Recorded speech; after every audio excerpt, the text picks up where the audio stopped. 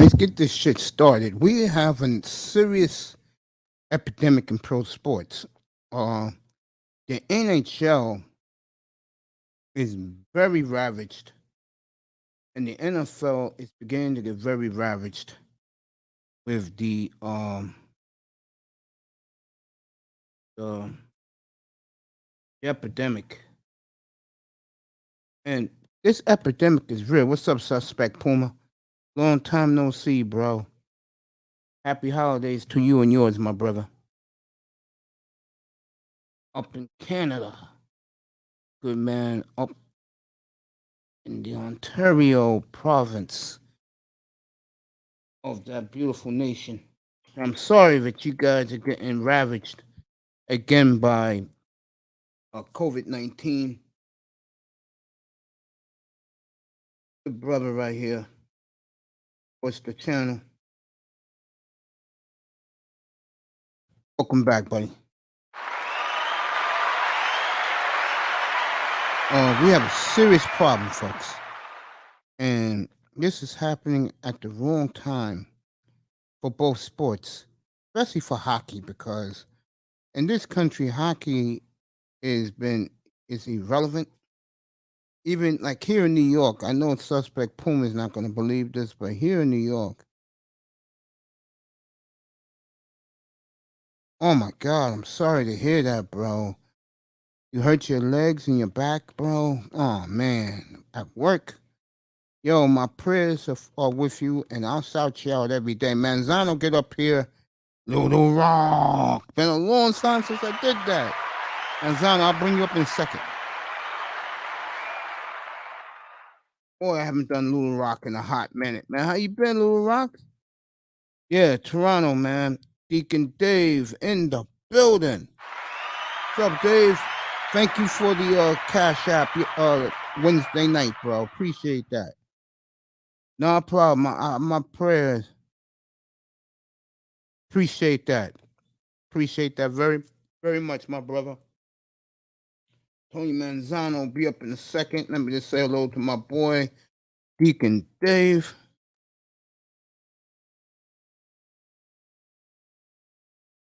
Deacon in the building.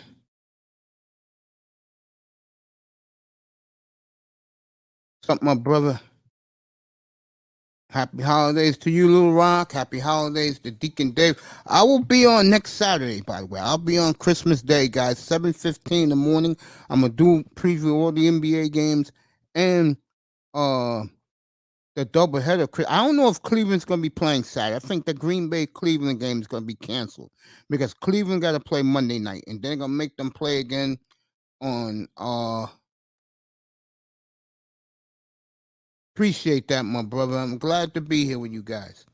You see this thumbnail right here, and the reason why you see it, happy holidays to you, my brother. Manzano's not up here yet. When he comes up, I'll bring him in. The reason why you see that, because that is a show that I will have up here tomorrow night, 10:30 Eastern time. That is dedicated to my boy DJ Kuda. Spread the word that the thumbnail's up for him to celebrate him tomorrow night. This may be an all-nighter. But let me also tell you this, that Aunt T is going to have a roast fest. 48 hours of roasting and beefs with guys down Philly in the building.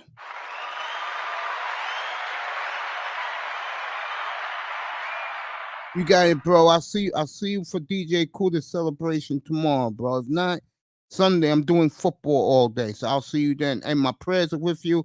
Everybody says a prayer for suspect Puma up in Toronto. Got hurt at work. Fucked up his legs and his back. Manzano's ready. I'm ready for Tony Manzano. I'm going to introduce my man Don Philly in the building in a second. Don Philly's in the building. You got it, my brother. You got it. What you see in the thumbnail right there, that will be a celebration for DJ Kuda tomorrow night, 10:15 Eastern. No Cleveland Brown game tomorrow. Browns game has been canceled because a lot of their players have COVID. So the Browns Raider game that was supposed to be tomorrow is off the board. So tomorrow you only have one game. It'll be the late game. It's the best game. With Patriots at Colts tomorrow night. That should be a real dandy. Don Philly in the building, represent I-95. Hell yeah. Manzano will be up here in a minute. Me, I'm going to start previewing the Dolphins Jets. He is here, one of my favorite people in the world. Get my headsets ready. The great Tony Manzano's with us, everybody. Welcome to the show. Me and you, Mace, warned baseball fans about the possibility of lockout. No one believed us. Yeah. And I think that's gonna happen with hockey too. I think hockey's gonna have a lockout. This eventually. Is horrible. Oh, Jefferson's in the building. What's up, LaShawn?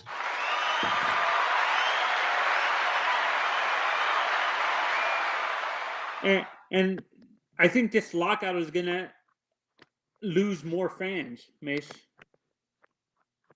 As well. Eagles were canceled.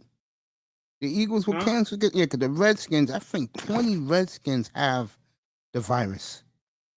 And this is what happens when you think you're the man because you got millions of dollars and you play in the NFL. You go to these nightclubs with no mask on and you don't know what other people are doing. I got you, Little Rock. Thank you, my brother. Tony. Yeah. Yeah, I'm coming back to you now. What you said, I totally agree with you. I think they're gonna lose a lot more fans. I agree. You're gonna lose, Mace. The fans they're gonna lose is actually your generation, more of your generation of fans, because that's all that's left. Yeah, no. That's what I'm saying. Your generation of fans, because you guys have dealt with 3 lockouts, right? Yeah. Wasn't there a lockout in the 70s, 80s, and right now? Yeah, the one in the 80s was second. The one in 1994 destroyed the sport. Yeah, and you know what it is? I think what they need to agree to is, for me, for the players that can't come out of college and high school, they complain. Their main complaint is because they get slot value money. They're saying it's unfair that they get paid less than the international kids, like the kids from the Dominican DR. Republic. Yeah, the DR in Puerto Rico and Cuba and stuff like that. And they're saying, why not make it an international draft so these young kids can get paid the same as us and stuff like that? And completely, the only posting system, the only people that get paid internationally are the people from Japan and stuff like that. So, and you still have a posting system for the Japanese people, the Japanese players. So, and one of the things they're thinking of having, Mace, is having a salary floor to force the bad teams to actually compete instead of purposely tanking. Do you agree with that? Yeah, I do agree with that. Byron said, can you figure out a Rubik's Cube, Jefferson? Hey, Little Rock, thank you so much for your support, my brother. Yeah, and another thing they're thinking about too, Mace, is besides that is increasing, like, actually no, not eliminating the luxury tax, but what is it called? Maybe having with the draft to also eliminate tanking is having a lottery system like basketball does. Do you think that can work in baseball? No. Why?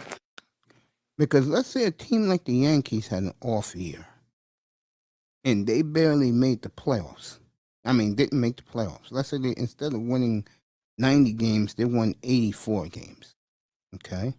They're already a good team. They got the most money in the sport. Let's say they're the how many teams get in now in baseball? 14? let's say the Yankees are picking 13th. They win the lottery. You know how many teams, especially if there's a group of good prospects, what do you think other teams are going to say? It's unfair. It's rigged. There you go. No, I'm not saying no. What the thing I'm saying is having a lottery pick for the top 10 specifically, just the top Oh, for 10. the top 10. No, that's not fair. Let it be the way it is. I'm gonna tell you why. The one thing about baseball is if you're picking in the top 15, unless that kid is really a bust, you're going to get a top flight player every year. And if you're picking, let's say, in the 40th round, you're going to get a good player. It sounds crazy, but it's true. That's the only sport, that and football, the only two sports you're going to find that. No, and that's another thing they're thinking of doing, eliminating all the instead of having like 40, 50 rounds, they're going to cut it down to maybe 10 to 20, 20 rounds and stuff like that. It's already 20 rounds. Remember the Angels or the 20 picks were pitching. Oh no, 20, like instead of having 40 rounds where you have like 100, like how many picks do baseball? No, Tony, they already cut it to 20. Because the Angels had all 20 picks. They picked all pitchers. Only team in the history of the sport that did that. They picked nothing but pitching. Yeah, no. What I mean is like actually You mean cutting it from 20 to, let's say, 12? Yeah, 12 rounds. And that actually can force the young kids that are not ready to go into the pros just yet to go into college and Tony, no matter where you get them from, high school, college, it's going to take 7 years for that kid to make it, to get paid. I mean, getting paid like Bryce Harper, getting paid. See, this guy is a special talent.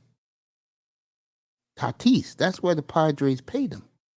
Because there's two reasons why they paid him. Number one, they love him. Number two, Manny may leave after next year. Remember, Manny got out after year 5.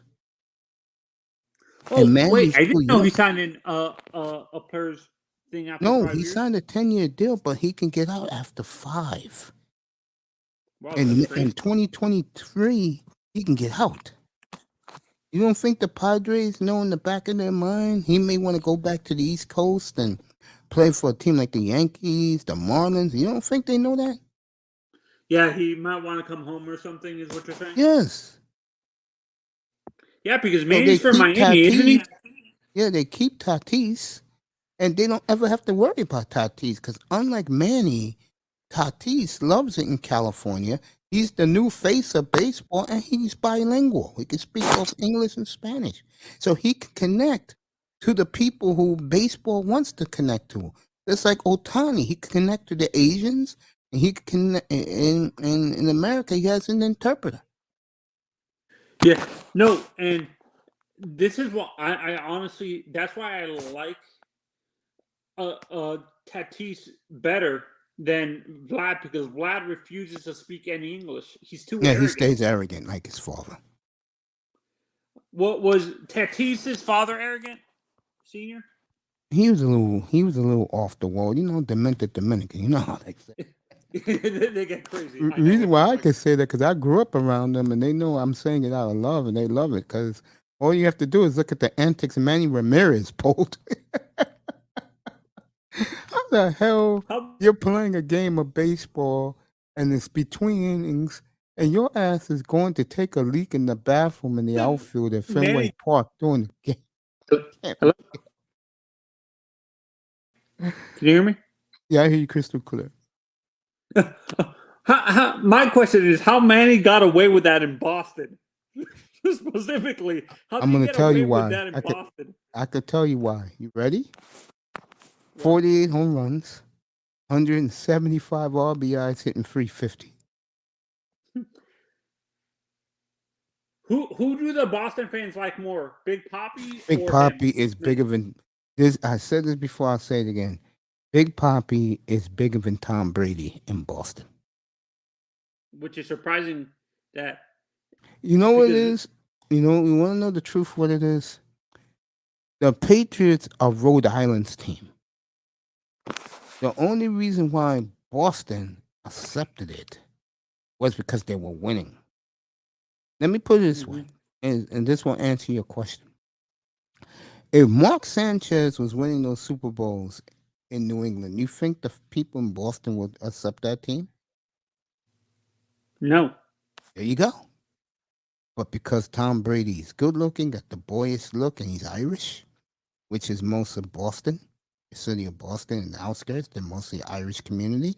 He's God to them, but to everybody else, it's Big Poppy. Yeah, I think it's kind of weird when you go into the not Massachusetts, but like the other northern states besides New Like York, like once you get to New Connecticut. England, yeah, like I told you guys, once you get to Hartford, Connecticut, everything changes. No, Everything but what changes. I'm saying there, uh, besides New York and besides New York in the north, there's a lot of Dominicans in like Vermont, Rhode Island, like in other states in New England, but not in Boston, in like Massachusetts. There's not a big population there. Oh, there's a You see reason a why, lot Tony. more. Hmm? If I'm a Latino moving into Northeast, I'm going to damn, what's where Bobby V's restaurant is? 'Cause there's a lot of Latinos in that town. Bobby V Hartford, guys. is that Hartford? No, Hartford's mostly black and white. Yep. He is folklore now. You're absolutely correct, Jefferson. And Jefferson, when you said this, you was on point. Yeah, when you said this, you was on point, Jefferson. You was right on point when you said this point. He was right. Ownership actually has a big win in every sport.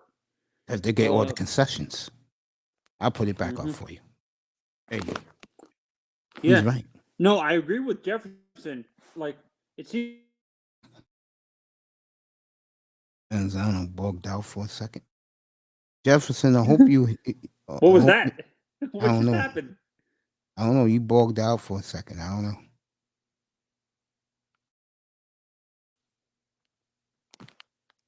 Mace, you I'm there? right here. I hear you. I hear you, Jefferson. I mean, I hear you, Manzano. I hear you crystal clear. Resign and pandemic happened. He out. He had play in the virus time. Yeah, we got a serious epidemic in sports right now, folks. The NHL is getting wiped out up in Canada. I just had my partner up at Suspect Puma. He's hurt. He's sick, man. I'll be back. What's up, Godfather of Soul? NBA is about to start. Uh, Let me get you over there. Give me a quick second. And this is tomorrow night. I will have this up here tomorrow night. Dutch, I'm getting ready to do the NBA. Don't worry, relax. I'm ready to go get my remote control. Takes me 1 second to get my remote, Dutch, and we'll start doing the game, okay? Dutch, you sure you ain't don't kick rocks? You sure?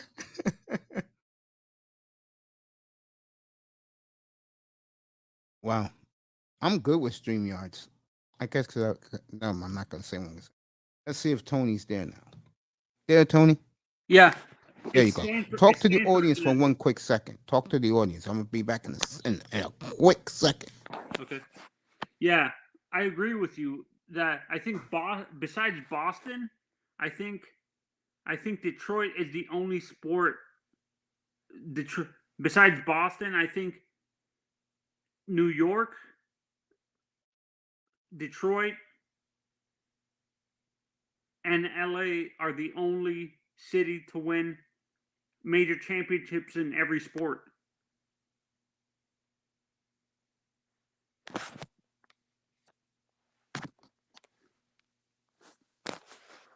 LaShawn.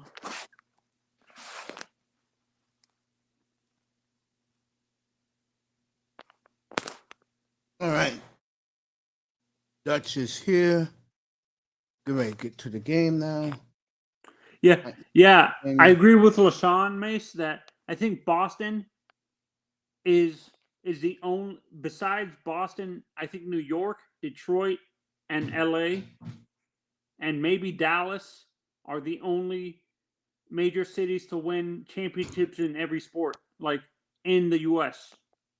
New York, Boston. New York, Boston. Chicago. I forgot Chicago. Oh, let me see. Bulls, Blackhawks, Bears, The Cubs. Cubs, and the White Sox. Yeah, Chicago's 3. LA is 4. Because the Kings have won, the Ducks have won, the Angels have won. LA is 4. UCLA, of course, UCLA was a dynasty. USC is going to be a new dynasty. Lincoln Riley heading there. And the Lakers, of course. The only team that hasn't won in LA is the Clippers. And I think they're moving to Vegas, to be honest. I think so. I think the Trailblazers are going to end up moving to Seattle. All right, Dutch. Warriors and Celtics about to tip off for my man Dutch. That's all he wants to do is hear me do the flow of the game. I'll do that. Remember, everybody in the chat room, everybody in the sky, this will be exclusive interview tomorrow night, 10:15. Also, me and DJ Kuda. Also, let me say this to you. Aunt T is having a 48-hour roast fest. So if you want to roast somebody, you have beef with somebody, beginning tonight at midnight in his room, he'll go live 48 hours from Saturday morning to Monday mornings. Go over there. Okay? Yeah, and you were wondering where the restaurant was, Mace? It's Stamford, Connecticut. There you go. Thank you. There's a lot of Latinos in Stamford. And that's near the headquarters. That's the WWE headquarters. Bobby, I think the restaurant is near the WWE headquarters. No, the WWE headquarters is on the other side of the freeway. It's on the north side of the freeway, WWE, like going towards Hartford, Boston, Providence. Towards the rich part of Stamford? No, this going up towards Hartford. Okay. Because Hartford is after Stamford. Well, which to me, I find that odd. Like, I don't know. You were like the new sideline reporter on Manzano. You were really like the new sideline reporter for ESPN. She's your type. Who? The Latino chick, but looks like the Redskins president. Oh, Antonita Collins or whatever her name is. Carlita, something like that. Oh, her name starts with a C. Yeah, I know who you're talking about. 6 minutes to game time. Yeah, I got you, Dutch. I got you. So Mace, is the color commentator and the announcer for the Warriors still the same people, or is it? It's the same people. Yeah, they've been doing it for years. You know the difference between the Bay Area and anywhere else in the country? What? They are very fair, and they're very hard on their home teams when they don't do well. Like San Francisco sports talk, as crazy as it's gonna sound to you, is as rough as New York. I'm not kidding. Beautiful. Wait, nice in the building. Bay Area is rough. Are they hard? Wait, you're saying they're harsher than New York, or they're about the just same as harsh? San Fran? Yeah, matter of fact, let me rephrase that, because New York is harsh, but they're not like Boston and Philly. In San Francisco, the Bay Area is like Boston and Philly. That's harsh, man. Hey, beautiful, how are you? Hey, Mason. Hey. Did I say that? Oh, my bad. Hey, Mace. How are you? I'm good. You like that thumbnail for your boy tomorrow night? Oh, I love the thumbnail. And you know what? I was going to tell you because I finished the video that I made that you can debut for tomorrow night's show, and it goes perfectly with the thumbnail. Well,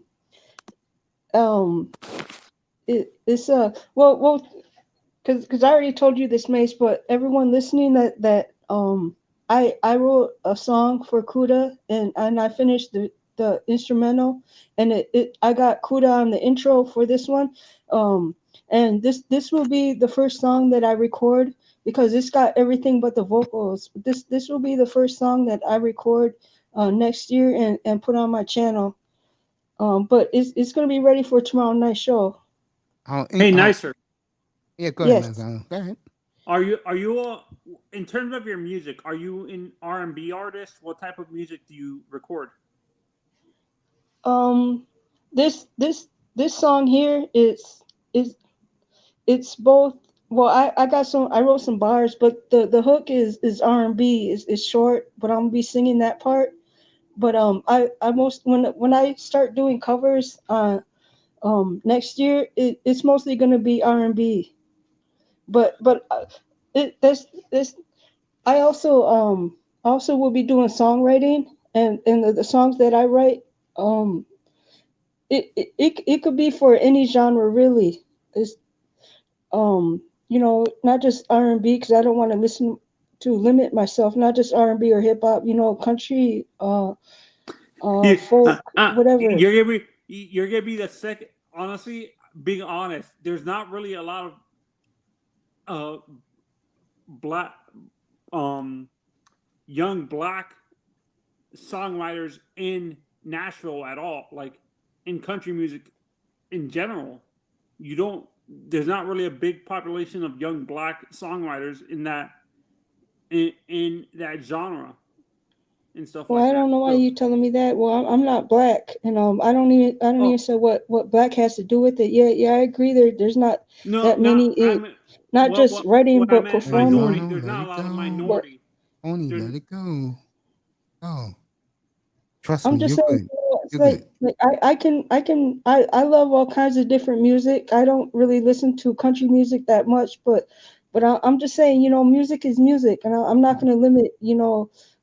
I No, don't that's want what to. I'm saying. Like in, I I listened really to. don't know what you're saying. Well, Manzano, let it go. Let it go.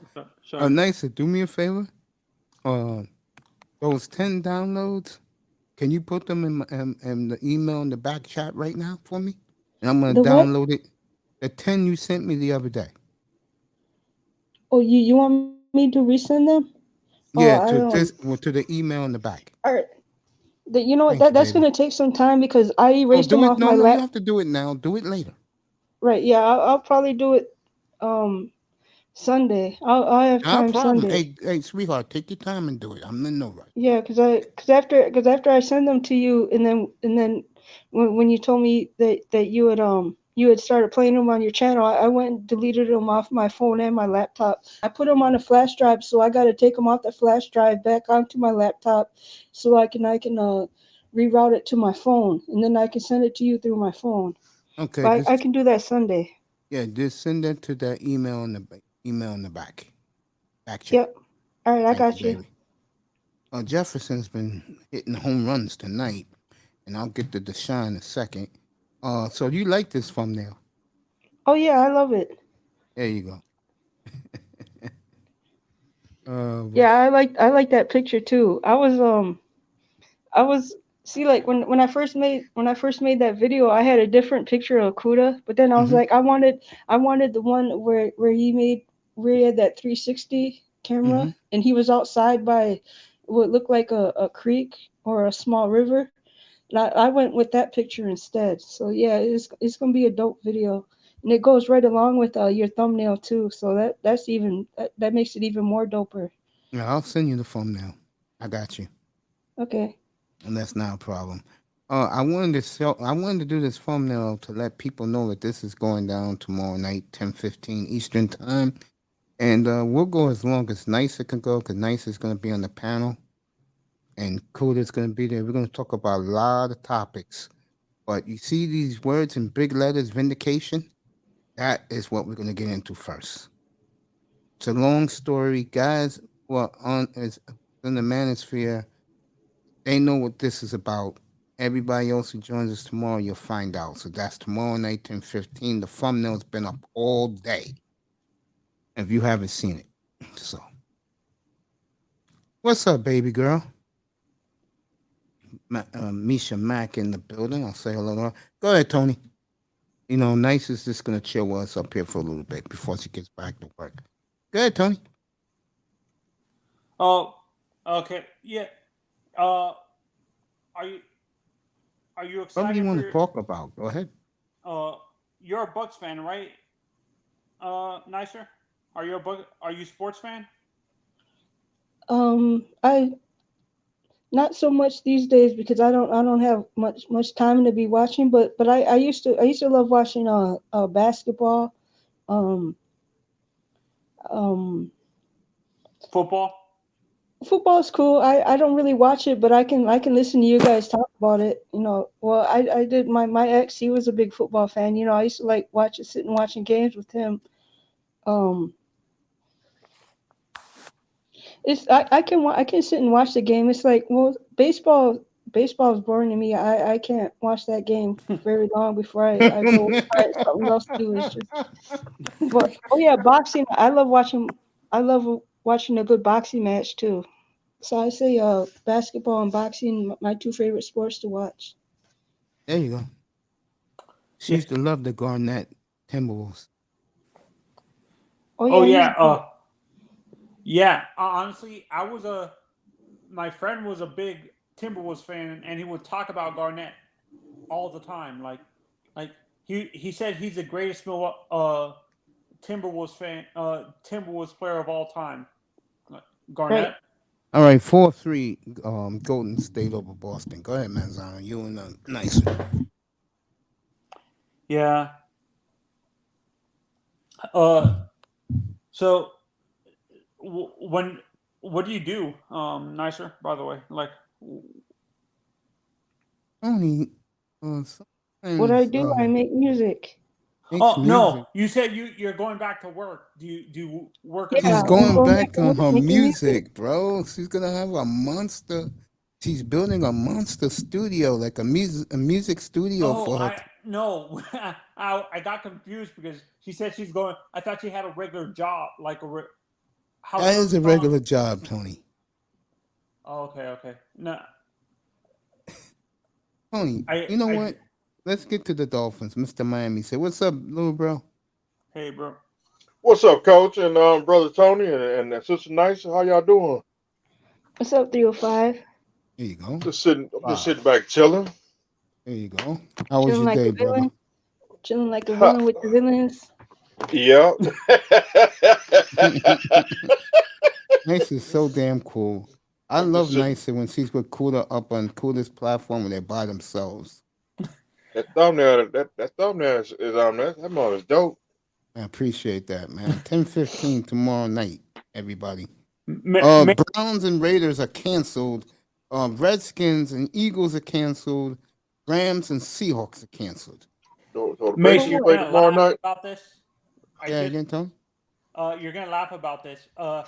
I watch A2DU Radio, who's a podcaster for Philly sports, and they're tearing into Ben Simmons right now. As we're talking, yeah, they're tearing into Ben Simmons right now. Yeah, well, man, they should have been. They should be turning it to Daryl Morey. He should have been got rid of his ass back when it was 95 degrees outside. 114. All right, Golden State up 7-3 on Boston. What I was gonna say, to everybody up here, I appreciate the compliment, Mr. Miami. Wait till you get yours next week for your birthday. Yeah, Give big us the birthday surprise. So you bag. got a birthday coming up? Yep. Yeah. Mine's was last Wednesday. His is this Wednesday coming up. Oh, Ground is here. He said, The big 5-1. This on There you go. Wednesday.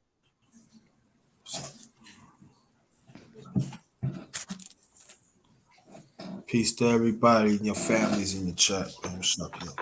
Yeah, What's up, brother Washington plays Griner? Tuesday. Good.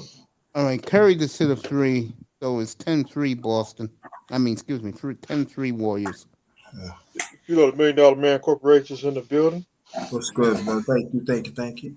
"So Mace, Hey, are they?" Hey, you know Ted this house he finna I got a match next month. Okay. Well, I got to find me a tag team partner. For Royal Rumble is coming up. You crazy. Yeah. Uh-oh. Oh, Uh-oh. Uh-oh. Uh-oh. Hey, Grinder, which room you gonna be in tomorrow night? Up here with Kuda and Nicer and me, or you gonna be in the anti-roast fest? Nah, I ain't been nothing, man. I'm in some things, man. I probably feel could. you. I feel you. Because tomorrow the interview I'm gonna have with Kuda is gonna be serious. I probably come through, with you for a few, man. You know what I'm saying? Yeah, Shut up, I'm shut gonna up. be up here. Auntie, no, I'm not. No, I'm not engaged in that. No. Oh, people fired up about that. They ready. They told yo. Let me tell you, they talking about on their of their own live. Yeah, that's gonna be insane. That I'm telling you, Pete, he talking about 48 hours. Yeah, 40 hours. I think it's gonna be Dang. more than that. He got the beautiful. I forgot the girl's name. Her birthday is tomorrow, and she is absolutely gorgeous.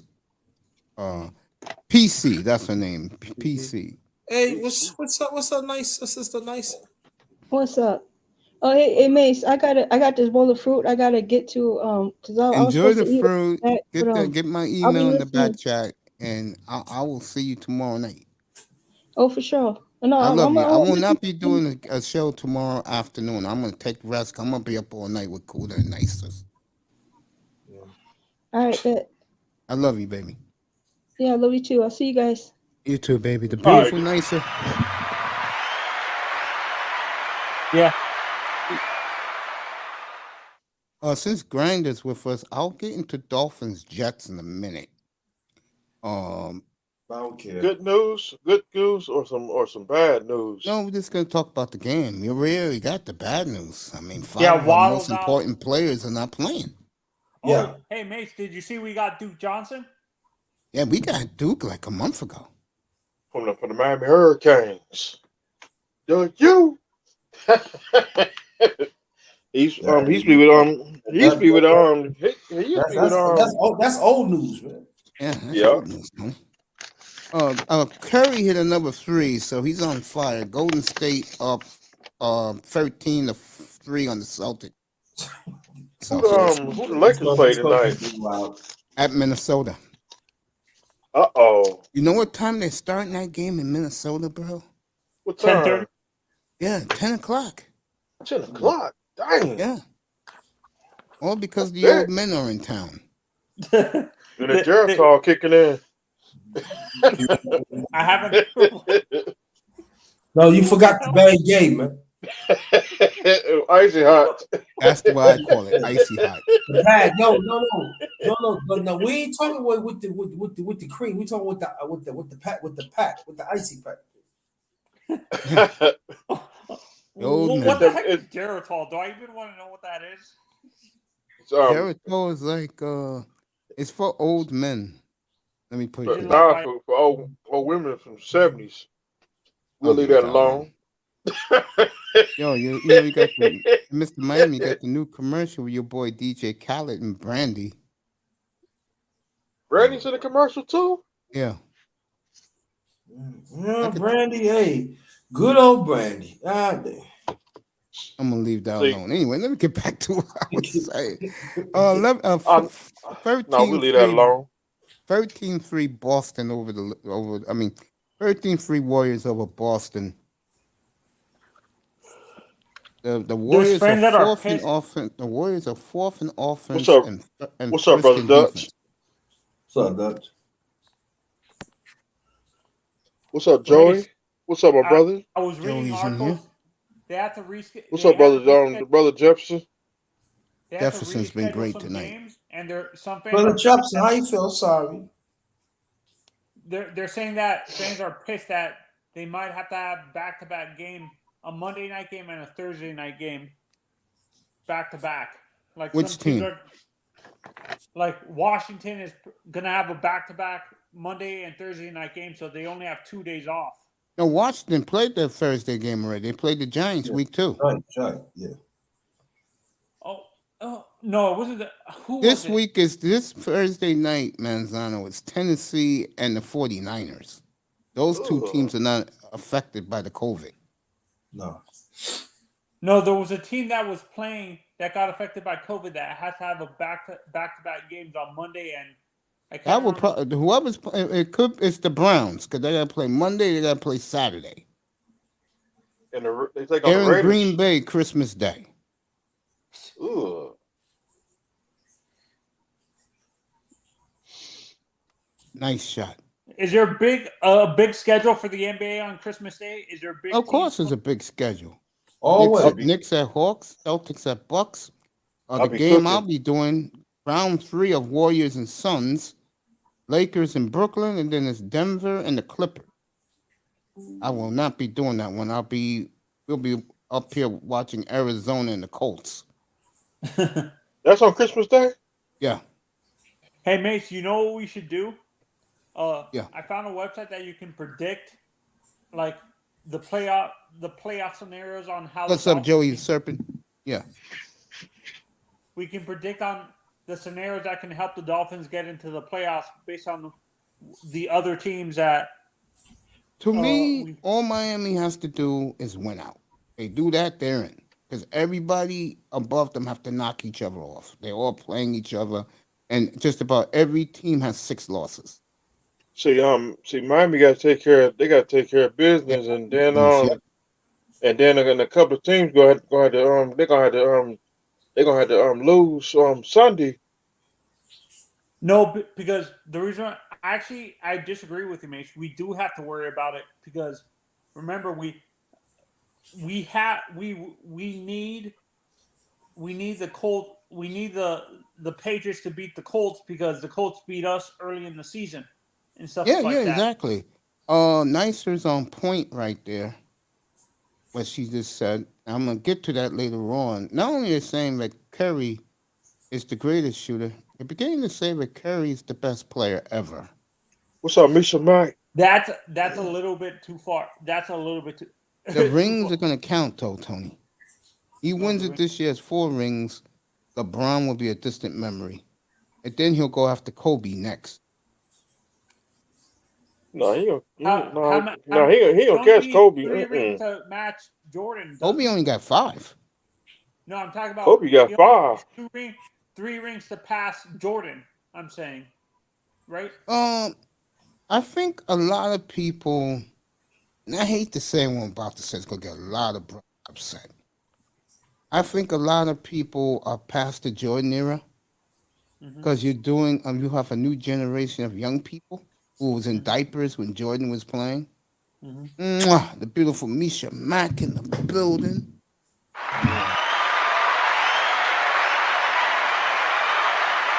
How's the family, my love? Well, I tell you, Jefferson's on fire tonight, boy. Jefferson is on fire tonight. So yeah, I agree with you, Mace, that it's a new generation of fans. But what I'm saying, I'm not saying people are gonna I agree, people are gonna forget about LeBron. But yeah, but what I'm saying, I think he only needs 3 rings in total. 1 to even out with Kobe, 2 to tie with Jordan, but 3 in total to pass Jordan because he needs you gotta one remember to pass. something. Guys, you gotta remember something. What's up, Fireman? You gotta remember something. People are living in the moment. What's up, brother Fireman? They'll come back to their senses. Fireman Eagles game is canceled, pushed back to Tuesday, my brother. Yeah. Let's get to this. Grinder, you there, bro? Yes. All right, let's get to this. I like the way you guys played against New Orleans. I just think you guys shot yourselves in the foot. I think this will be a tougher game for the Dolphins Sunday than people think. You agree with that? Could be. Yeah, you sound great, by the way. Could be. 28 Golden State over the Celtics. But I would say this though. It should not be a trap game for Miami because y'all still got a slim chance to get to the playoffs. So. Yeah, thank you, Dutch. Yeah, I think these the people trap game live for in the moment when it comes I to think Curry. the They're living right now. Mace, I think the Come, trap game for us is the New Orleans game. no, I think this is the trap game because New Orleans has found the formula now. I saw them against the Jets on Sunday. It made me very worried. All right, Tuesday night, the doubleheader No, it is might be Tennessee. yeah, Tuesday night, the doubleheader is the Lakers and the Suns Tuesday night. I'll have that up here Ooh. as people are traveling. And believe it or not, guys, I will not do the first game. And the reason is, believe it or not, they are showing the Orlando Magic Real. on Tonight? Tuesday night. Tuesday night. I Tuesday am night. not doing the Orlando Magic. Mace, 23-10 Boston. I mean, excuse me, Golden State Warriors up Mace, 23-10. by chance, do you know who Tobin is? Yeah, he's on $7.90 the ticket. Yeah, he was so pissed that we're playing Orlando. Then he's like, it's unfair that we have to play Orlando, then fly up to Detroit. It should have been the other way around. Play in Detroit, go to Detroit first. After we face Philly, then play Orlando because Detroit didn't have a game tonight. So I kind of see where he's coming from, but do you agree with that, Mace? They should have switched those, and Orlando didn't have a game on Sunday either. So it would have made more sense to play Philly back to back with Detroit instead of flying down to Orlando then flying back up. Or do you think Tobin is just sometimes he says crazy stuff? Says some dumb shit sometimes. All right, I've got major news, and this is for people who love the certain player in the Brooklyn Nets. Nets organization has decided to bring Kyrie Irving back immediately. part-time. Oh, part-time now? Dang. That's part-time. So he's going to be playing road games or home games? I guess he gonna play road games, I guess. All right, so Kyrie Irving is back. He only played road games for now. I'm pretty sure that those brothers who just do LeBron Mania and KD What's up, brother Mania, Lou? those sports channels, I think those guys, what's up, Lou? What's up, Lou? I think those guys right now talking about it 24/7. You're not going to get that here. Is he gonna, by chance, did they force him to get the vaccination? Because that's why he was sitting out, wasn't it? Yeah, I think what has happened is they got the big marquee game next Saturday night in LA. And they're going to be on a big road trip coming up, the Nets. So you might as well get them a couple of games now before they get to LA next Saturday night. And it will make the game more marketable. I wouldn't be surprised if the NBA and ESPN put They'll push it, man. because Don't they don't talk want to about show a game with. I'll do the opposite reason. They don't want to show a game where, let's say, Brooklyn's on their A game without Kyrie and blow the Lakers out on national TV. Yeah. That will really make the Lakers look bad. And that's the last thing ESPN wants. But Mace, that's the last thing ESPN wants. But it would be entertaining for non-Lakers fans. Oh, of course. Get blown out like that. Because What's up, Brooklyn fans, Lennox? your boys in here? Talk about Lennox. What's up, brother? Oh yeah, Relentless, get up here, bro. Get up here, Relentless. Yeah, I'm doing the opposite reason. You know, Because the James said, last thing the NBA needs, okay, is a team who they already love. I mean, that ESPN loves Brooklyn. And they go to LA and wipe them out without Kyrie. And then the Lakers will really be irrelevant to the rest of the country. That would not be a good look. No, it would not. All right, Boston's on fire, 25-19. They're Smack coming right there. back. Without Kyrie, That would be a bad look. Hey Mace, is there any big NHL games tonight by chance? No, tomorrow's the NHL day. Oh, okay. And NHL, I'm glad you brought that up. because I don't want to bore people, but I'm gonna make this real quick. The NFL in our country, the NHL in Canada, especially the NHL, is getting destroyed by COVID. Mm-hmm. Calgary Flames will not have a game for the next 2 weeks Mm. Damn. because half of their team has COVID and some of their staff. Yeah. I think their superstar didn't Kachuk get COVID or something like that? Oh, I gotta check the list. Well, I just think it's crazy that these professional athletes, when they go to these nightclubs, these settings, they're not living those people are not living the protective life you should be living. You gotta understand that. I mean, this shit don't make no sense. And then the white man media is getting mad at the NBA. I don't see the NBA with 70, 80, 90 some players on the list. Like I see hockey in NFL. Right. I I'm think tired of the white man media always trying to fucking chastise young black men, and yet the mostly lily white National Hockey League and the NFL, these guys are getting it like pros. Look at the Miami Dolphins, but more important, look at I know the Redskins is one of the teams.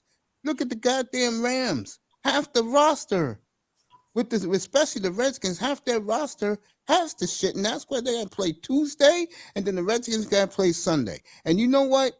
I ain't wishing bad on anybody. No one told you guys to be hanging out on the street after you play. That is so stupid. Yeah, for me, I think the two sports that do the best with the COVID restrictions are baseball and basketball. Well, there is a theory about the COVID, what they say. And that is, Dutch, I'm watching the game, bro. 25-19, Dutch, relax. Relentless, you want to come up? Let's go, bro. Relax. When you go somewhere, wear that. It's like when you go somewhere, wear that mask. Minshew mania. And this is the thing about it too. They don't wear they mask even like in the street. I was out today. They didn't move. For you call for? Yeah, your Redskins got 20 players on that COVID list, bro. Dang. This is a bad look. First of all, you have the most irrelevant sport in North America. And then you have the most popular sport in North America. Yeah, and What's up, brother Joey? Yeah, and I said this more. I think for me, I think basketball and baseball are the most strict ones in terms of the COVID protocols, right? Yes. That's why you don't. That's why you don't see a lot of high percentage of players getting COVID. Exactly. All right, the Celtics, the Warriors just scored 27-19 with just under 3 minutes in the first. The inmates run the asylum in NBA. the NFL. That's why. No, they don't. NBA, they run the asylum. Mm-hmm. That's the only sport that the players do. It's like that's why I don't drink after nobody or eat after somebody. You're absolutely correct. You know what I had tonight for dinner, Mr. Miami? You're gonna like this. Chicken box. Not even. But I had chicken. I had chicken and garlic tonight. Chicken and garlic. You mother. You finna rub it in. Why you gotta do it, man? Why you gotta say it like that, man? Man, you ain't shit. He rubbed it in. Yeah, I'll man. be there about 5 minutes. Chicken and garlic. Why you gotta do that? I ain't like, man. You ain't shit. Let me give a shout out to this man. And Grindr respects this man deeply. I love the guy. Shout out to DS1 Ross. Yeah, shout out DS1, man. And Red Supreme TV. These guys are now preaching what I've been saying up here since February. I was on the sideline. So you guys keep up the great work. Shout out to Ty City, who remembered who the hell I was. Yeah. Hey, coach. Yeah, what's up? Hey, where's George, Miss? Where's Miss Grinders on fish chicken? man, you trying to get yourself out of here, man. You got me the napkin, and I'm wiping my mouth. You know, you got. Ooh, Do you guys want me to kick you in the teeth even more? Oh, go I ahead. made it myself. I had jerk chicken and rice and peas with coconut sauce. Oh, that's big. I ate that already. I killed that already. I But can't I'm gonna tell you, but that can't eat chicken and garlic is the man. I can't eat Caribbean food, Manzano. No, you can't eat rice and peas with coconut sauce? No, I don't like that anyway. But it's not racial. I told this to Kareem. It's just that Caribbean food is too goddamn spicy for me. Mm-hmm. All right, Curry's having a big first quarter. Golden State's up 31-21. Very entertaining game so far. Nobody's playing defense. Anyway, back to this. I think Got it's about watering, coach. I think it's a damn shame. I'm sorry if I did that. I think it's a damn shame. Yeah, chicken and garlic, yes. My That's mouth an got Asian watery. dish. Hey, Never Mason, seen are you the gonna world have go another? crazy Yo, over a shout out to little brother cold. Lou, It's man. it Shout out to falls brother Lou. you know, Lou, you better not let the world see you say that, bro, because you know the YouTube police will be snitching on you, bro. Fucking Lou, never seen a world go crazy over a little cold. You know, one thing about Lou, and I love Lou. He's been riding and dying with me since the day I showed him my thumbnail for what the challenge could be about. That man is smarter than it's dark outside right now here on the East Coast. Chicken and garlic, yes. I'm jobless. Can you sign basically a guaranteed contract because of the virus? Yo, wash up ass. Jefferson's making another good point. Go ahead, man. Jefferson's being funny. You gotta understand the humor. Yeah. Hey, coach. That's right. This nigga Mace don't eat island food, man. That is too relentless. You damn right, man. And I'm not racist. Hey, coach. How about another five bag of chicken? How about a 5 pound bag of chicken? Man, Granny, we want some cooked. I'll help you cook. You know what I do? You know what I do? If you guys leave me your email, probably I'll do it before New Year's. I'll make you guys some of my specially made buffalo wings with own hands. All right. So, hey, Mace. Yes, sir. Have you been able to go to the Dominican restaurant and have that rotisserie chicken with the rice and beans? I had that. Believe it or not, Manzano, I had that the other day. I had the lunch special. Boy, Curry's just throwing up bullshit and it's going in. 34-26 Golden State. Yeah, I was gonna say. Yeah, I had the rice, the plátano with extra gravy from the beef stew, and I had a half a chicken. Yeah, cost me $6. Mace, you never go to Flatbush? I don't go to Flatbush is because it's too far from me. Like Grinder is from Brooklyn. That's all the way south in New York City demographics. Yeah. I'm near the Yonkers. I'm near the Mount Vernon border, bro. That's all the way north. Yeah. When Mace talking about that, to go towards Westchester County. Yeah, towards the suburbs. Towards the suburbs, yeah. Westchester County suburbs. Yeah, it's like You're 5 actually minutes from my house. Where you live, Mace? Yeah. Are you closer to Long Island? Oh, that's totally opposite. None of us are. You gotta live in Queens to be close to Long Island. Long Island, yeah. Long Island's all the way east, man. Yeah, man. That's way out. You ever heard of Montauk or Brother Anthony? Yeah. That's in Long Island. Oh, that's Long Island? Oh. Where the famous Lucas Mark is back in the famous building. firehouse at. Fire. Good to see you, Lucas.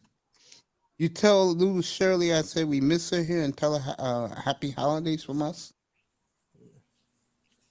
No, I don't go to Flatbush, man. No. Yes, it was a good looking shot for him. It was bullshit shot from Curry, but the shit went in. or go to Buffalo, get some of them wings. You know how Buffalo's where Relentless is right now in college, bro. You know how far Buffalo is from me, bro? How far? That's like 8-10 hours away. Dang. Buffalo. That's at the border of the state. Certain parts of Buffalo, you can walk to Canada. Yeah, that's at the end of the state, bro. That's the border. Dang. It's like California. It's like San Diego to Tijuana. It's right at the border. For us, London, Ontario is at the border. So you can, if you flew up to Buffalo, you can actually drive across the border to London. Yeah. The Queen Elizabeth Bridge. Yeah, it takes you from Buffalo, Niagara Falls to London, Ontario. Then you go to Toronto. And also Watertown, New York. You can hit it from Canada to Canada too. Well, let me ask Grinder this question. I can ask you this too, Relentless. Are those Caribbean restaurants still in Flatbush, or they've been gentrified? Gentrified. Damn. Quick. Damn. Dang. Snatch them up like this. Yeah. Disappear. Yeah.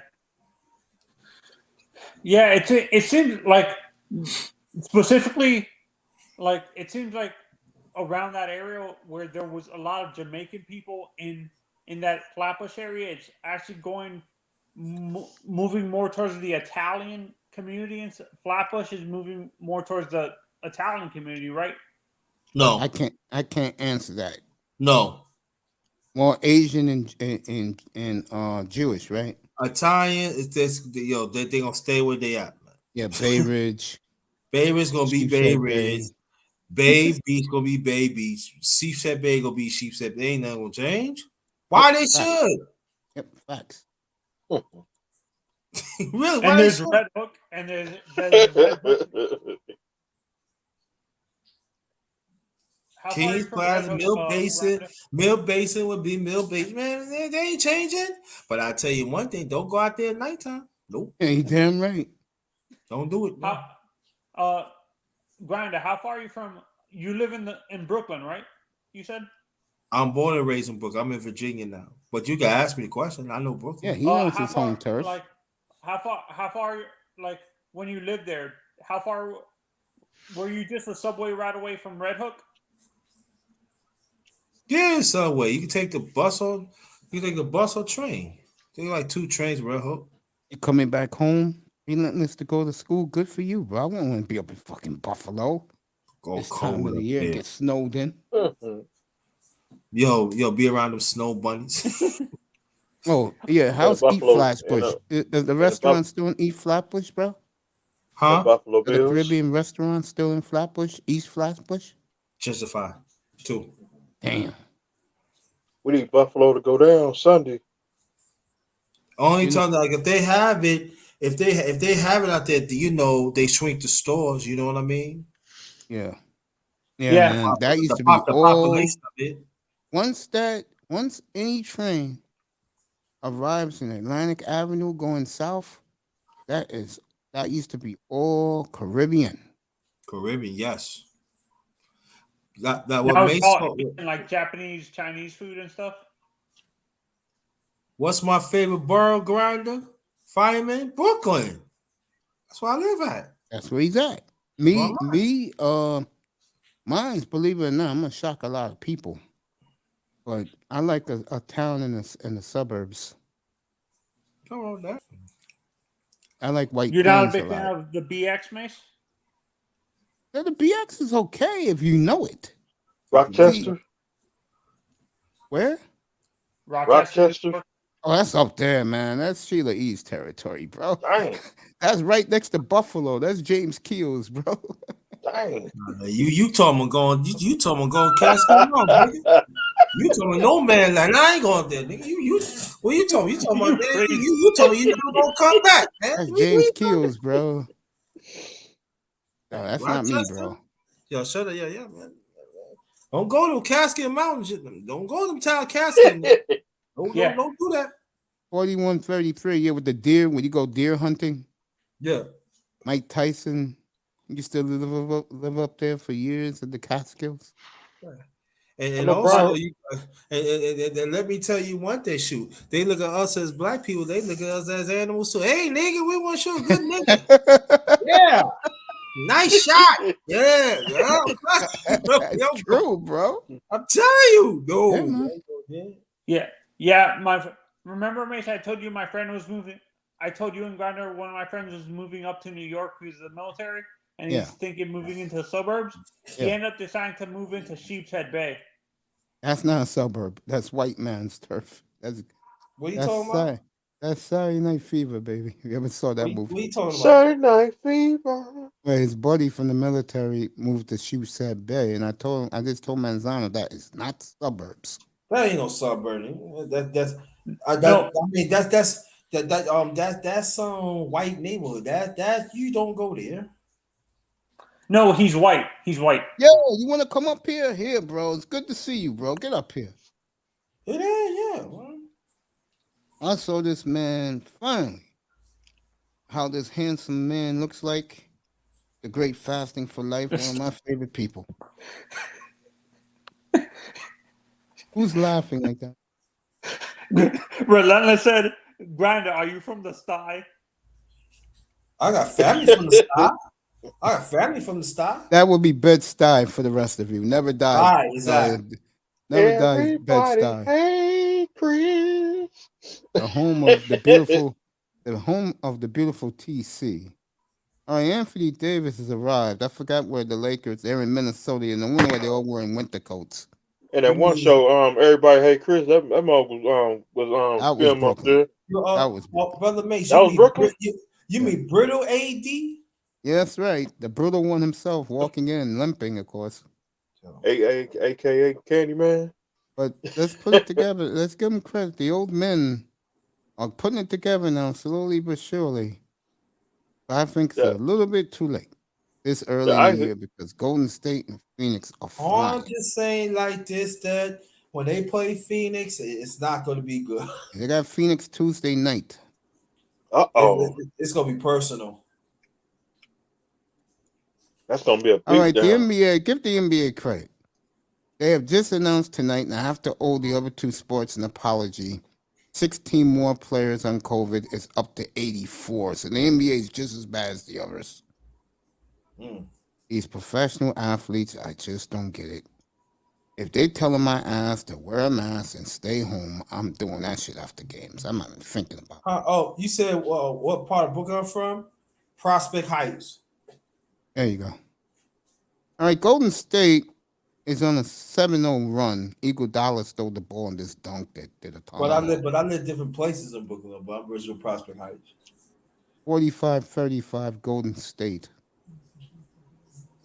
The Lakers, if you didn't hear the news last night, added another old man to the team, Isaiah Thomas. So the old men continue to be old. All right, the Warriors on a 9-0 run. They're up by 12.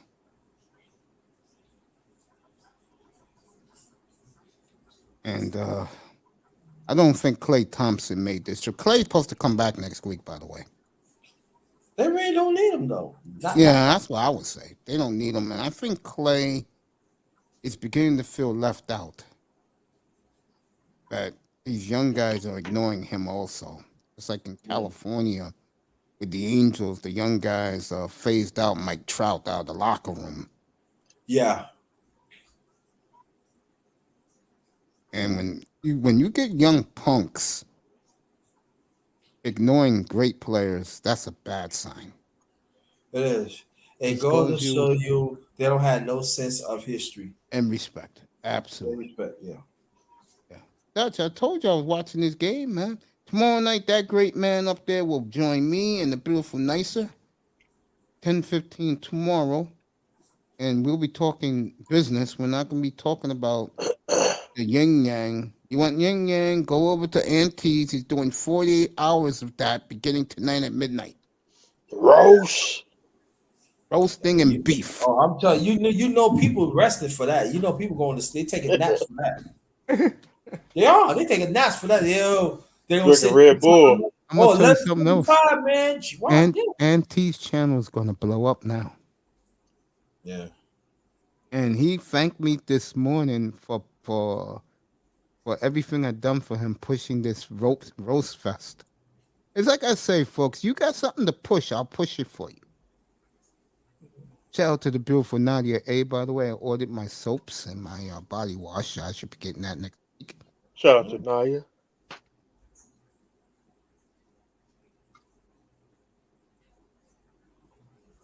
They need Clay. They need him come playoff time. Yeah, I would continue to rest him to about after the All-Star game.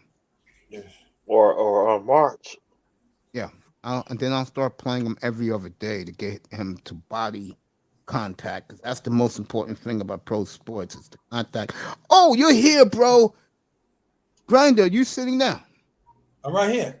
Guess was coming to New York in March. This is gonna blow your fucking mind, brother. Oh. Ready? WrestleMania. No, this is seriousness. You ready? Oh. Grinder, you ready for this? Yeah. Our boy, Stephen Ross, the owner of the Miami Dolphins, you know What? his expertise is building. It's gonna build the biggest and giant Caesar's Palace on the planet in Midtown Manhattan. Caesar's Palace. Oh shoot.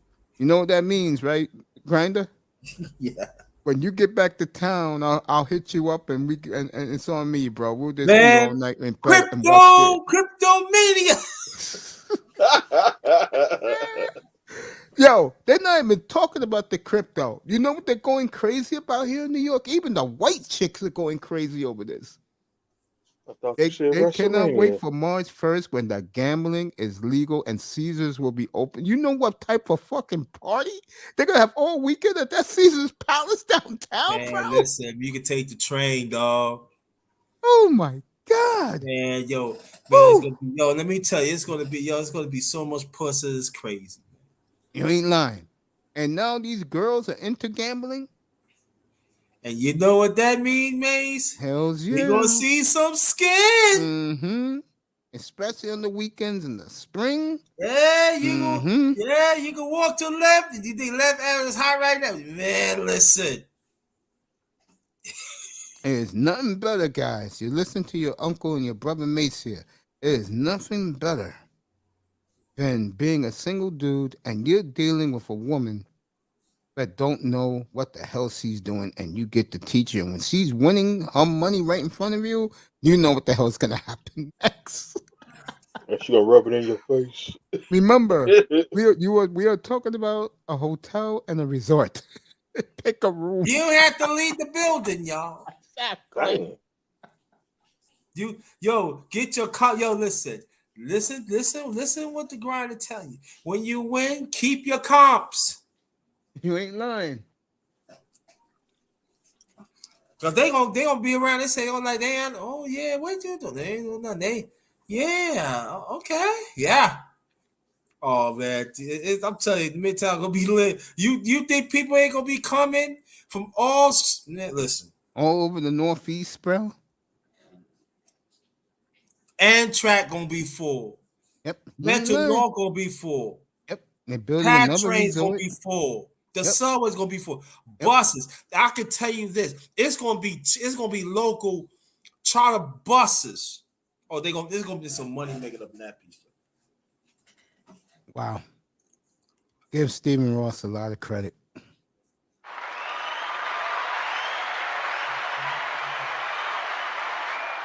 Put it in Midtown. What? Well, do you know what street he gonna put it on, Mace? I don't know. I'm gonna find that out. But that was in the big commercial today. They're really pushing this gambling, bro. Man, listen. Every night on the newscast. You know what they do here in New York now, Grinder? You don't know how serious people are fired about the gambling? Their sports program now, instead of doing sports, they're doing the gambling. They're showing you the odds. They're talking about who to bet on tonight. Yes, Another free. So is that Wiggins? That's 3 in a row. Yeah, it is Wiggins. That's 3 in a row. Golden State has blown this game wide open, 55-39. But yeah, What's bro, that? that's what they instead of them. This is what they do. Here you go. The Knicks won tonight, 119-105. The Damn. Rangers To who? scored. To who? No. This is how they do the sports now. Oh, okay. The Rangers are winning overtime 4-3. Now, to the gambling and sports book. That's how they do it now, bro. Oh man, I'm telling you, man, it's gonna be so much money, man. Let me tell y'all, it's gonna be. Oh my goodness, man, it's gonna be Atlantic City better be very careful. Mm-hmm. They may be very careful. They gotta amp it up, yo. I think Atlantic City and Jersey been had gambling. They're one of the first states to have it, but I think you're on point. More people will rather go to Caesars when it's ready than to go get on a bus and go to Atlantic City, because they can stay at Caesars all night. Right. If you're from New York City, you're from Brooklyn, the Bronx, Manhattan, Queens, you can stay in New York all night and gamble. And man, it's gonna be lit. Oh my God, it's gonna be lit. It's gonna be lit, bro. It's gonna be lit, man. That's just gonna be sick. Yo. So that means that you go up there, find out. You can come a few thousand.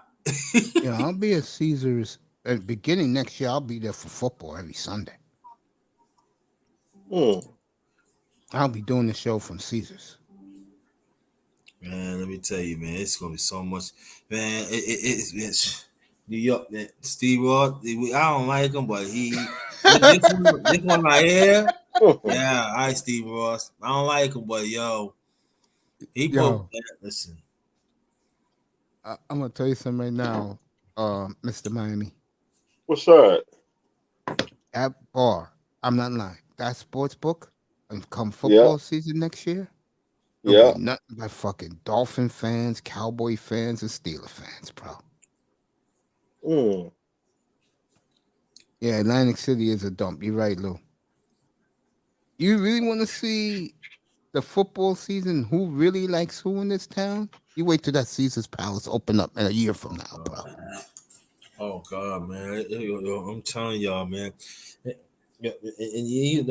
oh my goodness, man. All right, back, Max. Go ahead, buddy. Oh man, it's gonna be lit, y'all. It's gonna be good. Oh God, man, y'all. Oh man, it's gonna be women all over the. Oh my goodness, man. You ain't have to ask for it either, y'all. What's up, Santa Claus? You gave New York his biggest gift of all. You gave us Caesar's Palace. Yeah, man. Thank you, Santa. Yeah, man. Yeah, man. And and all that skin comes with. Hell yeah. Oh God. Especially in the spring to the summer and the fall, bro. 40. You know what that means, Mace? Yeah. 42nd Street gonna be lit too. Yep. You're right. You're absolutely correct, bro. You're right. It's gonna be sick. Oh God. Because guys have been, guys like me and you, our generation, we've been waiting for shit like this to come to New York. Word.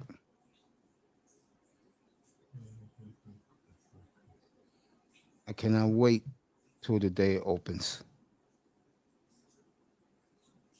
That's gonna be a great day for all of us.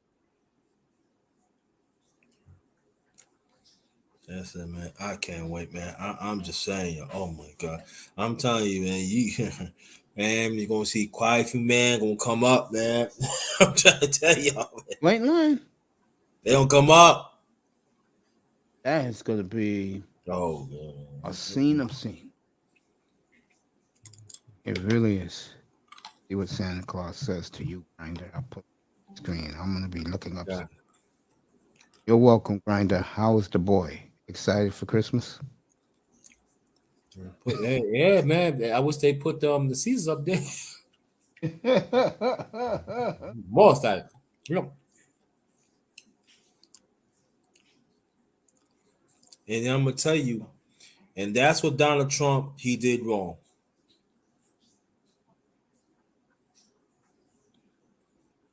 Instead of leasing, you should have owned it and kept it up there. Facts. Dumb. There's a dumb move. Dean Ross said, "Yeah, I'm putting that's mine. We gonna make money." Oh my goodness, man. Do y'all know what that means? That means, man, I'm talking about a Steeler fan. A Steeler fan could come there and put $10. In a few minutes, he can make $10,000 in seconds, y'all. Do you know what that means? Yep. Y'all know Like you I know what that said. means, brother.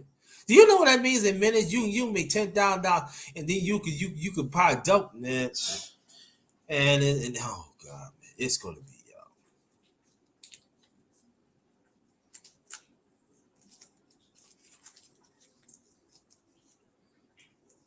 And you know also too, the Broadway plays, they're gonna be lit too now.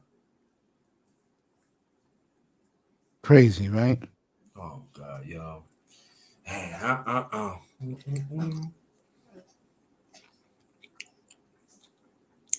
I cannot wait till that shit open.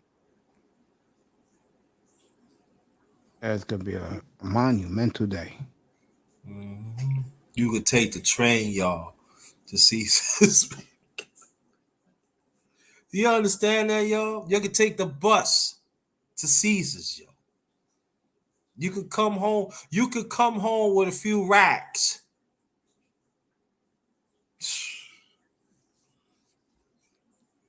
Unreal.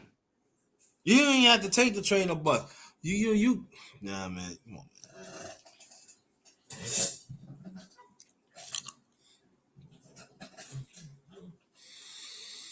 man. It's gonna be a very monumental day. Santa Claus said. Let me see what you put up. Jefferson's on fire tonight. Will your son enjoy the 2022 Jets season tickets that he got him? All right, Santa Claus. Come on. Santa Claus, why you gotta go there, Santa Claus, man? All right, Golden stay up by 20. This over. That game is over, man. Yes, it is. Fireman said no, he would not enjoy the tickets.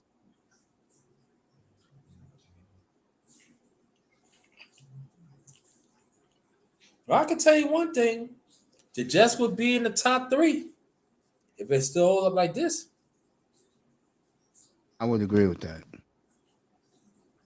And Joe Douglas, I'm telling you, he can't wait. You ain't lying.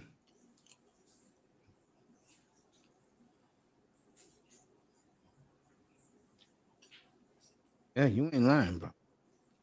Draft day in New York is gonna be fun because the Giants gonna have 2 high picks. They're gonna have their own and the Bears. Mm-hmm. Jets are gonna have Seattle's and their own.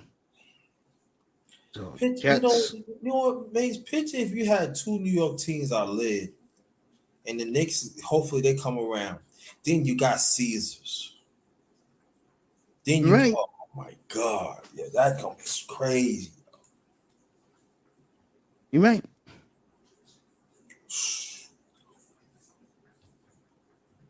Absolutely correct. I totally agree with that. And I'm gonna tell you, the sport that really is gonna help out is really hockey in New Yeah, because York. the Rangers play right there. But right there, that's go. Oh my goodness.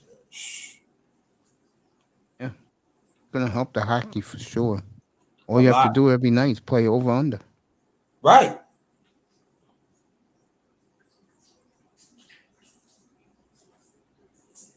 Sad, isn't it?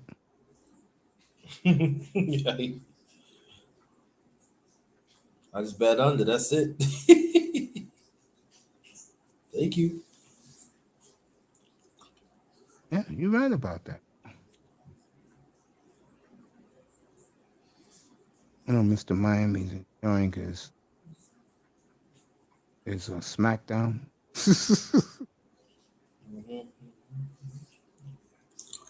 No, he don't, LaShawn. Everybody think he do, but he don't. He don't. He lease.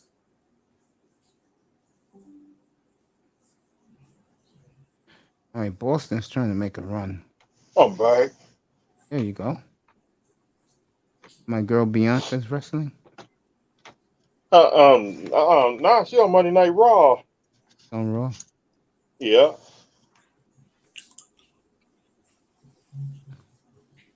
Yeah, LaShawn. Exactly. He just had good credit because hey, hands wash the other.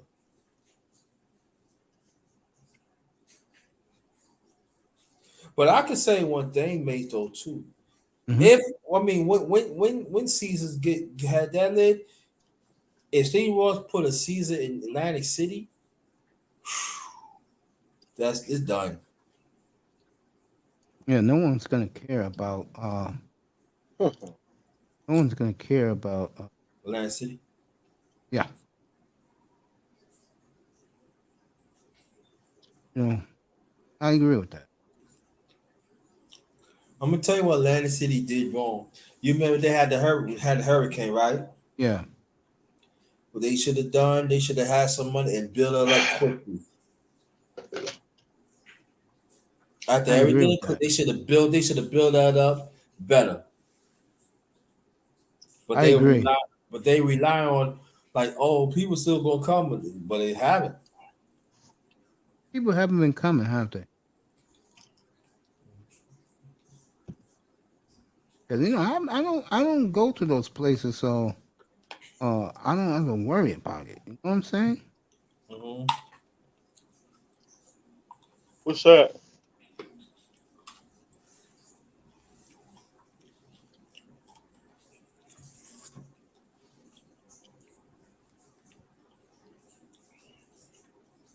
They gonna be lit, man.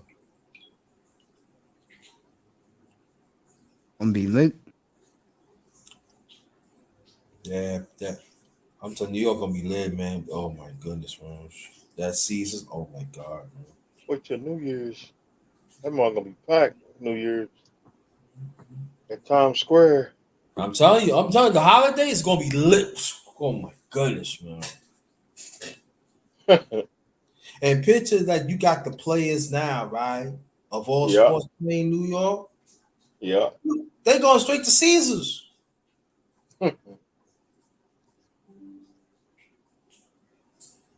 Man, John Ross, I like you. I like you now. Stephen Ross. Steve Ross, I like you. Boston cut a 20-point lead to 12. Want a helicopter like Stephen Ross? Yeah, I like Steve Ross. The chopper. No, he ain't shit before, but he good. He good people, man. Yeah, man. Hey, Griner, we need one of planes like Steve Ross. I say, Steve Ross, you the man, dog. You funny. You gonna guys put are some funny. ears in my pocket. You know who he sounds like, Mr. Miami? Who's Mr. Miami, that? you know who he sounds like? He Who's sounds that? like me the day Jimmy Dolan gave us the NFL network. Yeah. I said I do not want to hear any Knicks fan ever again. Yo, Steve Ross side with me, man. He gonna put some ears in my pocket. I know I'm gonna be good. Fuck around, man. Might not be NBA no more, man. Might come New York, be New York because Steve Ross. New Steve York, Ross, New that's York. my man right there. You gonna put some ears in my pocket. I ain't worried about it. Man, what? Come on, man. I want that plane like Now, Grinder, say what I just said about the Knicks fan. Say that to the Dolphin fan. Say that to the Dolphin fan like Mr. Miami. You do not Man, want to hear listen. another bad word from Dolphin. Man, I don't want to hear nothing but Steve Ross. Steve Ross gonna bring. Listen, Steve Ross gonna bring. He gonna bring it here. Black man, you know, don't say nothing. We gonna be all right. I don't want to hear no keep hope alive. I don't want to hear none of that. He gonna fill my pocket. Steve Ross gonna fill my pockets up. That's right. and Spaceship Three. Whatever Stephen Ross did before, ain't none of my business. But I thought you said, yo, just disregard what I say. I don't know what I'm talking about. I know 64-54, Dutch. I'm watching the game, Dutch. I can multitask, buddy. Man, Hey, brother Griner, do Mace by Spaceship 3. Man, listen, man. Steve Ross, man. I just know. All I know, man, I'll be all right. That's all I know. Mason Grinder and Mr. Miami. Yes, sir. Me and a friend of mine were talking about the confluence of, like, depending on what sport you're talking about or like what sports, the confluence of what music influenced how the players acted, and it seems I don't care about the music. We were talking about. I know is the ends that Stephen Ross gonna put in my pocket. He can play that song in my pocket. He can put some. I'll tell you something else. Money in the bank. Something that me and Grinder didn't even touch on yet. God damn the entertainment that's gonna come here just to go to Caesars, bro. That shit's gonna be sick. Yeah. And if I'm Barclays Center, I'll be very worried. Very worried. Oh, you don't think Steve Ross gonna cover all of it? You don't think he gonna just go put it to Caesar Park? He gonna the top entertainment is coming to me. What? And he'll probably bring back Studio 54 and put it in there. Put it in there. Yep. Okay. But what I was saying, Mace, was that when it comes, we noticed that sport, like specifically the two sports that you didn't notice that didn't get a lot of influence from the outside world in terms of how the players acted because of the music and stuff, was baseball and hockey. It seems like football, the sports of football and basketball were more influenced by the outside world. The hockey is too. Hockey loves that fucking They used to love that they used to love that rock music and that grunge music. Yeah. But now that this guy is theirs, bro, all they listen to is Drake. Drake is theirs, bro. Drake, yeah.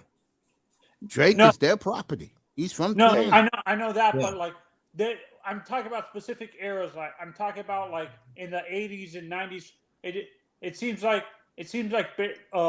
baseball was the more traditional. You didn't have a lot of music influence how the players acted and stuff like that. Look, man.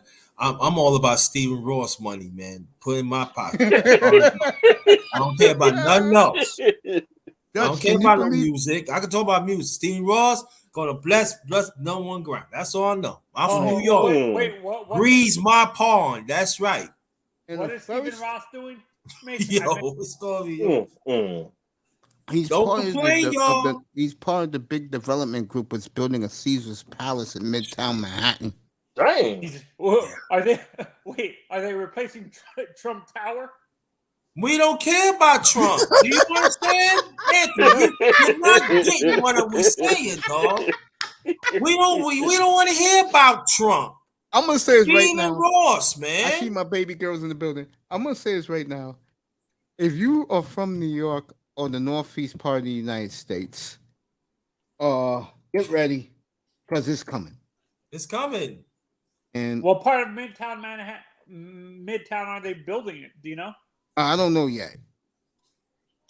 But the commercials are all over the place here in New York, but they're coming with Caesar's Palace. Because the hottest thing that's happening here is two things. Number one is gambling. And the women are pushing this, by the way, here in New York City. They're pushing this thing. Dang. Number two is cryptocurrency. And they work hand in hand. Women keep on pushing it. I'm on your side. I'm on your side. You sipping, Grinder. You sipping. No, I'm not. I know where the money. Where the women say where the money. That's where I'm going at. It go in my pocket. There you go. Right. I am on your side. Where you and Grinder live, how far are you from Uncasville? Like from the Mohegan place? Uncasville, where the Mohegan Sun is. Oh, that's way up. That's Connecticut. Dude, that's near, bro. That's next to fucking Rhode Island, going to Boston. Yeah, that's in Connecticut, dog. That's out of 95. Yeah, that's all the way up, bro. That's way up there. That's Hey, you told me going towards Boston. And you guys don't want to go anywhere near there. No. Anthony, you're not listening, bro. Stephen Ross, man. I want that Steve Ross money, man. I don't care about me and son. I don't care about that. Here. I want that Steve Ross money, man. This town is Mace, lit right that's it. now with the gambling, bro. I've never seen it lit like this in my fucking life. So, And Mace, you do got you these think women might go to parading the- around. All they doing on their cell phones all day is betting on games. Right. My nephew told me, he's 30 years old. He said, yo, all these women think about these days, is these fucking gamblings. I understood what he meant. You know, that they want to bet on games and play crypto. Yeah, and honestly, I'm kind of surprised. For me, I'm kind of surprised. Like, I know Caesars is opening one, but I'm kind of surprised. The other big hotel, the Mirage, isn't opening one in New York as well. No, in New York, they like the fancy shit. If this is successful, they'll build a Bellagio here. Oh, Wait. Bellagio Hotel. And probably give the restaurant to Bobby Flay, because Bobby Flay is from here. From here, right. Oh, they'll or give the it the- Venetian, they'll- or the Venetian. I think we have a Venetian already, but it's in the Wall Street area, and unless you got a lot of money, you're not going down there. That's for the fucking elite, bro. Right. Yeah. You want Oh these wait, I casinos didn't know to- there was a Venetian already. In Yeah, I think so. Yeah, I think it's all that downtown. you did that on Anthony Mazzano. That's what makes that's VIP elite. VIP. Yeah, here you have to cater to the everyday person here, that everyday working person, because that's how we are here in New York. It's the everyday person that makes this city go. Mhm. And if you don't cater to them, you lose. And that's what Stephen was. Why he built that thing in right there in Midtown Manhattan. Does anyone care for New Hampshire and Vermont? Up in No, New we don't care England, they about do. them. We don't, but up in New England, they do. Yeah, they do. And Steve Ross, listen, Steve Ross money, man. That's all I know. I don't care about them. I don't care about that. No, that's surprising to me. I didn't know Stephen Ross had investments in. You know how much This money is his city. What the hell you talking? I keep You know how much money? built half the I city. know. Oh man, No. Mace, educate him, please. Do you know how much Steve Ross money? How much? Are we talking about New York? You know how much assets he got? I'm talking about assets. You know what No, reminds I'm not me talking of? about New York. I'm not. You know No, what it listen, is? man, Anthony. Do you know? No, I'm talking about. Do you know? We ain't talking about money. We gonna take a. Do you know how much assets he got? Manzano, In you know, New it's York. like I could do it in another sport and another owner. God bless his soul. It's like when Paul Allen was alive. He owned the Blazers. He owned the Seahawks. Okay, the Seahawk fan in Seattle. Paul Allen is Jesus. He can do no wrong. In Portland, a lot of people didn't like Paul Allen because Paul Allen did some strange things. And they didn't like it because Portland is more of a hillbilly town. Seattle is Cosmo. Seattle is the New York of the West Coast. It's tech Right. money. Everybody got money up in Seattle. Yeah, no. I know. I think he has $1 billion in assets in New York. He has more than that. But the point I'm making to you, Manzano, is this. Stephen Ross here, once Caesars goes up, he's going to be loved forever. While in Miami, the Dolphin fan don't like Stephen Ross. Jesus. That's Here in right. New York, the Dolphin fan loves him. We love him here. They love him here. To them, Mate. Stephen Ross could do no wrong. $8 Mate, billion did he- Stephen Ross has in assets here in New York. $8 billion. Asset. And you know, and understand what I'm saying. I'm talking about just assets. 8 billion. Just assets. In Miami, a lot of Dolphin fans like Mr. Miami 305 can't stand Stephen Ross. Am I right, Mr. Miami? Facts. He's a New Yeah, he Yorker. hates He's a him. New Yorker. That's how he is. Some But it's owners, okay though. Yo, Mr. Miami, we all can make money. Just work with me, yo. We could go Facts. this. the other Oh. night, James Bingo. Dolan was at the Rangers game. You know what the Ranger fans did? Boo him. What's that? gave him a standing ovation. Innovation, because he Because always he goes loves the Rangers. He don't give a fuck about the Knicks. He loves the Rangers. He loves the Rangers. If you think Rangers are about what, it, 15-4? Yeah, they're doing great right now. Right. If you think about it, though, too, he also owned what's that cable company again? What's the name of it? Cablevision, you know, He Optimum. owned Cablevision. You know, most of the Ranger games throughout the year comes on home on Cablevision. Yeah. And the Knicks. The Knicks, And what the he Knicks did for the too. Knicks was he got that finance chick. I forgot her name. And they do a show early in the morning here in New York. That's a hit because people love the Knicks here. The Knick town. Knicks do good. They do good. So, Mason Grinder, I'm not talking about who's more loved in New York City, Stephen Ross or James Dolan? Stephen Ross. Stephen Ross. That's easy. That's easy. Stephen Ross. Stephen Ross. Even though And he James gonna- Dolan. You know And what the he- problem is? The Dolphins are falling off so bad, Tony, that the Jet fan don't hate the Dolphins anymore like they used to. Because the Dolphins have fallen off. Yeah. Well, the Knicks is the heartbeat of this town. And when, like this past year, I told you guys, you wasn't here yet, Tony. I told these guys a year ago about this time. I said I like them hiring Thibodeau. They have no stars in the team. It's a faceless team. Watch them play hard. And, you know, I got a lot of pushback. And I said, if they do make the playoffs, you people are going to see how New York unites for that basketball team. They just do. Yeah, and for me, I can compare this team. Would you, in your honest opinion as a basketball fan, Grinder and Mace, would you guys consider Patrick Ewing a superstar? Of course, but he didn't get it done. That's why Knicks fans hate him. Dang. I put it like this. He's not a make a superstar, but he's a superstar. But go on, Mace, but he didn't get the chip. That's why they hate him here, right? That's why Like they hate him. James He didn't get Dolan the don't chip. respect him here. What they did to him last year, Yeah. that should have happened. That was years. Massano. That was years of I'm going to building. bring up a player. I'm going to bring up another player, another Knicks player. Do Knicks fans like Allen Houston better than Patrick? That's for you, Grinder. That's not me.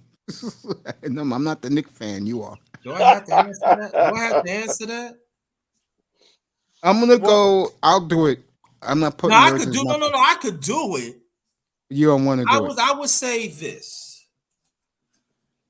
Allen Houston is part of the establishment, if you know what I mean.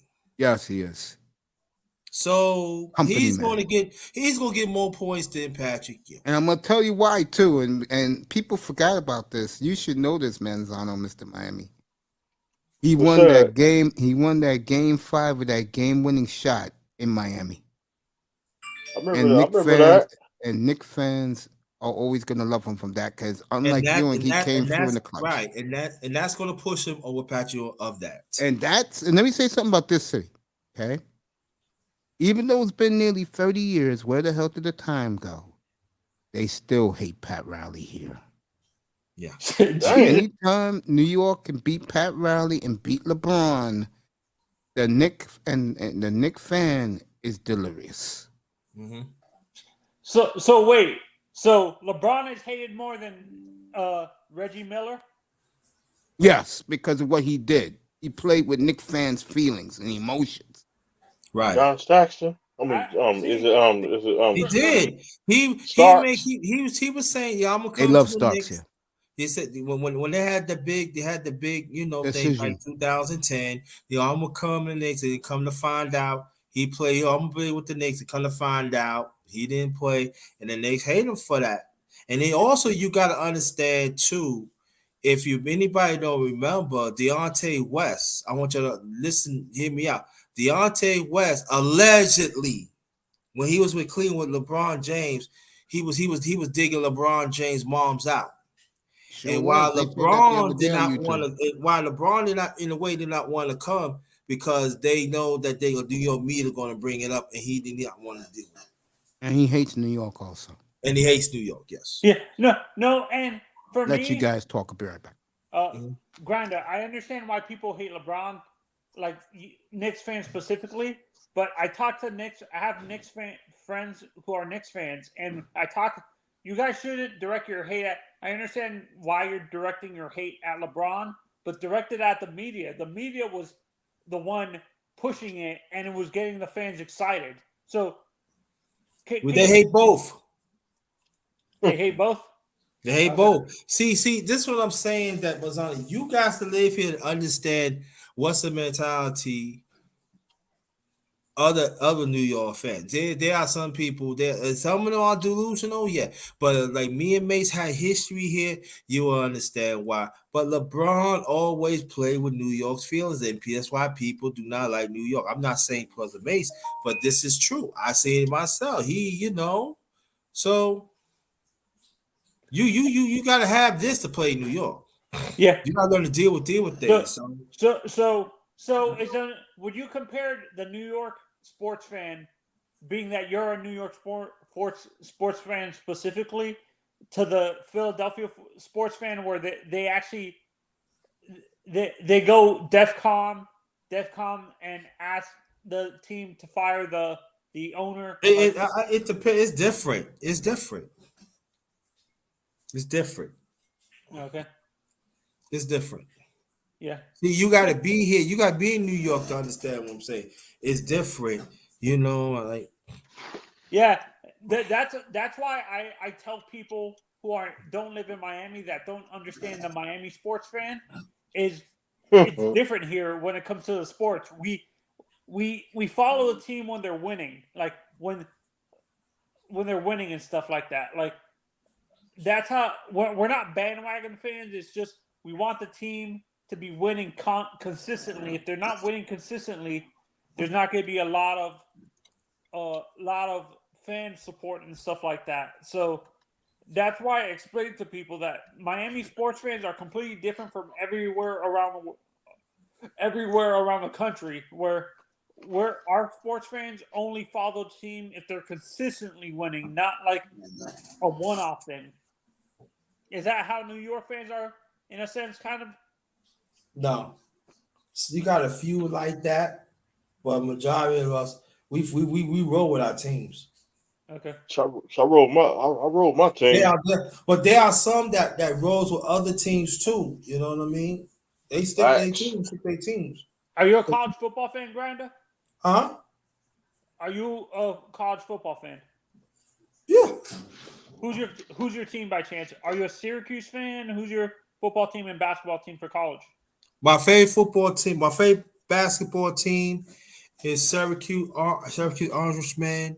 My favorite college football team is the Hurricanes.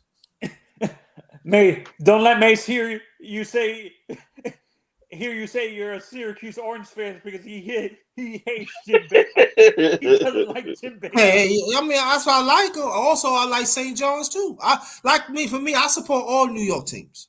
Okay. How did you become a Hurricanes fan, Grinder? Huh?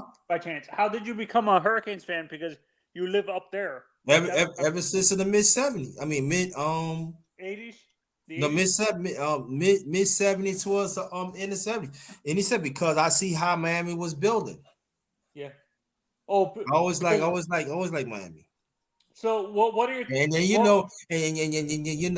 Mr. Miami, yeah, got some women. Ooh. Yes, sir. So that help a lot too. Hey, brother Grinder, we got Grinder. What was your thoughts on the passing of Schnellenberger, Howard? It was that day. That day was it was a shocking day. It was shocking, yeah. It's like that with Don Shula. Yeah, this is my hierarchy in Miami when it comes to the coaching. The Shula is number one. Then Pat Riley in Miami. Yeah, in Miami. Shula's still number one? No, Shula's number one. Shula's number one. Riley's number two. And Schnellenberger. Howard number three. And what about Jimmy Johnson? Jimmy's number four. Number four? Yep. No, because Yeah, the reason why I have him at number 4 is because he left for the. If he stayed here longer, as a He did. as a coach and didn't go to the pros to coach the Cowboys, I would have had him higher and stuff. He would have won more championships here. Do you agree? Oh, he would stay in Miami. Yeah, with the Hurricanes. They would have run the table. It would have been still, it'd been so much. I'm gonna tell you like this, like UNCC, Coach Saban, with Alabama. I'm telling if you gotta understand, if he would have stayed in Miami, it would have been crazy. It would have been retarded. So you think he would be like Saban now? Oh, Saban would have been chasing him instead of Bear Bryant. Oh, he'd have been past Bear Bryant. If he would have stayed in Miami, I'm telling you, if he would have I ain't doing it. Cool. If he would have called, they would let him go. He would have coached, man. They would have ran, man. It would have been. Reason why Jimmy Johnson left. Miami could have really. Saban would have been chasing him. Yeah. And blame Pat Foot. That's who I blame for Jimmy Johnson leaving, because if they treat him dirty. You know the AD for the Miami Hurricanes, he treated Jimmy Johnson kind of bad. He did. Yeah. I'm giving you multiple champions, and this man, and then the NCAA want to change. Oh, you're partying too much. So also we don't have to party, and Miami was still winning championships. Yeah. I was talking to Mace about this. You know the reason why the traditional sports media back then hated the Hurricanes is because they were beating the blue blood programs like Notre Dame, Oklahoma. You want me to tell you why they hate them?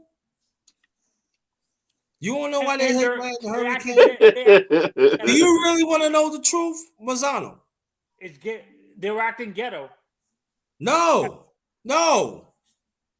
Racism? Yes. Because Miami was making money for the entrepreneurs, pulling up them buildings, but they was not putting back for the football team. Oh, okay. I know what you're saying. Like the Tad Foot wasn't fundraising. There wasn't hardly no money going to that football team, but they was winning. Yeah. How all them buildings was coming up in Miami? It can't. Come on. It wasn't come from no Miami Dolphins. It's come from the Hurricanes. Yeah, no, it's funny you should say that. I was watching the the first one, and talking about the documentary on 30. Yeah, 30, and Michael Irvin said this. He would actually have to get the Dolphins players into the strip clubs because it's true. That was true. The Hurricanes was the ticket in Florida. You understand? Was the ticket in Florida and even in the nation for years. Oh, so they were over like they would pop. There was rock stars. Mm-hmm. Jesus. And they was still, man. I'm busting my ass. I'm paying for all these buildings, and you cannot give me stipend, for me to get a meal, or if I have a kid to put. Come on. Yeah, no, they interviewed I can't remember who it was. It was a running back for like the Ravens. Oh, it was Mark Ingram. Mark Ingram said he had to actually scrap for food because the stipend, they didn't give enough money for stipends. They wasn't. Mark Ingram. You remember? No, it was like Benny Blaze. It was Benny Blaze, right? No. This was current. This was a current player. It was an Alabama player that said this when he got drafted. It was Mark Ingram that said it in an interview when he got drafted. He said he's right. They wasn't paying, but especially in Miami. Why you think Jimmy Johnson left? Yep. They It was want to the pay. They AD. didn't want to pay him. Yeah, It was the the AD wanted to become Notre Dame so bad that he didn't want to build his own personality too. And understand and listen and understand this though too. And I know that you from Mr. Miami, I ain't talking about you, but Andy Mazzano, I'm gonna give you a little history. They never liked Jimmy Johnson because Jimmy Johnson got along with black players. Yep. They didn't like that. Yep. Yeah. He said, "I'm picking talent. I ain't talking about like this." And he stuck his nose at at those people of the administration because they see it, wasn't because they was making money too. Yeah, no, Tat, and Mace, do you agree with me on what I was saying that the actual national media for college sports back then too hated that Miami was beating the Blue Bloods like Michigan, like blowing them out, like Ohio State, Michigan, Oklahoma, Notre Dame, and stuff like that. in Nebraska. They liked them at first, but when Jimmy came, that's when everything changed. That's where everything changed because you know why? Because Jimmy Johnson is all about perfection, and they to me Miami was to me. I'm just saying for me, Miami was like the only team that was close to a pro team. Yep. Offense and defense. You hear the way Special Mr. Miami teams. sounds? Kickers. Yeah, he's right. You hear the way Mr. Miami sounds? Go ahead, talk, Mr. Miami. Let's talk.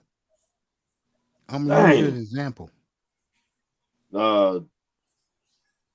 Let's say any we phrase. the 83 we the 83 champions for the Miami Hurricanes. See, yeah, that's the point I'm making. Good job, Mr. Miami. How is Schellenberger sounded? Mr. Miami sounded just like the head coach did when he built the dynasty in Miami.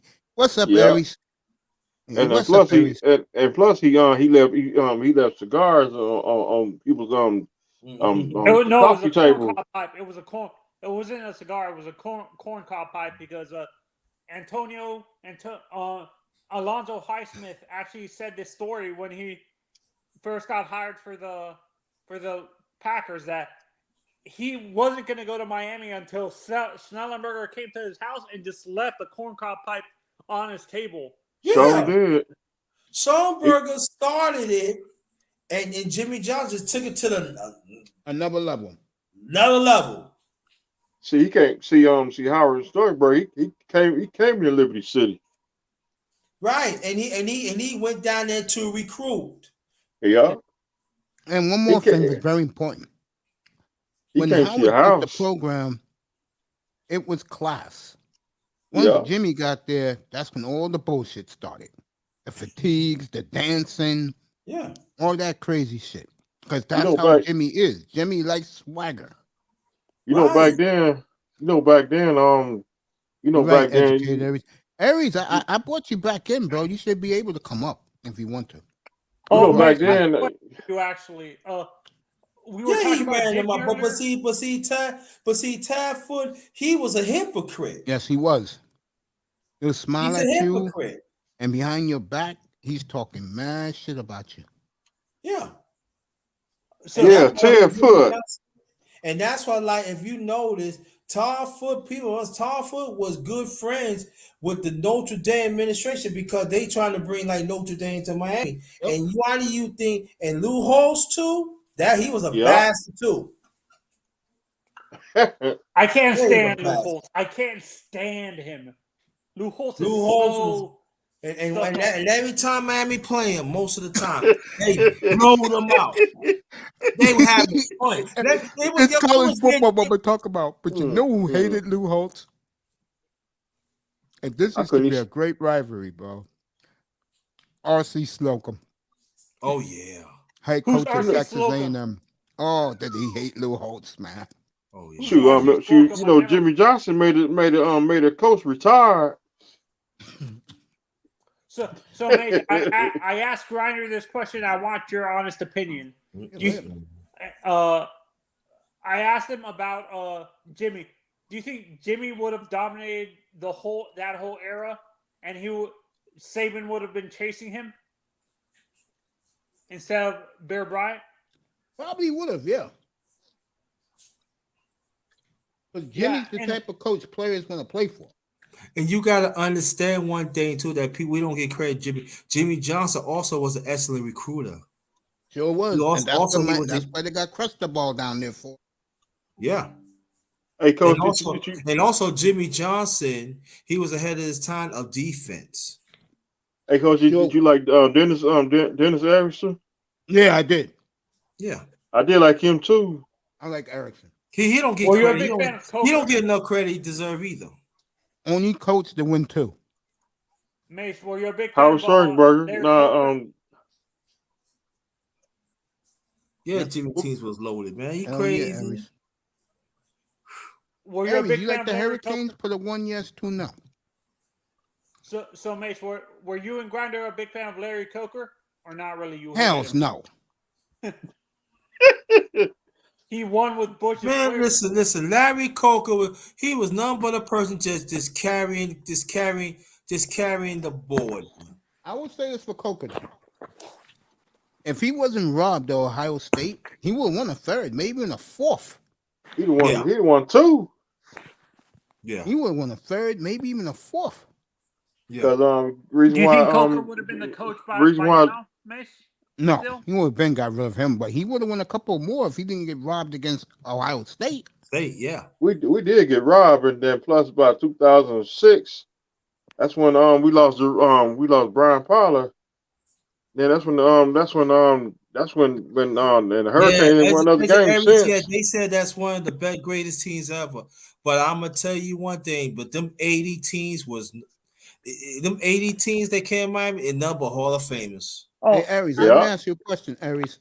You like what Deion is doing at Jackson State? Got the best player in the country? That's a boss That move. one shocked me. And got 4-star. Manzano, me and you spoke back in the springtime. Yeah. And one of the conversations me and you had was about Deion. And I told you Deion was going to get the recruits to Jackson State. You disagree with me. I agree. Yeah. Now I should have agreed with you then, Mace. I'm like, Educated Aries said he's still blocked on the panel. All right, let me fix that while you guys are talking. Yeah. What year was it? What was the year that the Hurricanes got screwed by the Seminoles making the national championship? What year was that? 2000. 2000. That's when we had Butch Davis. Oh, don't talk about that doggone Butch Davis. That's no good. They should never hire him. That no good. At least Butch got the program back on the right foot. Huh? At least Butch got the program back to the right foot. Yeah, but well, we see the Hurricanes lost some games, and was it 99? We got, I think, was it about 2000? About 99? When we got beat by UCLA, then we got beat by Florida State back. All I'm saying like this: if Jimmy Johnson would have stayed, it would be ridiculous, yo. They know the NCAA. No, you got to retire. You win too many championships. Our good friend Triple Black sent you a message. Boy, I tell you, Triple, do me a favor, bro. Stop this shit. You're not Triple Black. You're not a Hurricanes fan, He is a Hurricanes fan. Triple? He lives in South Florida. He lives in South Florida, but I don't care about Butch. I don't care about Butch. You don't like Butch? That's his feelings. You don't care about Butch. I don't like Jimmy Johnson, bro. I don't like Jimmy. I never did. Right. I did like Jimmy. I like Jimmy. I like Howard Sternberger, and I like Dennis Erickson and Coker. 75-71 Golden State. I'm gonna ask you guys if you agree with this comparison with Mario. When I look at Mario, he reminds me a little bit of Saban and Belichick. Do you agree? I don't know about that. He would have been winning in Oregon with all that talent. No. I'm talking about his personality. I'm not talking about the. No, he's not. He's not like Jimmy. Jimmy. No. I mean, he's not like Nick. No. Nah. Even though he was tutored under Nick. Nah. Well, I don't know if this guy's gonna be a good coach. But I know one thing he's gonna do in Miami. He's gonna recruit the hell out of that fucking program. Yeah. Yeah, That's why he was brought there. He was brought there to recruit. yeah, and for me, I think we have to be patient. As I understand why we're not patient, but he's waiting for the right coordinators. He wants to wait till after the college football playoffs to hire his coordinators because of the fact that the guys he's looking at are Muschamp. He wants to bring Muschamp over from Georgia. That's apparently his favorite guy to bring over. What is your opinions on hiring Muschamp as a DC, Mace? As long as he's doing the defense, I don't care about anything else. That guy for damn sure don't know offense. Yeah, and then the favorite they're thinking of bringing in as the OC is probably Kendall Briles, the guy from Arkansas. I guess. Yeah, no, he you know who that's Art Briles' son. If you know who Art Briles. Yeah, I know who Briles is. Yeah. That's his son.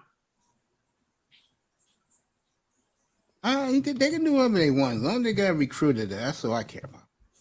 I'm saying down there, if they recruit well, Miami would be back. Yeah, We're gonna be back. Miami will be back. I'm not saying soon, but Miami will be. Miami will be back. Hey Mace, have you seen the articles coming out of Miami specifically with that big donor that wants to build a stadium on campus? Yeah, I heard about that. Yeah. I don't back think to it's Orange going to happen Bowl. because that I don't think that's ever going to happen because around the school is purely rich neighborhoods, and I don't think rich people would want a stadium full of college kids during the night and stuff like that. Man, the rich people had they saying of Miami for years. What's Yeah, and they're actually planning. Grinder, you're gonna like this. What they're doing, they're gonna bring Alonzo Highsmith and Melvin Branton, and they're gonna open up a scouting. You know how the NFL has a scouting department? They're gonna have a scouting department inside the athletic department. What are your opinions they on that? should? They should have been happened. They built it. They're copying what Alabama. Even Bernie Blaze and what's just the other one name? You saw them. He tore his knee up in the championship. And then, what's his name? So you saw them play. How good was Al Blade Senior? I seen him play. How good was Al Blade Senior at Miami? He was no joke. He was good. He was good. Not as good as his brother. Benny. Is it Benny? But yeah, Benny Blaze was a great NFL player. Yeah, borderline Hall of Fame. With Al Blades. Al Blades was. How about Mike Rump? Rump was all right till he got hurt for the Raiders. Yeah. With Al Blades, he was a good player with the Miami Hurricanes. But he died. He died in the car crash. He died recently, Mace. Did you hear that? Al Blade Sr. passed away recently. Yeah, I heard. Oh wow. That was all on the news. It was all on the news that day. Yeah, ESPN. So, as Hurricanes fans, Mace, who do you guys have as your top two greatest Hurricanes of all time? I have Ed Reed at number 1 and Sean Taylor at number 2. I'm going Sean Taylor number 1, bro. I'm going with Sean Taylor, and I'm going with Ed Reed. I gotta go Ed Reed and Ray Lewis. No, you talking about 2. Yeah. 2? Who are your top? So you have Sean at number 1. Aries, try it now. Huh? Let me see. My 2, that's gonna be hard because there's a lot of great ones. But I would say Warren. I'm gonna say Michael Irvin number 1 and Warren Sapp number 2. See, Ed Reed, Sean Taylor, and Ed Reed. I'm gonna say Sean Taylor, and I'm gonna go God bless his soul. Sean Rest Taylor in was the peace. GOAT. Yeah, he also he was on his way for the Hall of Fame career too. Hell yeah. Yeah. When He was Joe on his way. Gibbs, remember Joe Gibbs had 3 Super Bowl teams in the Redskins. And Yeah. Joe Gibbs says the best player he ever coached. That's all you need to know about Sean Taylor. Well, that was a shocking day when Sean Taylor died that morning. When I heard that his father said they was coming for his son, I knew he was in trouble, bro. Yeah. That wasn't good. His father is a retired cop.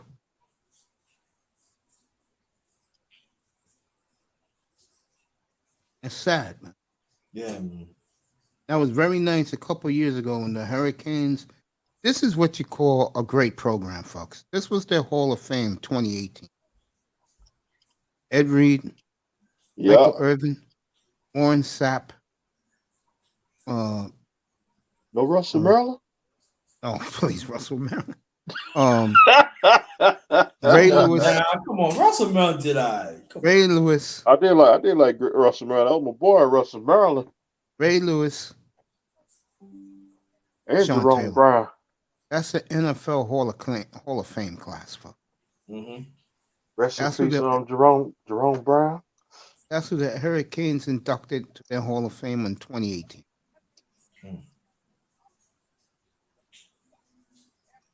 You know what bothers me about the Miami program? They really don't like black players. Huh? They really don't like black players there.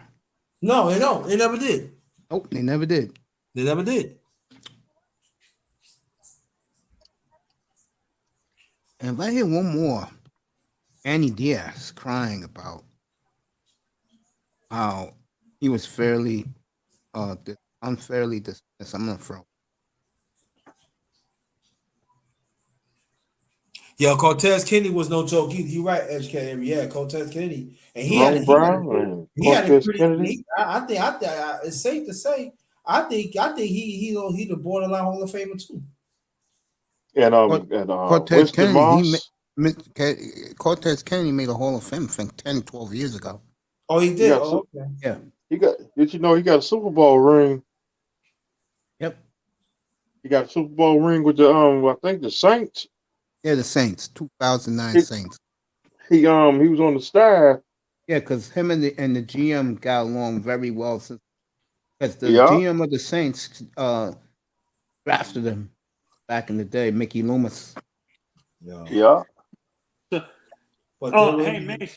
I think we were talking about Desmond, right? Yeah. We talked about Desmond a few months ago or something. Desmond Howard. Yeah. Didn't we say? Didn't you tell me that Desmond is a god in Green Bay because of that one play? Bama was a Hell good yeah. player. Hell yeah. You know, Bama for the Miami Hurricanes, Jonathan Bama, he was a good player with the Miami Hurricanes. Yeah, you got a Super Bowl ring with the Saints. Yeah. Who's this? Jonathan Vilma. Yeah, Jonathan Bama, he from Miami. He used to play for the Jets too. Don't Dan forget Morgan. Dan Morgan. Don't forget Dan Morgan. Dan Morgan and then He's with the Bills now. He's gonna be he's a future GM. Yes. He's with Brandon Bean. And Brandon Bean says if they collapse, there will be massive changes in Buffalo. you know the dang, what's that They might bring, damn. and the Hurricanes might bring Dan Morgan into that scouting department too, Mace. With The way you we're imagine- talking, we're treating the Hurricanes like a pro team. yep. Oh, What was it? Mace, it's crazy you joke about that, but did you watch that ESPN special about the greatest college teams? Yeah, that was bullshit where they put them. No, I remember, the one where when, they had the bracket. I'm talking about they actually destroyed the Ohio State team. Yeah, they should have.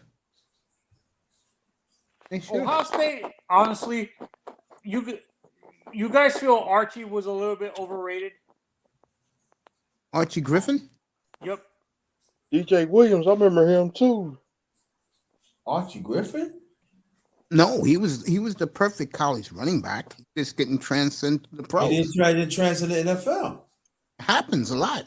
Right, he was big. You know, he's the first one back. I don't think he'll never. He He's went the back only to player back that Heisman. won back-to-back Heisman's. Yep, Yeah. 74 and 75. 74-75, just never translated in the NFL. Just like you got some cosplayers, right? Look at Tony Mandrich. Remember, Kenny Holmes used to be with the Miami Hurricanes. Anywho, Kenny Holmes. oh, of Kenny course, Phillips. yeah, I remember him. Yeah, Who's And Kenny? let me see, Right. and Michael Burrows and But Harold and even, Jesse Armstead. yeah, Jesse Armstead. yeah, but even you got some players that they didn't have an impact in college, and then come to find it, they become Hall of Famers. I Facts. think you know. Miami's going to have the most Hall of Famers in college. They do right now. They do? Yes. Eric I thought Crouch. we have to pass Alabama. I thought we have to pass Alabama because I thought they had. Yeah, I think we have to pass Alabama. Yeah. Yeah, because they have names- Alabama turned them out. Yeah. Sweet home Alabama. Cut that out. Dissy, saying that Dissy song. The Miami Triangle of Death. So 21. Brian, I'm wondering Boston down 3 now.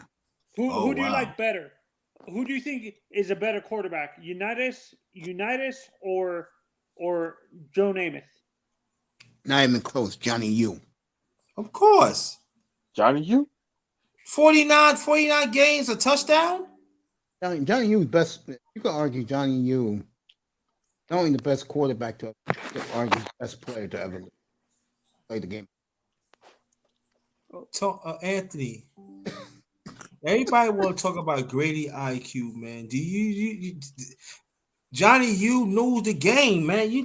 Come on. So Tom, honestly, that would be my comparison for Tom Brady, Johnny Unitas. Our parents' time, me, Grinders, Mr. Miami, their quarterback was Johnny U. Our quarterback, you can argue, is Montana, Marino. Ours was Bob Greasy and Staubach. Staubach. Yeah. See, Johnny U. Bradshaw, Johnny Stabler. U. Yeah. Johnny U. I ain't never seen Johnny U play. I wasn't even in the world when Johnny U was playing. Johnny U was I'm telling you, and he was skinny, but he know how to throw that ball. So Hell yeah. you Yep. guys think if Staubach started his career earlier, Instead of going to Vietnam? instead of going to Vietnam, which he would have got arrested for avoiding the draft or whatever, do you think he would have held most of these passing records?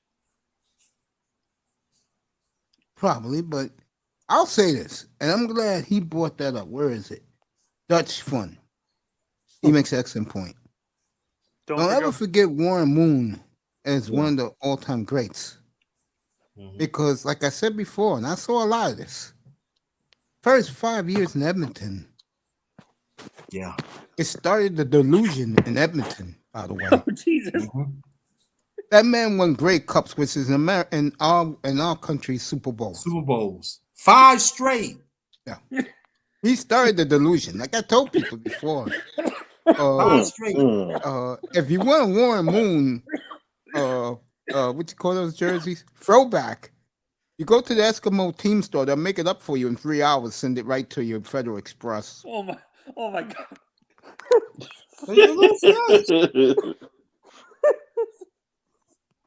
And let me tell you, no other cornerback ever gonna win gonna beat that record. 5 straight Grey Cups. 5.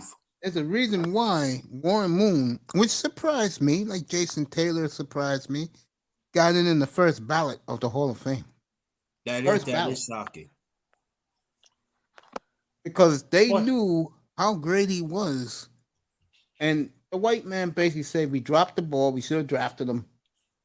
Mhm. Who was the quarterback that you said hated like what that people hate? Like, was it in Edmonton or somewhere else that end up playing in the? Not he played in the. Was it Jeff Garcia or somewhere that you said? I was up there for that. If you want me to get into that, Yeah, I wanted the Calgary Stampeders. Rick Doug Williams Flutie was the quarterback, and Wally Bono, his fat ass, used to think he invented the game of Canadian football. I said that phrase, Canadian football, and he felt that this young whippersnapper quarterback named Jeff Garcia was the man. City of Calgary was behind, at first, Doug Flutie. But when they saw how Doug Flutie showed his true colors as an ass clown, they hated him and fell in love with Jeff Garcia. Oh, jeez.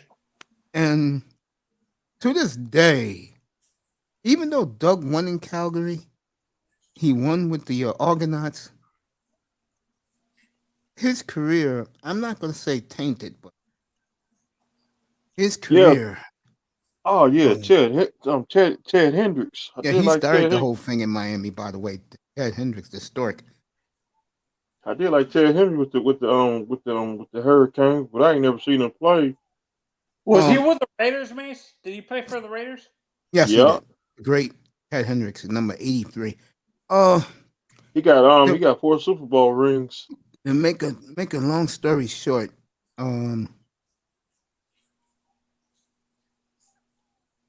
Jeff Garcia was vindicated when he went to the 49ers, in my opinion. Yeah. Doug Flutie was vindicated when he went to Buffalo. Yep. And to fat ass Wayne Phillips. Yeah, pulled a switcheroo and started playing Rob Johnson in the playoff game. Rob Johnson, wow. And that really hurt Doug Flutie to the rest of his life. Yeah. Hates Wade Phillips. When they got beaten in Miami, with the miracle. You know, Doug Flutie never really talk about people, but Wade, when it comes to Wade Phillips, he don't. Oh my goodness. By the way, the Miami Heat won in Orlando tonight. Whoa. Yes. Should 115-105. They should. Miami Heat for life. So Mace, you say the Montreal Stampeders winning? No, Calgary Stampeders. Who's what's the Montreal's team? The Alouettes. The Alouettes. That's Nelson Scalabinia's old team. So you think the Alouettes winning multiple championships with Warren Moon started the illusion, not the No. The Edmonton Eskimos. Edmonton. Yes, that started the delusion. Yes, it did. Oh, Jesus. I win 5 titles for the Eskimos if you want to be accepted. It's like the Oilers. That's the magic number up there, 5. 5 is the magic number up in Edmonton, folks. Check it out. Check him out. He won 5 and they let him go. Yes. That was stupid. And you know what's funny? And Manzano's going to love this. The Oilers, speaking of the Edmonton Oilers, they have tanked. They've lost 7 in a row, and people are committing suicide in Edmonton. I think I saw some on the news that on ESPN, you know, the Jets and hockey. Jets, yeah.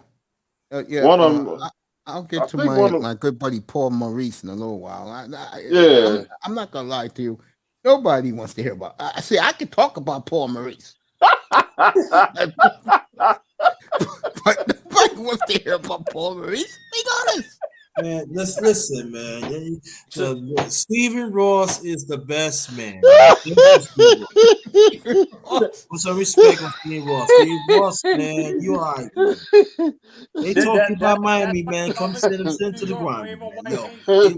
Yo, leave him alone, man. Leave him alone. What you said, Tony? That's why you said they wave the white hanky for him when he leaves in his helicopter out of New York. Yeah, at the roof of his building on 59th Street. Yes. And he don't care. He gonna start right top of that Caesar Palace. He don't care, yo. But it's all right with me, though. Steve Ross is good for me. Thank you, Steve Ross. I'll do it for you right now, Mr. Miami. Let me do it for you.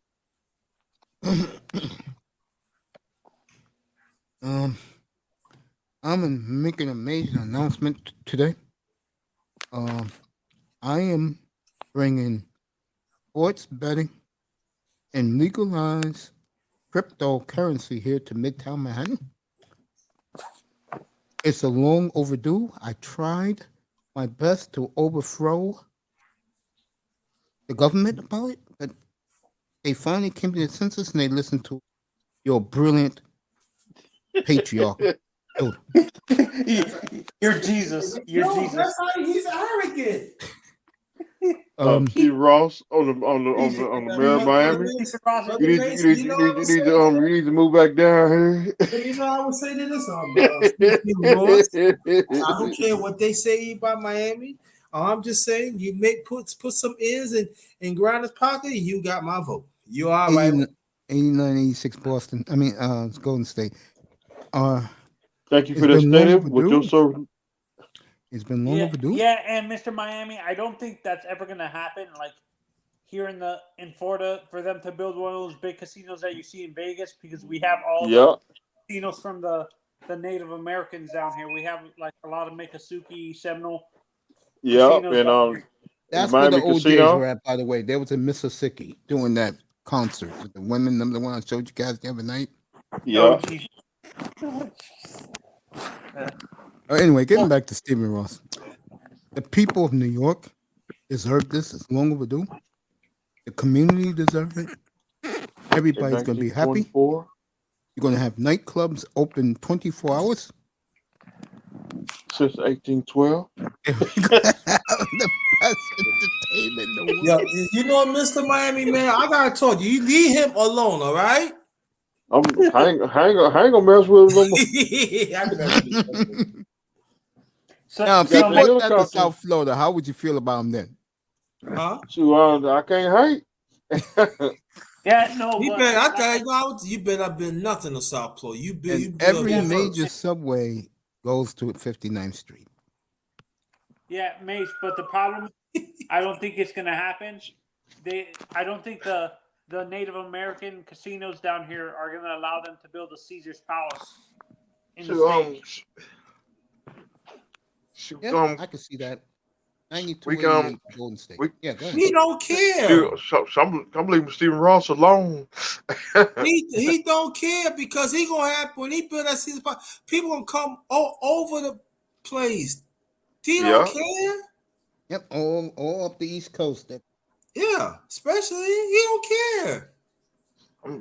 Hey Mace, I have a question for you. I'm squashing the beef. Hey, go ahead, Manzano. Who was when we were talking about the Canadian Football League? Who was the owner that you said that you made fun of for being fat? What's the guy's name that you said he thinks he created Canadian football? Wally Bono. Wally Bono. What? Wally Bono. Who's him? So Wally, you think Wally's worse than Bobby V? No, nobody's as bad as Bobby V. Maybe Joe Girardi's just as bad, but nobody's as bad as Bobby V. You mean that? I would compare arrogant V? That mother arrogant. Yo, I can tell you. I'm gonna tell how arrogant he is. He could tell. He man. Yo, he could be as a manager. He said, "You know, I'm the best manager ever." You know that. Look at me. If you know baseball, he'll love you. He love you, yeah. Ass off. But if you don't know baseball, you don't care. Free food. Got all those beautiful young ladies serving the food. Yeah. Sit right at the bar and talk to Bobby V about the game of baseball. Hey, it was for me. It was a fascinating night that night, boy. I loved every minute of it. Bass, tell him when he was a mess manager when he was in New York. Oh yeah. Bob Costas. No, come on, don't bring him up again. Oh my goodness. By the way, Bob Costas, I know you guys gonna begin to roll your eyes. I'm about to say, God. what a 3-pointer by Eagle Dollar. 95-91. Wait, Bob, Bob Costas will be on the Madden special next Saturday afternoon. As What? John Madden. Yeah, Bob Costas puts his 2 cents in. You know what that means. Oh, Oh, really? shoot. Oh no. Oh God. Oh Lord. I need to Hey, beat doesn't Bob that usually- out of him. Doesn't Bob And, do and I'm done with green grass. But wait. I'm saying, what are you gonna talk about? The Yankees? I am officially done with grass for the rest of the this year. great Bobby Man, the Mickey Man. He gonna talk about Bobby Man to Matt. I'm tired of him, man. Yeah, Me no. too. I mean, Hey, Grinder, you're gonna laugh. I was talking to a friend of mine who's a Mets fan, and I brought the name Omar Minaya to him, and we almost got in a fist fight because he hates Minaya so much. Who cares about Minaya?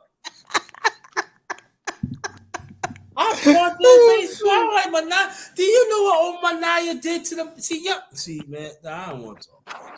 You know what old Minaya did to the Mets? Hey, coach, I'm officially done with grass for the rest of this year. what, grass? Yep, I'm officially done. I'm done cutting grass for the rest of this year.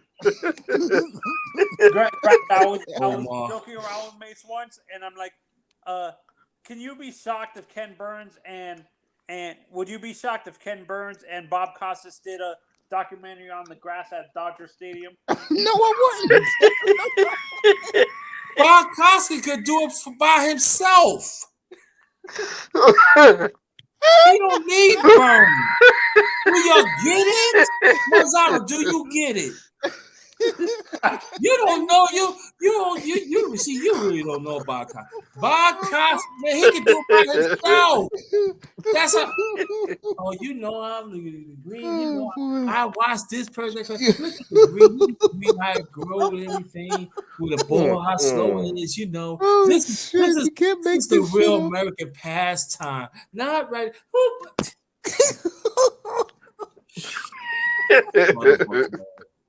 What's up, I-10? Oh, man.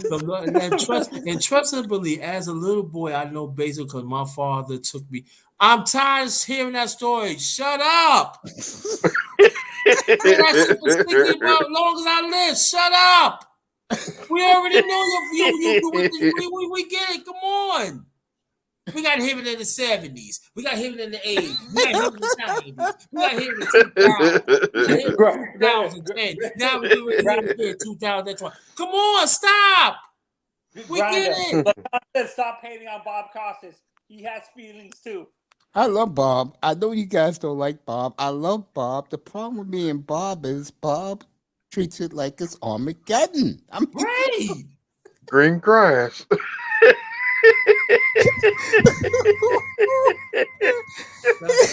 You see how Willie May swing that ball. You see that? Yeah. Look at Sandy Koufax. All right, Manzano dropped off. What's up, Tess? Tess still not with us yet. I'm still laughing, man. I can't help it, bro. So you'll see Rapping Roberto, that's Bob Costas. He'll be on the John Madden special next Saturday afternoon. What do you know about? I don't know. Oh God! Why you gotta be invited to every? And then you go, come on. I don't want to hear nothing about no Yankees. I don't want to hear about no Joe Girard. I don't want to hear about them 90 Yankees. I don't want to. Stop, man. Damn, I gotta make me another drink. God damn. Some Hennessy and with Hennessy on the rocks. All right, Golden State's up by 6 with 6.5 to go. Lakers are next as they're playing the late game at Minnesota tonight. Yo. If you didn't hear, the Lakers signed another man from the old folks home, signing Isaiah Thomas yesterday. No. Yeah, they did. So the beat goes on. So the beat goes on for the old men. I said, do he have a little cane with him? Not the Isaiah, the other one, the little short guy. That's what I'm talking about. Some icy hots. Oh, okay. Does he have some icy hot in the cane? Now Boston down 2 now. As the Celtics keep roaring back. I think that was LeBron's call, bring Isaiah Thomas.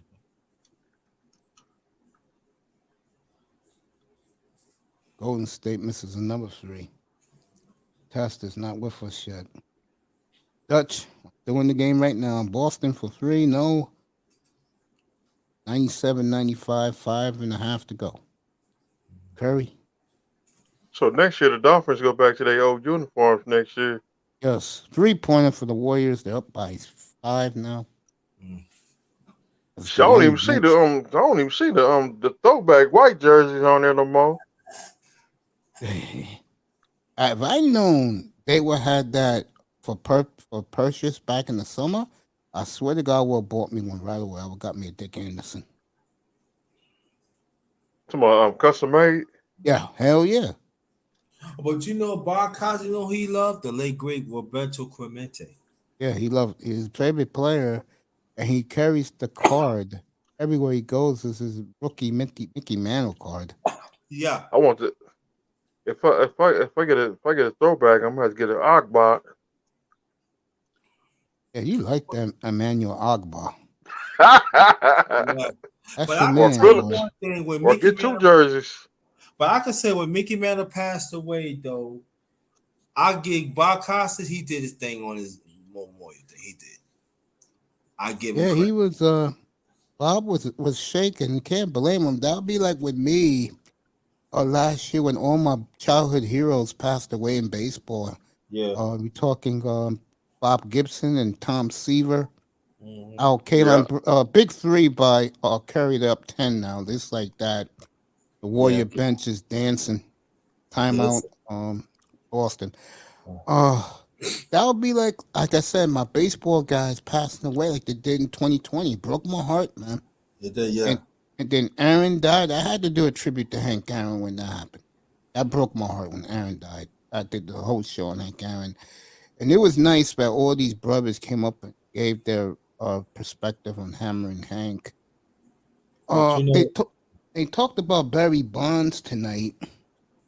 And it's looking more and more like he will not make the Hall of Fame. And the earliest he can get in is 2037. that's the Veterans Committee. Yeah, and he'll be 73 years old when he does get inducted. Well, it's So sad, but Larry you think- brought down do- himself. Do you think Clement's gonna get him before he do, or you think it's gonna be the He'll same? be 2037 also. Oh, okay. And the guys who I predicted will be in, those are the guys they're seriously considering putting in. Which Who's is that? Jimmy Rollins first ballot. Big Papi first ballot. Big Pop gonna get in. I know. Scott Rowland is getting more and more momentum. Yeah, he deserves it. I last put year, him yeah. in. And Kurt Schilling on his last go around will get in. Yeah. They gonna let him in. The reason why Papi is obvious, Rollins is getting in because Rollins was a great player. He won MVP. He won a World Series MVP. Yeah.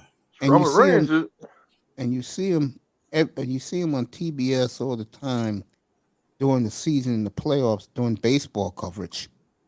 So his face is out there, and he did everything as a player. And if he doesn't get in this year, he'll get in next year for sure. Yeah. Very likable player. Yeah. Yeah, they got along with Jimmy Rollins when he played. And the media did, yeah. Me too. Oh, let's see what Dutch is saying. Dutch, I just said Kerry got a free. Jimmy is getting in too. Yeah, okay. Jimmy Rollins, yeah, okay. I agree with that. Pedro's already in. Pedro got in like 3 or 4 years ago. Pedro's already in. What's up, Lou? Yeah, Pedro's been in, But get back to you were talking about the late great Hank Aaron, and you were putting up some stats. You remember about his defense that he was top 10. yeah, yeah, People like what? See, yeah, yeah. I was very proud to do that show, I did. and I was very emotional about doing it because when I found out he passed away, I said, I'm getting on early. Fuck that, I'm going on now. Yeah. But that was a shock of the day. Yeah, I ain't gonna lie. I think for me I remember I was at the show most of the time. I cut my camera off because I was in tears, man, because he was our hero, man. Yeah, us as little kids. Yeah, me. Yeah, he was our hero. It's the Miami was in diapers when he broke the record. Yeah, because I was told y'all you put me in that and smoking cigars and drinking your Hennessy. No, I wasn't. You don't understand. Face, dude. Right. People don't understand this. When you hit I'm talking Hank Aaron, when you 35, you slow down. He hit over 200 some more home runs. Do you know how hard that is? Yep. And they was talking about Bonds tonight, and the writer who's going to vote for him put it best though. He said the second he broke Aaron's record was the second the writer said, "Oh, F him." Yep. The second he did that, the writer said, "F him." So,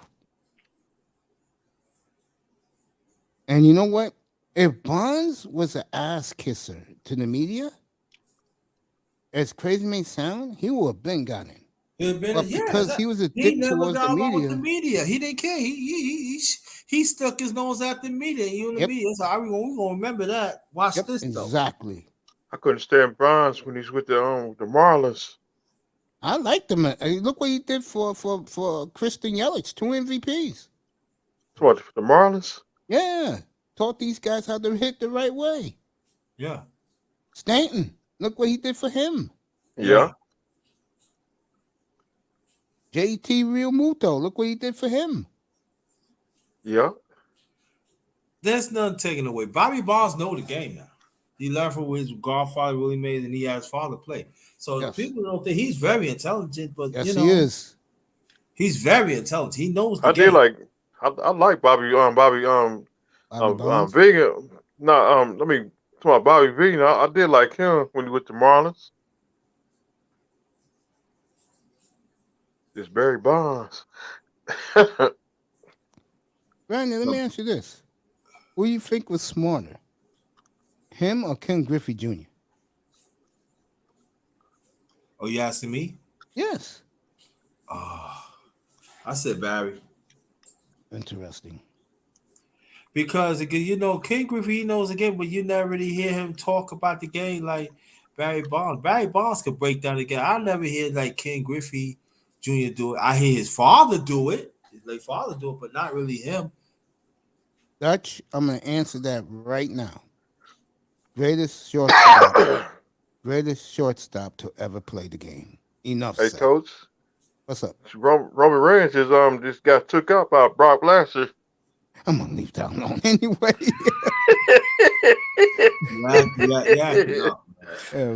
Brock Lesnar. Not tonight, bro. And SmackDown should be over. It's 10 o'clock Eastern time. Barry Larkin, best shortstop ever to play the game.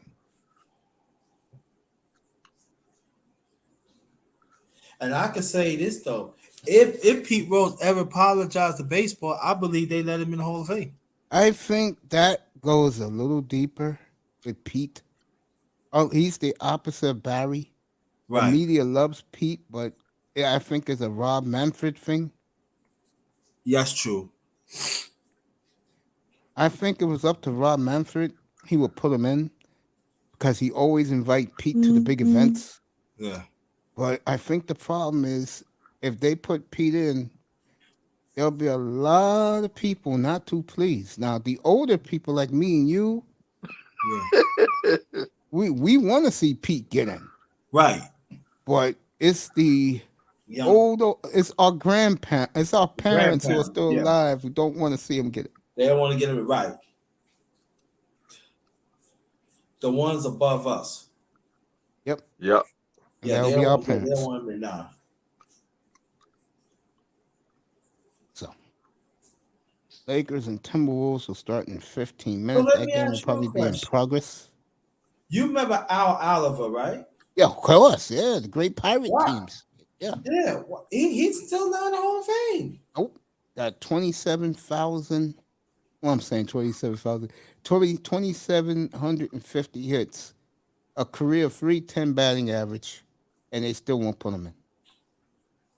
I'll tell you something else. Those pirate teams of the 70s, they were the first team I saw with the Braves back then that they basically had an all-black team.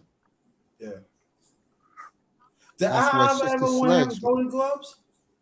Well, Oliver, I think probably one or two. That's Okay. why Sister Sledge made that infamous song from the 70s, We Are Family, because they were Yeah. from Pittsburgh and they noticed that the Pirates were all black team and that town towards the black players were very bad, Pittsburgh. There was, yeah. You're a Steeler, And, they and- love and you. even when they won the World Series, they still don't get the respect. Exactly. I agree with that. Even today, you talking about a great team, the Pittsburgh Pirates, and you got to think about it. When they done it, they was veterans. You got some of them like they been in the major leagues like 10 and plus years. Yeah, the plus second years they team, won. the first team that won in 71, they were all young guys.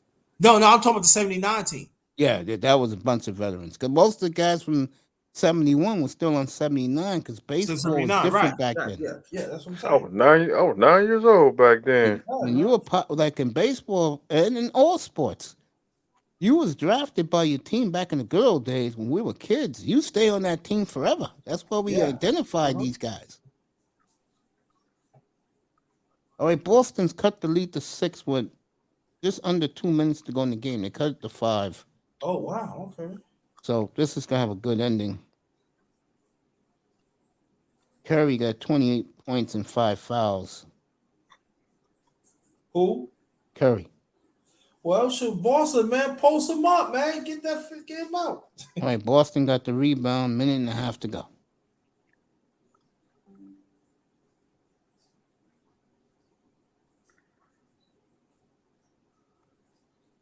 Midnight at your asses. You like that song, don't you? Yeah.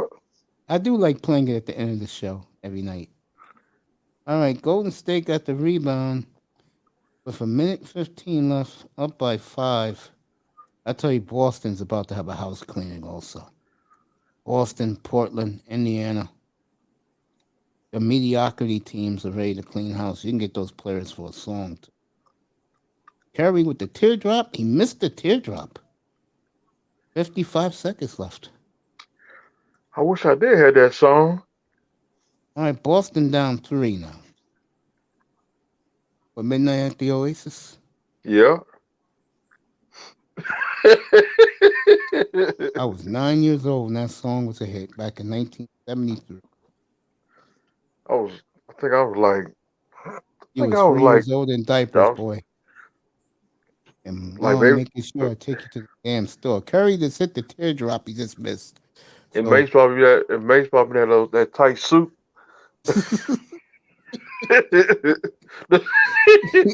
That soup, You know what, Miss Man? I'm not messing with you no more. and that suit grew with me when I turned a teenager. Gus, In you the there hat. yet, bro? Huh? Yeah, I'm gonna preview. I'm gonna be up for a while tonight. Sleep all day tomorrow. There'll be no breakfast at Toya's tomorrow. 'Cause No? I'm gonna be doing DJ Kuda all night. Me, him, and Nicer. Okay. Mm. But like I said, if you want the effery, go over to Auntie's. Doing it for 48 hours At 12 o'clock, right? at midnight tonight. It Dang. starts. A little less than 2 hours from now, y'all. Yep. I know Okay. people resting up for that shit. Oh hell yeah. Bring some. Your girl was in Cooler's room today, Mr. Mime. I'll give her a shout out right now. Shout out to the gorgeous Voluptuous Bayou Bunny. Shout out to Bayou Bunny. Yeah, that's good peoples, man. Good peoples, man. So me and Mr. Miami's look at her a different way. Good people. That's my sister. She dropped my mouth dropped when I saw her in my chat room that day. I said to her, what the hell are you doing here?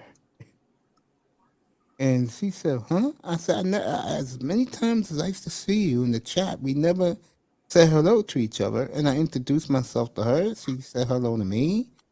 I told her she's always welcome. Yo, Mr. Miami, I tell you, Mace be getting them in here, man. That's what Triple Black said the other night. I'm just messing with you. I'm Loverboy. okay with it because No, like I'm letting you know Laurel right said now, last- Mace. I'm telling S on you. Loverboy Dennis. Oh, you missed it last night when China White said, I be seeing you in the clouds, Mace. I see all these women around you. I'm telling S on you. I'm dropping down. Loverboy Dennis from Midnight Express. Nah, man. I see. Ravishing Randy. I think Laurel said it best. The one thing these women know, I don't look at them that way. So they're cool with me. I just go about my business. You know what I'm saying? You know. And they comfortable. But when Simone comes calling, I'm there. Whoever she needs, we're talking. Right. So understand when Simone come, y'all be quiet. Ain't happening. I'm just letting you know right now. Simone's terrific. I should put up that birthday cards he sent me a couple last week. Let you guys see it. Let me see if I can do that. When I saw that in my email, I was stunned. I was, What? She sent me a birthday card last week. What's up, Tess? You there? Who? Simone. Oh. Yeah.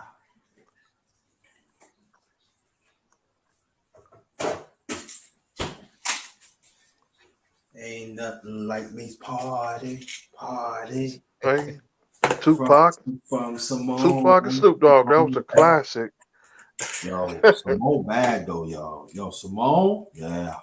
And Simone got it going. Simone bad, yo. Yeah.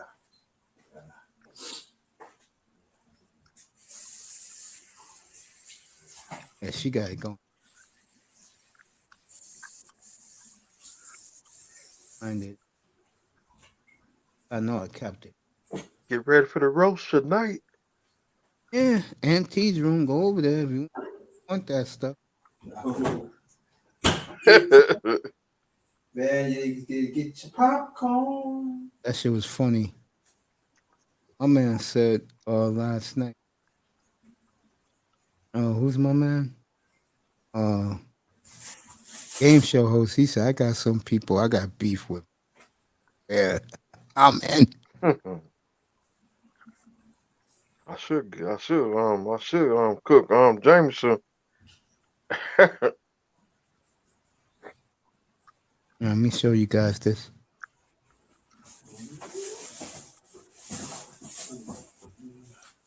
Dutch says, sadly, player keeps season tickets every year. She technically own it, but she expects us to be her slave. She need to hire a new ad company. Refs called offensive foul on Curry. So Curry fouled out. Still a 5-point game with 10 seconds to go. It's too late. Don't tell me the same referee from last Yeah, night. remember Boston is there. You know that. They're in Boston, if you get the drift. Right. The home of cheaters. Don't tell Casimiro that. Shout out to Casimiro. I saw it the other day in Miss Cajun's room, aka Lady Love's room. Let me do this. Let you guys see what she said. Wait, like Boston around here? Boston clam chowders? Go. There you go. Boom. Oh yeah. Oh Dang. yeah. Yeah. Simone, I love you, baby. Thank you so much. Yeah. I'm telling you right now, anybody that he sold out would be Simone. You know, Mace ain't saying nothing because you know I'm telling the truth. The long days is over. Ooh. Golden State player is hurt. He hit his head hard on the ground. Ooh. Where are the goddamn and it's Draymond Green? Where is the goddamn doctors? This man is hurt. I saw it. He hit his head hard on the court. Ooh. These goddamn trainers. When you see one of your star players hurt, would you run over there, please?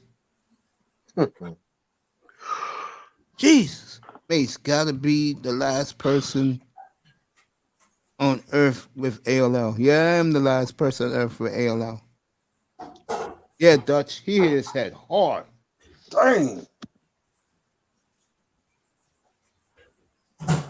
Well, he's gonna be taking a lot. Speak of the devil. Take a Now, lot of Mr. aspirin. Miami, why you gonna get me in Grinder, why you gonna get me in trouble, bro? What? You'll see in a second.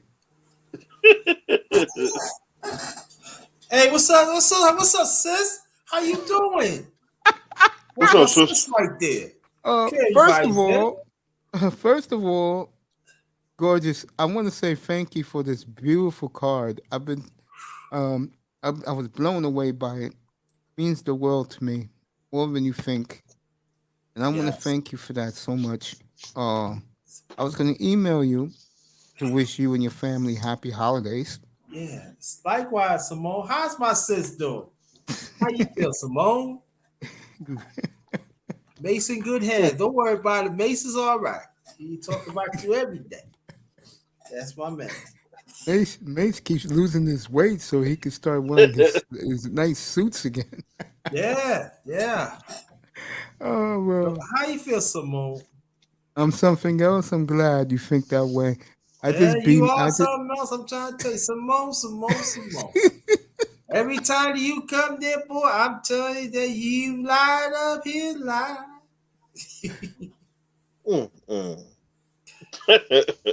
Oh, we got to be careful, Mason. This in this space, yo, he's simping. Okay, look at Simone. What do you think? You mad? You mad? Turn off the lights. A boy's down here, Jefferson, that day. You know that I got you, Simone. You know I got you.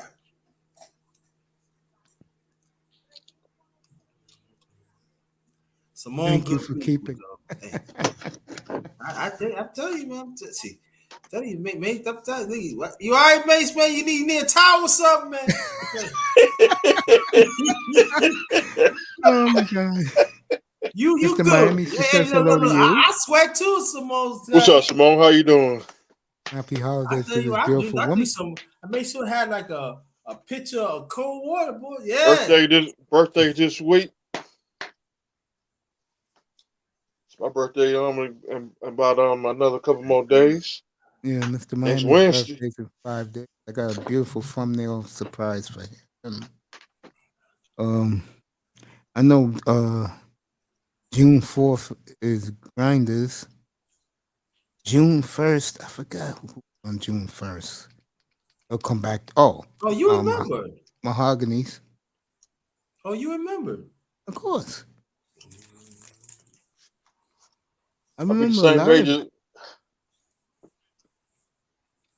I'll be the same age as Colonel Sanders. Jefferson. Cut that out. She shut you down the last time. Want that again from her, bro? Leave that alone, Jefferson. All I'm gonna say to you, leave that alone. All right, Celtics win 111-107. That's a Celtics, excuse me, Warriors win 111-107. Hey, baby girl. Too bad you're not up here. I would got you tickets. I would got you a hookup to the Giant game. I would work my ass off to get that for you for Sunday. Stay out of You know trouble. how it is. Stay out of trouble. You know me, honey. I'm Keep that up there. You see this show? I'm what? I'm I'm a homebody. You know that. Yeah. And Simone B. Let me shut up. No, I'm BA man. I'm a homebody. Baby. I told you. Simone good people. Look at that, y'all. What you would say? I'd be homebody too. I just want to say thank you for that beautiful card, and you did great artwork on it, and really made my birthday a goddamn great. Trust me on that. And I will definitely stay out of trouble. Oh yeah, he will. Don't worry about it. I got it. You don't have to worry about me. But get granted and walk down to the ring with me at WrestleMania. Don't worry about it. There you go. I'll watch you some more. That's for you. Everyone have a good night. Talk to you later, Mace.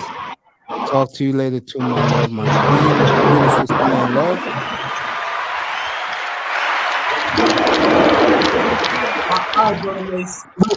I'll definitely reach out to you before Christmas next week, okay? I got you. Man, look at the love, man. Look at the love. This Uncle Mace be getting, man. Look at the love, man. Look, that's love. You see Simone? That's love.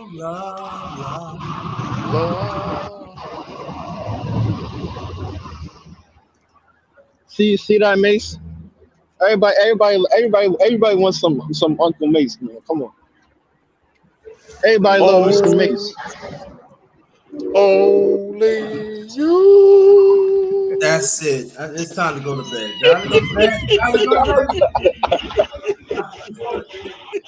Sponsored by Mace Taggart.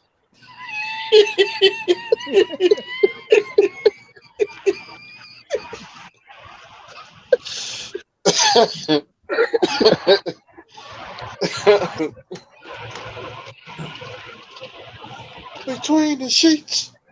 Mm, I'm gonna leave that alone. exactly.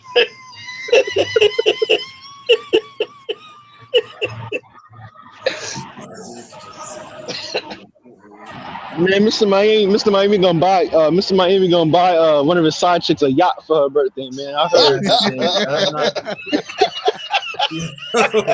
Yo, brother, that's crazy.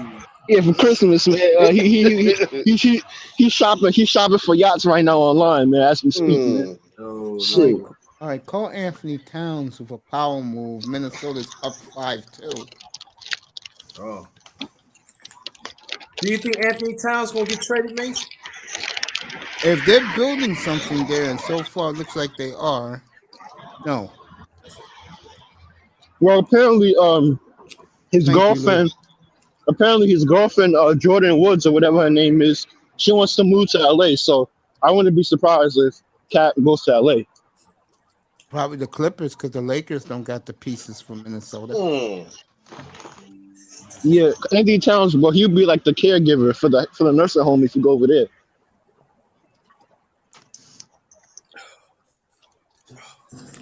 And Carl Anthony Towns gonna be helping him take a bath and shit from the nursing home. Nigga. This Anthony Edwards guy, I'm getting tired of him. Why you getting tired of it, bro? He's real good, but he's the only. He does is run his mouth. I'm the chosen one. I'm the only one. Hey, kid, win some games. Mace, Yo, he do run his mouth a lot, though. He do, man. Do you understand that he is the best?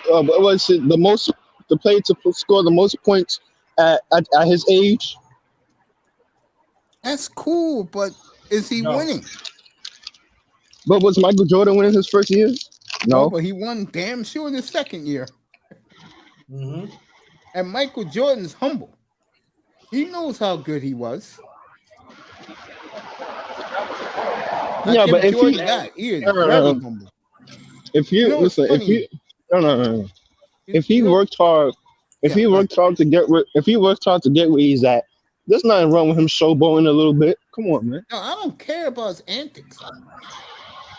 Or what a pass by LeBron, but they missed it. I just don't like the way how smug he is. Remind me of the guy who's playing tonight. Yeah. Man, The man it with gives the it, ball right now. Very smug. it gives him a bit of an edge, man. Like, do you want players to just be boring and everybody be friends all around the league? That'd be boring, man. No, I don't like that. I like Milwaukee and Miami. That rivalry right now. That's what I like. I like Anthony Edwards, man. He not no bitch. He not gonna let anybody tell him. Portland and Denver, Portland and Utah, Portland and what you call it? Memphis. They hate each other. Ja Memphis and respects Lillard. Houston.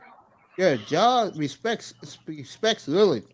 He don't like McCollum. Oh, He don't like CJ. Russell just busted That's too. your boy. Coach. Just did a nice dunk. That's your boy. Yeah. I don't know dunk whose by boy you talking D'Angelo about. Russell. Oh, I was about to say none of my boys play for the Lakers, nigga. I don't know what you talking about. I'm talking about D'Angelo Russell. Oh yeah, you damn right, that's my boy. Nigga. Shit. He just busted too. Yeah, I was just on the phone with him, bro. I was like, bro, you need to come to the Knicks, bro. We get you straight. No, not after that front office ain't gonna happen. Shit. I said it before. Oh, let me see what the beautiful one says before I continue. Ace, can you please take it down, my love? You got it. Anything you want. But she's saying you too loud. No, take it down. That means Oh. that birthday card. You don't want nobody see that card. I just wanted to show how beautifully you did the artwork. That's all. Nothing more, nothing less.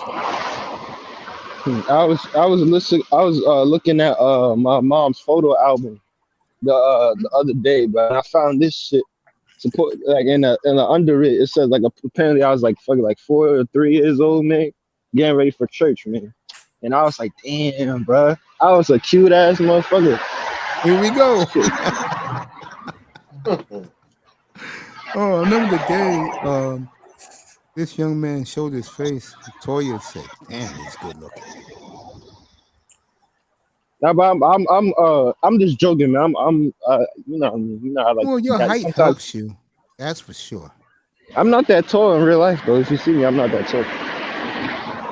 It's because I'm slim. It's because I'm slim. So when people see me, they think I'm a bit taller than what I really am.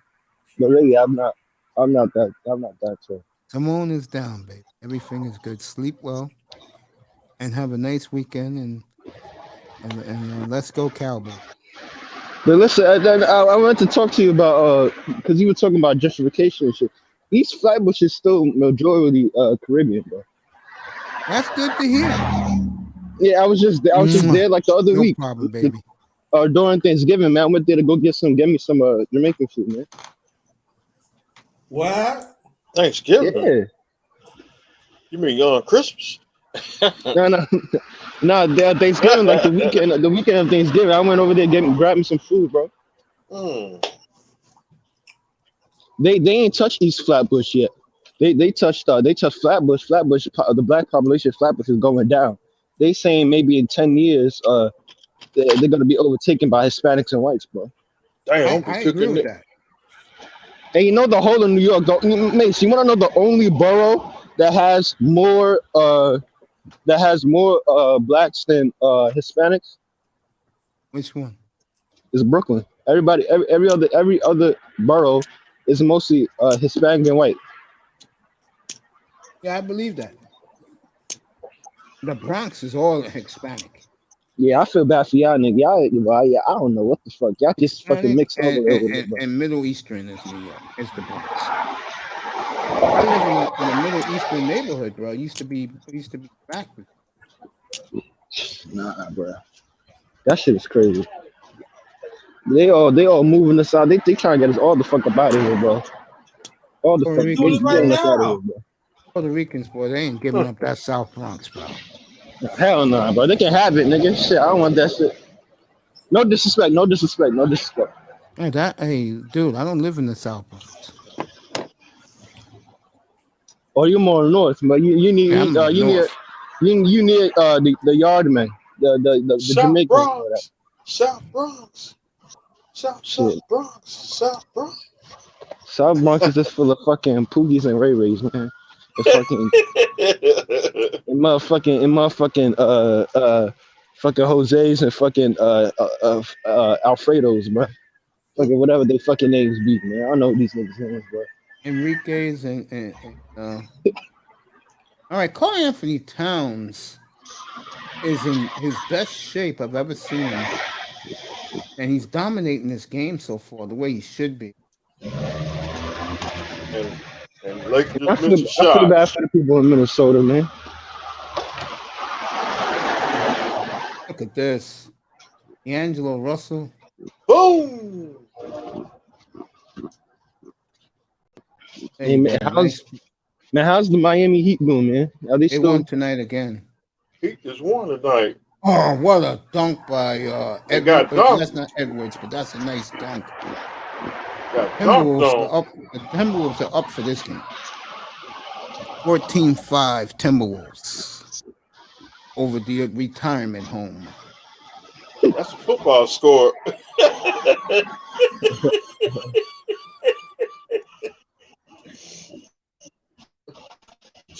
Ouch. Listen, man, so are they canceling the season? Who? Are they canceling the season? What season? The NFL season. No, they still playing, man. This is the home stretch. It's for certain teams. Their players were dumb. Probably went out on a couple of weekends and caught the COVID. Damn. Get the COVID at home. I was killing the other sports towards the NBA, but I had to apologize because the NBA got 16 more players today. It's up to 84. Hey.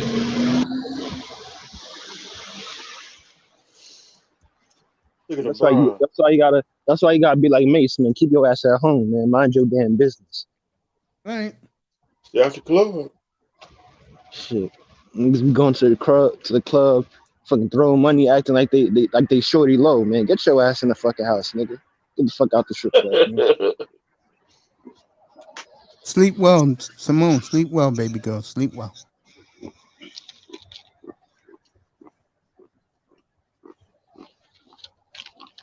Boy, Towns is getting a hook shot like Kareem. It's scary.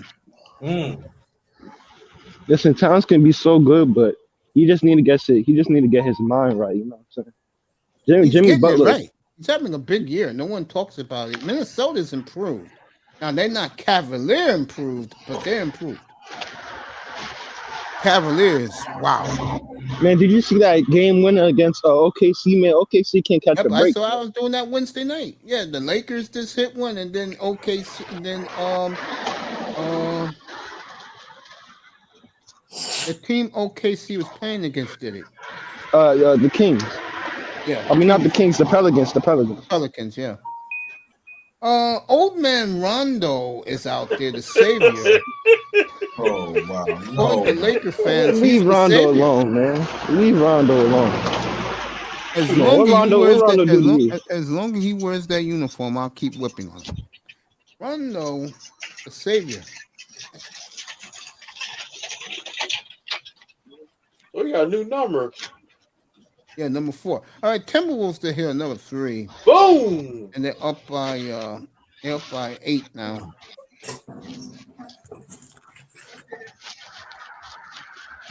Man, did you see my boy James Bouknight the other week, man? Shit. You told me about him. He was cooking them up, man. I'm telling you, man. Man, you're gonna see a wave of a lot of NYC fucking ball players, man, coming out. You're gonna see that shit. We got a lot of guys, man. He got his ball slot. Well, I tell you, Minnesota's playing very good so far, both sides. Yep, we cooking next Friday night, Coach. Yeah, next Friday night will not be a sports night because sports is dead.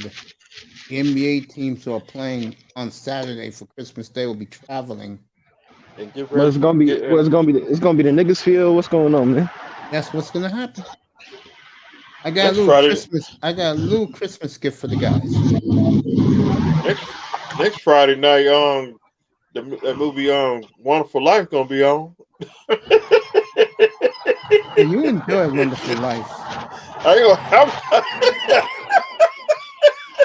Bunch of white men celebrating that God and that they stole everything from everyone else. Sure, I ain't about to watch that movie. That movie about 3 hours long.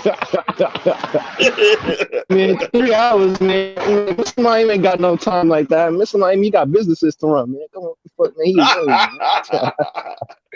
man, you don't know he the CEO of the fucking Maybach Music, man.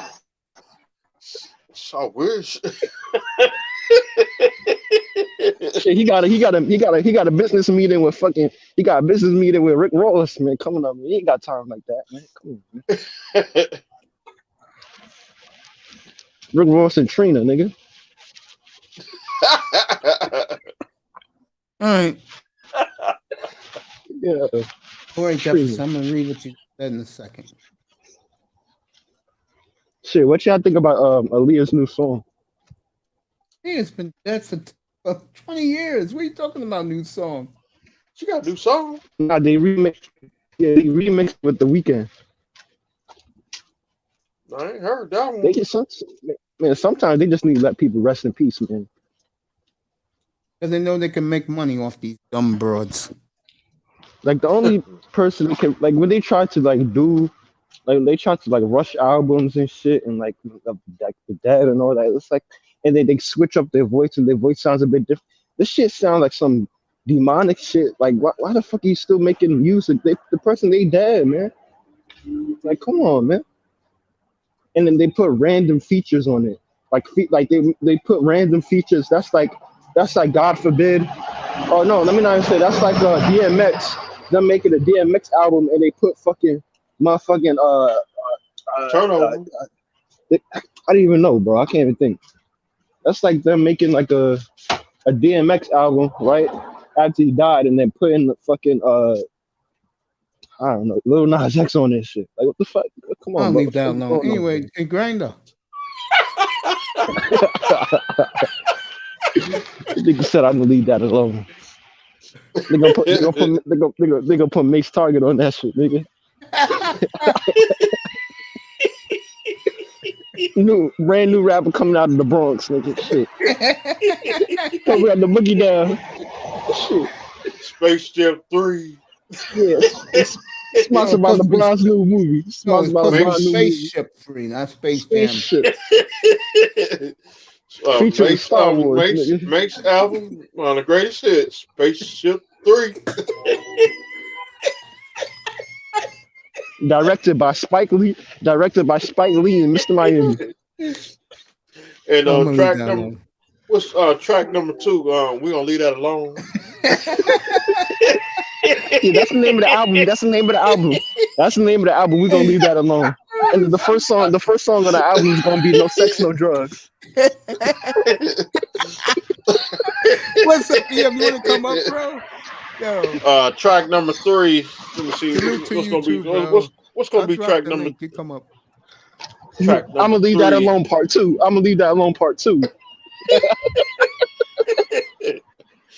And track number 3. I got one. Track number 4. What's that motherfucker's name that Miss O's we talking about? What's his name? Havlicek. He gonna have his feature on the track.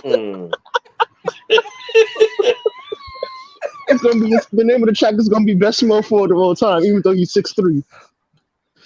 Track number 3. Let me see.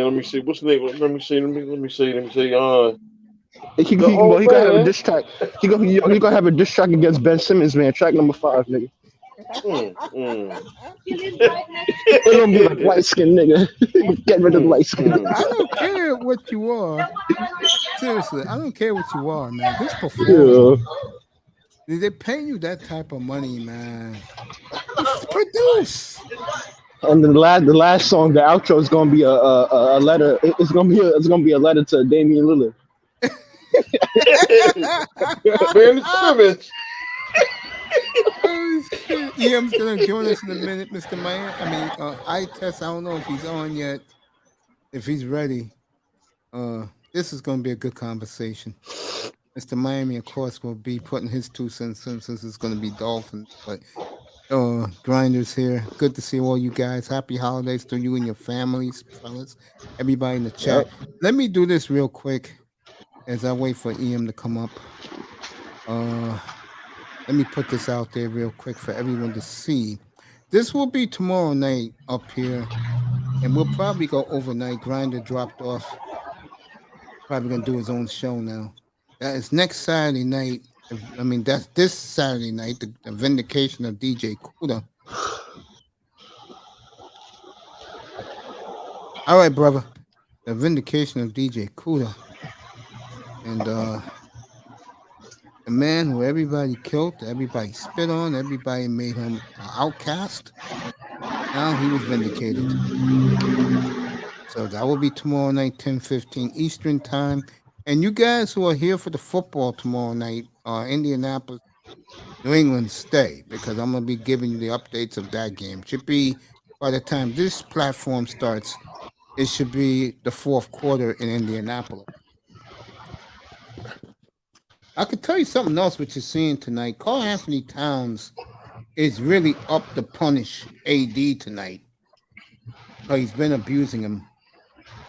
And got dunked on. That's why he looking crazy. I know Nice did me a solid and told Kuda if I did that for him. I'm waiting for EM to come up. It does get the seriousness. And me and Mace, we got a song on the album on the greatest hits. Which is Mace, it's the marathon man. Featuring Mr. Miami, the remix. Nigga, you gonna have a remix. He gonna put John Havlicek on the hook, nigga. Yeah, Cat is on a mission. Yes, A-Rod gave them a speech when he bought the ball club back in September. He told the players that jobs will be on the line. A-Rod? Yeah, he owns the team now. And, they should give a percentage to Kevin Garnett for staying in that weak ass fucking franchise for so long. I'll tell you something that fascinates me when watching this.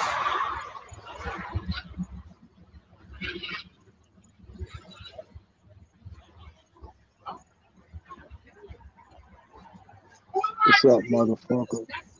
What's up, Itez? How you doing, bro? What's up, brother Itez? Waiting for EM to get up here so we can start this Dolphin round table. My brother. Shit, you got a new logo, man. You doing the rebranding? That's for the corporation. Mace blocked me on my other phone. Damn, Mace. I'll put him back on. Mace out here blocking people like the Kembe Mutombo, man. Shit, chill out, man. Like, fuck our test. Block that shit. I like that. I didn't even know it was you, bro. Shit. No, I knew you as the regular eye test with the goggles on, man. He got blocked. He got blocked like a field goal, man. All right, Lakers down by 8. Man, the Lakers is fucking ass, man. The Los Angeles Fakers, man. That's what I call them, Fakers. Nigga, look at the rafters, nigga. Look at the bags. Man, that nursing home, man. Test does that. That goddamn nursing home, man. The Laker nursing home. I got a question for you in all seriousness. Now, not only they're talking now that Curry is the best shooter of all time, some people are now making him the GOAT of all time. What do you think about that? Huh? Curry ain't no goddamn GOAT. Where's his finals MVP at? Thank you. Tess won that argument. I was with Tess that night. Yeah, they got to stop all this bullshit. He's the best shooter of all time, but when y'all start making some... I'll take Reggie Miller over. I'll take Reggie Miller. I'll take Curry, but to say he's the best player of all time, man, y'all need to stop that, man. Maybe he's the best scoring point guard, but not like no way, man. You think scoring wise, you think he's better than Jerry West? But the Jerry West is from Jerry West. I haven't watched Jerry West, so I can't speak on him. He ain't better than AI. All right, he's hurt again, and he's hurt AD? seriously. And the You talking about Lakers Anthony has Davis? let him river in pain. And this is what I'm talking about with these pro athletes today. Davis is down, Damn. and he You know, is he rivering hurt. in pain. And there is no trainers out there. Do these trainers care about these $200 million ball players? Do they? River and Pain. Draymond Green busted his head tonight. They didn't rush out there. Damn. This guy looks like Davis. Looked like he may have got one of those injuries where the ankle snaps. Woo! And he's down in pain, and no trainers out there. As they go to a commercial break, that boy went down bad. AD. I'll say Man, Anthony Davis is fucking. He built like a fucking glass fucking box. Man, I swear to God, bro. Come on, bro. You know what I think happened to Anthony Davis? You know what I think happened to Davis? And I'm dead serious. When he was in New Orleans, he was in his best shape. I think what's happened to him was he wanted to get out of New Orleans so bad, he got fat and sassy. He went to LA, and he, in my opinion, has not been the same player. And I can speak on this because I did it again. I already lost 40 pounds. I'm trying to lose at least 20 more. It's hard to take that weight off the older you get. He walked off the court. He's limping. I think, he got upended by one of the Timberwolves players. Dutch is right. Look like he twisted an ankle. Good job, Dutch. 1912. Not Bush, Miss. Hey, Tess, I want to talk to you about this game, bro. It's a big game to me on Sunday, which no one's talking about. To me, this is probably the best game on the card. I know it's going to sound crazy to people. I think this Atlanta-San Francisco game is huge. Yeah, we need that game, man. We can't lay down. Every game is a playoff game. Like that, like the Dolphins game. We need that game Sunday. For real. Atlanta trash, Jets trash, but they beat us, bro. Fuck up the Atlanta's in the playoff. hunt. Yep, right. Buffalo, Miami too. Miami could win out. I think Buffalo one more loss. They'll suck about the straw, Buffalo? bro. LeBron with the dunk. Buffalo's trash. Buffalo's in trouble. And Brandon Bean, the young GM, said today in Buffalo, if they collapse and don't make the playoffs, he said there will be household changes. Nah, they gonna make it, but they gonna be first round outs. The Chiefs won last night. That was I a tell good you. game. Sure was. I did it up here last night. Yeah. No, you didn't. You did some whole shit. No, I did the entire game, bro. Oh, and I can't hear. It was a bunch of. Yeah, you came up a little late. I mean, like a little later. I did the whole game.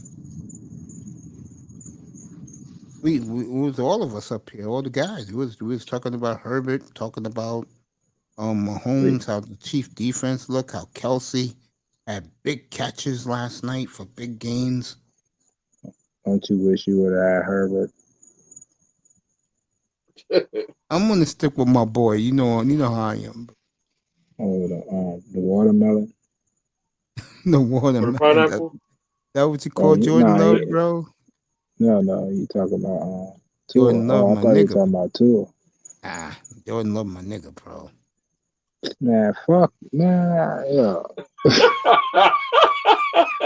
Don't You worry. gonna lie. You like a Next nigga year, that with whole Packers squad will be his. The only difference is he ain't gonna have Devontae Adams with him. nigga, that's the whole team. Rodgers and Adams. All that other shit is trash, man.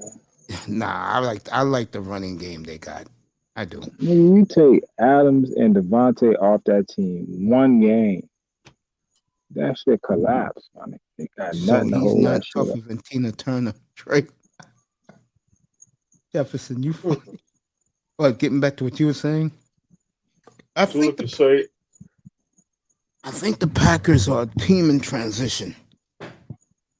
But they're top heavy, my nigga. Without Adams, without Rodgers, that shit trash, and that's not a team.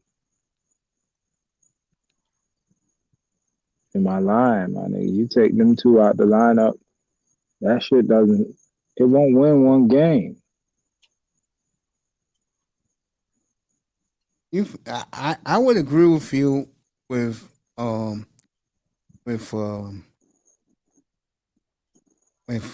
both players. Yeah, I agree. Cause look at it like this: you take Adams out, they'll float. You take Rodgers out and you let Adams stay. You saw what happened. But you take both of them out, man, that shit dead, man. They don't see. They don't see next year. Brian Gutekunst. Aaron Rodgers already making preparedments to get the hell out of Green Bay. Got a suitcase preparations, motherfucker. And he's talking to teams, ironically, in the Midwest. He's talking to Cleveland. He's talking to Pittsburgh for sure. And Pittsburgh. He might well go to Pittsburgh if you want to win. Yeah. I would go if I'm him. I'll go to either Pittsburgh or Denver. Nah, don't go to Denver. That shit. Like they got a curse on them. And I know you guys gonna like what I'm gonna say. I would even look at Miami. Nah, if it ain't Watson, don't fuck with it because at least Watson is long term. He's still young. Rodgers got what, 2, 3, maybe 4 years left. I agree with that. Remind me of Peyton Manning. You know what I'm saying? And that's why I said don't go to Denver. You saw what Denver did to Peyton Manning. He had one great year, then the defense carried them the rest of the way. He retired. Yeah. I think that atmosphere, the whole mile high, altitude, the whole, you know what I'm saying? And then it's cold too. Like, if you want sustain, you need to be somewhere warm. That's why Brady went to Cali. He wanted to go, Cali. That's why he wanted to go to San Francisco or Miami. He went to Cali first. Remember? Not Miami. He wanted to go to San Francisco, but then when he didn't get there, he went to Tampa. He went to warm climate. That's better on your body. It's better on your body. The warm weather is better. You getting hit in fucking cold weather in December, that shit shortens the lifespan. He's been doing that in Green Bay. Why would he go to Denver? He laid out. He needs to go somewhere warm. He laid out in the cold. But if he go to Pittsburgh, he's saying, all right, I'll take the cold, but at least I got some talent here. And I got a championship window at a championship organization, just like the one I just left. Pittsburgh, Green Bay, San Fran, Dallas. Who else? I'll say Miami. Yeah, Miami. It's another one. These are the those franchises they have. And everywhere you go, they got a fan base. Yeah. Seattle? Yeah, that's not Seattle for him. They brand new. And Seattle's cold all year round, bro. Dang. It's not like Portland, where Portland is 65 degrees all year round. But it rains in the morning. It's always cloudy, but it's beautiful. Good, like I said, good place to raise your family. Got little But kids. Perfect. he could flip the switch and be king of the world if he go one place. You know what I'm talking about? Know what Of I'm talking course. I know what you're talking Where? about. Where? SF. Nah, nigga. If he go to New York, he go to be a giant. He bring a Super Bowl to New York, nigga. What? Nah, this is Nigga, it'll still be a cowboy town, bro. They're already my partying here. nigga, if Aaron Rodgers brings a Super Bowl to New York right now, that shit will shut everything down. Yeah. Everything. It may shut some people down here, but I'm gonna say it again. There's a reason why they're partying all weekend long here because the Cowboys are in town. It's a cowboy town. Man, fuck the cowgirls. It's a cowgirl Talk, town. It's a talk to me dolphin about no town too. cowgirls. Mr. Miami, tell ITES where I showed you how they get And you down. see them cowgirls in the fucking playoffs. You gonna see what's up. Oh, I always said it. If there's one team, I want The the fucking Dolphins helmet on to fucking play back. play the Super Bowl rematch against. I want Dallas Dallas, Cowboys. bro. I want Dallas. And we got the defense that can shut that machine down now. That shit is not no machine. That shit is a fucking pop gun. Phallus, Don't worry about Cowgirls, the Yeah, New you England put Clam Chowders, that shit, shit is that's an the Super Bowl, illusion. bro. Shit. It's a mirage. Man. It's not real. the Buffalo Mirage. Jills.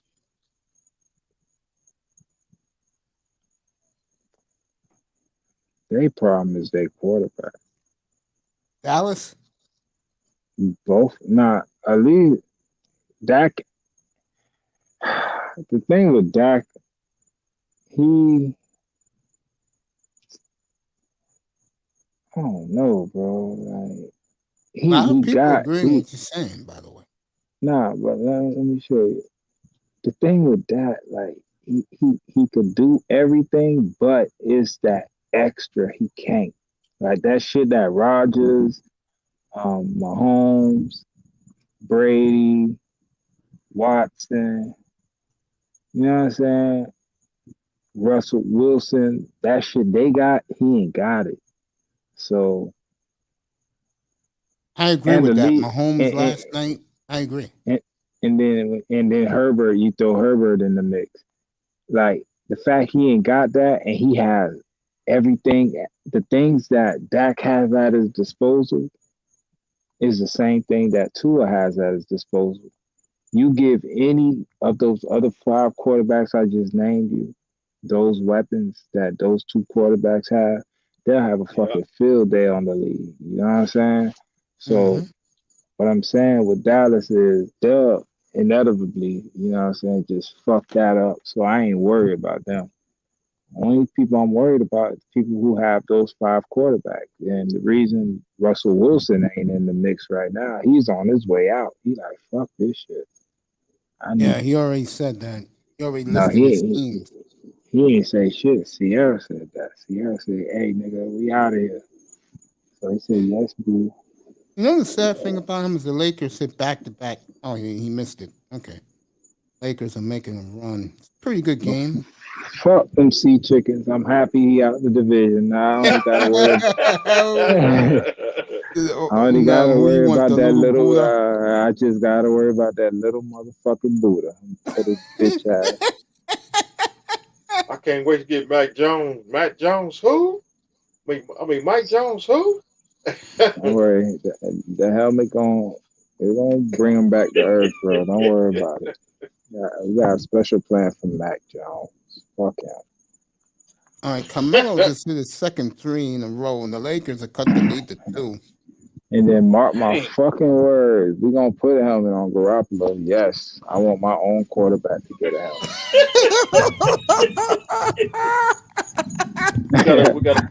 we gotta put a helmet on Tannehill. I think I think the Falcons will do that Sunday. Please, man. Hey, I'll pay Atlanta's coming to whatever. play, folks. They're the 8th seed in the AFC and the NFC. They're right behind Washington. Knock his ass out and start a new era. Come on, man. Do it. Just to let people know, We gotta put it. I want him to see triple, bro. I want him to be like, "What the fuck hit me? I'm done with football." Get in, Max. We have a doubleheader of football on Monday. They moved the Browns and Raiders game to Monday. They moved the Redskins and the Eagles to Tuesday, and the Rams and the Seahawks to Tuesday. Playoffs. Shit finna get stupid. We gotta put the helmet on the New Orleans Saints quarterback. He gets the helmet. He's gonna be a problem for us, bro. Which one? Who? Taysom Hill. He's gonna be a problem. I'm gonna tell you why. It has nothing to do with him throwing the football, because we'll shut that shit down. Nah, he gonna get smacked. Don't worry about it. He gonna get laid out by Arbach. He's not a factor, bro. He's good when your offense don't see. I mean, when your defense don't see him coming. But when That's you what I'm worried know, about. no, but you know he's there, so you know he's gonna be part of the game plan. So you game plan appropriately. You be like, all right, all that Wildcat, fake Tebow bullshit throw. Fuck you. We gonna hit your bitch ass. And I will do if the Dolphins win Sunday. Just like a running back, dog. Fuck that. If the Dolphins win Sunday, I will be doing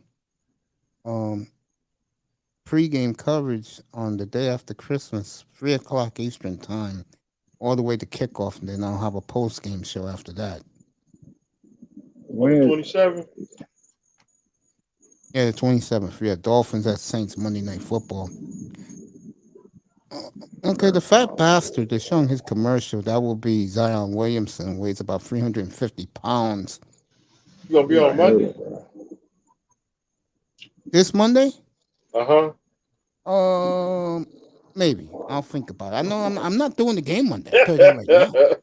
You think I'm coming up here for Viking Bears? You got nothing coming. I think you got True Black on here Monday. He'll be up here tomorrow night for the DJ Cooler dedication. You're supposed to have niggas for Monday. Or nigga or yeah, you're right. You can call it that. You can call it that. But I'd rather just stick right now since we're talking football. I prefer to talk football. I mean, the room that we have right now, me, you, and Mr. Miami, is the way I like it. To be honest with you. We all like the same team, so we love the same team. So, but I think that Falcon Niner game is huge Sunday. I'm glad they're showing that game here where I live, so I'll get to see that game. Can't wait to get Tannehill too. Tannehill's in 2 weeks. Don't worry, I'm gonna do a big thumbnail for that. Him laid out. That would be sweet. He gonna get laid out by Agbar. Yeah, Agbar will lay him out for sure. Phillips. Yes. Xavier Howard. He'll pick him off a couple of times, but I tell you, Carl Anthony Towns is looking more and more like Kareem tonight. Tess, you think it'll be a close game Sunday? Between who? Your Niners against the Falcons. Let me see. I don't know. I ain't been paying attention. What's their record? 6-7. They're right behind the Redskins for the playoff spot. 6-7. Right. Who they played last? They beat who did Atlanta beat last week? I know they won the game. That's why it's 6-7. So they won. Okay, so that means they're feeling themselves. So yeah, it's gonna be a good game. Yeah, the coach said on Wednesday that this was the best week of practice. They said it's the biggest game of the year for them, and they're right. Yeah, the year we went to the Super Bowl, they beat us, man. I couldn't believe we lost that game. Julio caught the live, but he gone, so we ain't got to worry about him. And ain't really hurt. Ridley got psychological problems. He's in a mental institution. Oh shit, for real? When this shit happened? Oh shit. Back in September. I ain't gonna lie, this COVID, this shit is real, man. This shit, it's been doing a number. 84 NBA players, over 100 and 30 hockey players, and I believe now in the NFL is up to 80 something too. Damn. 80 something This what? week in COVID, they're on the COVID list. They can't play. Dolphins got 3 running backs, Waddle and Javon Holland on that list. They're not playing this week. Oh shit. Damn. Well, I need to chill out. Check out the injury report. Hey, let me ask you. Damn, I was gonna ask you something. I was right when you said something about COVID shit. Fuck it. Had something to do with the Niners or had something to do with the Dolphins? You said 3-9. I mean, you said 3 Dolphins. You already told me what's his name playing. Duke Johnson. Yeah, he's playing. Yeah, He's playing Sunday. You Him know and, that and, for sure. and the kid they picked in the 7th round. And What's his we name? might is it damn got that dude name. I'm excited to see him play because to me he's a little wrecking ball. And what's that dude name? He's played with the Browns. Is it Cedric Redwine? He gonna be in the game. Oh, they brought him back. Yeah. I think that fast. He from Carroll City. Yeah, he fast, bro.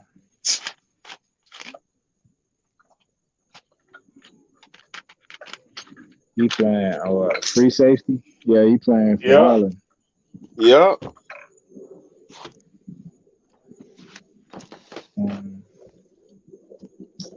Damn, fool. I wanted to know something, bro. I can't. Hey, Fuller out for the year. Yeah. Parker playing. Yeah. Waddle playing. No. Waddle not playing? What the fuck on him? He's on the COVID list. The fuck? Nigga, Holland's fucking on up the the COVID record. Ahmed. That's gonna make it even better when he break the record. He missed what, 2 weeks? Yeah. I hope he plays next week. How many you need to break it? Yeah, what? If he would play Sunday, it would be next week for sure. All right, Carl Anthony Towns is putting on a clinic like he's Kareem Abdul-Jabbar tonight. Hitting another 3. Are you in the zone? You ever been in the zone, Lace? Yes. For real? How many points you scored? No, I had 4 hits in the game. I used to play baseball. Home run? I hit 1 home run that day, but I had 3 other hits. I had a double and 2 singles. Hey, Coach, that's a zone? For a baseball player, it is, yeah. 4 hits in a game, yes. Nigga, for me, a hit was a given, and I ain't even played baseball.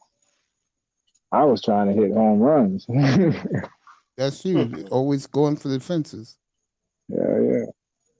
Damian Williams, he gonna be out. You know what I used to like when I played baseball? You know, everybody be batting. Yeah. And then when I come up, they'll be like, "Get back!" Lock your windows.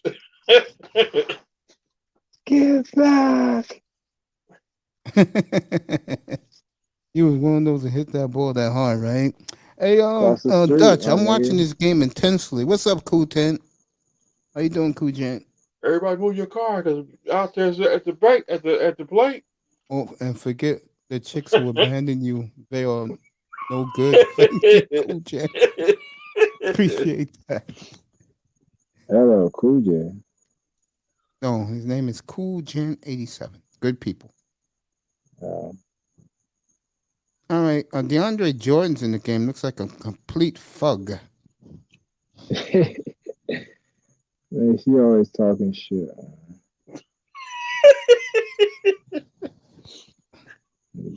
game, my nigga. Yep, Damien Harris, he gonna be out Sunday, coach. For New England? Saturday. Yeah. Them clam chowders.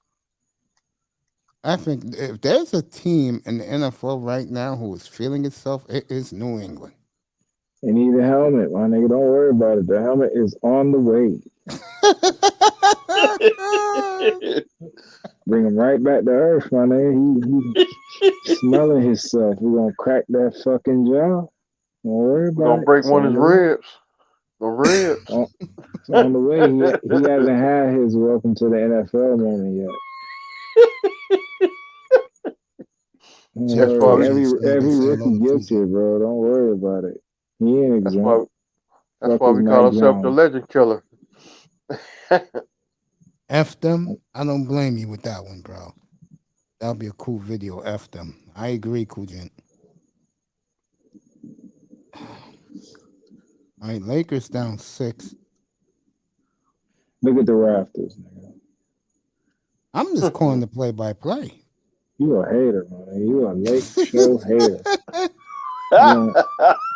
You don't like the glitz, the glamour, nigga. You don't like the walking on stars, nigga. You don't like that. No, I like LA, believe it or not. I like it out there. No, you don't, nigga. You It's a a mean different ass world. New York, nigga. That nigga's mean as fucking New York. I go everywhere and slap everybody. I'm not. Believe it or not, I'm not a big New York fan. Believe it or not. Yeah, I ain't gonna lie. I ain't never seen somebody hate New York so much, and they from there. Oh, you mean me with the teams? Yeah, you hate that shit. You hate everything New York. Now, anybody who like the Jets, I fucking hate you. Like, No, it's for me here. It's the Giants, bro. I hate the Giants, bro. Oh, I love the Giants, my nigga. Yeah, and The Giants the Buffalo only. fans. Here's what the thing I don't understand about you. You're a Dolphin fan. Yeah. You should love the Giants, bro. The Giants the only reason the Dolphins still have the 72 record. I was happy when they did that for us. Okay, so since then, I've been Eli is a made man. He could do no wrong to me. I like Giants when they had LT. Lawrence Taylor. What? Get your tickets for American I Underdog. used to like the Giants when Fuck the Giants after that because they hurt Joe Montana. I ain't like that. I ain't like that All one with bit. the Giant Marshall- fans talking mad shit back then when that happened. Yeah, fuck y'all. Y'all stopped the 3-peat. The 86 one when they knocked them out, Jim Burt. That was a Now they- 3-peat. They were supposed to win 3 straight. They had beat the Bengals, they beat Denver, and they were supposed to go and win another one. That shit they happened. beat Buffalo Fuck the too. Giants. Not in the Super Bowl. Here in this town, bro, if there's a guy who they really hate here besides LeBron and Reggie Miller, they really hate Tom Brady in this town, bro. We hate Buffalo down here too. God damn, do they hate Brady here in New York, bro. Michael Strahan, bro, I'm gonna stomp you out. You out. That nigga in the parade threw his Brady's jersey down. He said, "What I tell your white ass, huh? What I tell your white pretty boy ass? I said I was gonna get you, right? I said I was gonna get you, and I did. I'm gonna stomp you out." That fucking crowd went nuts, boy. Even the mayor was laughing his ass off.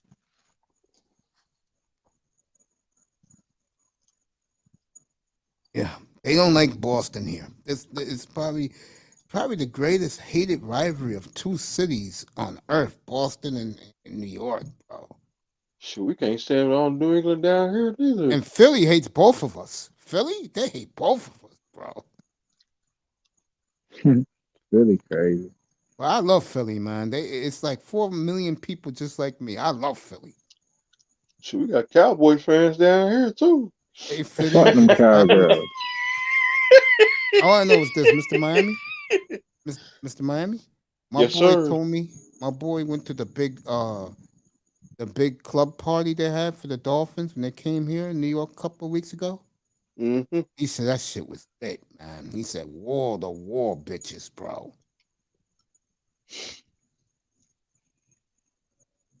Who's that DJ again? You know the guy. What's his name again? The DJ? DJ Lies. Yeah.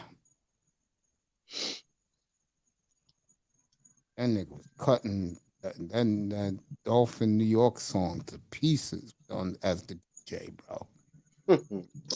And DJ Live's trash.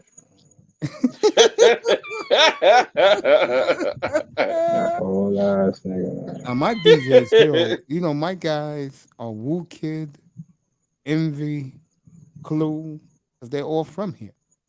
You know my DJ back then. When I heard Envy bitch ass on Breakfast Club, I used to like this nigga. Fuck Envy. I Oh, don't you had like his him. collection too? Nah, I only had one mixtape he did, and it was with Red Cafe. I I had like that. I had like 20 of his shits. Those Nah, are my I ain't like him niggas. like that. I didn't I like like Clue like that. I love Envy, boy. Envy shit was the shit. I like Red Cafe, and I like Woo Kid early shit. Yeah, his early shit was ridiculous. I asked him, I said, bro, why I like 73 Clue songs? shit. Why you ain't like Clue shit? Clue shit was exclusive. Now, I like Clue. Nigga. I like Clue a lot. DJ Clue. I said, bro, Kid, because he was a kid back then, DJ Woo Kid. I said, Kid, why 71 songs? He said, well, I gotta blend in. And I said, what do you mean? When that young R&B singer walked in, I said, okay, I'm out. Dang. I'm out. I understood why he does that shit. Well, it's nice of 50 cents to take him with him, bro. That was nice of 50, bro. Hey, Coach, you ever heard of DJ named DJ Magic Mike? Yes. Boy, his music used to hit hard in the ride. Dutch, I'm watching the game, buddy. Trust me. Lou, what's up, my brother? Money making Lou in the building. Cowboy fans are everywhere. Yes, they are, but they're big here in New York and Philly too. AD's back. Okay, AD's back. Yep, there he is. Good job, Dutch. The New England Clam Chowders. They are not everywhere. Their fans are not everywhere. And Buffalo finna say bye-bye. New England fans, they are not everywhere. They down here. Them bitches be at the stadium when we play them. Yeah. That should be half New England. It's only two teams. That bitch be half them, half us. The Jets and New England. Every fucking home game with them bitches, the fucking stadium is split, bro. Yeah, they don't dare show up when they play the Giants. They don't dare. Nah, even they don't exhibition. Show up. Got Buffalo fans down here too. Yeah, nah, ain't a lot. But Jets and New England, it's a bunch of them bitches. Giant fans here, they see a Patriot jersey, that nigga's getting jacked. Dang. Oh, they hate New England here, bro. I'm dead serious. They hate New England, bro. You wear a New England Patriot jersey down, you get jumped. You wearing here, you're gonna disappear, bro. Nah, I seen a lot of people in New England jerseys, especially game day. I'll be in Publix. I see all these fucking New England people around. I'll be like, you motherfuckers. Down here enjoying my weather. And Raiders fans get jumped down here too. That's right. Northeast retired to Florida. Midwest retires to Arizona. That's funny. I do hear a lot of Midwest motherfuckers go to Arizona. I remember everybody used to have them Raider jackets. You wear a Raider jacket down, you was getting jumped. I don't know what Mr. Miami talking about. I ain't never seen that. Back in the day, he's a little older. Back in the day, yeah, the Raiders were big in Miami. As the old man Isaiah Thomas is contributing to this new Lakers tonight. It's like the little midget never left the game. Because I was getting out of school when you see people used to wear the Raider jackets. Look at the Raptors, nigga. Serious. I skipped the Little Rascals. What you was doing last night at wherever that place was with a bunch of women singing Christmas carols. Oh, I was at the Polar Express, nigga. I remember that was a movie a few years ago. Yeah, they made it a ride down here every Christmas. Oh, okay. Oh, you took your little man to get on the ride? It took a whole bunch of people, yeah. I feel you. He is totally abusing AD tonight, which is calling. I thought AD was hurt. No, he's back in there. You're an AD hater. Towns got 21 points. Do I like AD? No. But you know what? Maybe that was the best thing that happened to the Knicks, that Zion didn't go there. So I tell you. You talk about a guy that I wonder about, bro. Like I said, eating the buckets of Mama's fried chicken. I'm talking about his mother making the fried chicken. Chef Creole. I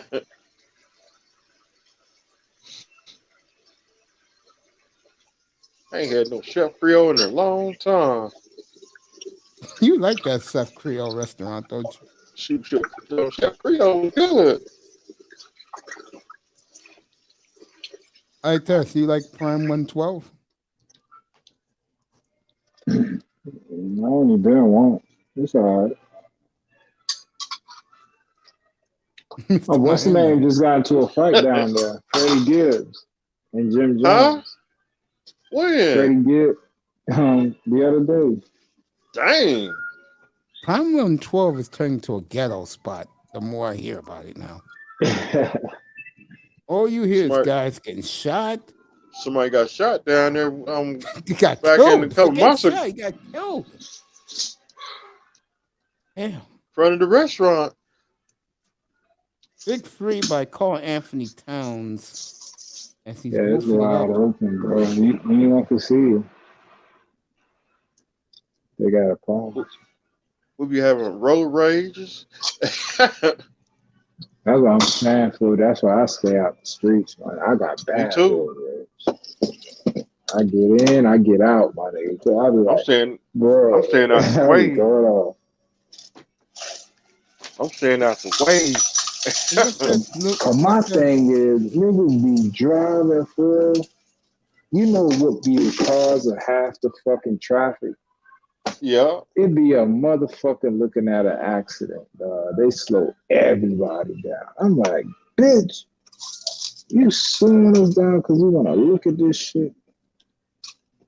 I'm with you, Josh. There's no answers for people be having accident. Then after that they have an accident. Then they just slow down and look. Dutch said that Dutch wanted to know. Never free point. Dutch wanted to know how bad did Freddie Gibbs get stomped out. Dang.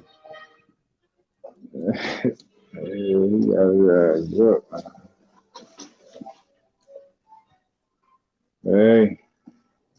Carl Anthony Towns is playing the game of the half of life. 27 points. That's abusing Davis from the opening tip.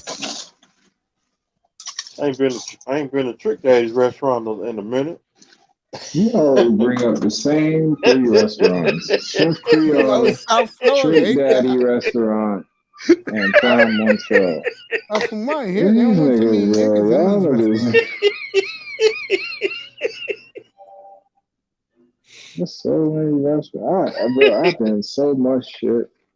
I don't even like going out like that, my nigga. But when I do, I go to different shit. I don't go to the same. Yeah, I'm the same way.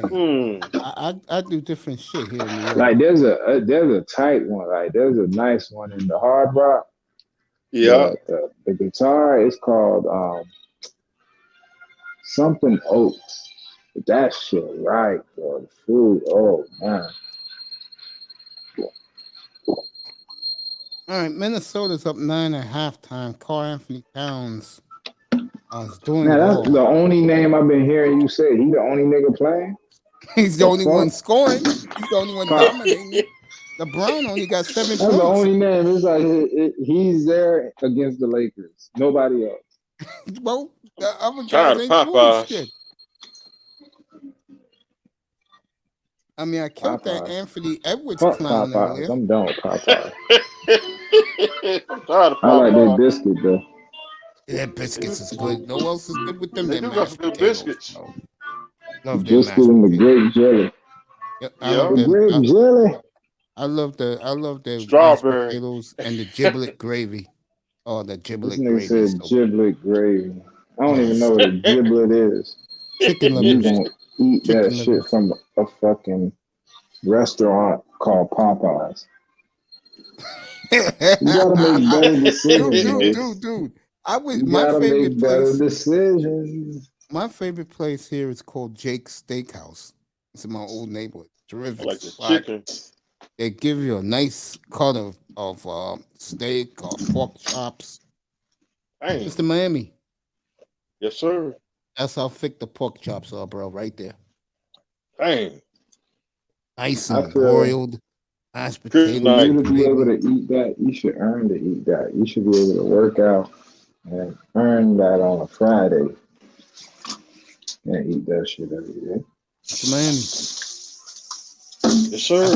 That's how big the hamburgers are, bro. Dang. Shit costs $20. So what, a burger? Yeah. Dang. Where did I pay $20 for a burger before? Oh, Yard House. I only had the burger once. I mostly when I go there, I usually have the pork chops and the ribs. Your fat ass. You eat pork chops and My ribs fat in one, ass. in Ugh, one I don't eat sitting. pork chops. You eat both of them? When I eat what? You eat pork chops and ribs at the same time? At No, the I'm restaurant? not greedy Oh. like that. That's what I thought. You like you get the pork chops and the ribs. I'd be like, damn, nigga. Nah, that's not me. You get That's your the own old bill. me, though. Fuck That's you, the man. old me. Oh, The old okay. me, yeah, I Damn, would Nick, do you used to that. eat like that for real. I'll take your Hell ass to yeah, a bro. I buffet. used to eat buckets of chicken, bro. Like there's no Dang. problem. Yeah, I'll take you to a buffet, nigga. I don't like buffet. Too much germs. Knock All right, yourself out. Kyrie. Go crazy. Kyrie The is Miami coming back now. Casino. The Nets are letting Kyrie back. Nah, but there's a good buffet down here. Damn, I forgot the name of that shit. That shit, the food be good. It's in Hard it's Rock. at the yeah, it's at the Hard Rock too. It's See, over the by Hard Rock, the that might be good. yeah, the food that should be hitting. It's where the fucking the horses they be having The the horse racetrack. races. Some of the The horse track. racetrack, yeah. If you didn't hear tonight, this is for guys in the Northeast and in New York. Stephen Ross, who's the owner of the Miami Dolphins, and you could say Michigan football, Big dog, big dog. since he's the biggest owner. He is with a group of other builders, contractors. They're going to build the biggest Caesar's Palace in the world here in New York City. Dang. And people are dancing in the streets tonight here because everybody gambles here now. Especially the young ladies. The young ladies have their cell phones and they're putting their bets in. If you haven't noticed in your local areas, anywhere you live in the United States, the real sports broadcast is being replaced by the gambling. ESPN does it. The hockey network does it. They replace the sports, the hockey news or the sports news with the gambling now. And a lot of young ladies are into it. Like my homeboy, he did it right, and I'm still to this day. I'm like, yo, how the fuck? This nigga said he took $10 and he bet, and what he did, he was like, all right, he bet that Josh Allen would throw less than this person would do less than that, That. And if he hit on all, he get the whole ticket. But if he didn't, he still get some bread. What the fuck is that? That's how it works. Like, let's say he did that, right? He But he probably used bet, $10 though. yeah, That's he how it bet worked. And $10. He he probably won won $1,000. $400. Yeah, he won $400. That's how it Hey, goes. Cause he bet a lot. He put a lot of bets down, and he hit on more than he lost. Like, let's say you bet 10, right? You bet 10 categories or 10 games, but you win 8 of the games, you're gonna get some money because they're rewarding you for showing guts that you're betting 10 damn games. That's not easy, bro. That's why I gave Rollo his props, because Rollo back in the summer, that nigga went 9 for 9 on baseball. You know how hard that shit is? Was that the team won or that the player got the stat? That the team and the player got the stats and the team won. That's just not easy. He did it. I brought him up here, gave him his props. Even fucking Pete was impressed. That is hard. Yeah, man, that's not easy. Fucking that's in baseball? That shit's hard. Hockey is the easiest. All you have to do is play the over under. hey, coach. Harbaugh. I mean, not Harbaugh. Come on, Mal Gasson and the other dude. He off the they off the COVID list. Oh, so Gaskin's playing. Yep. That's big. They I never thought this. Brace yourself, folks. Was about to come out of my mouth. They need Gaskin on Sunday. We need Wallow. Oh, of course, we need Waddle. I just say you can't say his name. He apologized. So, Cat is carrying the team. Dutch, do yourself a favor, buddy. Go get yourself an ice cold one and relax. Let's start the second half. Memphis is on a tear. They're gonna go 10. It looks like they're gonna go 11-1 without Jaw. John, Good job. Oh shit. Jaw San Diego cracks should've- me up, bro. San That Diego. nigga, he has this war with so many niggas in the Western Conference, bro. because he's a beast, nigga. You gotta respect that. Lion don't know nothing but attack. Him and Anything. CJ McCollum, bro. You ain't fucking lying. You won't get bit. Nigga, come in. Come in. San Diego should have won that game. I mean, LA Chargers should have won that game last night. They gave it away, bro. Like Florio Yeah, killed them bro. this morning. Because they went for it 3 times and didn't get it every time. That shit was ass, bro. How the fuck you fumbled the ball right there? Like jumping up too. I'm like, how the fuck you do that? The latest NFL victim now is Sean Payton. He has the virus again. Dang. Okay. They done. The Browns added 3 more players to the COVID list tonight. Them boys on their early vacation. 24 Browns have COVID. Shoot. Cause think about it. Niggas that's like, 'cause I know, bro, the season is long, bro. It be times you going to practice, you on autopilot. You like, yo, I don't want to hit nobody no more. You like, yo, mama, I'm tired of hitting. So them boy probably like, man, I need a break. Fuck that shit, coach. I got COVID. 17 Rams are on the list. That's their extra bye week. That's all the boys doing.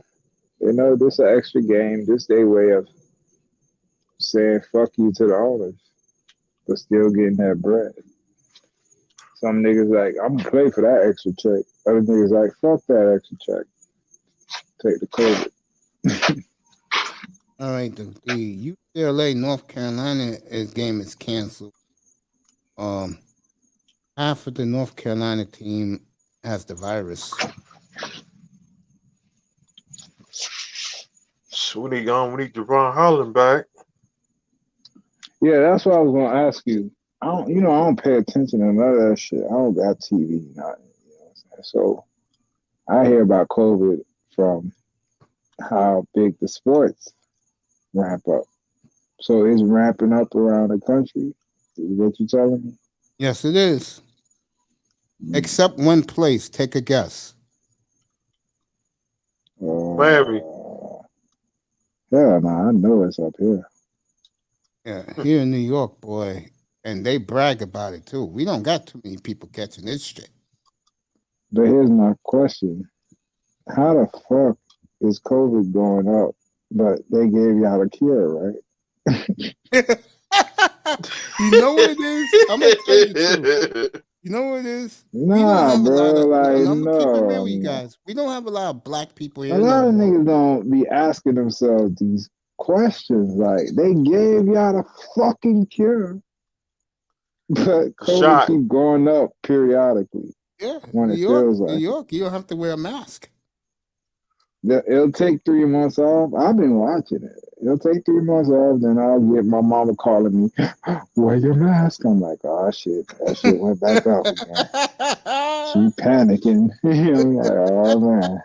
I gotta wear my mask. I'm like, in my head, Dante Lou, COVID is life. He's right. That's what I'm saying, fool. If they gave the cure, how can you give the cure but the disease keeps going up? It's not a cure then. So what the fuck did they give you?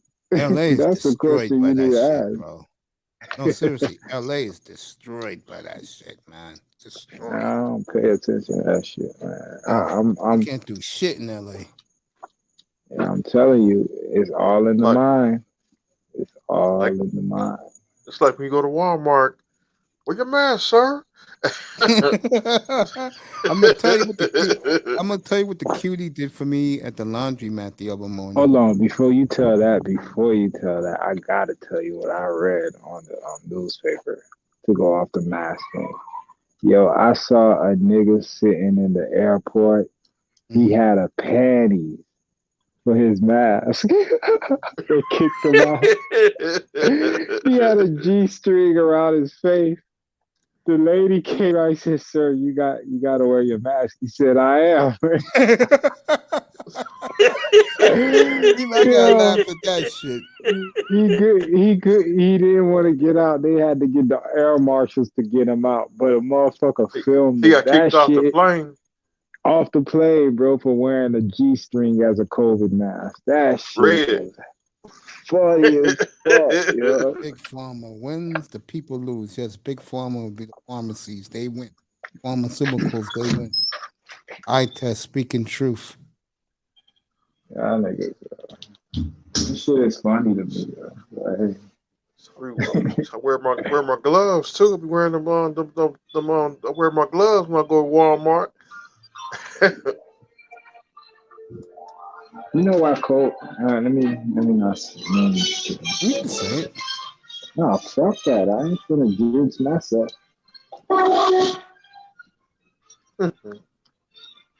Just know I'm doing the right thing. So. It's so sad to me. On a serious note, they're showing this commercial right now. I cannot believe people really die of loneliness. Of what? Loneliness. You're not meant to be alone. We're social creatures. I've been alone my entire life, and all I tell people is find some hobbies to do. That's your dumb ass up. You ain't been alone. I'm talking about lonely where you have nobody to turn to. Like you got no family, nobody to call, nobody to do nothing social with. You ain't. I don't. Why you think I stay in my house? Shut your ass up, nigga. You got family. You got a mother. No, you I don't got get along friends. with my family. Yo, why you think solitary is the worst thing you could do to a prisoner? Stick his ass by himself. Let me tell you something. If there's anyone who is at peace with this COVID, it's me. It fits my lifestyle.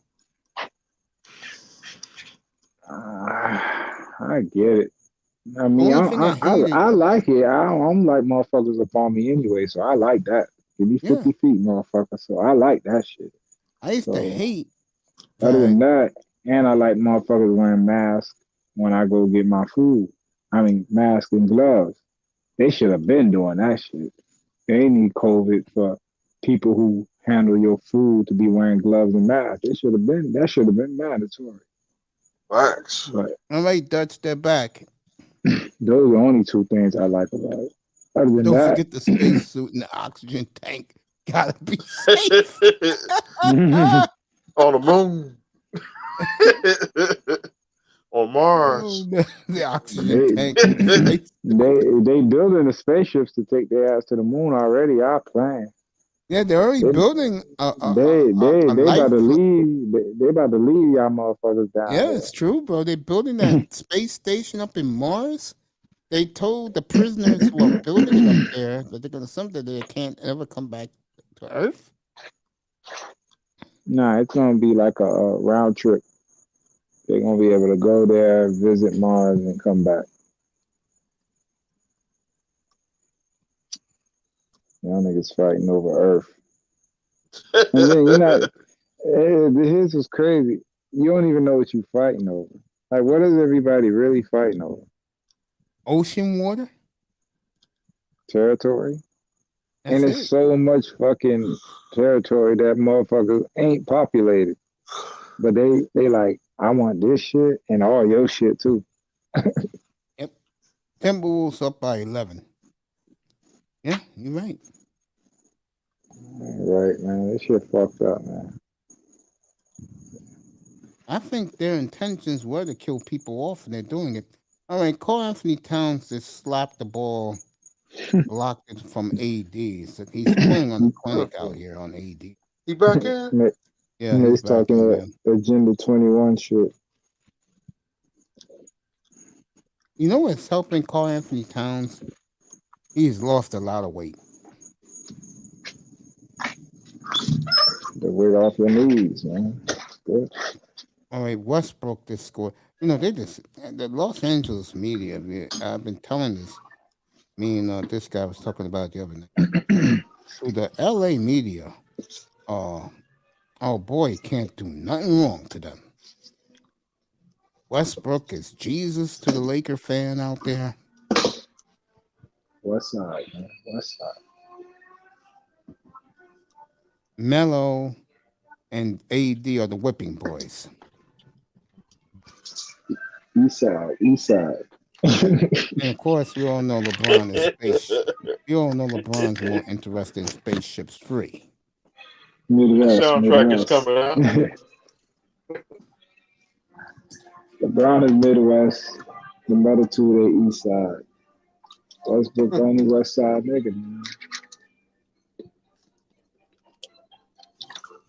All right, Spaceship Timberwolves up 12. Spaceship 3 soundtrack be out in January. Matter of fact, I'm about to watch Space Jam tonight, my nigga. Fuck y'all. I like one. I saw that yesterday. I'm about to watch the second one right now. Remember the night I did the monologue? Yeah. Nope. You wasn't up there. I did the monologue on LeBron because at the end of that game when they got eliminated, he told the media that his legacy is secure, it's safe, and he doesn't care. And he said his real teammates were the cartoon characters from Spaceship 2. So I killed them the next day. And when I said Spaceship 2, this whole room erupted. But it's Space Jam too. I'm just gonna leave that alone. When you say Spaceship 3 or 2.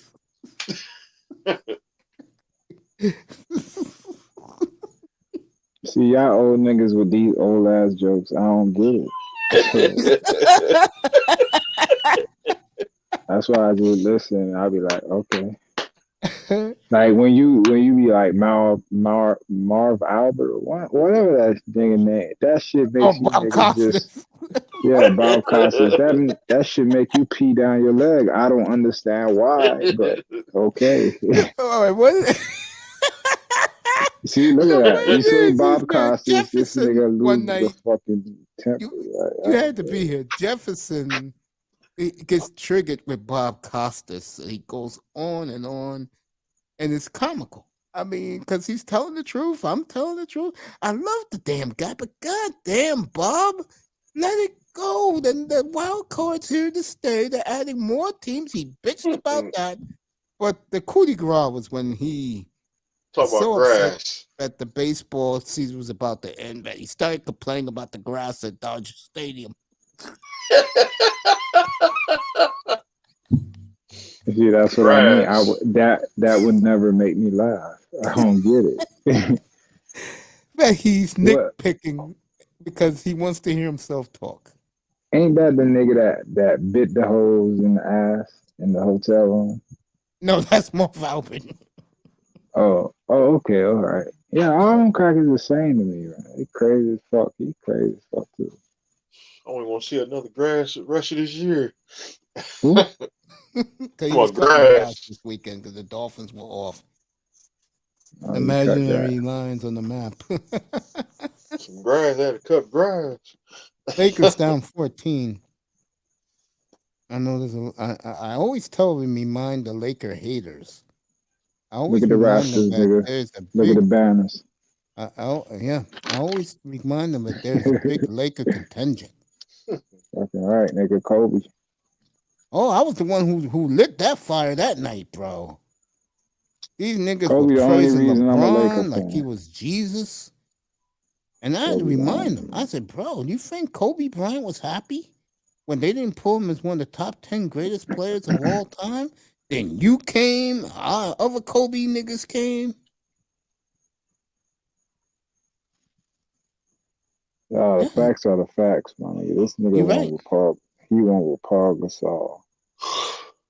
None of them niggas could win with Paul Gasol. I don't care who you name. Kobe did. LeBron can't win. His brother. No, he can't win. LeBron could not win no championship with no Paul Gasol as his second best player. Wade couldn't do that.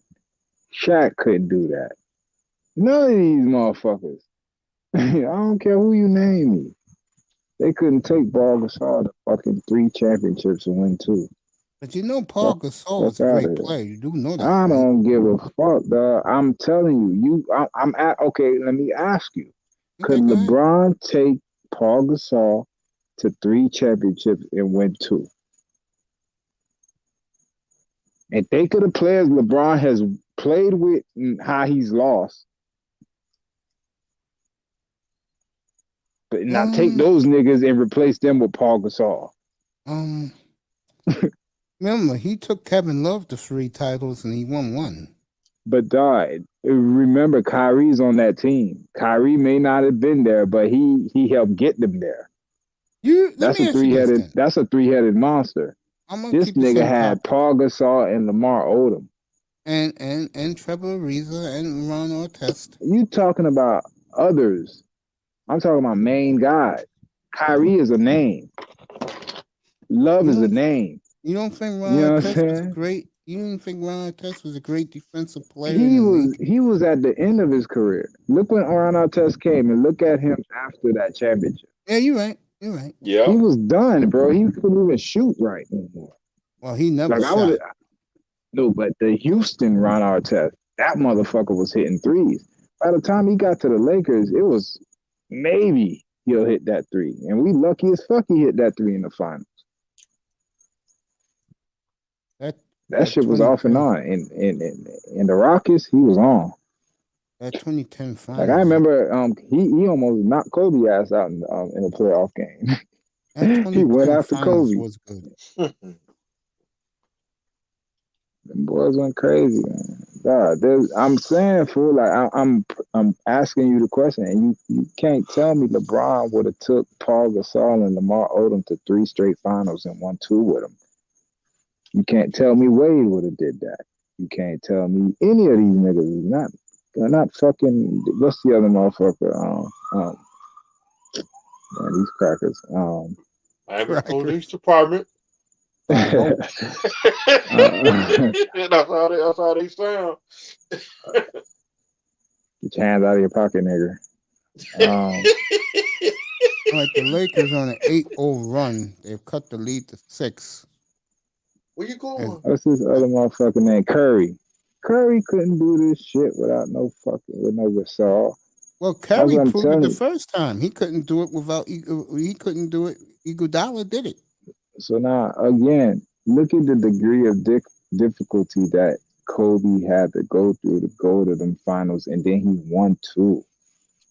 He won with this fuck ass nigga. No, for real. I break it down like that, but I want somebody to prove me wrong. Prove me wrong. I'm not arguing with you, bro. Like the night when don't argue with me. Prove me wrong. Prove me somebody could have won with I Paul just know Gasol. the night when you had the disagreement with Aunt T, I was on your side. I said, yeah. I said, when you think about it, this nigga never done anything when it came to the biggest lights of all. You talking about Curry now? Yes. He never did. When I fought back on it, I said, you're right. That nigga, he never was like he's a like I said, the media programs motherfuckers to think and say certain things. I was never like that. I think on my own. So when I break it down, this nigga was never the top anything to me. Yeah, he got a wet 3, but to put him in the category of these motherfucking Titans, nigga, we done seen over the years, hell nah, Curry. Bro, so many niggas that eat Curry up, bro. He got lucky. Mark Jackson came, built a nice little nucleus, and then Kerr took it over and put it over the top. I don't even know if Kerr really did anything. Let me take that back. I think all that shit is Mark Jackson. And then boom, Splash Brothers. That shit took off, man. But you know what I think it is with Curry? Why he's a guy that people really like is because he was first generation millionaire NBA player to make it to the NBA.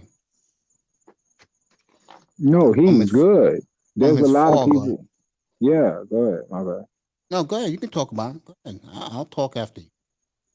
No, I thought you were done. My bad. Go ahead. No, you can go ahead. Seriously. Because it's the same topic, so I'll let you go.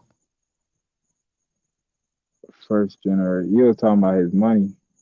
I'm talking about his father. His father was one of the first generation NBA millionaires. And what Dell did was he built a basketball court behind his beautiful home. And he never let his son play high school or AAU. Oh, for real? I didn't know that. Yeah. That's another reason why a lot of niggas don't like him. Because like Mark Jackson told him, and I think it was a pretty cool story.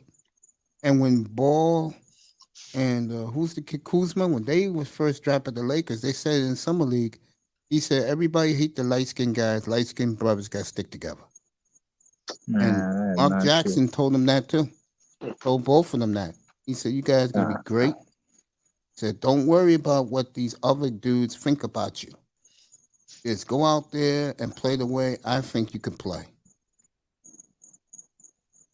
And remember when Mark Jackson 10 years ago called Klay Thompson the greatest shooter of all time? Remember that? I don't listen to these niggas, man. You feel me? Niggas can say whatever they want. You know how you at a game and you see a performance and you like, that's the greatest shit I ever seen them out. That's could be what niggas is talking about. Yeah, the Lakers are on the callback. It's like I said, I wasn't biased when I did the broadcast that night. But what Lillard did was absolutely fucking insane. 2 Nah, minutes but there's a left. difference. He does that continuously. That wasn't the first time he's ever done that. So you can't say that's a one-off. He do that. That's All the right, difference, bro. Lakers again. The Lakers are on fire. Cut the lead to 3 now. Bazemore, I think is the guy's 51. name, cannot miss a free if it hit him in between the eyes. Minnesota is self-destructing in front of everybody's eyes, from their home crowd. They are crumbling. At home. Now back to what we were saying. He couldn't miss a 3 if it hit him between the eyes. What does that mean? What does that mean? That means Yeah. that they cannot hit a 3 if it was straight. Like if they were dead on to the basket by themselves, you know, they can't hit a shot. They can't do it. It's pathetic what I'm looking at right fucking now. with you, It's like the Lakers have put the fear of God in them. Now back to what saying, we was talking about Lillard. The reason why, to me, and I took a lot of shit from it, but that was the greatest clutch performance in the history of the sport, was it's not easy hitting 15 threes late in the game to the end of the game. That shit's fucking insane, bro. Yeah, that's crazy. If I was That there, I would have shit. been like, hold up. This shit is not real. Anthony Davis hurt, coach. Yeah, I know he's hurt again. Captain Brittle. It's the knee now. It's the knee. You cannot make this shit up. It's the knee for Davis now. Nice of the Minnesota youngins paying homage to Anthony Davis, saying, is he okay? But let me get back to this. That shit. Yo, Tess. Oh, man. You got to see it, brother. You got to see it. You go from 3 minutes left in the third quarter to the end of the game. You're going to be fucking breathtaking, bro. That's hard. That's some Kobe shit. That's some shit That Kobe nigga, used to do. Iverson, to this day, he told Taylor Rooks, the beautiful Taylor Rooks from Bleacher Report, a one-on-one interview. Iverson called him the assassin of the NBA. He said no one comes close.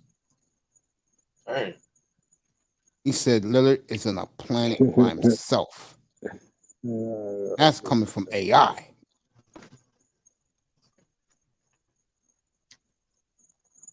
Yeah, Lillard needs to get out of Portland. Rumors are they're gonna clean house there. Good. The sooner the better. Get rid he of come to Lillard. the Lakers, man. There are rumors. There ain't nobody on the Lakers I would want though. Fuck that. Take all that shit, leave LeBron and AD, and y'all can have everything else. Nope, I don't want that. I like the What do you Knicks. mean? Fuck I like you, the Knicks. you don't want that. You say you go where Dame goes. So now I don't want that, bro. you a Laker. Because, see, I'm not coming from the Brooklyn straight up for Kyrie. I'm not gonna do that. Oh hell Hold no. on. So hold on. Let me ask you. So if he becomes a Laker, you're still a Portland fan? Yeah. You suck. I thought you was a Dame fan. Okay, I'm a Dame fan, but I'm I a ain't Blazer no Portland fan, fan. bro. Man, fuck that, man. Take Westbrook. Take all that shit. Just give us him. And we keep eight. So hold on. What you want? You want AD too? No, I don't want nothing from the Lakers. Nah, fuck that. We get him anyway, so you might as well do business. You get something or you get nothing. That's how I negotiate. Philadelphia is offering us a king's ransom for him. I'll take that. He ain't going to no fucking Philly. That's too hard to win over there. At least he goes to the Lakers. He could further his music career and he could become a movie star and win championships. Look at the rafters, nigga. Look at the banners. That's all we got to tell a nigga. Look at the rafters and look at the banners. All right, the kid from the You can add Timberwolves to that. totally. Yeah, the kid from the Timberwolves totally Nigga, the broke only LeBron. two teams on double dribble was the Lakers and Boston. What's up, Sheed? Evening to And you, nobody buddy. liked Boston. Fuck Boston. I don't want. I don't want. Remember, McCollum is also going to go when it's all said and Fuck done. him, dog. This nigga paint his toenails. so he can go wherever. Would you take McCollum on the Lakers? I ain't taking that toenail painting ass nigga. Send him to fucking. Send him to send You that can nigga send to Cleveland. Philly. Remember, Philly started all this shit. It wasn't Portland, it was Philly, and I reported it the day of the Atlanta, Philly second round game. Right, that pregame show, I broke the story. I got it from a good source. I said, bro, that nigga wants he a player. Fuck that. He going to the Lakers. Get over it. So Daryl Morey, if you do, I mean, dude. Oh, he fell. He collapsed in the runway. What? Davis, when they was taking him back, he collapsed in the runway, and that's that bad pussy, man. You need to stop eating that shit, man. Eating the wrong sushi.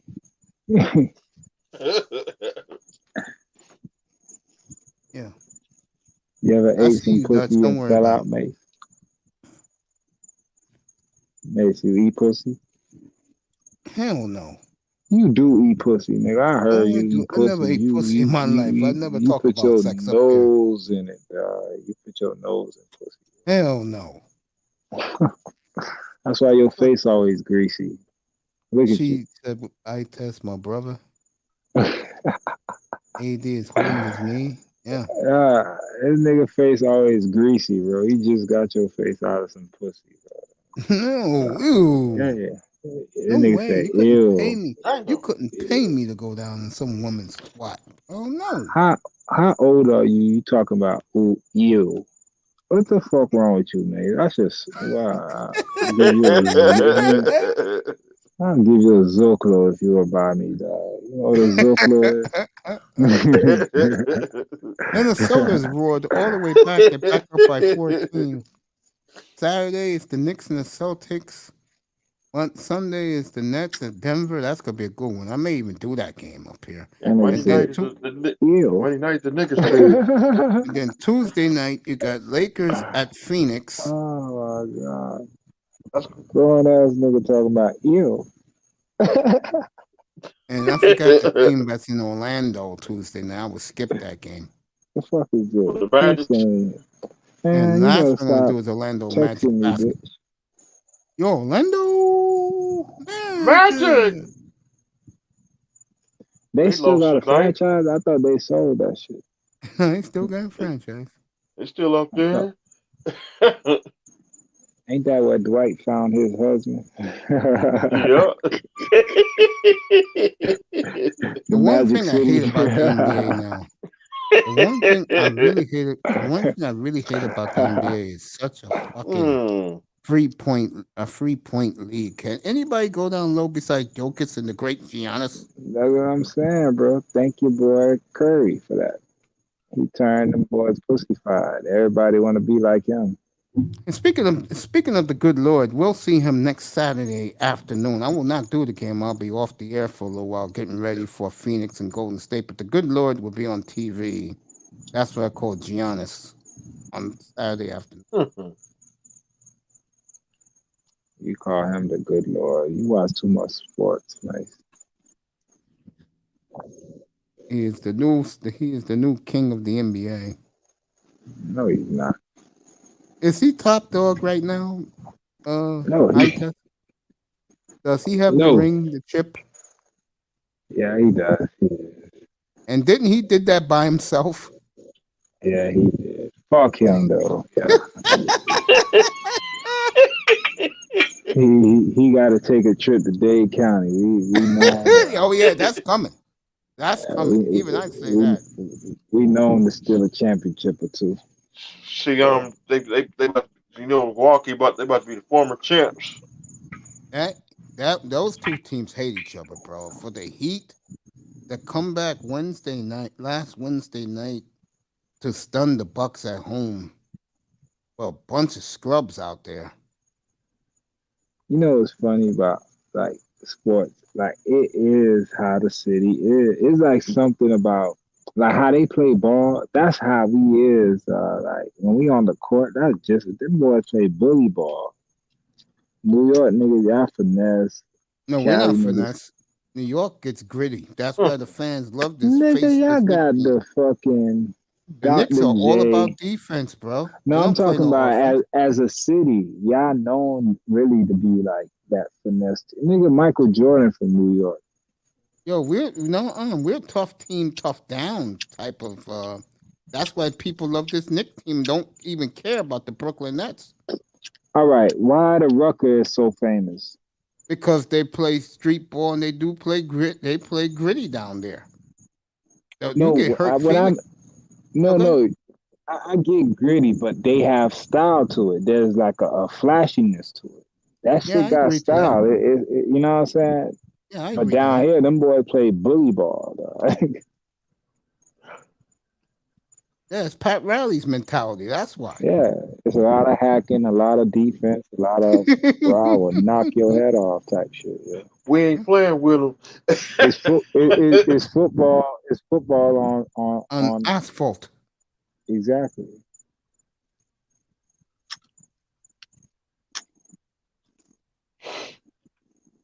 On hardwood. You know, again, the Laker fan base. This Look at the man just Raptors, bricked nigga. Look at the another. banners. This man just bricked another 3, and they treat Rondo like he is fucking the Lord. Lakers down 18 now. You get a championship. You get a pass. That's true, especially in LA. That Milwaukee now. I have a question for you. Nah, you don't really care about this. Well, I was going to ask you. I was going to ask you, isn't it funny how since the Lakers have disregard Kareem and he went back to Milwaukee, how things haven't gone well for the Laker franchise? Yeah, you're right. I don't give a fuck. I see. Don't care. If it wasn't for Kobe, I wouldn't give a damn. If you didn't like Kobe, you wouldn't care about basketball at all. No, I was a Heat fan. I grew up watching Alonzo and Tim Hardaway.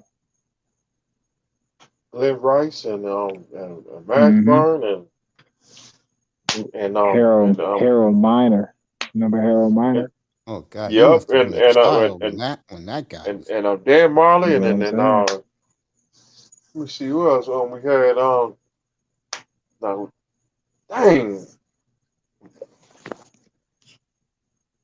My niggas was Tim Hardaway and Alonzo. Yeah.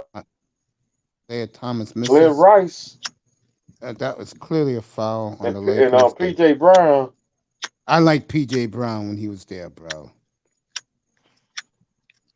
I was a big fan of P.J. Brown. And Alonzo Mourning.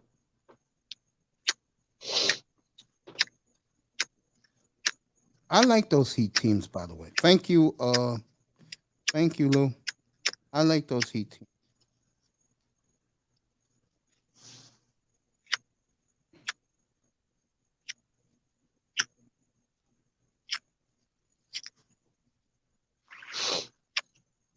All right, Westbrook and the young Timberwolves player hugging each other as number 0, Mr. Easy. Oh, that's fucking D'Angelo Russell.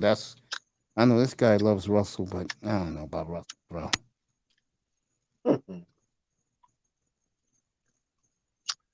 Should have made that free throw, Russell. It's gonna come back to haunt you. Hey, did you? Oh, that's right. You was there with Kobe. Did you like those young guys when they were there? With the Angelo Russell and those guys? Oh, no. With Kobe, or you just didn't pay them no attention? No, I ain't like them. They fucked his last couple days up. You like when Kobe went out with 61, didn't you? Yeah. I'm mad I missed it. I was doing something. I saw the 81-point game live against Toronto. I've seen that game. And Vince Carter. That's crazy. I wish I would have seen that live. That shit was insane.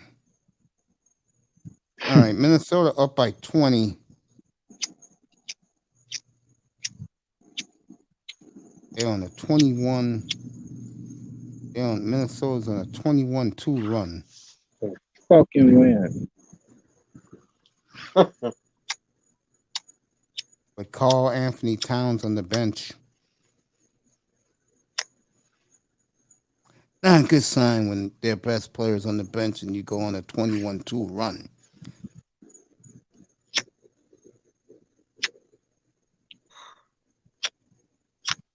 It's like somebody's eating something. It's not me. You know it's not me. You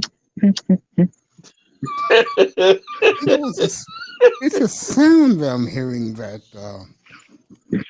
I really don't like. Reminds me of something.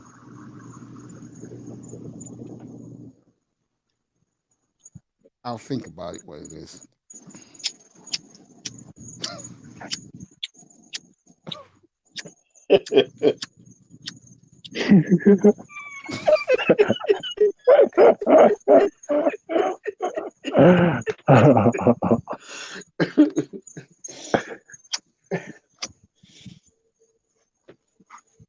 Man, that sound. Which one? I heard it from somewhere.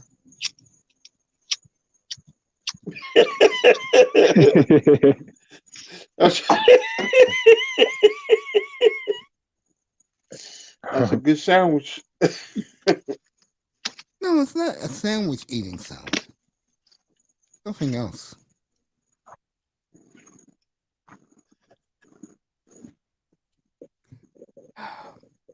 Oh, yeah, I know what that sound is now. Oh, God. You know, I know that sound. I remember one night a woman was taunting me doing that to me.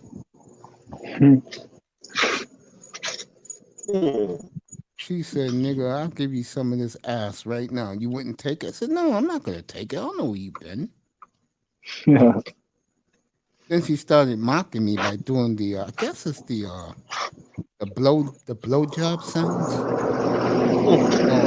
Eating pussy sound.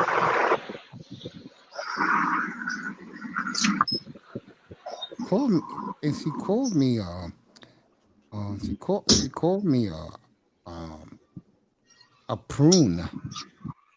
Damn. Yeah, she said I'm one of the most boring, sorriest niggas she's ever come across. I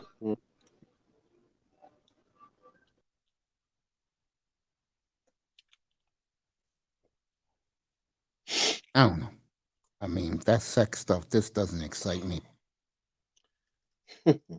I'll tell you what does. Tomorrow, Buffalo and Indianapolis and New England tomorrow night. It's the only game on. Cleveland and the Raiders have been pushed back to Monday night, so it'll be a doubleheader on Monday Night Football. One game will be on Fox, which will be the Browns, and no, it'll be on NFL Network. So NFL Network's gonna have that game on Monday afternoon.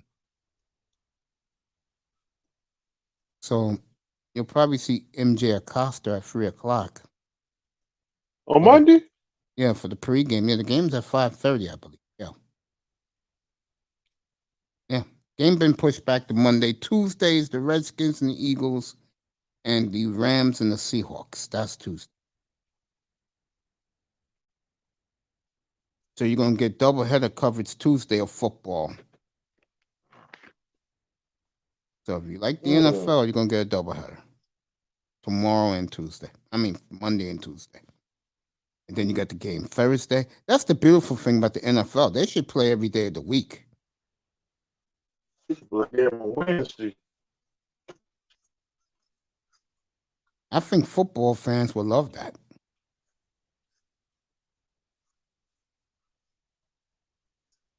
All right, LeBron missed a 3. Or did it go in? It went in. Well, I tell you, LeBron hit some of the luckiest shots.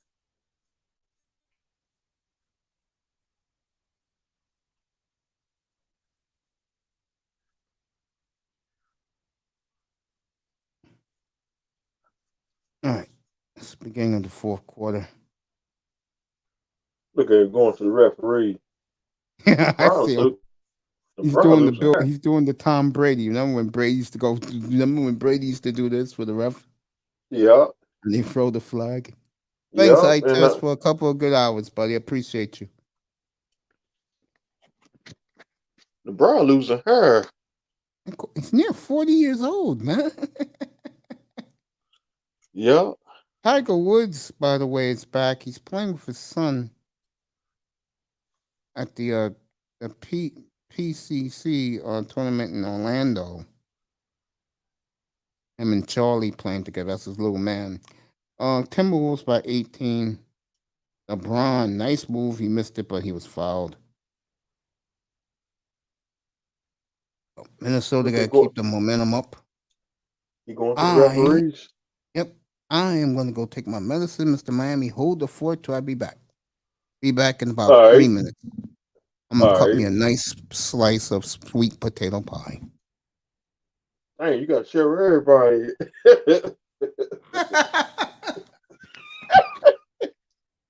Got a big surprise thumbnail for my little bro on Wednesday. Right, Lakers cut the lead to 16. I'll be right back. 86-70. Plenty of time to go in the game in the fourth All right, quarter. coach. What's up, everybody? How y'all doing? Much love, respect.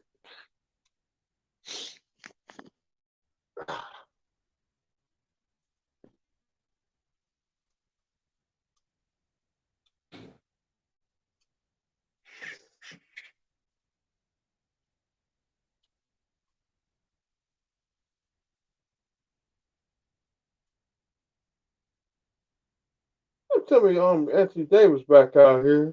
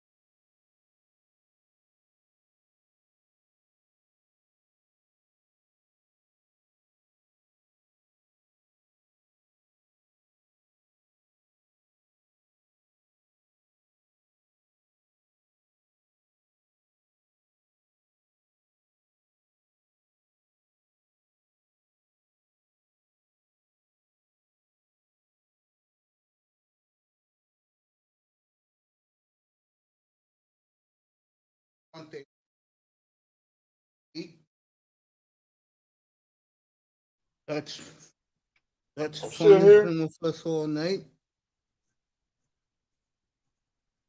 Damn. Boy, Minnesota beating that ass.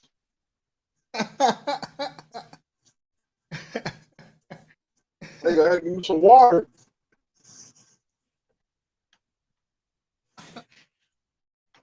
Lakers getting their ass spanked. See, I thought they was finna self-destruct. What happened? I'm talking about Minnesota. I thought they was finna self-destruct. They just woke up. They laying the smack down.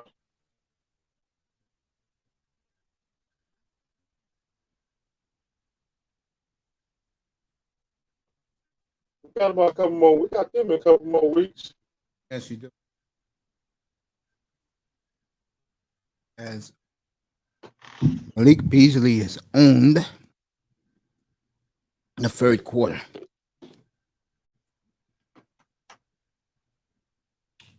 Let me cut this camera off. I don't want to stick it to Miami. And the only reason, folks, I'm eating this, not to stick in anybody's face. I'm being honest. I have to eat this shit with the medication I take. I just can't drink straight fluid. I can't do that. It fucks my stomach up. So, boom. All right, Minnesota up 22 with just under 8 minutes to go. Is Towns okay? Ooh, did he fall down hard?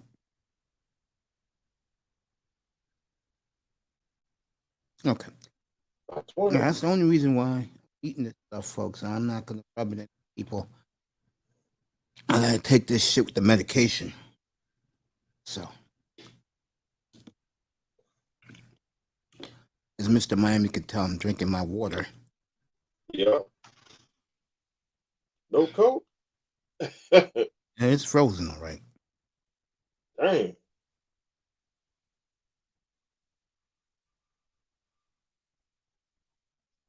Pepsi over coke.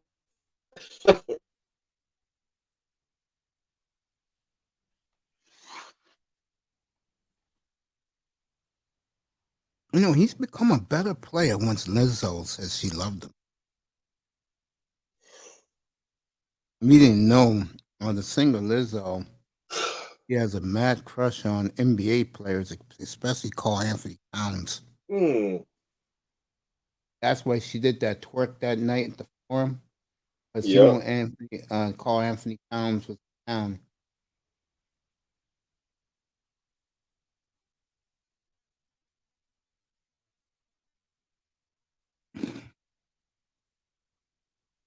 I thought they was gonna do Mr. Shot.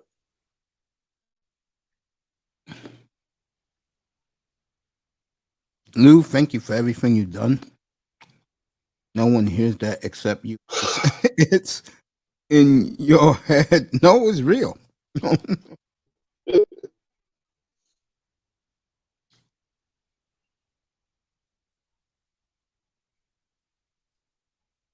$79, $79.98. There you go.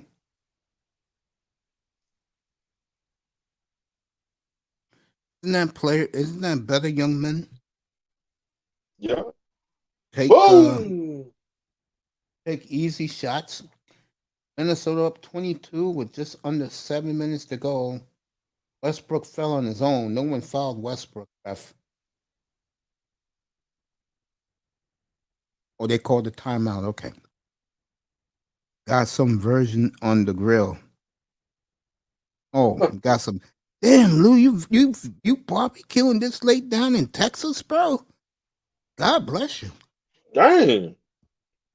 Cooking him some venison. Yeah, I should make a trip to Houston. Hey, Lou, I'll be over there about 5 minutes. I'll bring some chicken over and some hamburgers and some beers. You like hamburgers? Yeah. No, I'm asking you an honest question. You like hamburgers? Yeah. Huh? You'll love my burgers. So I eat hamburgers. I eat hamburgers on the grill. So I like chicken on the grill.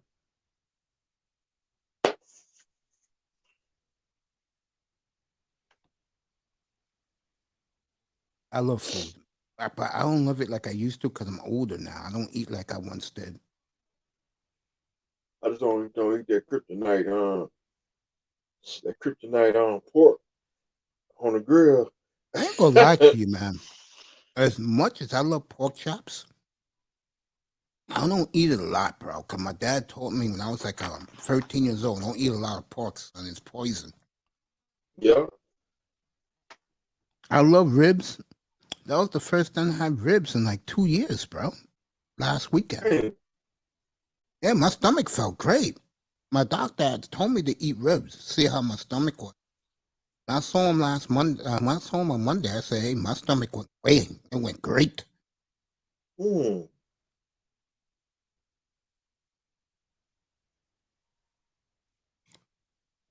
When I eat chicken, it goes good too, and Yeah. hamburgers.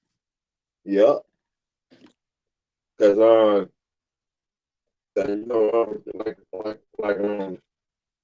in Alabama, when we barbecue, they be having ribs, and I Of don't course, eat in no. Alabama. Yeah, because I don't eat no ribs. They got that hog, that swine. That's why they call me Bird Man.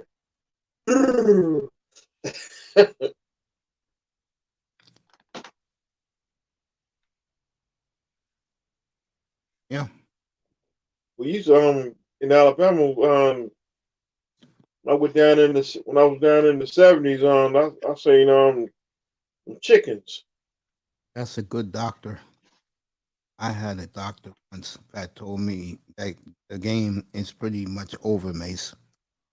Really? Dutch, you serious? That's a good doctor. I had a doctor once that told me to drink whiskey. Whiskey? Dang. Towns with 28, Russell with 17, Beasley with 15, Noel with 12, and a man who I didn't even know was still in the league, Patrick Beverly with 9.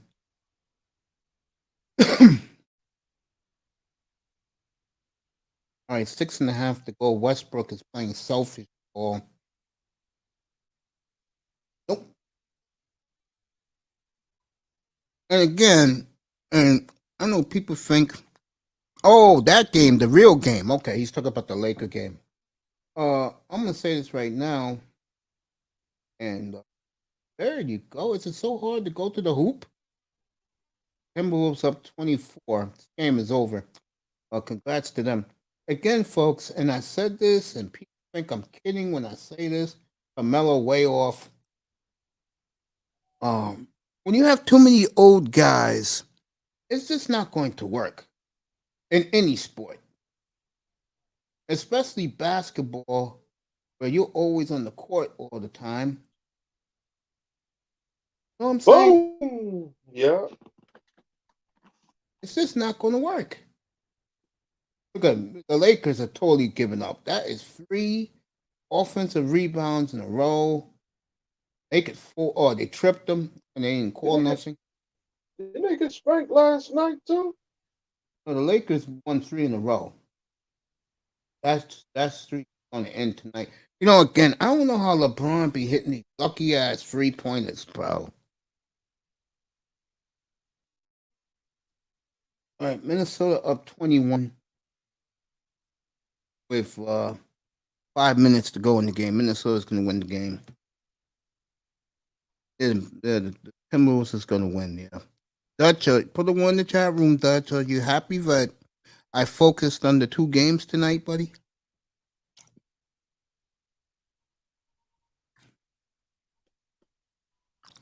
Now, Mr. Miami, I'm not going to lie to you. I didn't make the pie. Patty Mabero's pie? Dutch goes, yep. I said, Dutch, you happy I did the 2 games tonight? He said, yep. Patty This McGill Vanderbilt kid has at least 6 offensive boards. You're right. Oh, Dutch is going to get his wish probably the next 2 weeks, maybe. When I start showing you guys up here live games. You guys are going to love that.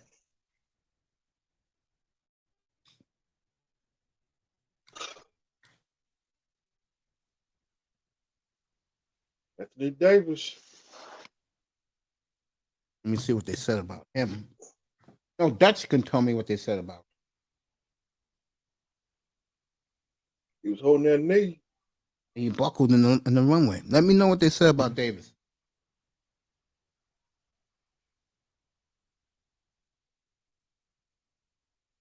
Supposed to get he gonna get an MRI.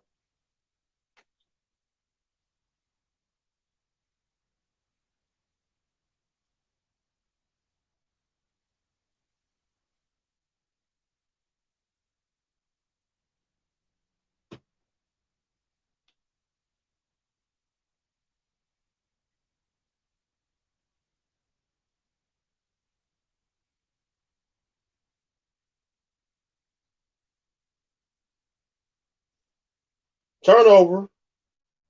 There you go. And Slam a dunk. dunk. Well, they get beat bad. These are old men. I keep telling you people this. Old men. If you think I'm joking, look at Golden State and look at Phoenix. And who's the other team in the West who's come on strong? Look at Memphis. What do they all have in common? Young guys. Don't forget about Dallas. No, Dallas sucks. Young guys. What about Houston? Houston's young. Houston's basically an expansion team, bro. Yep, I see it. The bench is in. Yeah, Houston's an expansion team. But they're playing well. They started off 1-17. They've won 10 of the last 11. But the team to me that has opened my eyes is Cleveland. It's still Cleveland. Cleveland got it together, boy. And you know why? They got a deep, young bench. Key phrase, young bench. And the young kid, the third pick of the draft, who they took from USC, is dominating at center. You see that tackle that he did at LeBron? Yeah. Carl Anthony Towns has finally grown up for us. Be a linebacker. He's the best shape of his life. He lost his mother to COVID almost 2 years ago. And it really made him grow up as a man. Evan Mobley, Rookie of the Year. Yeah, that's the kid. Dutch knows. Yeah. Cleveland's for real, folks. They're a young team. They'll make the playoffs, which will be good for the fans in Cleveland. 28-10 for Cat. They'll make the playoffs. They'll get Cleveland excited. There are rumors and rumblings, according to Prince Pierre last night, that LeBron wants to go back there. That'd be his third stint. That's where he's from, bro. I know. When I come, if I was a free agent, I think I'll be. If I was a free agent, I won't go to Cleveland. He's going there because he's home. That's why he's going there. I go somewhere like warm, like Miami. Vanderbilt got 16 boards. No, we want LeBron back down. Mm-mm. Well, where I would go. I would probably go somewhere where I would blend in. Somewhere like Portland, I would go. Somewhere like I would never go to Sacramento. Don't ever go to Sacramento. I was afraid. I go to Miami. Yeah, Miami or Orlando. Yeah, I wouldn't go to Orlando. Nah. I wouldn't go nowhere in the Midwest. I go home, Miami. I'll go to New York. No, I wouldn't play for the Knicks. I'll go to Brooklyn. All I have to do is take a subway home.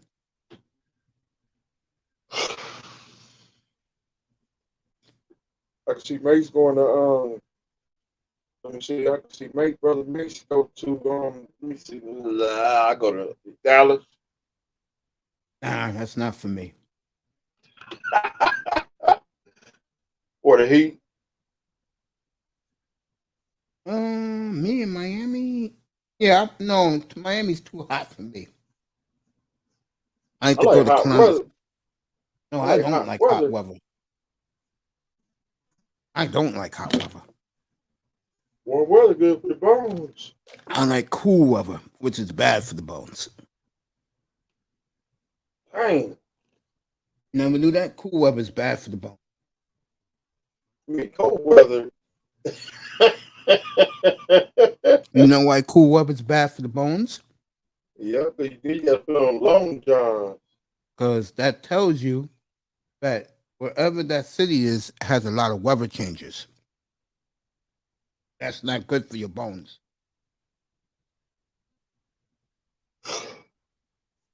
Seattle ain't got no NBA team.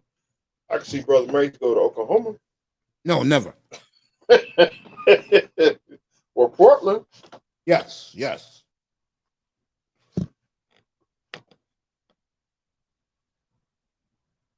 I'll go to LA too.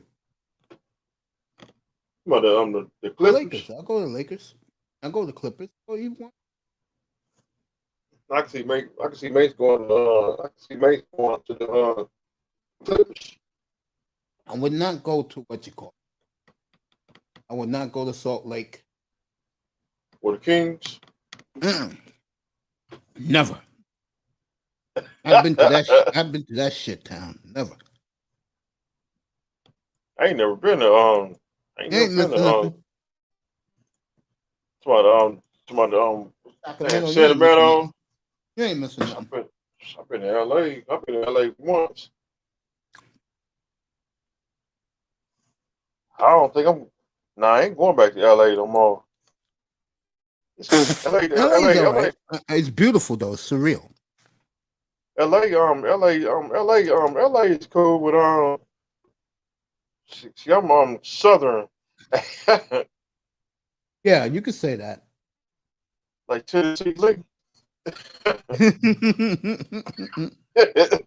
Salt Lake City got weak beer. Okay. Dang. All right, I love brother you. Lou. I love you, Lou. Sleep well. Have a good weekend. And don't forget to go to Auntie's channel. They just started the roasting over there. Now? Yeah, it's after midnight, bro. Dang. Saturday morning. Here on the East Coast. Yeah. Auntie's down in what? West Palm? West Palm Beach. All right, 2 minutes left in Minneapolis. Me and Mr. Miami will take this to 1 o'clock. I'm about to play Mr. Miami's song. And after that song, I'm gonna hit your site. So you out of here after that song, bro? Yeah. You get some sleep. Been up since 5 o'clock in the morning. I've been up since 6. Damn. I had to go to the eye doctor at 7:15 this morning. I didn't want to close my eyes. I feel you. If Auntie's on right now, should be. You know what happened last week? You know what happened last week, online, folks. You know what happened last week when soon as I closed my eyes. Oh, I woke up. I said, "Where Mace go?" Oh, okay. Yeah. But I got you out of the room. I forgot to put it on. I I thought I put it on mute. I said, "Oh shoot!" So I watched I watched the video. I said, "Oh shoot! I forgot to put it on mute."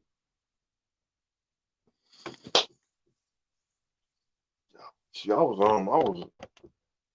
tired. I was tired that Saturday.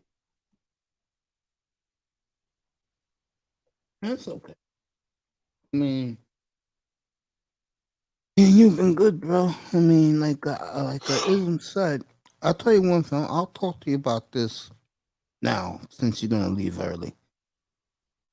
I didn't like Where what you happened go? with I didn't like what happened to China White last night, It's true. and that bothered me.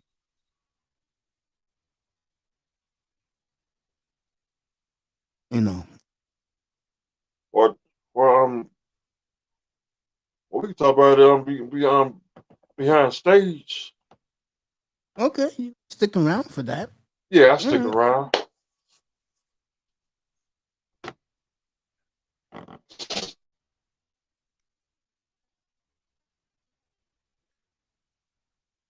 Bet everybody over there in NXT's room.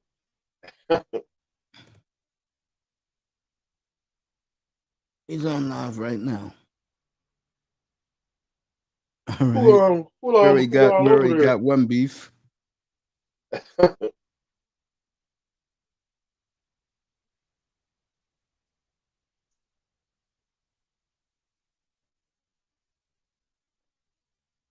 $20.30. 2030. Dang. Oh, that's my boy Aries. Educated Aries. Aries is on.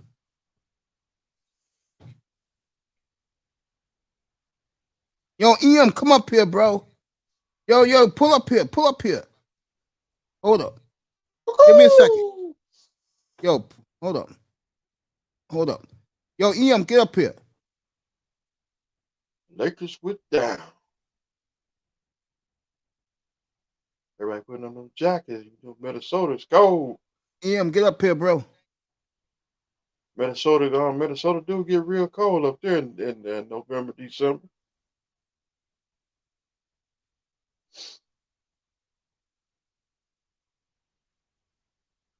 Well, I say is that no, I thought that was I thought that was I thought that was Kawhi Leonard. Educated Aries dressed to the T. Looks a lot. Aries is a tall, big man. He's tall. He looks just like Magic Johnson. EM will be up here in a minute, and I'm happy that he's gonna be up here.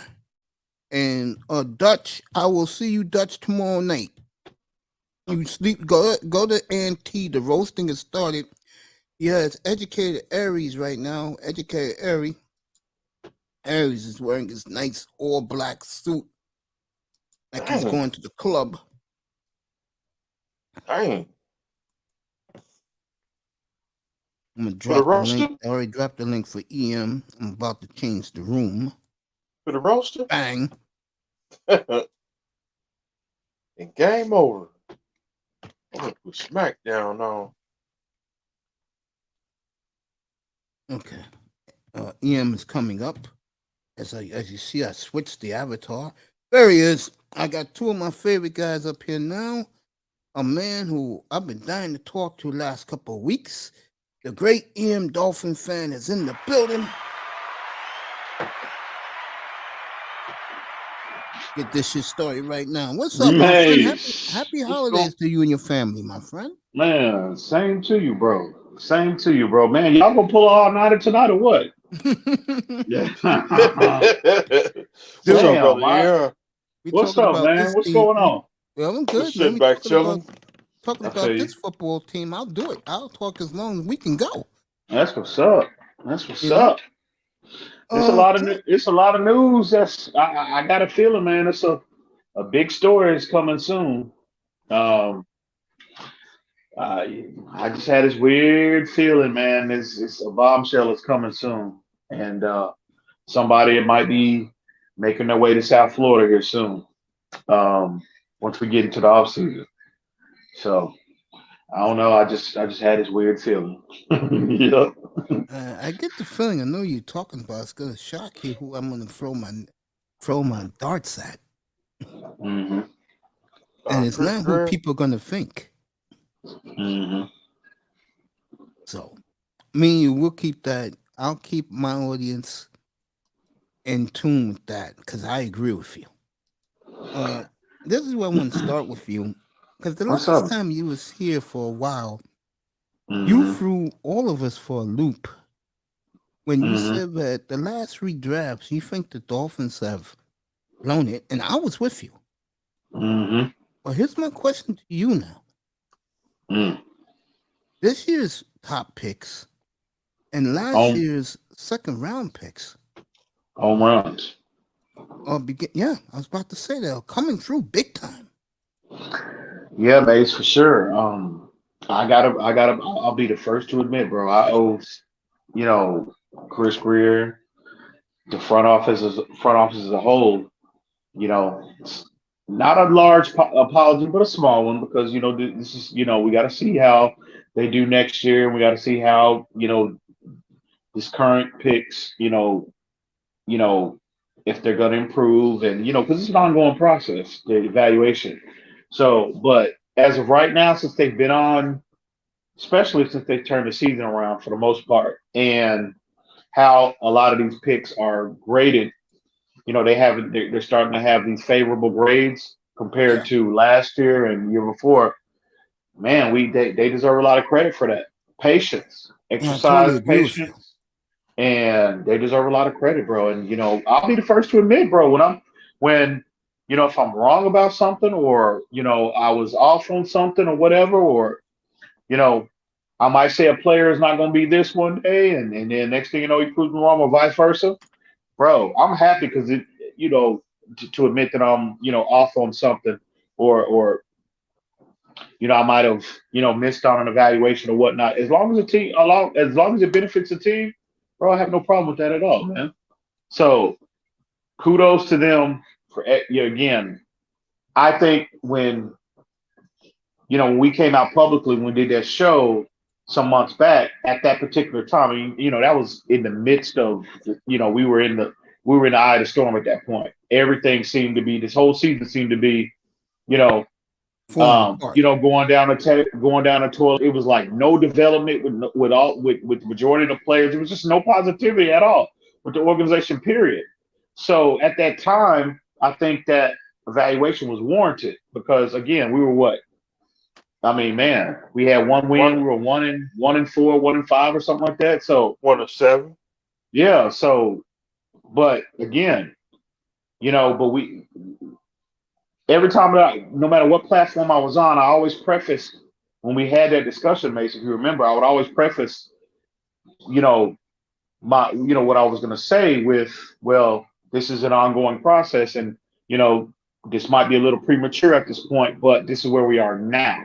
I would always specify at that particular time. So, but with that being said, man, I'm glad, bro.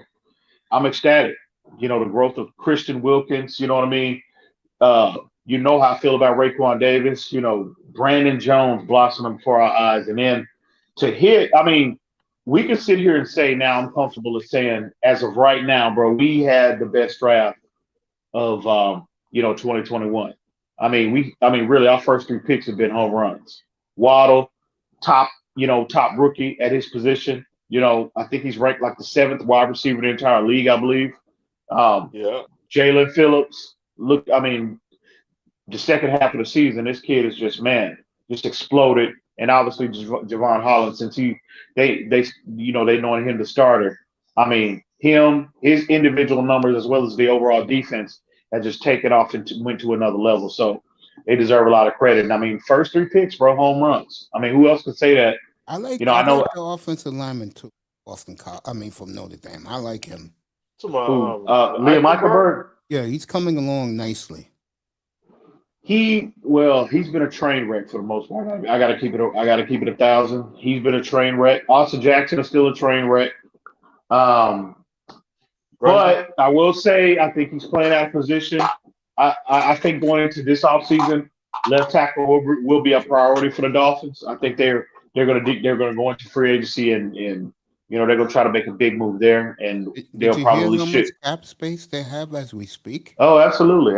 77 mil, only Absolutely. 200,000 behind the Chargers. Yep. And then they could, make some moves on the roster that would even free up even additional 20 million, I think. What do you think So- about Armstrong, the kid from New Orleans? From He's on the Armstrong. Saints. Yeah, Armstrong. Yeah. I mean, He's not on the Armstrong. Excuse me, Armstead. Oh yeah, Teron Armstead. Oh, absolutely. I'd be all over him. I mean, he's been one of the better left tackles in the league for a long time, bro. Yeah, Top that's 10 the guy I guy. would target. That's Oh, the absolutely. guy I would target. Absolutely. He would be on my list too.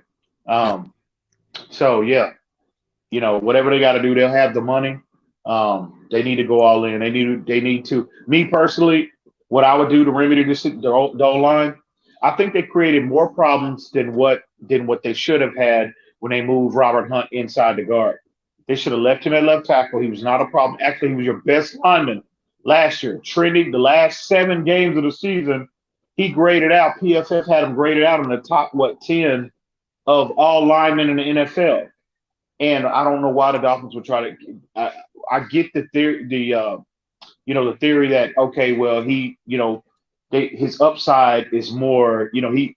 They felt like he would be a better player inside, and the upside is his ceiling is higher as a guard. I don't buy into that. I didn't buy into it last year when a lot of people was coming and projecting that evaluation about him, because he was doing it at a relatively high level relative to him being a rookie. Why would you want to mess with that? Let the kid sit there. He's clearly trending up in the right direction. Let him develop there. You might have your potential franchise right tackle, but no, you kick him inside. But it's what it is. But I think you should kick him back outside. Go get you a left tackle in free agency.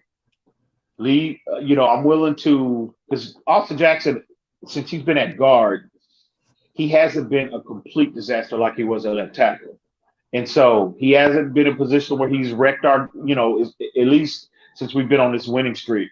He has gotten, marginally better. So I would say, I would leave him there and see how he develops. Another year of development, another year in the offseason program. Hopefully he gets stronger. And, hopefully he gets better. I would leave him there. Leave Dieter. I'm very comfortable with Dieter at center. But right tackle, a right guard is the spot. Either I would go into free agency, or see, Solomon Kinley is a forgotten guy.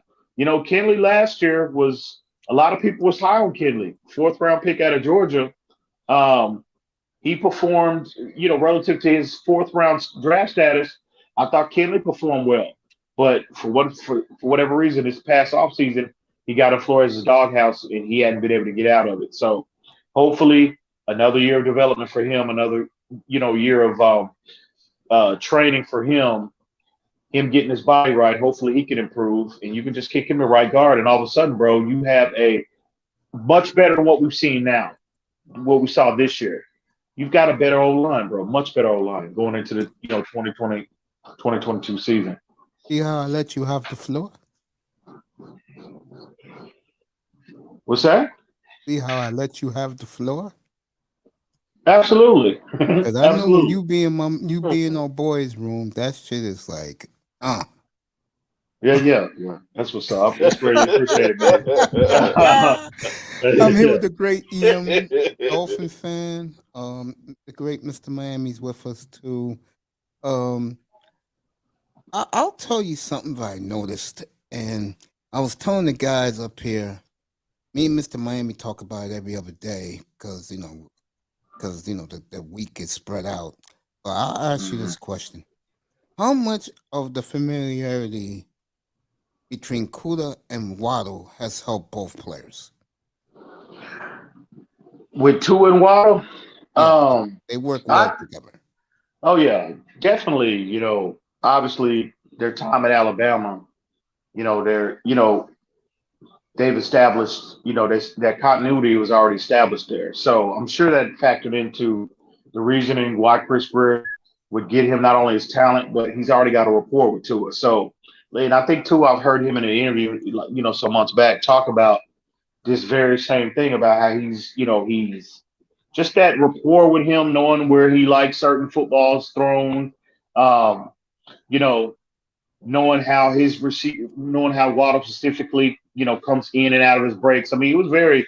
I forget what program that was on, but he was somewhat detailed on how he likes, just that rapport with Waddle has helped them transition, especially at this level. And it's definitely there. It was established at Alabama, obviously, and it's definitely helped them, since they drafted Waddle. So, I mean, we saw it immediately. There was no time. I mean, that first New England game, you immediately saw the rapport established between him and Tua, and it's been a positive, bro. So, we'll see. I mean, I know that conversation is coming in the offseason, but it's definitely helped them, in my opinion. Okay. Facts. So, let me ask you this. I want to hear your expert.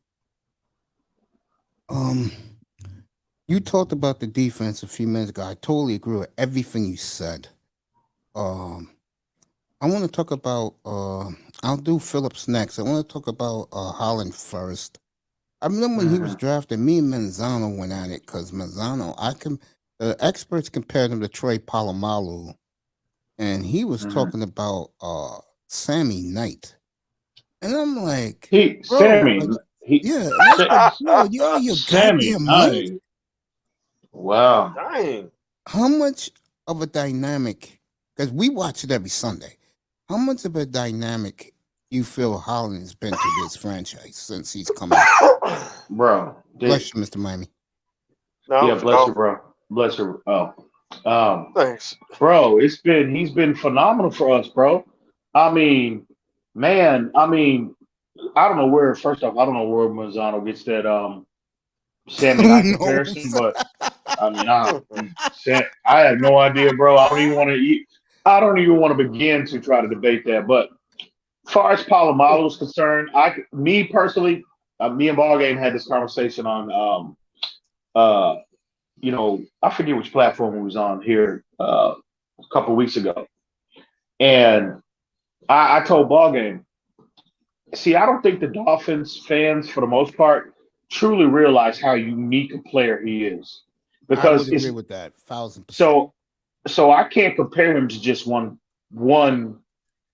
past great or past player. I think he has a little bit of. You mentioned poor Troy Polamalu. I agree with that, especially how he is at the line of scrimmage. Yes, you know what I'm saying? Game. Oh, absolutely. He has, the Polamalu comparison, how he is at the line of scrimmage. But I compare him even to Ed Reed because of from an instinct, he has very good instincts at this stage. Normally, you don't see. I mean, when you look at the tape, how instinctive he is, bro. At this stage, a rookie at that position, I mean, bro, he's well ahead of, his development, in my opinion, because you don't see. I mean, generally, when a player is instinctive and they develop that takes time, that takes repetition to develop. But this kid, for the most part, as soon as they brought him in, now there was a little learning curve, I'm sure, in training camp in the early part of the season because he didn't. I don't think he became the starter until about week 4, I believe. But ever since then, I mean, his defense overall has just taken off. You look how instinctive this kid is, always around the football. He has the range and instincts of Ed Reed. He has his ability to disrupt around the line of scrimmage, how aggressive he is, blitzing.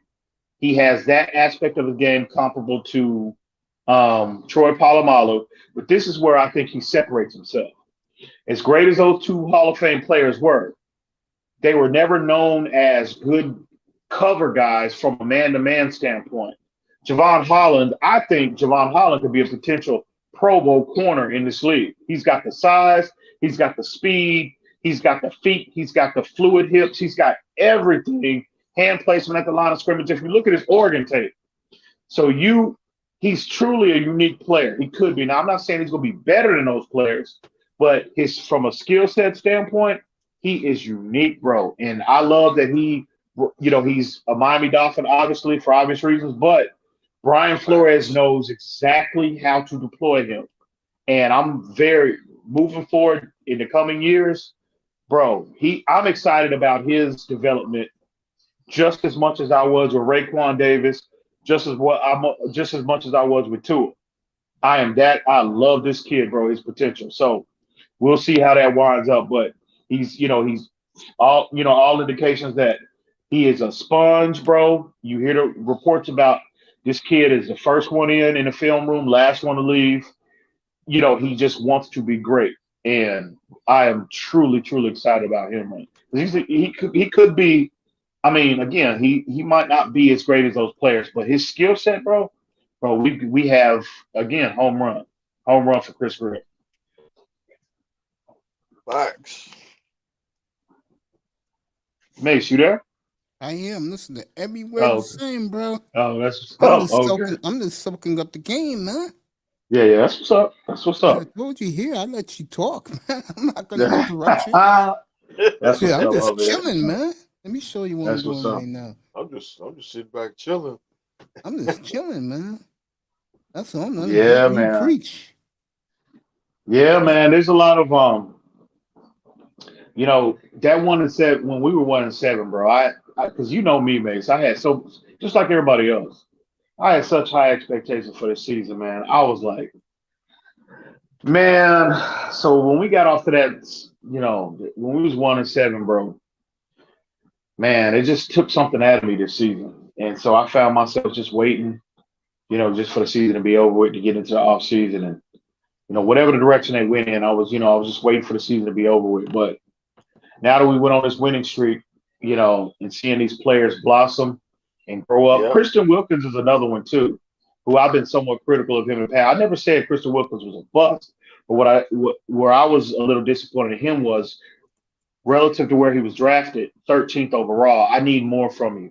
You know what I'm saying? I don't need a guy that just does the dirty work and is just stout, this solid against the run. I need, if you're picked number 13th overall, I need a disruptor. I need, because think about the players that were picked in that range. J.J. Watt, Aaron Donald comes to mind. So if you're Christian Wilkins, bro, you're picked at there. I mean, I'm expecting a little more from you than Flores and them.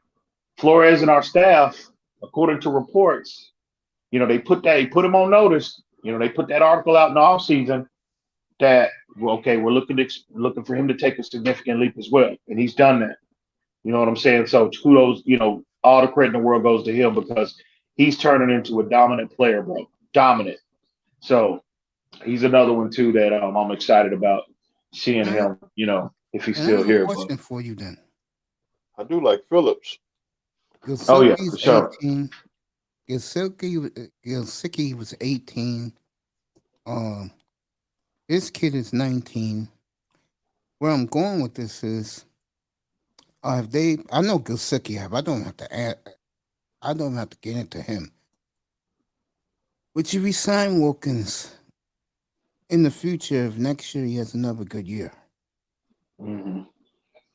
No, I'm asking you that. Would you sign him? Yeah. They've got his 5th-year option coming up this offseason. Okay.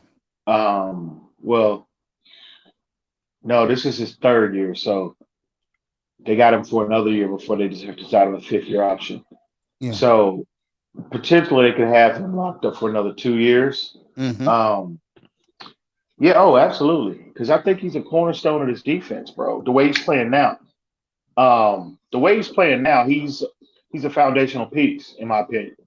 And okay. You keep those players in house. You don't let them get out the door. But Mike Gesicki, if it was me, he would go. I don't think Gesicki is a priority. I think if you look at the last 3-4 games, they're gradually phasing him out of the game plan overall, for the most part. Yeah. And he's a one-dimensional player. He's he has no desire to play in line.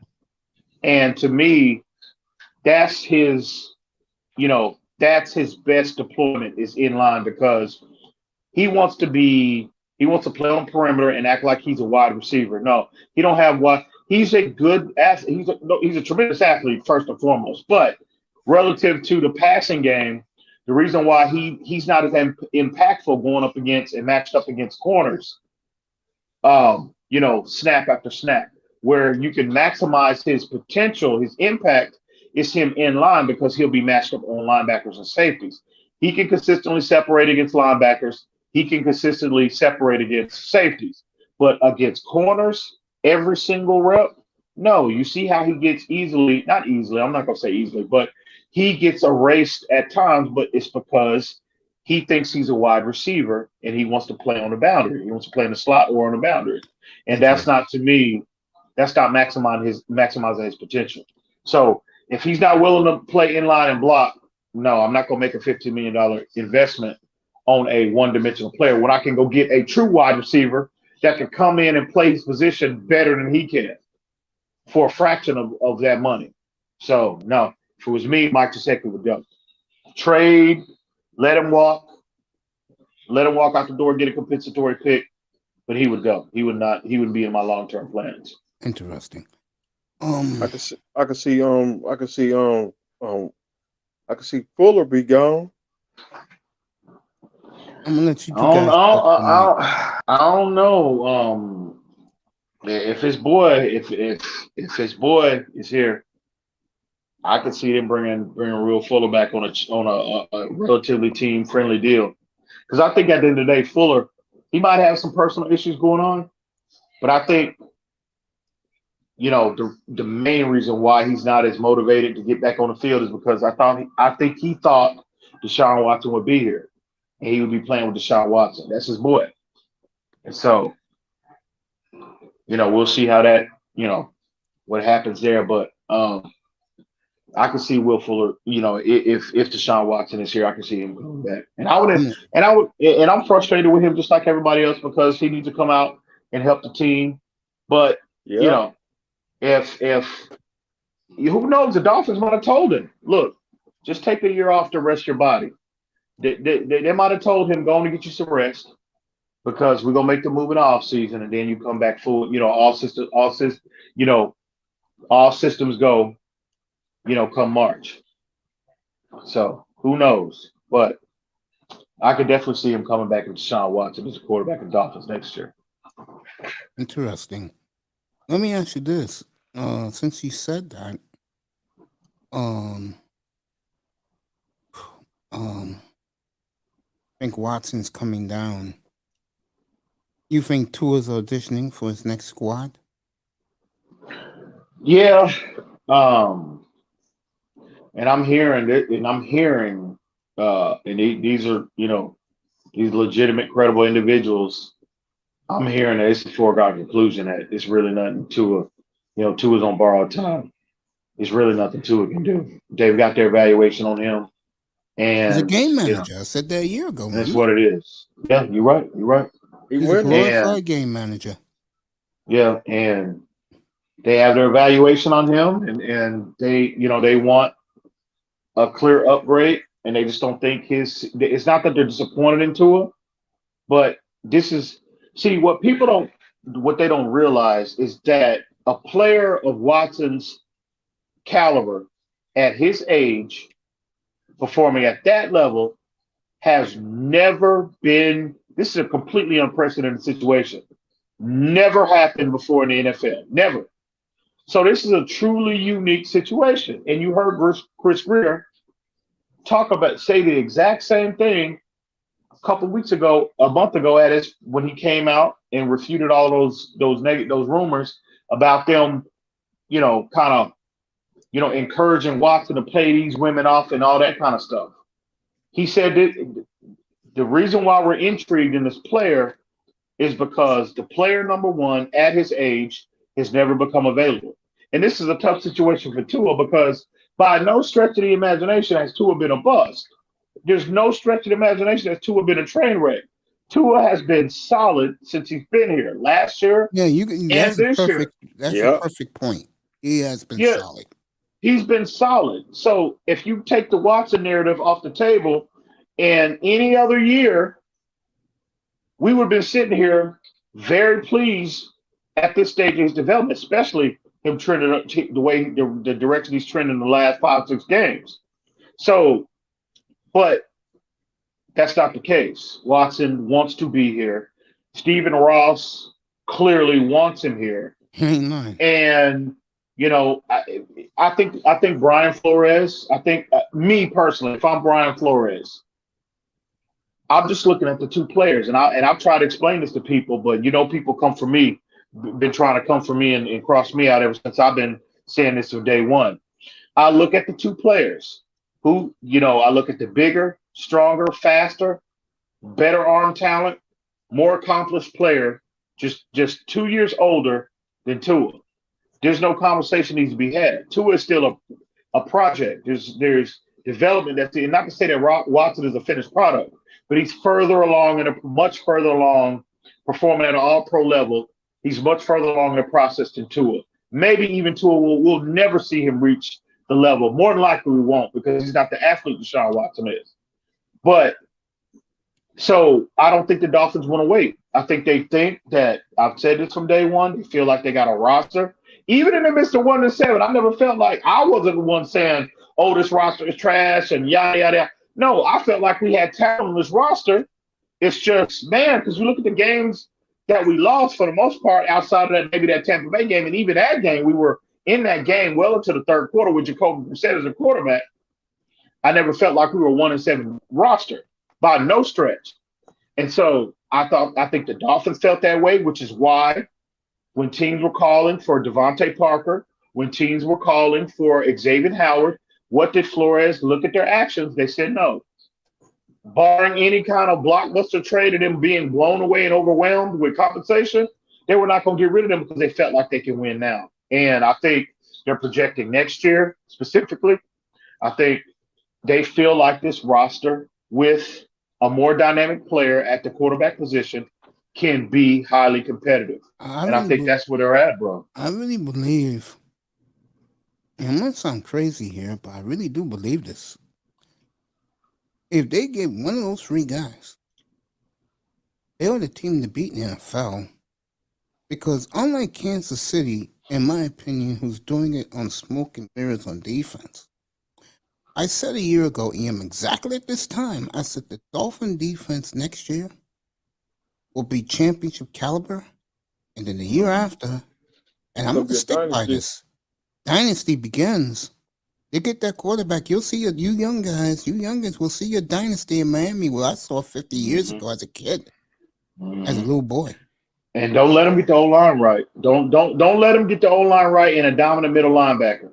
If they do those, if they do that, you'll be spot on, Mix. You're gonna see this team. I mean, bro, really, you look at top to bottom. The defense is already in place. They got youth, the combination of youth and veteran leadership. Now that a lot of players have stepped up into those roles, those leadership roles that were vacated early, in the offseason when they got rid of Calvin or when they got rid of Shaq Lawson. You've seen players step into those roles now. You know what I'm saying? And now where the Dolphins, especially from a leadership standpoint, but also production on the field, the Dolphins early on, I think a reason why this defense was not where it needed to be, because obviously the leadership, A, and B, they were trying to replicate that production they got from these players. And they weren't getting it early on. Van Ginkel was struggling. You get rid of Kyle Van Noy because you're forecasting Van Ginkel's development. At least that's the explanation Chris Greer gave to the people as to why, when he was asking questions about why did you get rid of Kyle Van Noy, right? We were getting that production early on the season. Well, now we are. Look at the emergence of Jalen Phillips stepping into that Shaq Lawson role, right? I mean, he's clearly exceeded that production now. And so you're getting that now, not only the production on the field, but the leadership as well. And I think that's the main reason. And the health of Byron Jones and Xavier Howard. That is the reason why you're seeing this defense go to another level. Interesting. So, it's a lot to be excited about. I also think that something Miami finally has, and thank God for Phillips, they have a legit pass rush. And absolutely, what that causes is if you have a secondary like Miami's, and you've been seeing it, I mean, what they did to Cam Newton 3 weeks ago was absolutely embarrassing. 4 Even weeks though we ago. loved it up here, we were Look, laughing our asses Lam- off. Lamar Jackson, Lamar Jackson too, bro. Exactly. Oh man. That was about 5 weeks ago. So the defense is here. They're young again. They got the perfect combination of youth and veteran, presence, veteran leadership, high level play on defense. Again, like I said, and rumor has it that Bobby Wagner is going to be made available in the offseason. If I am the Dolphins, There you go. bro, I'm Pull turning the that trigger. card. I'm pulling the trigger because Bobby Wagner with this defense would go from top 10, top 5, very good, outstanding to potentially historically great. Because I Bobby already Wagner think they're is going to be that way. I really do. But if they get Bobby Wagner, I've seen every game Bobby Wagner's played, guys. Bobby tell you. Wagner. He is going to gobble up every run in the opposing teams.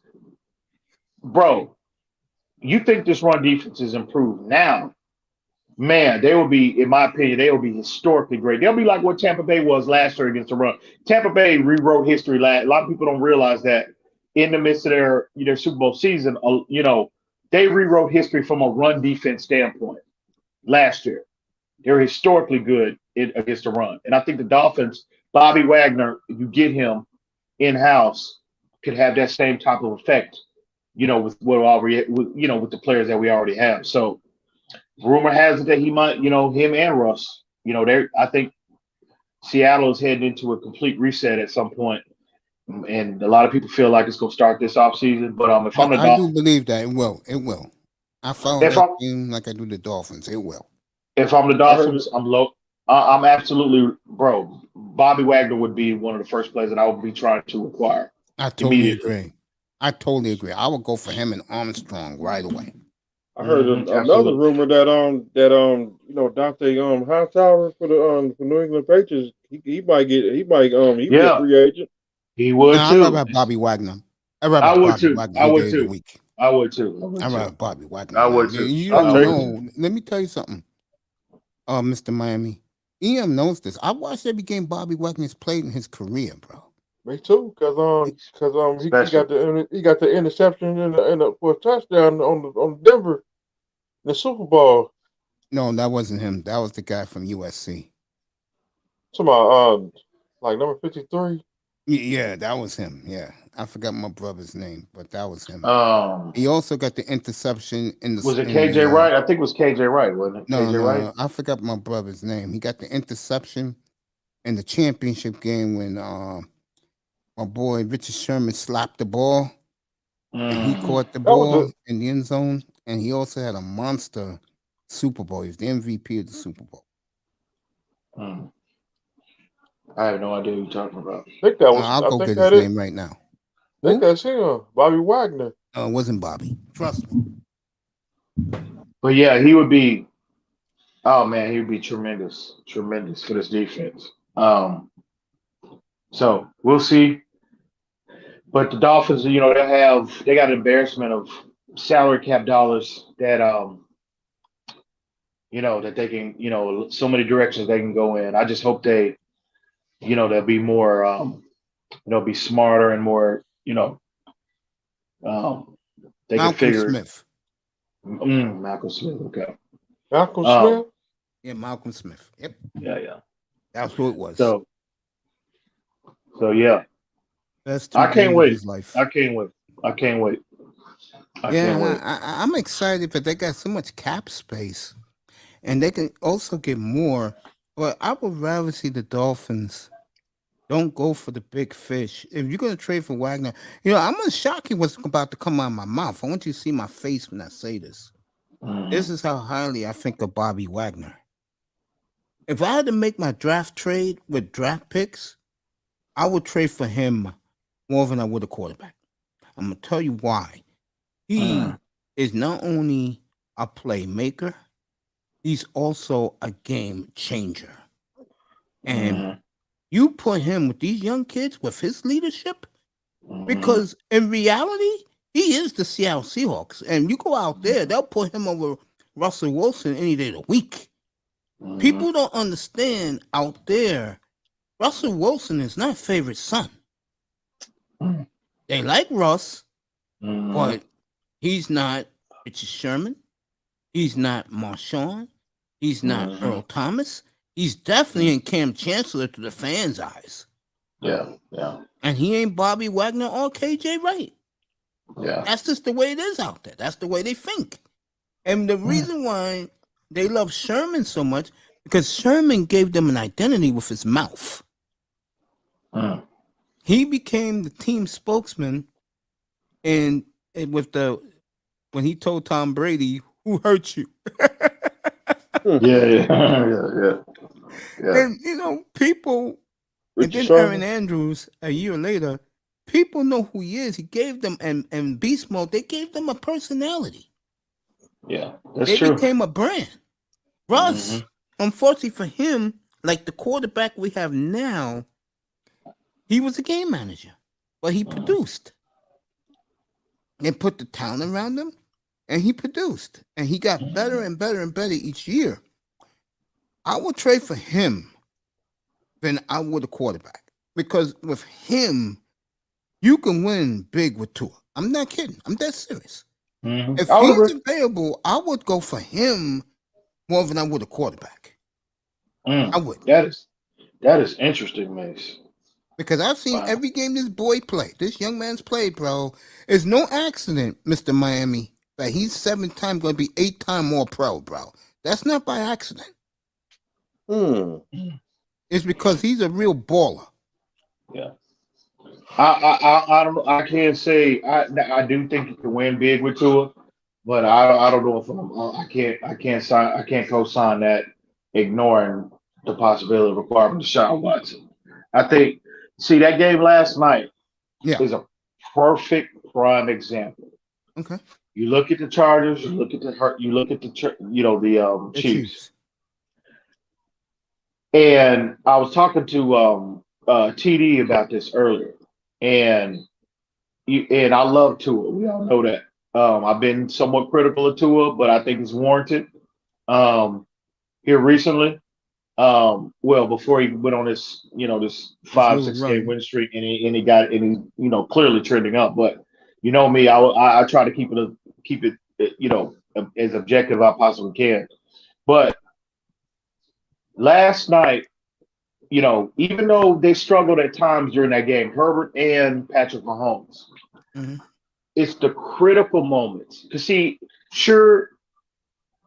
the reason why coaches covet the elite athlete, the elite arm talent, the elite mobility, is because when you draw up a play and exit a play, always remember that there's a defensive counter for that play. So when an offensive coordinator draws up a play, in the defensive coordinator, what he is drawing up matches what you're doing, and you don't get the immediate results within 2.5 seconds of the ball being snapped.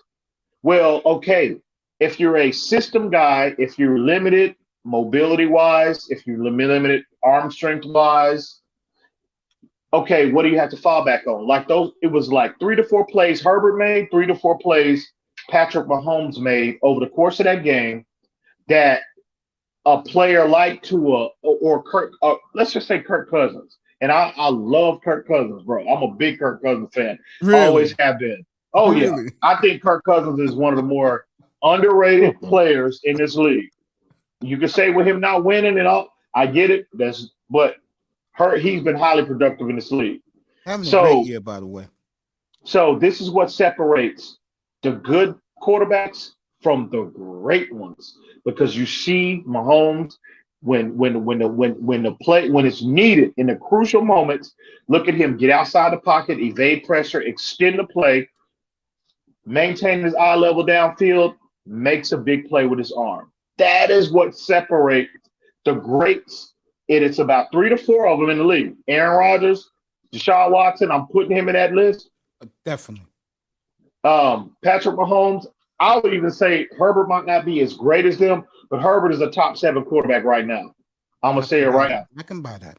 And those guys with that skill set, Josh Allen is another one. It's only 4 or 5 of them in the league, bro. And that is why there's such a high level of intrigue if you're the Dolphins.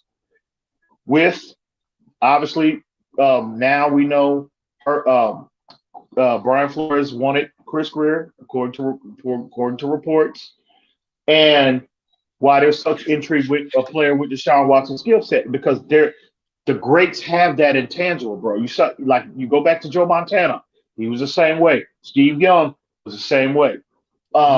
So when you put a player like Kirk Cousins in those type of scenarios, or a player with limited mobility like Tua, well, those plays where they get out, where Mahomes and Herbert get outside the pocket, extend, and make a play with their legs, those are sacks to the Kirk Cousins of the world.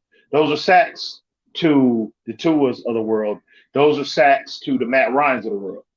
So again, can you win with Tua? You can win. Atlanta's proven you can win with Matt Ryan, but there's levels to this. There's another level that you can get to. And the Dolphins feel, again, this is an unprecedented situation. And you heard Kurt Warner, I don't know if you saw his post, and he's come out and been he's been glowing about Tua here lately, praising him and saying Tua looks like he's turning that corner. The game is slowing down for him. But I agree with that, by the way. I do. But then he came out and said yesterday, or I think it was yesterday, that if a player like Watson, they were talking specifically about Deshaun Watson, if a player like that becomes available, you move heaven and earth to get him, and you don't look back. With that. But see, me. So that's where we're at.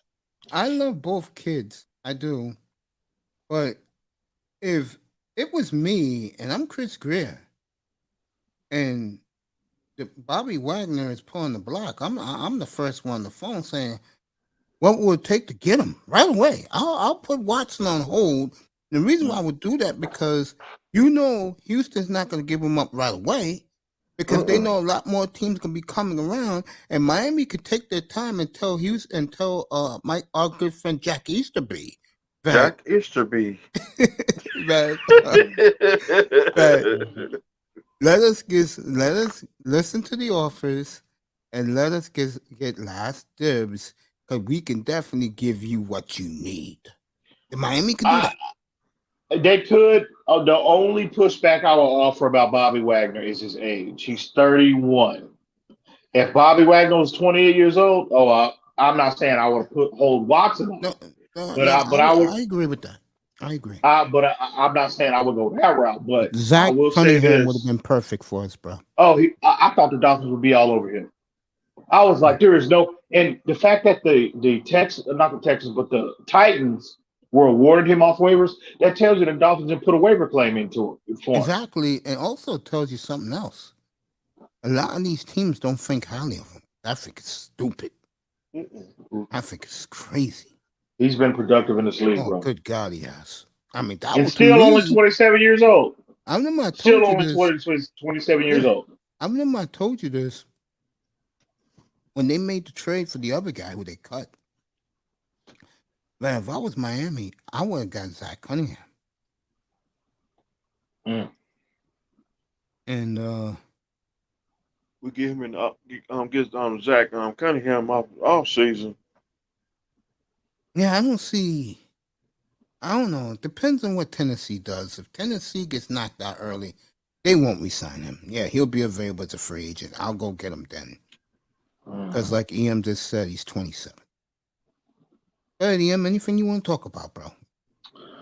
Yeah, I agree. I don't know why the Dolphins didn't put, why they weren't more aggressive going after him. Because I think, especially with the teams that we faced the last three of the 4 games, of the season, with New Orleans, with obviously Tennessee and obviously the Patriots, heavy run-based teams, and you need all the linebacker depth you can get. And I thought Zach Cunningham would help out tremendously. He's got that, during his tenure in Houston, he's got that experience in this hybrid 3-4-4-3 scheme, because look who his defensive coordinator was while he was at Houston was Romeo Cannell. Where does Romeo Cannell come from? The New England Patriots, who he sit under. Really? Bill Parcells and also Bill Belichick. So, and obviously Brian Flores is, he's from that coaching tree. So Reminds me of Parcells a lot, by the way. I'm talking about What, Brian Brian Flores? Flores. Reminds me a lot of Bill mhm, Parcells, a young Bill Parcells. mhm. So I think Phil his Belichick. transition. So I felt like, Zach Cunningham's transition to this defense and to this team would have been, relatively seamless in my opinion because of his familiarity with the scheme. So, but who knows? I have no idea why they weren't aggressive in, trying to get him. But I don't know. They might be, excited and pleased with Duke Riley's ascension. He's played well the last 3-4 games ever since they have, moved Jerome Baker. God, hopefully for the last time we'll ever have this discussion about Jerome Baker as our primary interior player on this defense. You like Hopefully they've Baker? a bet. No, not especially not in the middle. I agree Hopefully, with you. I think they should go hope, get an impact linebacker in the draft or sign Zach Cunningham as a free agent and and they put can do both. They're in a position where they can do both. and put Van Ginkel on one side, which they already did, and put Baker on the other side. Mm-hmm. What you So- what do you do with Mr. Miami's boy? He's a big fan of Emmanuel Agba. Oh, you Resign signed him. on. That's my guy, man. That's you know how much I love me some See, Emmanuel Mr. Ogba, bro. Miami, you got your boy both of Agba See, guy. I'm an Aardbach. I'm an Aardbach fan. I gotta get that throwback. Throwback to Aardbach jersey. I think he's a foundational piece, bro. I totally agree And- with that. I No, totally you agree. have to sign him. You got to sign Yeah, I him. bro. agree. I agree. Man, So- I just get 2 jerseys. I just get 2 throwback jerseys. I just get Phillips. I just get Aardbach. I tell you, the Mhm. kid that I love, again, we talked about in the beginning of this platform this morning. I love Phillips. I mean, not Phillips, excuse me. I like Phillips a lot. I love Holland, man. Yeah, he's special. He's I do out like there. Holland. Difference he makes on this defense is unreal. Mhm. Yeah. Takes a lot His of range- chances. His range, oh my God, his range is ridiculous. Like I said, instincts, the range of Ed Reed, the aggressiveness at the line of scrimmage, aggressiveness with him blitzing, disrupting, around how disruptive he is at the line of scrimmage of Tro Palomalu. But Yeah. he's got that man coverage to him that could potentially separate him from both of those players when it's all said and done with health permitting. And if this kid continues to put the work in, he could truly be, because again, those guys or any great safety, your even in recent memory, your Earl Thomases, they weren't great man-to-man cover guys. They couldn't cover wide receivers consistently, in my opinion. And this kid, I think, he can give you from a coverage standpoint everything Eric Rowe has given us the last 2 years from a man-to-man standpoint. But he's got all these other quality, characteristics to his game as well. So that's why I think he potentially could be a truly, truly unique player. So yeah, love that kid, man. So we'll see. Health permitting, Amazing. hopefully he trends in that direction because that's if he does, this defense could be, potentially just ridiculous for years to come, bro. With that young D line combined on the back end, now we have to find solutions. Figure out the corner situation because at some point we're gonna move on from Xavier Howard. At some point we're gonna move on from Byron Jones. So we'll have to find solutions, and try to replicate what they brought to this defense. But, we've got the front end, we've got the very back end of the defense sewed up for the foreseeable future. So we'll see, man. We'll see. To me, the only player now, more of it's beginning to crystallize, that has been a bust is that bum from Auburn. Noah. Yeah, he's been a major disappointment. Yeah, because I look at Tua, and you can see the progression. I said that a couple of weeks ago, and it shocked a lot of people. And the reason why I just told the truth in my opinion about that, because I know what to expect from Tungaloova. I said a year ago that if you can build players like this defense right now, you can win big in the playoffs with Tungaloova right now. But I think a couple of things with Tua needs, if you're going to keep him, he needs definitely a Javonte Williams running back. Mhm. And he needs Yeah. another game-breaking receiver. I'm gonna tell you right from now. To me, the best thing the Dolphins got going for them, besides the defense, they have a tremendous tight end room.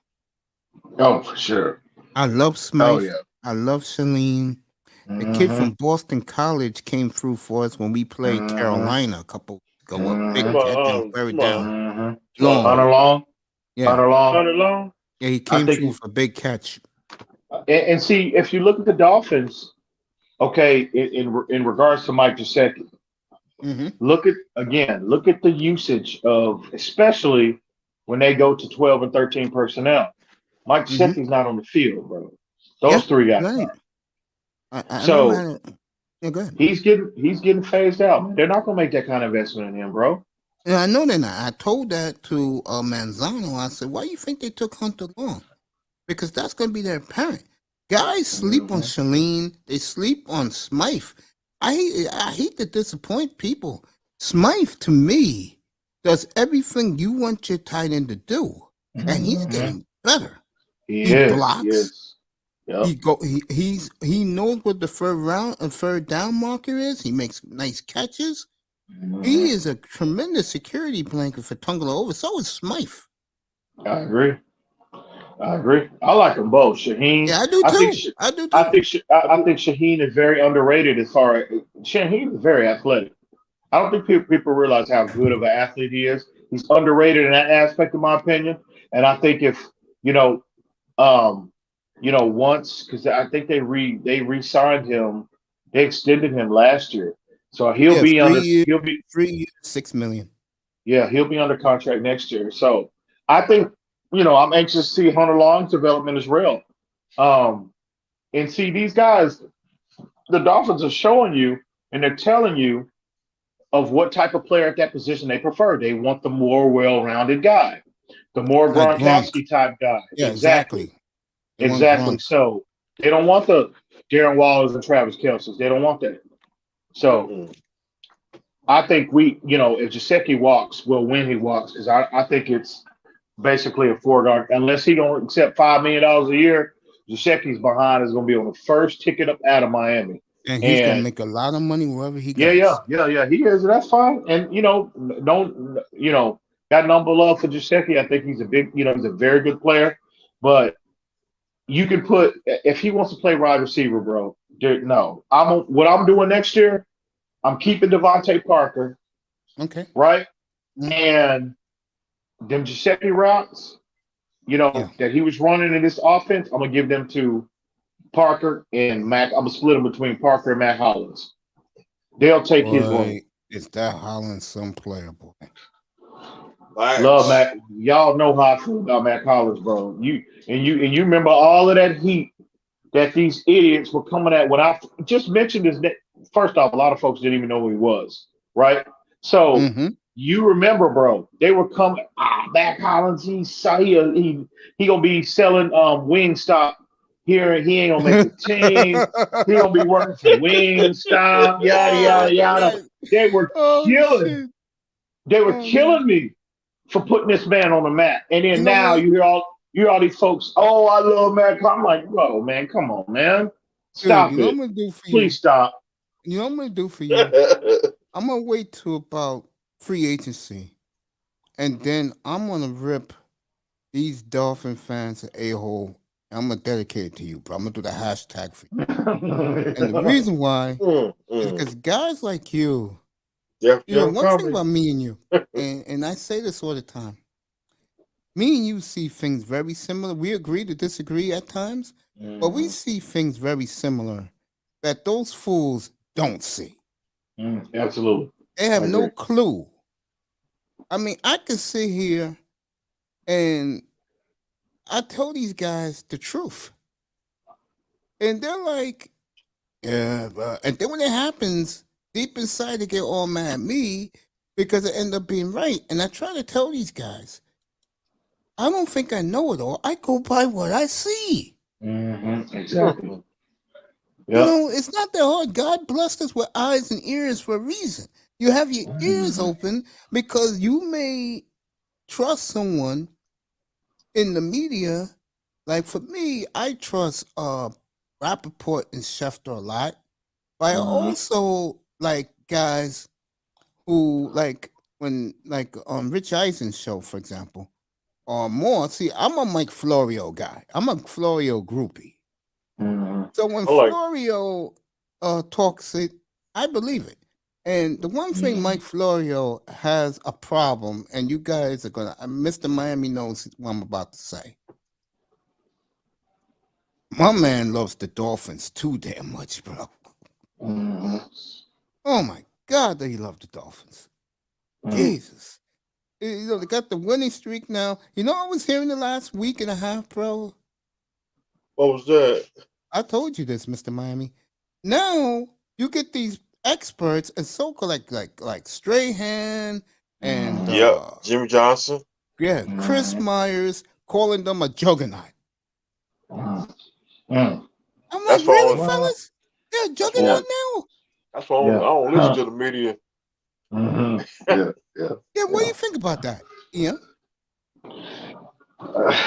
Well, it's good to get some love, you know. Because it's good. It's good to hear. It's good to hear some positivity because in the past, bro, it's like pulling teeth to get any media member to say anything positive, and a lot of it is warranted because we haven't had a consistent winner over the last 10 years, and I get it, but I'm loving it. And I think a lot of it is justified based off this 5-6 game winning streak, and so yeah, keep it coming. As long as the Dolphins winning, keep it coming, bro. Keep it coming. Yep. So I love it, man. This defense is definitely a juggernaut for sure.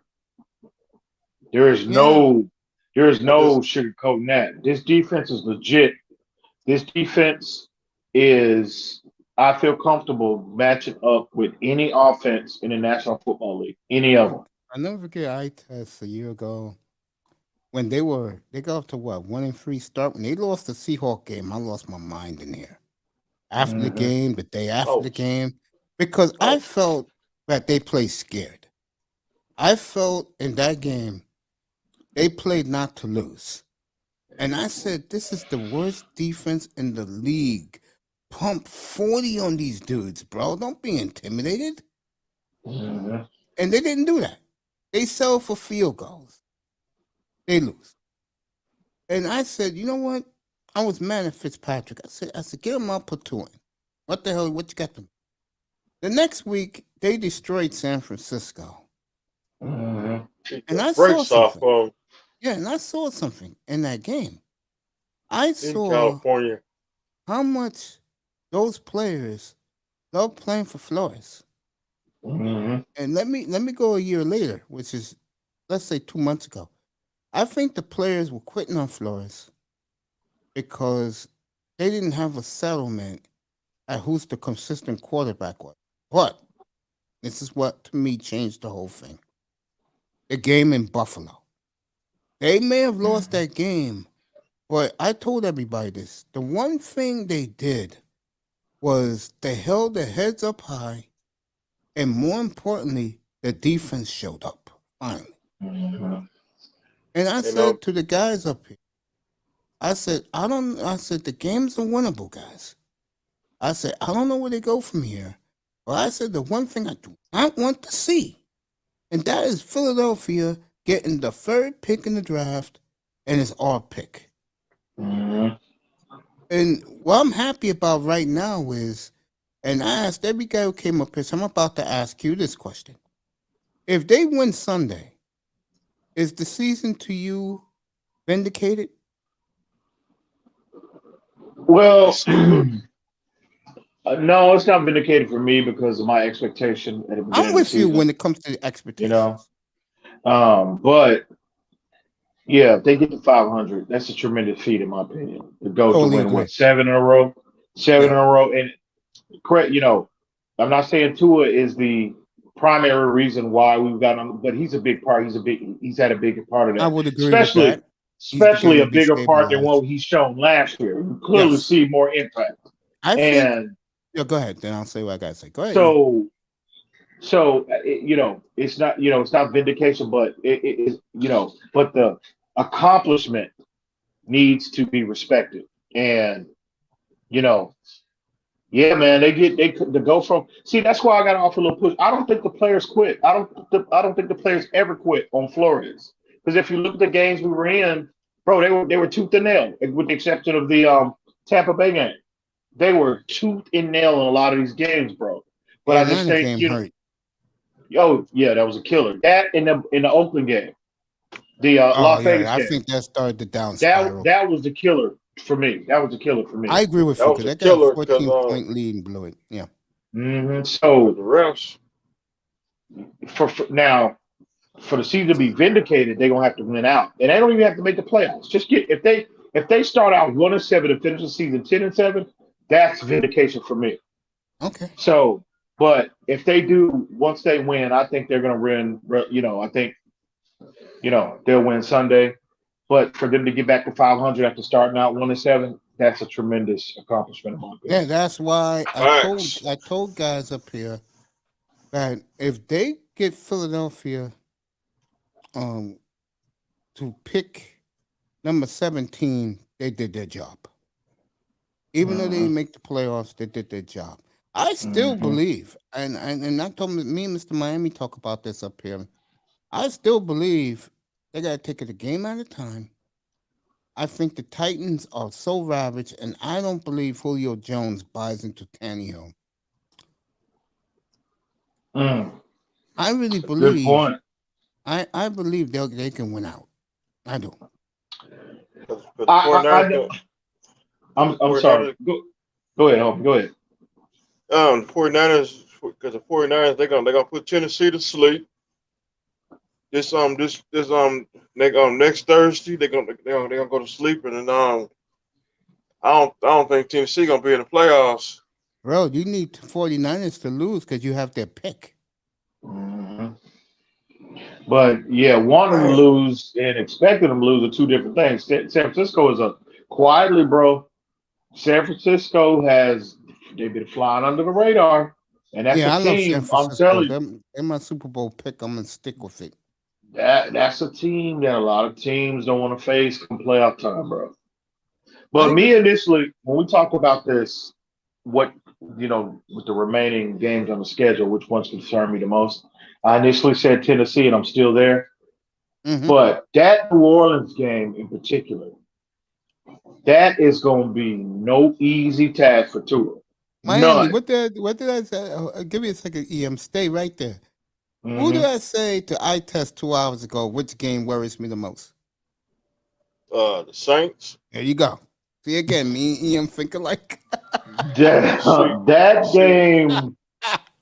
game there is going to be tough because of for many reasons. Obviously, you got the dome. No matter what team the Saints, no matter what year, no matter what team they put on the field, it's always extremely difficult to play in that dome.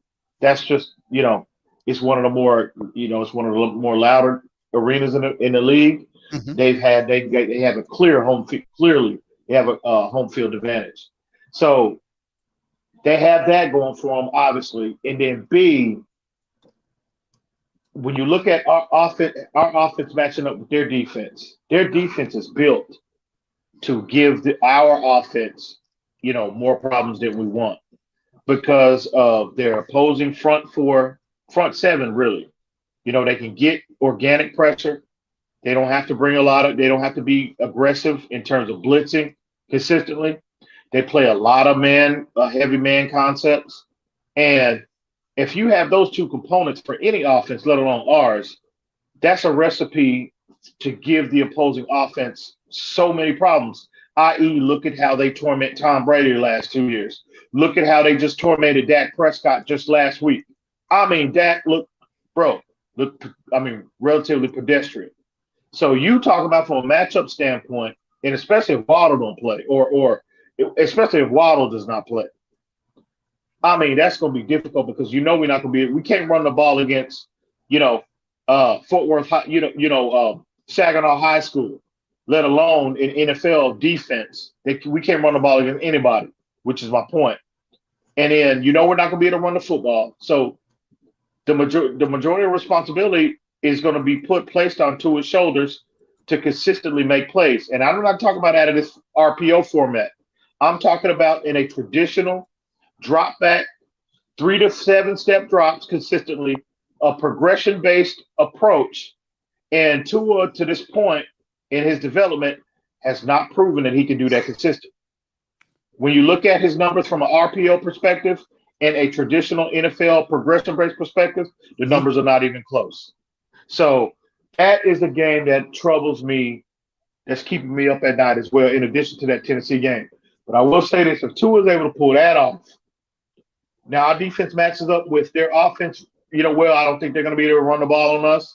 And so a lot of the issues, like I said, a lot of responsibility, like I just highlighted about Tua, will fall. You can say the same thing for Taysom Hill.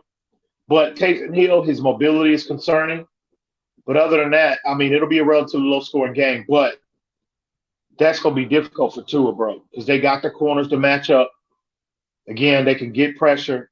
So it's going to be difficult. But if Tua is able to pull that off, he wins Sunday. He wins in New Orleans. He wins in Tennessee. And he puts his exclamation point on the Patriots in the season finale. That is tremendous.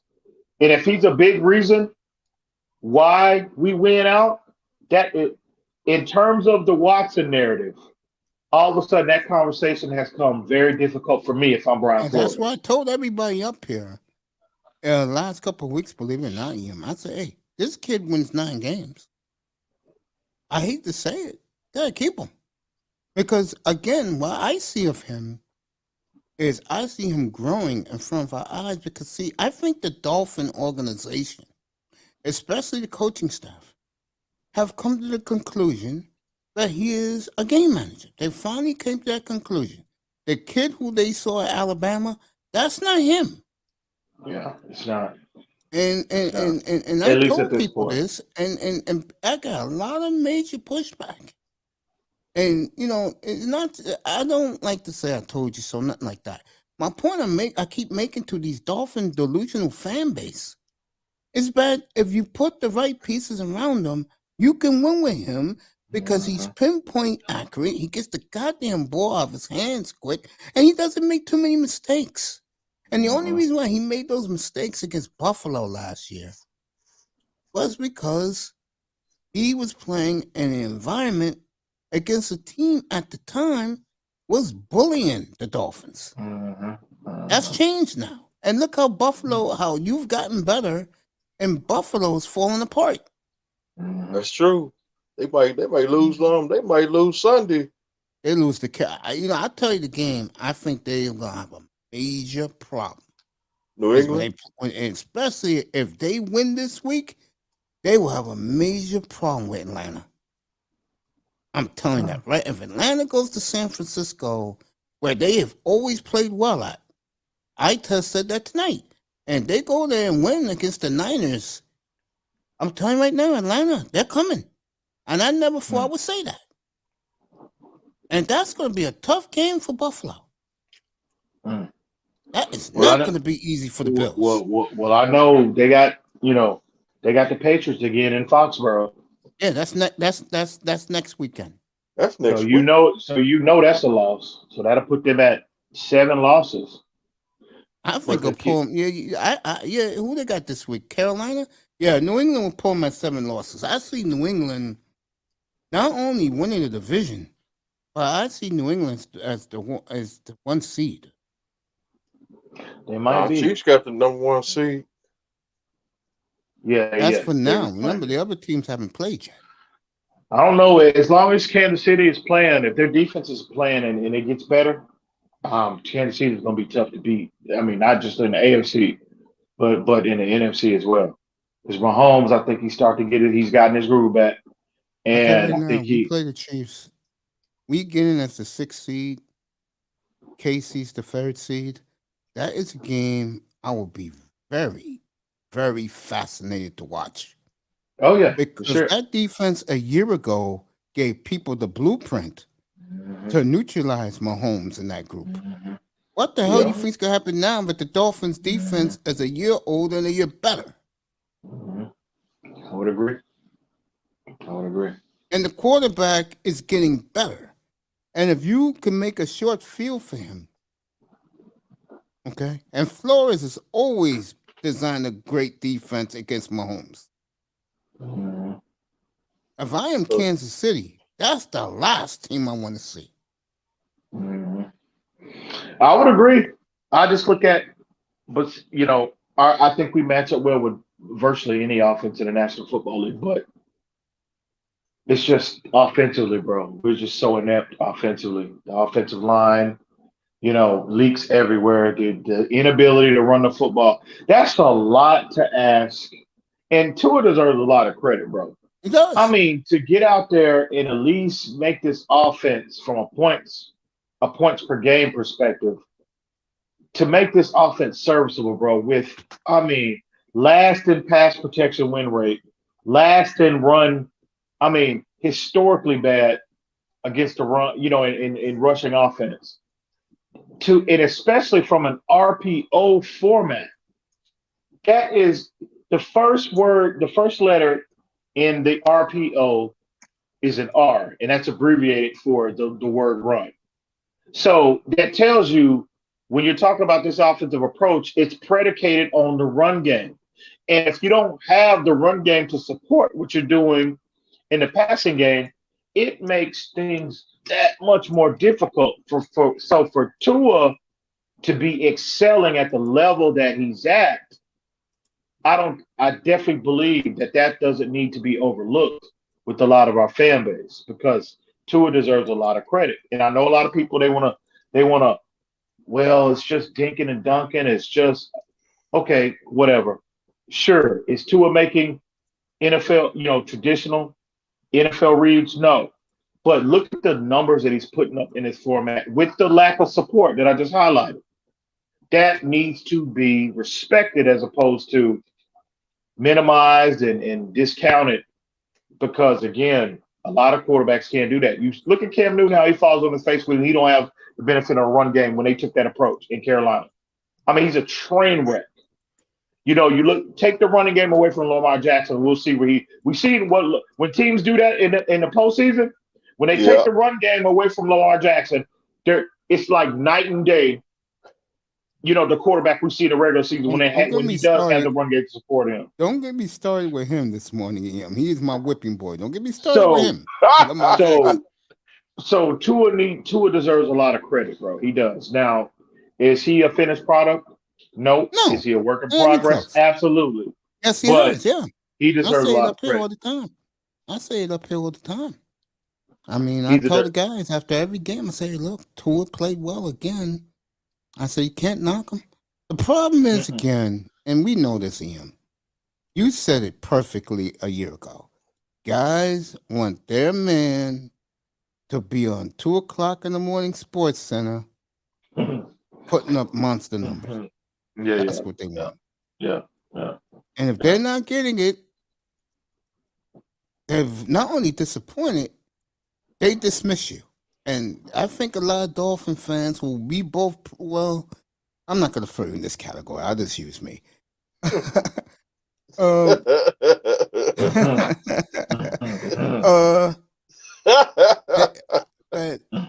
They are so disappointed that this kid is now throwing 40 touchdowns back.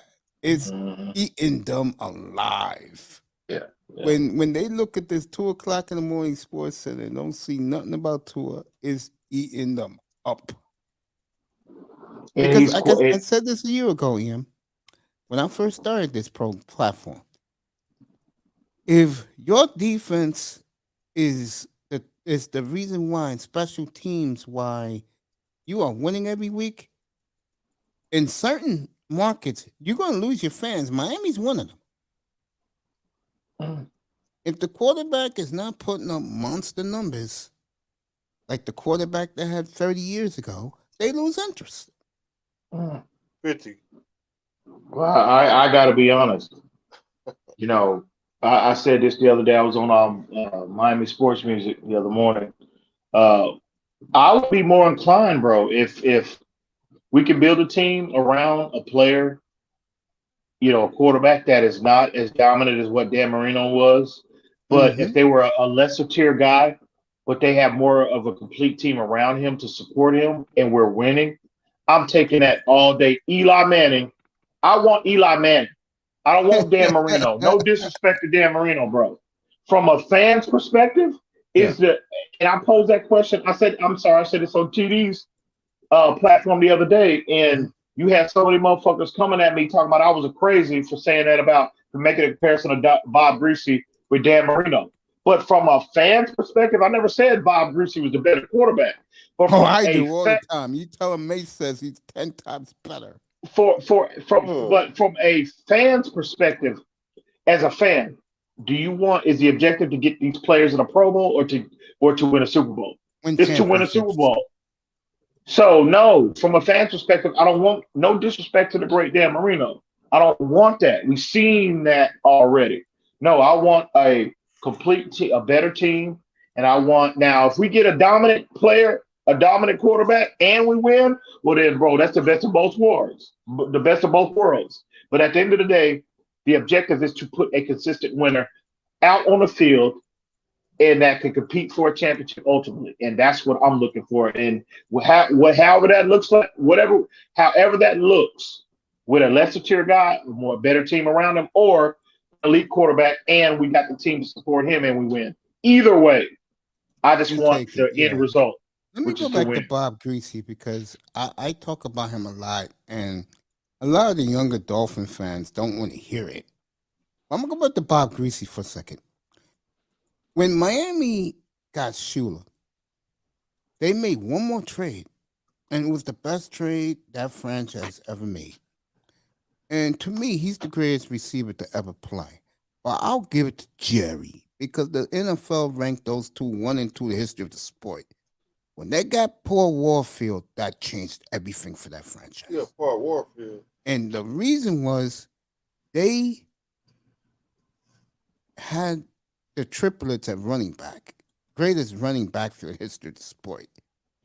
Mercury Morris and it will Jim never Kidd.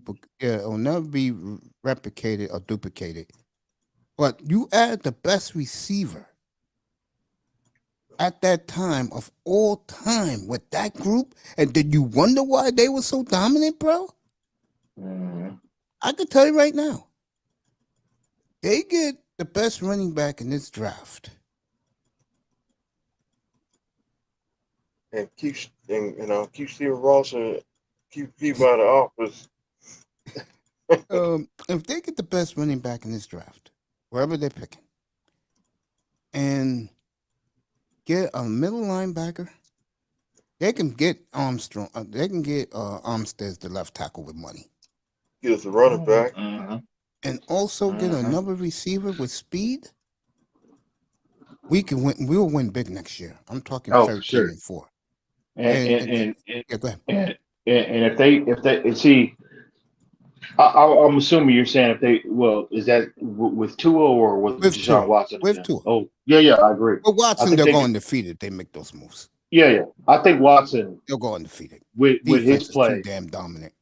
I agree. I think where Tua would be, 12 and 5, possibly 13 and 4. Yes. I'm sorry, 13 and 4. Yeah. Watson would elevate us to legitimately Super Bowl contention because of his level of play. 14 and 3. Right. I think I agree 100%. And with the possibility of going undefeated, depending on where they finish in the standings this year. Like if they get a third place schedule next year, with Watson, they'll go undefeated. And those are real possibilities, Mace. I mean, I agree with that. Yeah, I've been saying that all along here. If they go to free agency, they get their left tackle. You don't even have to worry about getting the best running back in the draft. Go get Leonard Fournette. Go get Leonard Fournette like they should have 2 years ago when they tried to get cute. When he was on the block, they was in discussions to get him. Kareem Hunt's available too as a free agent. Matt Breida was the fallback plan, allegedly. But you should have went and pulled the trigger for Leonard Fournette at that point in time. But now, go get him in the offseason. Bring him in. Kareem Hunt. I'm more of a Leonard Fournette fan. I like Fournette too. I like Fournette. No disrespect. No disrespect to Kareem Hunt. I'm a fan of Kareem, but Fournette is my guy, bro. And the way he's playing now, I like and the way he's playing now too. Oh, bro, go get him. I like him. I like Fournette. Go get Leonard Fournette. Problem solved. And you get Deshaun Watson. If you go with Deshaun Watson, that'll make you you add him to what you have with those additions. The sky's the limit. The sky is health. If they do what you just said, I don't want to hear from these other guys in the other room singing "Glory, Glory, Hallelujah." That's BS. I'll kill them. Trust me. I'll go into their rooms and go. And I'm not going to hear this shit from you people. You people were on the ground worshiping Tangela over like he was Jesus Christ, and he let you down because I could have told you fools if you've been in my room that he's a glorified game manager. I don't want to hear from them, Em. You told me they start preaching for Watson. I swear to God, I will kill them. Yeah, and they should because you remember when all this started, Mace. When how they was coming at me, I don't know why people thought that, because when this Watson narrative started, they automatically expect me to say, "Oh no, ignore him, stick with Tua." No, bro. I mean, there's no conversation that needs to be had. I love me some Tua Tagovailoa, but I'm about for the betterment of the team. If there's an upgrade that needs to be made, no matter what position it is, 1 through 53. That's why I brought the example of. I said, so when I said, bro, I'm all for this upgrade. Are you kidding me? It's bittersweet for me. Bitter, on the other hand, I feel bad for Tua, but it's sweet because you're getting a top 3 nigga at that position.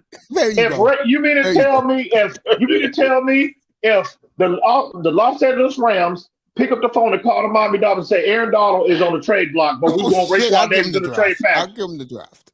Man, you out of your mind. Guess what? As much as I love Raekwon Davis got to go. I'm sorry. And this is no different. I agree So with you. I'm sorry if that rubs people the wrong way. I said it then. I apologize, but no, sir. This is about the logo, and this is about winning. And Deshaun Watson is going to get us from A to Z a lot faster than where Tua Tagovailoa is at this stage of his development. I don't know what else to say to you. So you know how they were trying to run me off of YouTube, bro. You already know that. So dude, you know where's a safe haven for you is right here, bro. That's what's up. I appreciate it. You know I got your back, bro. We think similar, bro. I told you that. I'm gonna tell you when I think I earned your respect. The day they played the Chiefs, they lost.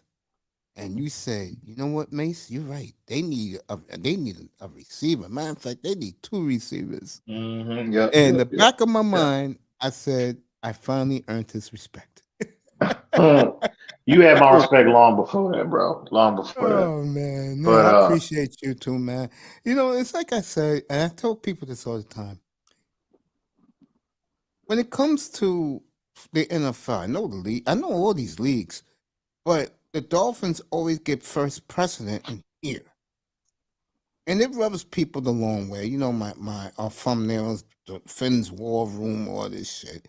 And it's like I tell guys, if you see it coming, and I saw it coming when they beat Carolina, that's when the way they beat down Cam Newton was pathetic. Right. And I was right here laughing because buddy. I test and another guy was up here 3 weeks ago singing Cam Newton's a Hall of Famer.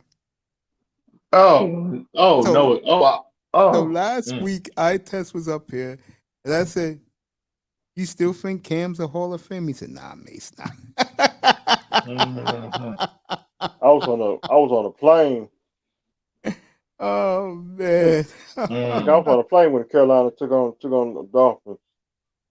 Oh, they beat him bad, man. No disrespect for Cam. He had a respectable career, but Hall of Famer or not. Cam, and see, it's like the comparison. I'm not comparing it to Tua, but Cam was a scheme-specific player. He could only be deployed in one format. He definitely had to have the support of a running game. Cam could not be productive without all of these things. He had to be in a certain scheme. He had to have immense support, and every quarterback needs support. But to me, if you're talking about the greats, you can't be a scheme specific player and be considered a Hall of Famer. And that's relative not only to the quarterback position, but that's to any position. You can't be a primary zone corner and be considered and you excel in that format and you not be good in man concepts and be considered a true Hall of Fame I agree with that. cornerback. I agree with that. You cannot be a coverage linebacker, a sub-package linebacker that excels in coverage, but is tragic in taking on contact, taking on blocks, and horrible in a run game. It's just not going to happen. It don't work that way. You have to be a scheme diverse player to be considered in that tier of players. That's relative to every position. Wide receiver, you can't have just a primary. That's what, look at these primary slot guys that can only be deployed from a slot position. You can't play them on the boundary because of lack of speed, lack of size, et cetera, et cetera. They can only be deployed in one format. Look how tough it is just for those guys. And look at the greats of the great. Your Wes Welkers. Julian Edelman is gonna have issues. He should be in the Hall of Fame anyway, in my opinion. Well, but you like Edelman that highly, huh? Yeah, I love Julian Edelman, but he ain't getting the Hall. He should be a Hall of Famer in my opinion. So just look at those guys that are just prime, just they made their bones and they excelled at just one format. They are difficult to get in the Hall of Fame, bro. So no, you got to be scheme diverse, bro. You can't be a scheme specific player, in my opinion, and be considered a true Hall of Famer. Also, Cole Beasley is excellent in the slot position. Oh yeah, very good, very good. Hunter Renfrow from the Raiders, excellent. Oh, yeah, boy, he's a monster year. Jarvis Landry, excellent. Oh yeah, probably the best now. Yeah, you have to be considered for the Hall of Fame, bro. You just have to be just overly dominant, from that format, whatever format that they are, for you to be considered a Hall of Fame guy. I mean, you just have to be ridiculous, like Hines Ward. But Hines Ward can play all positions, though. You know what I'm saying? So Hines Ward to me is one of the all-time greats. I know it may sound crazy to people, but the one thing about Hines Ward, you know who he is? You know who he was? He is today's at receiver Rob Gronkowski. Mm-hmm. And what I mean by that, he can do it all. His blocking was extraordinary.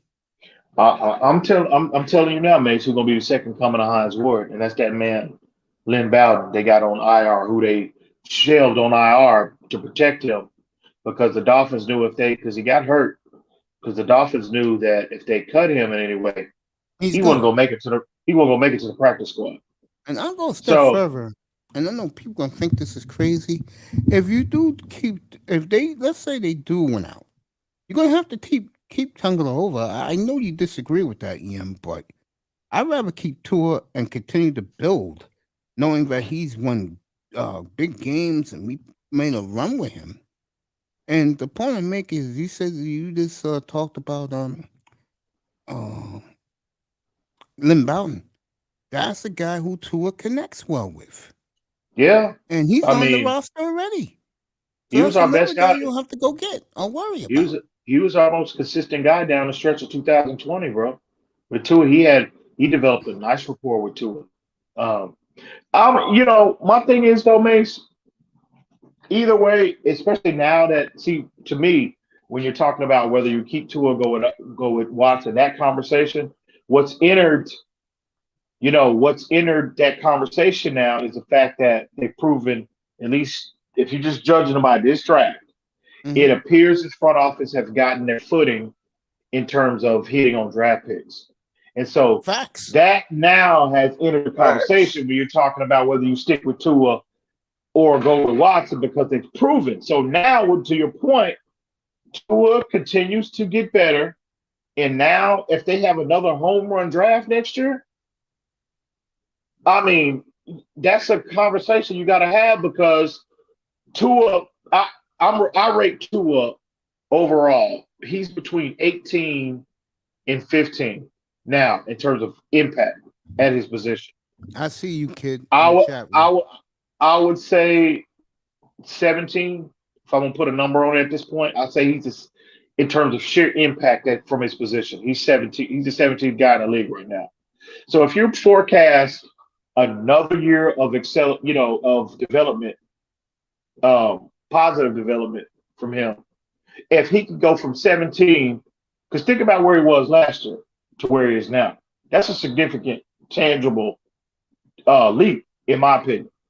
So if you forecast another leap from him, in addition to support around him, I mean, man, that's a conversation you got to have, Mace, because you all of a sudden you got Tua and all of his resources from a draft perspective. You still got free agency, but with Watson, you have a great player, a top 5 guy at his position, and all you have is free agency to support him. That's a conversation you got to have, bro. Of course, I'm not naive. So, of course.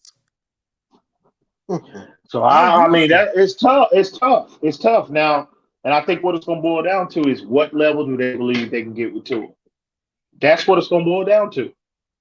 And from what I'm hearing, it's already a foregone conclusion that he's on borrowed time, and if that's accurate, then I can't fault the Dolphins for going and getting a player at the level of that Deshaun Watson is at. You can't knock them for that, bro, because it's a clear upgrade. It's a clear upgrade, and I think they feel this roster with a more dynamic player to position. I think they feel that they can compete with that legitimately for definitely making a deep run in the AFC and possibly competing for a Super Bowl. That's why they're held on to Xavier Howard. That's why they held on to Devontae Parker, because teams were calling, bro, and asking and making inquiries about those players. And barring any kind of Laramie Tunsil like offer, they were not getting rid of them because they feel like they want to hang on to them because they feel like they can win. So, and then you go on, another aspect of this, going into the offseason, if you think they was on a hot seat this year, you know damn well that seat is scorching. It is scorching next year. So you're going into your 4th year now. Now, if you're Brian Flores, are you willing to bet and hit your wagon to Tua's trajectory? You're hoping that he could take another leap, but i.e., if you support him and put better support around him. But there's a flip side of that coin. There's also a Baker Mayfield side to that coin. So Cleveland is going through exactly what we could potentially be going through next year. Well, I think Jimmy Haslam is ready to blow the whole goddamn thing up, because every 2 years he fires the GM. This time, they're already getting on Jimmy in Cleveland. He cannot fire the little black boy who's the GM. He's brought all that talent there. You can't fire the baseball man because he has done his job with analytics. Then who that leaves?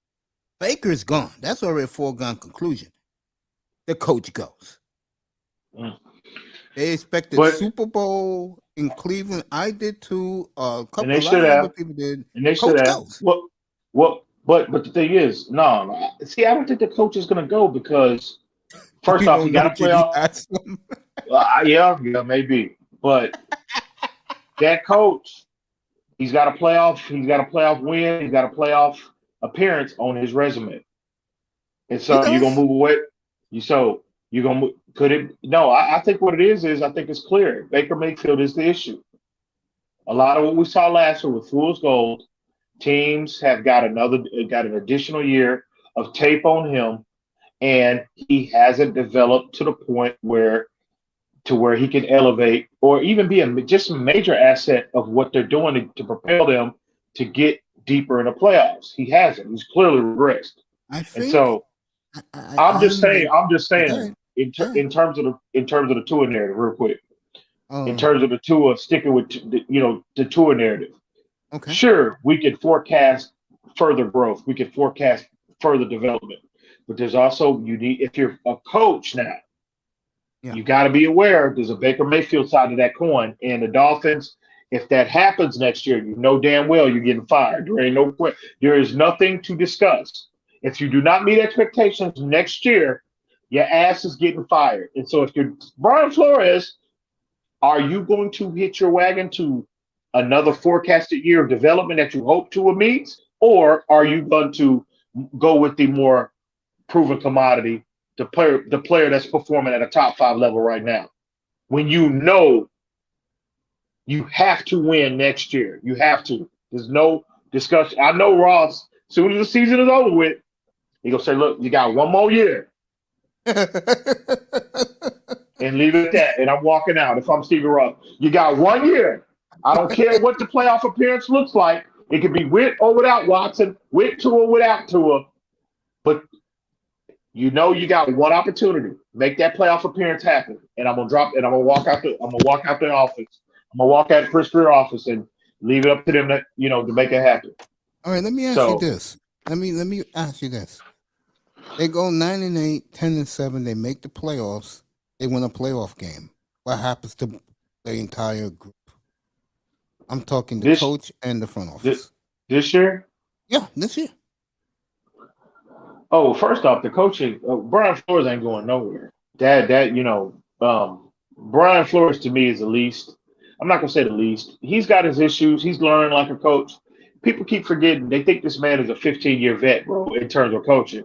This dude is going to his third. He's on his third year, going to his fourth next year. So he's still learning on the fly on what works, what doesn't work, how he can relate to this player, how he can relate to that player. Trying to figure out the X's and O's, especially from an offensive standpoint. Trying to figure out how to put a competent staff around himself. But with that being said, Brian Flores he is not a problem. He's not the problem. So I'm keeping the staff. I'm keeping everything intact. I'm asking you if they make the playoffs this year, what does Ross say? You know he's going to be beaming with joy. Right. And you mean Tua, or you talking about coaching staff? I'm talking about coaching staff and the entire organization. They went out and they do the greatest thing in history of the sport, start off 1-7 and make the playoffs. Well, bro, I'm gonna be ecstatic if I'm Stephen Ross. I'm gonna be You'll be ecstatic. Oh, absolutely. Yeah, of course. If we make the playoffs, absolutely, that man will be doing cartwheels up there in that press box and win a game. Oh, and don't win a game. I'm just ecstatic just getting there. But bro, don't win a game. True. But as far as Tua, he gets to the playoffs, he wins a game, bro. How do you move off that? How do you move away from it at that point? Really? Yeah, that's my point. As great as Deshaun Watson is, how can you justify doing that? Yeah. What about you, Mr. Miami? Shall be happy. No, what about Ross? About Stephen Ross? Yeah, if they do that. Yeah, they went out, win a playoff game. How giddy will Stephen Ross be? I can see Stephen Ross be dancing. Man. And then Miami beat the Patriots, we're gonna call ourselves the Legend Killer. You crazy. Speaking of that, we're gonna end a dream. There you go. Go ahead, Ian. Yeah, I agree 100%. That'd be like I said earlier, man. That'd be a tremendous accomplishment, not only for Tua but Brian Flores to start off 1-7, to keep this team focused, to keep this team engaged. That's a tremendous accomplishment, bro. Because any other coach, this team would have quit weeks ago. And he kept them engaged, bro. And I'm telling you, and I know a lot of why we were 1-7 was self-inflicted, was brought upon by him. But at the end of the day, okay, we all fall in life. But it's no question that we're gonna fall. It's how many times you get up. And that man, he did nothing but put his head down, get to work. No, we're close in the eye of the storm all year. They wanted calling for this man's name, calling for his neck, his head on a silver platter. He said, "No, we're where I believe in this team. I believe in the approach. I believe in the message." And he stuck to his guns. And look at the results that they're getting now. So, Flores deserves a lot of credit, Mace. Oh You yeah, know, yeah, and he gets it from me. I'm not gonna. Matter of fact, I'm not gonna lie to you. I still don't believe in two offensive coordinators, but no. I agree 100%. I just look at this team, and why? Well, if people care to watch, I always say that you're watching them grow up in front of your eyes, and they are growing up. Shout out to people in the clouds. They are growing up in front of our eyes, especially defensively. And I look at Waddle, and whew, I mean, I admit when I'm wrong. I was wrong with Waddle. I was wrong with Phillips. And Phillips showing out. No, one thing, you know, where I was critical of Waddle. Yeah. Was I felt like that additional first round pick that they had to spend to trade up to 6 and get him. You know, that's from a draft perspective, bro. You only make a deal like that for quarterbacks, franchise left tackles, franchise pass rushers. You don't make that for, you know, unless it's a Julio Jones type, Larry Fitzgerald type, just freakish type athlete. You don't make those, and even wide receivers are lower on the totem pole. So I was highly critical of that. With that being said, Waddle's been everything that they possibly could ask. And it's so much untapped potential in his game that if we had a quarterback or we had an O-line that could hold up longer than 2.5 seconds to give Tua more time to survey the field and deliver the football more consistently down the field for more explosive plays, you know, or we had the benefit of a play action predicated off the run game to generate explosive plays, he would even have more impact. So Waddle has been everything we could possibly ask, bro. He's just a matchup nightmare. And if you look at teams on film, how they're defending him, bro, they are terrified. Do you hear me? They are terrified of this man. And the Dolphins now, over the last, since we've been on this stretch, they're deploying him more outside in as opposed to inside out. And so he's been a primary boundary guy here recently, last 3 to 4 games. And you just see how that has just opened up everything else for all the other receivers. I mean, bro, wherever he's going, he's taking the covers with him. And so I think the overall offense has benefited from that, especially since we've been on this win streak. Yeah, and I hate to say this because I'm going to be wrong, but I have to say it. It was worth making that move to get Waddle. Now that you got it, it's crazy. We could have took Micah Parsons. That would have been happy. Mm-hmm. Shit, we took Micah Parsons. This is a whole different conversation. Oh, it's don't he looked like the second coming of LT, bro. I ain't saying he Lawrence, and I'm not saying he Lawrence Taylor, but that man, his athleticism, bro, it is just, bro, it just leaped. And I mean, from out the gate, I saw it on Hard Knocks. I didn't have to see Dallas play, a regular season game. I said, man, this dude here, man, look at this nigga. I mean, pardon my language, man, but I was okay. like, You can talk like that. We're black men. Go talk. This dude, I said, I said, my God. And to see him play in that in that Hall of Fame game. Hall of Fame game. I said the same thing you're saying. Man, I said, damn, this dude is going to be a problem. And again, I like how they use him because they use Lawrence Taylor a lot like that when he was at the Giants. Moved him up all around, up and down the formation, on the line of scrimmage, off the line of scrimmage. You know what I'm saying? Blitzing in that A gap, deploying, blitzing him off the edges. I mean, deploying him inside out, outside in. I mean, man, he's there. And again, for a rookie, and Waddle is the equivalent of Micah Parsons, but he's just on the offense. He plays offense. And what I mean by that is, look at the deployment. he plays every position. X, Y, Z. You have him playing, flanking him outside, coming outside the backfield, you know, in motion. I mean, you don't see that typically with rookies, bro, because it's difficult because you have to, it's so much you have to learn. You got to learn in essence 3 positions. And Waddle has done that at a high level. You're seeing Micah Parsons do it. They deployed him from an inside primarily before DeMarcus Lawrence and Randy Gregory got hurt. So they had no other option but to deploy him, you know, as an edge player. And I was critical of deploying him there primarily pre-draft because I felt like he didn't have the number one. I never saw it on film. Him consistently doing that on film. A and B, I felt like he didn't have the size to really hold up as an edge guy. But they have a different scheme than we do. They're primarily a 4-3 guy, 4-3 team.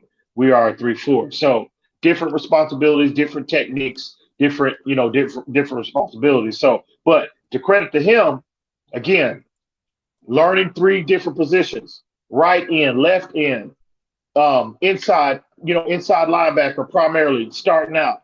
That's 3 different positions he had to learn, bro. That's not an easy task, bro.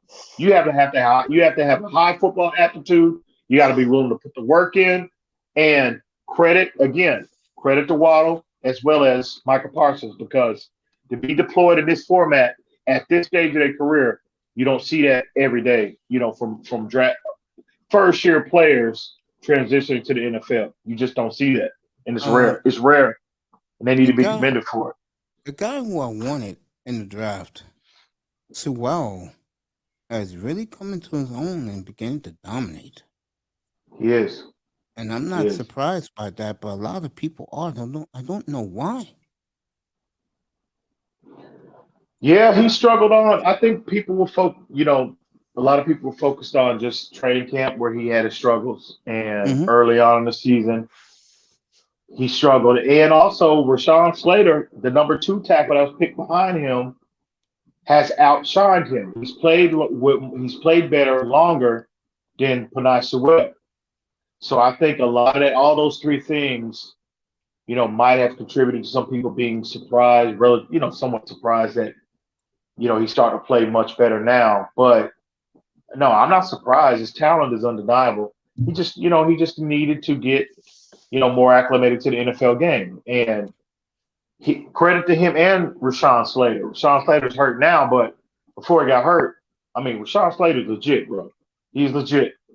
All of that praise that and that Sewell got pre-draft. Yeah. You know, I think Rashawn Slater was vastly underrated. I do too. You know, there's a reason why I'm going with this. There's a reason why I'm going with this theme. You could put the pieces together. J.C. Horn, before he got hurt, was balling. And he got hurt in Houston on the turf. I think that was a hell of a pickup for Carolina. It's never been the same since he got hurt. And then you get our boy Surtain, who's beginning to dominate. Surtain Jr.? Yes. There's a theme here. Devontae Smith has played well. The kid in Chicago, the quarterback. In Chicago? Yeah, the boy from Georgia. Yeah, that's in Fields. That's it. Yeah. I think he'll be better next year with a new coach because they're going to get rid of Matt Nagy. Anyone but that clown Greg Roman. If it's Greg Roman that the Bears get, then the kid might as well just play out the contract and get the hell out.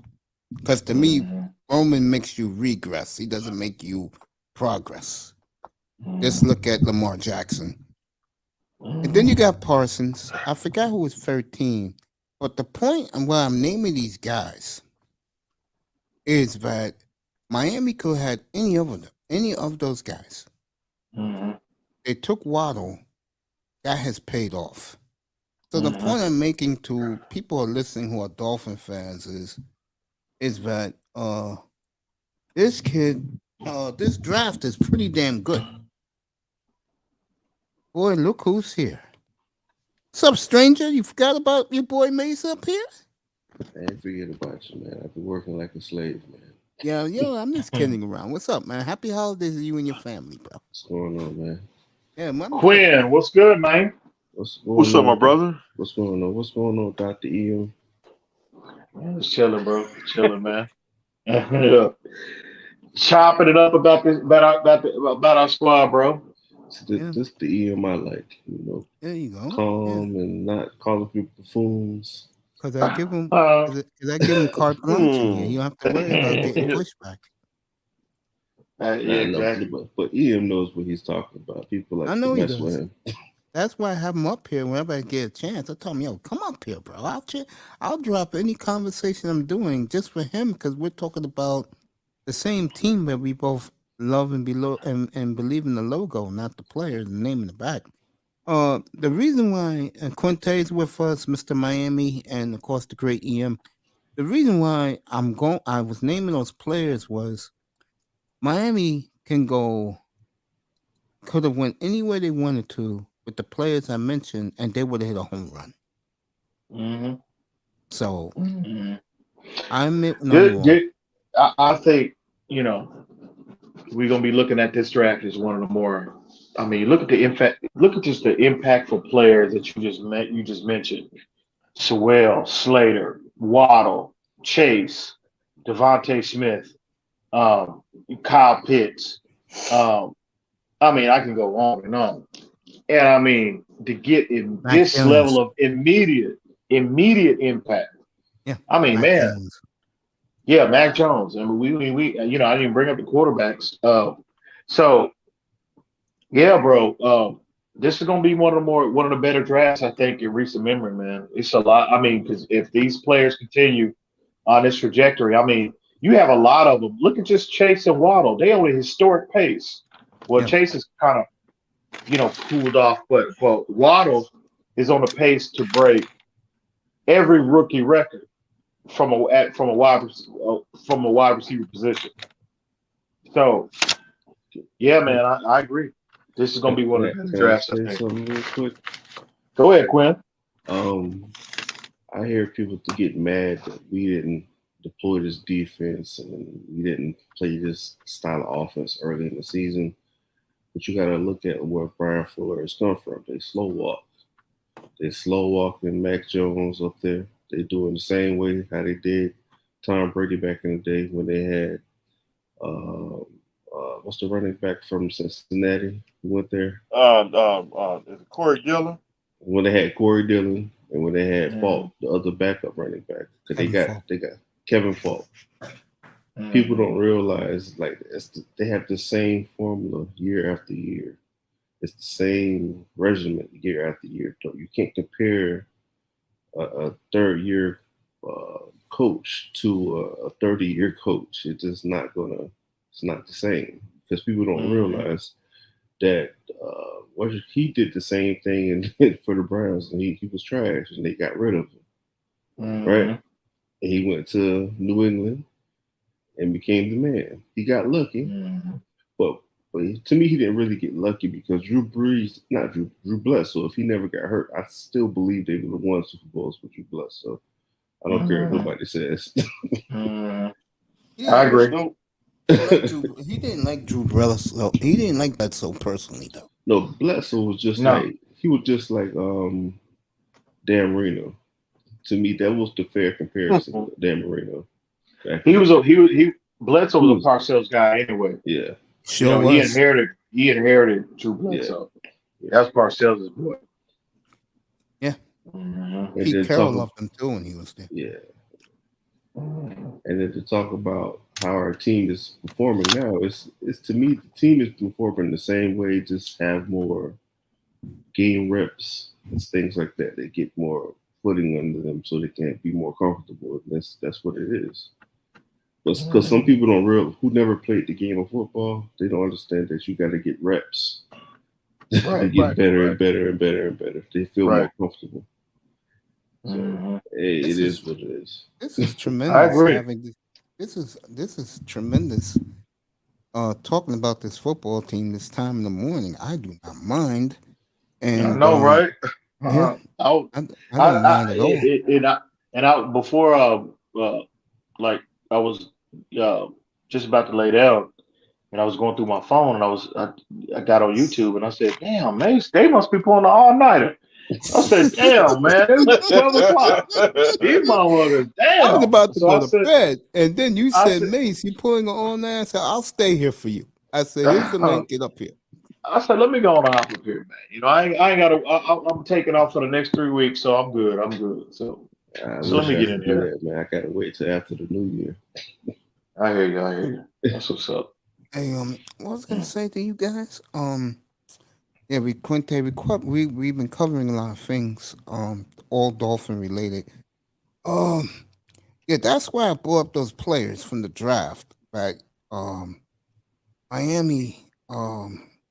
You can even bring up the Jamar Chase too, if you want.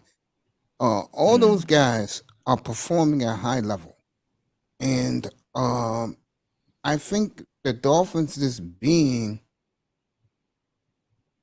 mentioned because the two kids they drafted are just balling.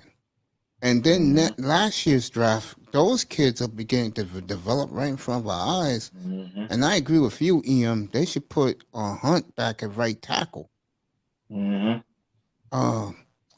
gonna do a thumbnail after the Tennessee game, and if they're 9-7 going to New England to play, I will do a thumbnail, and I'm gonna put Miami Dolphins is the legend killer. No, I'm not gonna do that. I'm gonna put Greer, Gaskin, Flores, and who's the last guy? And Waddle. And I'm gonna say I'm sorry. They deserve a lot. Because if you go back to, last year's draft, 2020, I mean, with the exception of the Noah pick, the Austin Jackson pick, I think we could say, from just a player perspective, we're not talking about Deshaun Watson is in the picture. We're just talking about where Tua is at this stage of his development. I think it's safe to say they hit on Tua now. Again, he's not a finished product, but Tua, by no stretch, like I said earlier, has he been nowhere near close to a bust. He's clearly trending in the direction that we all want him to, and he's given you solid plays since even going back to last year. And so you could see from that perspective, from a normal developmental standpoint, they hit on Tua. I'm not saying they hit a home run, but they hit. Tua is a double right now. And He's a bunt. He's not a double. No, he's a single. He's a single. I agree with you. He's a single right now. Single? Come on. Yeah, I gotta offer pushback on that, Em. Man, Quinn gonna say a bunt. A bunt. No, you guys argue. He's a single. He's a single. He's not a bunt. Tannehill was a bunt. He's a single. I would agree. All right. Something. Okay, yeah. Okay. You know what? I'll say this. I'll say this. Joe Burrow. Double is. I hear you. I'll say this. If he continues on this trajectory and he plays out the rest of the season at this level, well, then I think he would have matched Joe Burrow in terms of their play on the field. I gotta offer some more pushback on that. Joe Burrow has shown you that he can do things. Tua's doing the same thing he did last year. He's doing what he knows how to do well, and he's continuing to do it. I feel as though he's not pushing himself to get better, in a sense. Got all the things that he's doing good right now. He's always done those things good. That's fair. I'm not taking nothing away from it. What he's doing well, that's what he always does well. And me and TD had this conversation too. He said the same thing. But this is what, and I don't disagree with anything that you said. Yeah. I'll tell you the exact same thing I told him. I don't disagree with anything you said, but he's gotten significantly better in at what he does well. And that needs to be commended. I mean, you can't just overlook that. You know what I'm saying? I'm not overlooking. No, it. I'm not saying you are. No, I'm just saying for the most part, people, they don't want to. They're just saying, well, because TD's perspective was, I know he's good at this. No, he ain't at.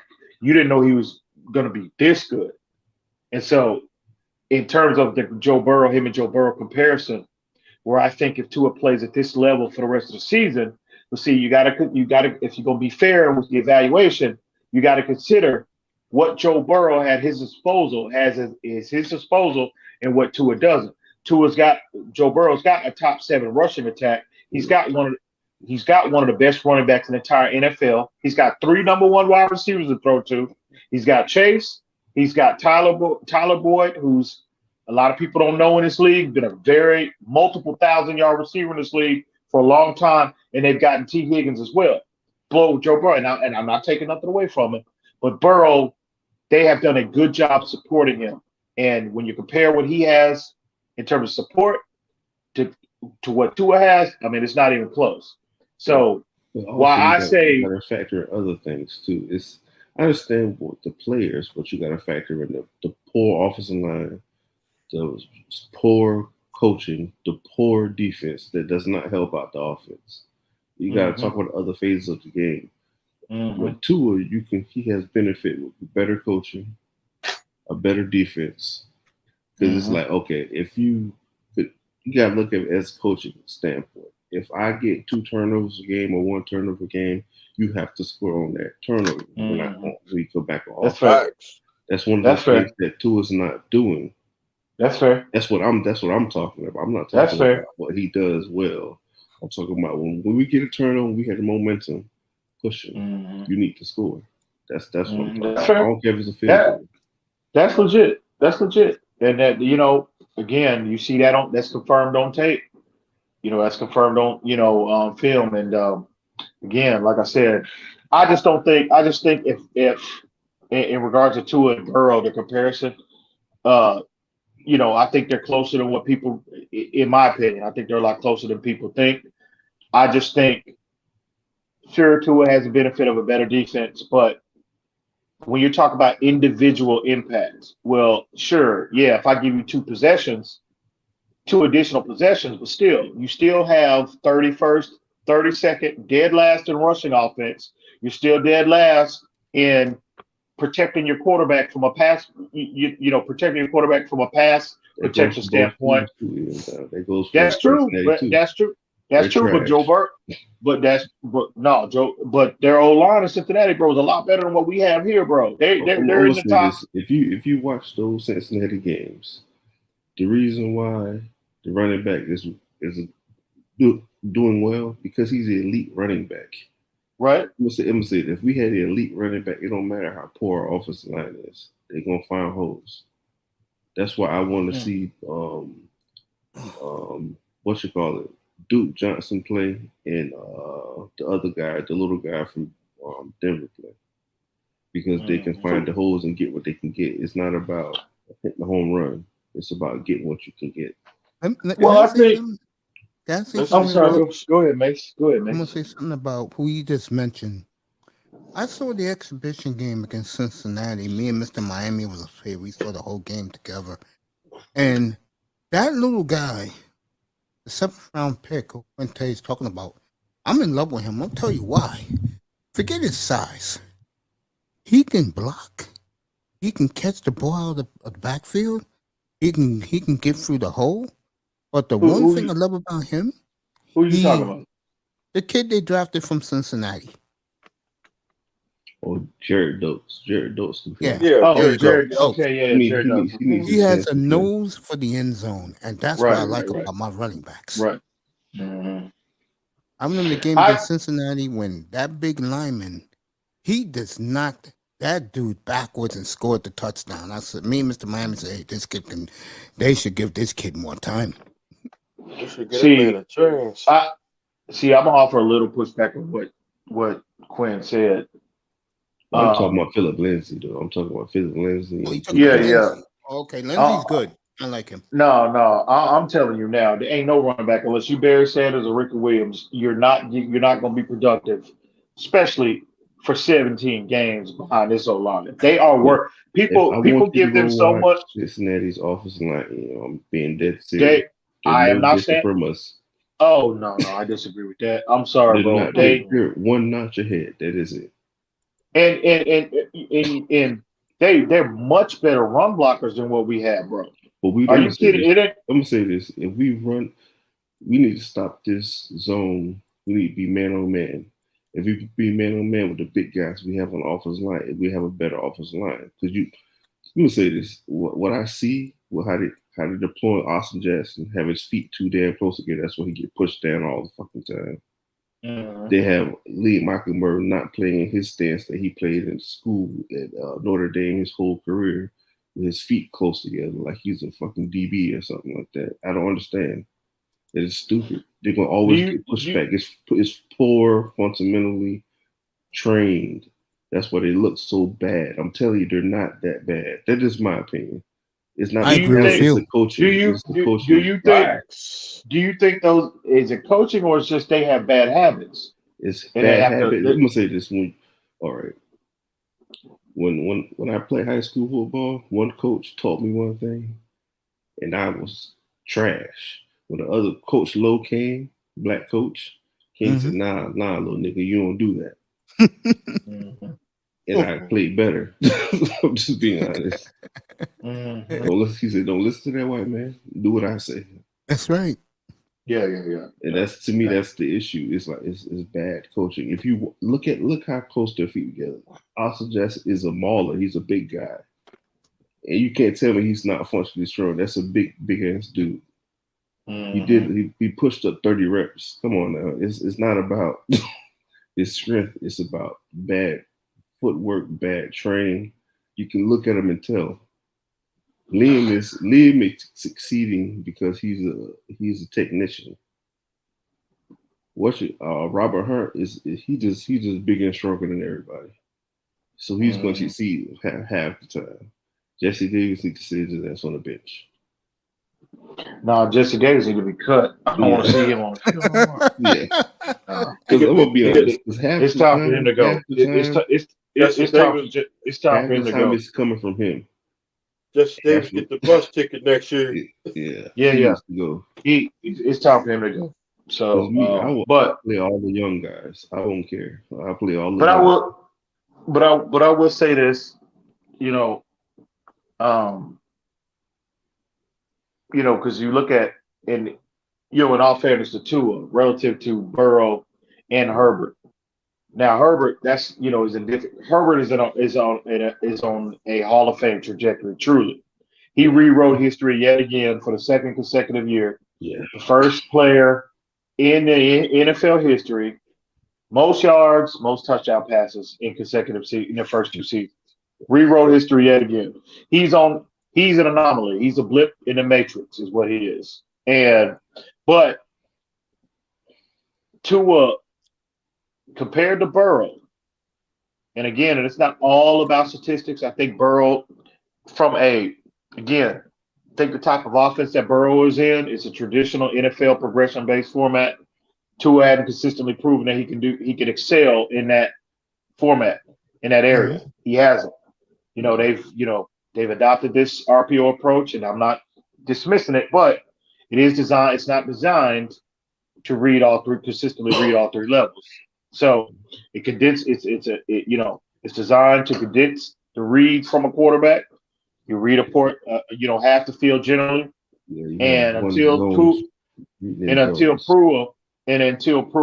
Tua improves upon that, he won't be considered a true franchise quarterback in my eyes. But with all that being said, lack of support, lack of running game, lack of O-line relative to his counterparts, lack of being in a traditional pro-style approach, look at his numbers compared to Burrow's. They are like almost mirror images of each other. And so all I'm saying is, if you support him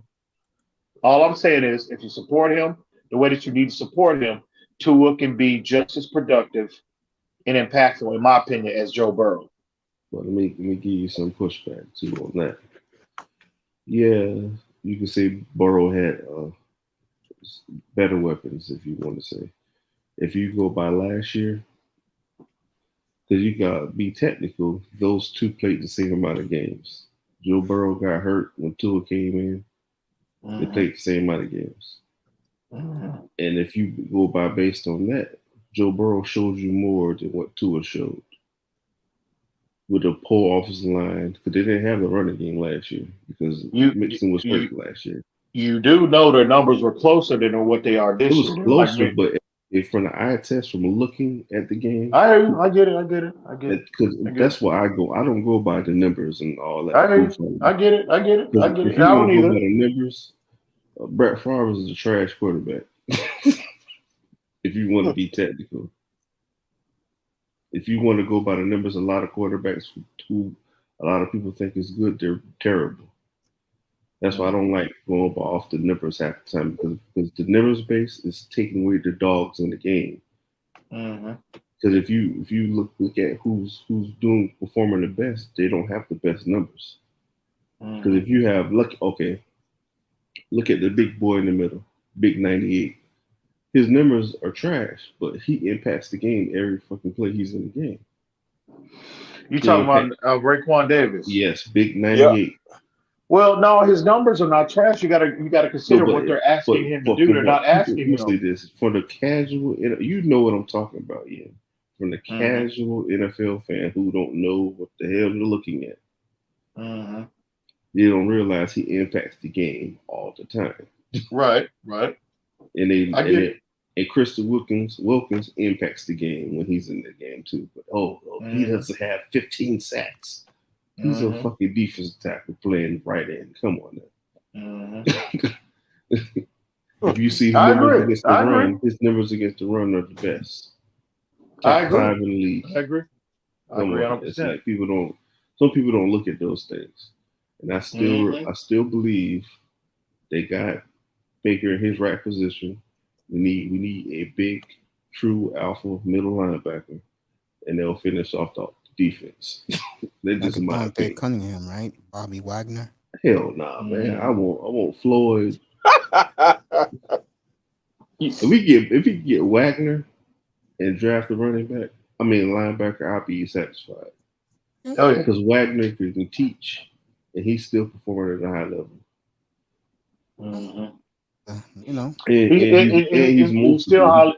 He's multiple. He can play in any defense. He's still highly productive too. Yeah, very productive. So, he'll be 8. This will be his, I guarantee it's be his 8th year of being named All Pro. Yeah. So I agree, but I just think, when you got to consider everything in the evaluation process. It's just not numbers. It's just not eye test. It's not. You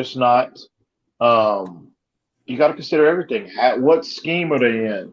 What support they have. And coaching. All of that. You got to consider all of that. So it's true. I gotta agree with you on that. All right, Quinta, I got a question for you. Me and Ian talked about this a couple hours ago. Yeah. Hang on, real quick, Max. You said you like David Lloyd. Lloyd, kid out of Utah. Out of Utah, yeah. Okay. I'm high on him too.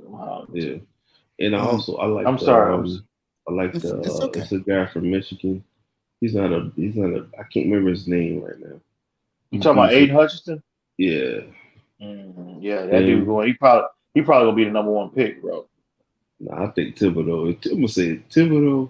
He gives me some Deion Jordan vibes. Damn.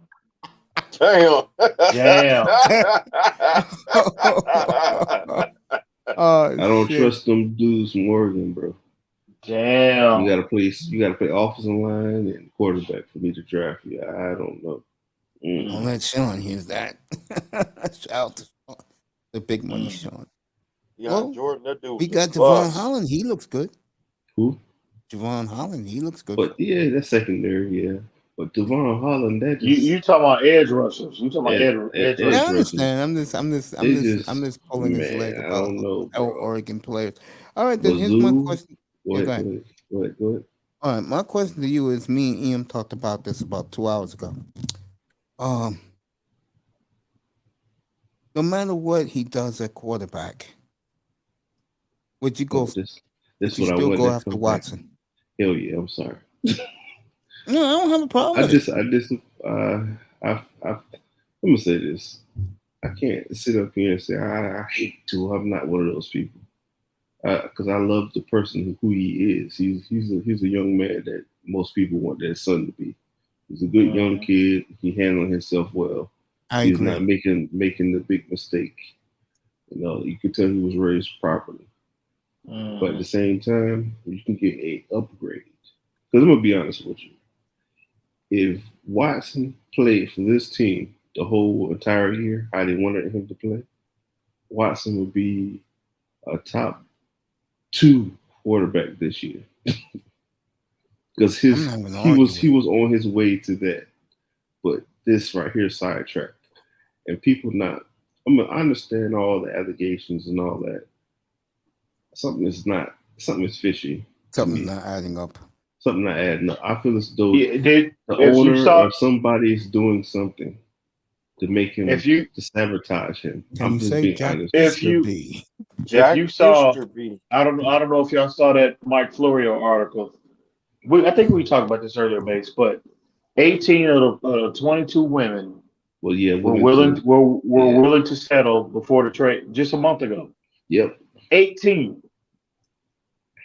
I think for the most part, I don't think the man is. I don't. I'm not gonna say he's completely innocent. I think he was doing inappropriate stuff.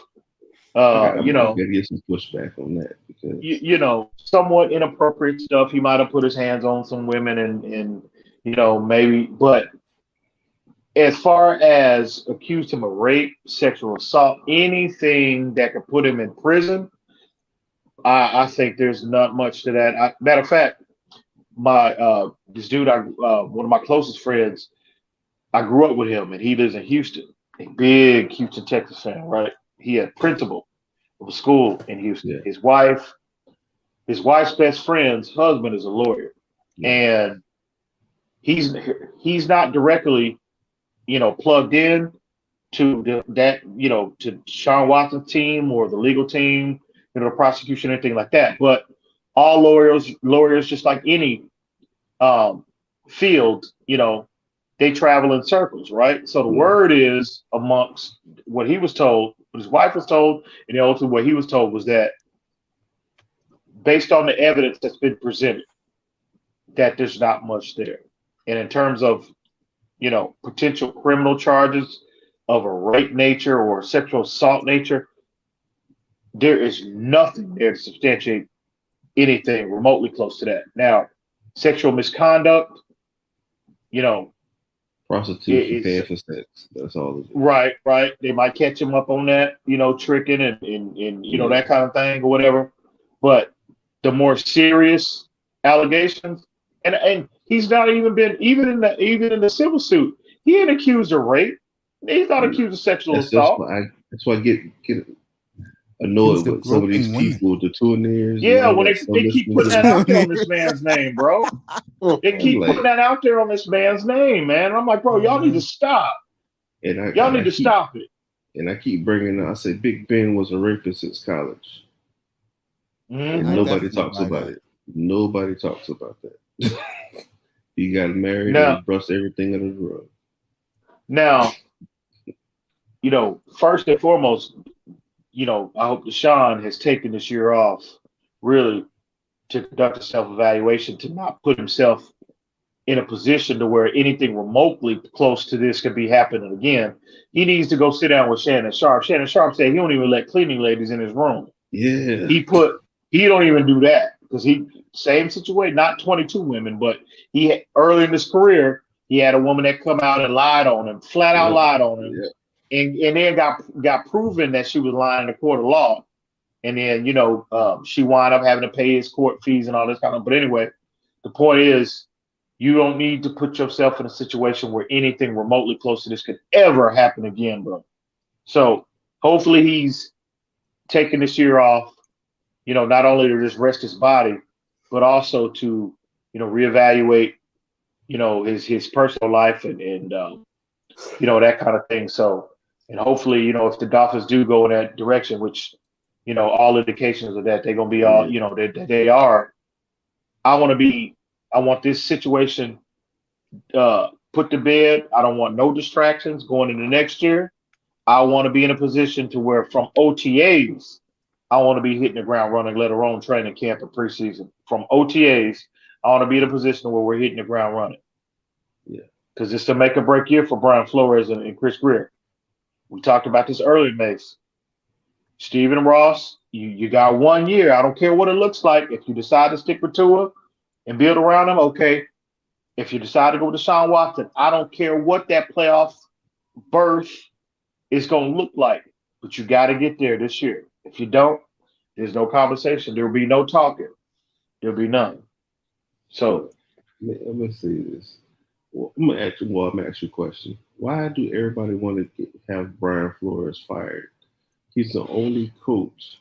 He came as a defensive guru.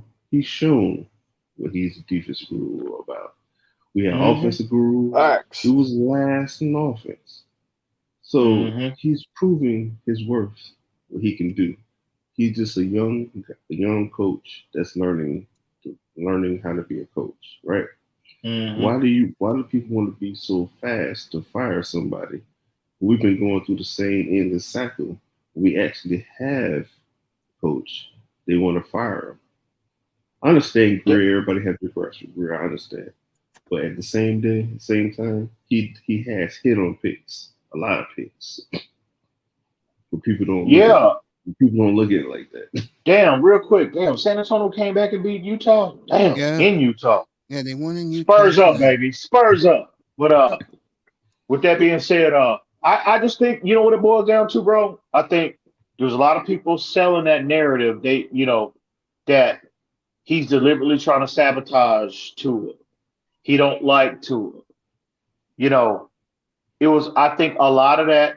Now, again, 1-7 is 1-7. Everybody deserves a high level of criticism when you start off like that. But I think for the most part, what kind of inflamed everything, bro, was the alleged, you know, disdain that he had about Tua because of he was soaking because he wanted Herbert. He never wanted Tua in the first place, which I thought was ridiculous.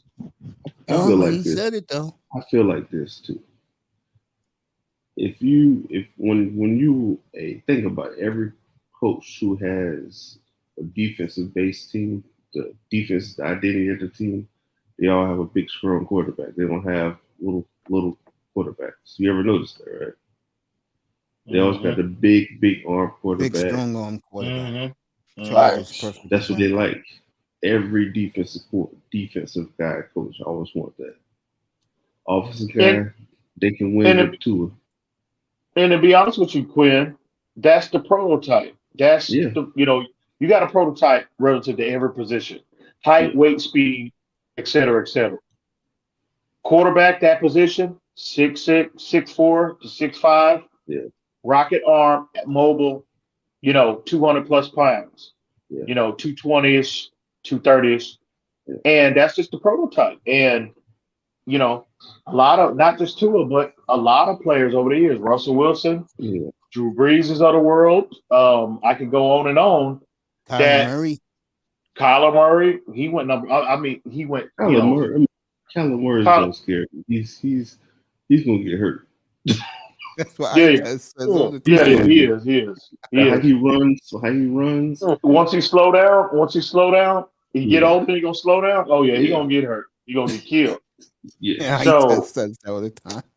Yeah, he gonna get killed. But oh my God.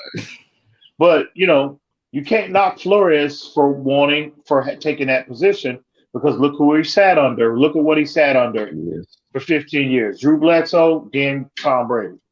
And so he knows. Marino told Stephen Ross to take. Marino too.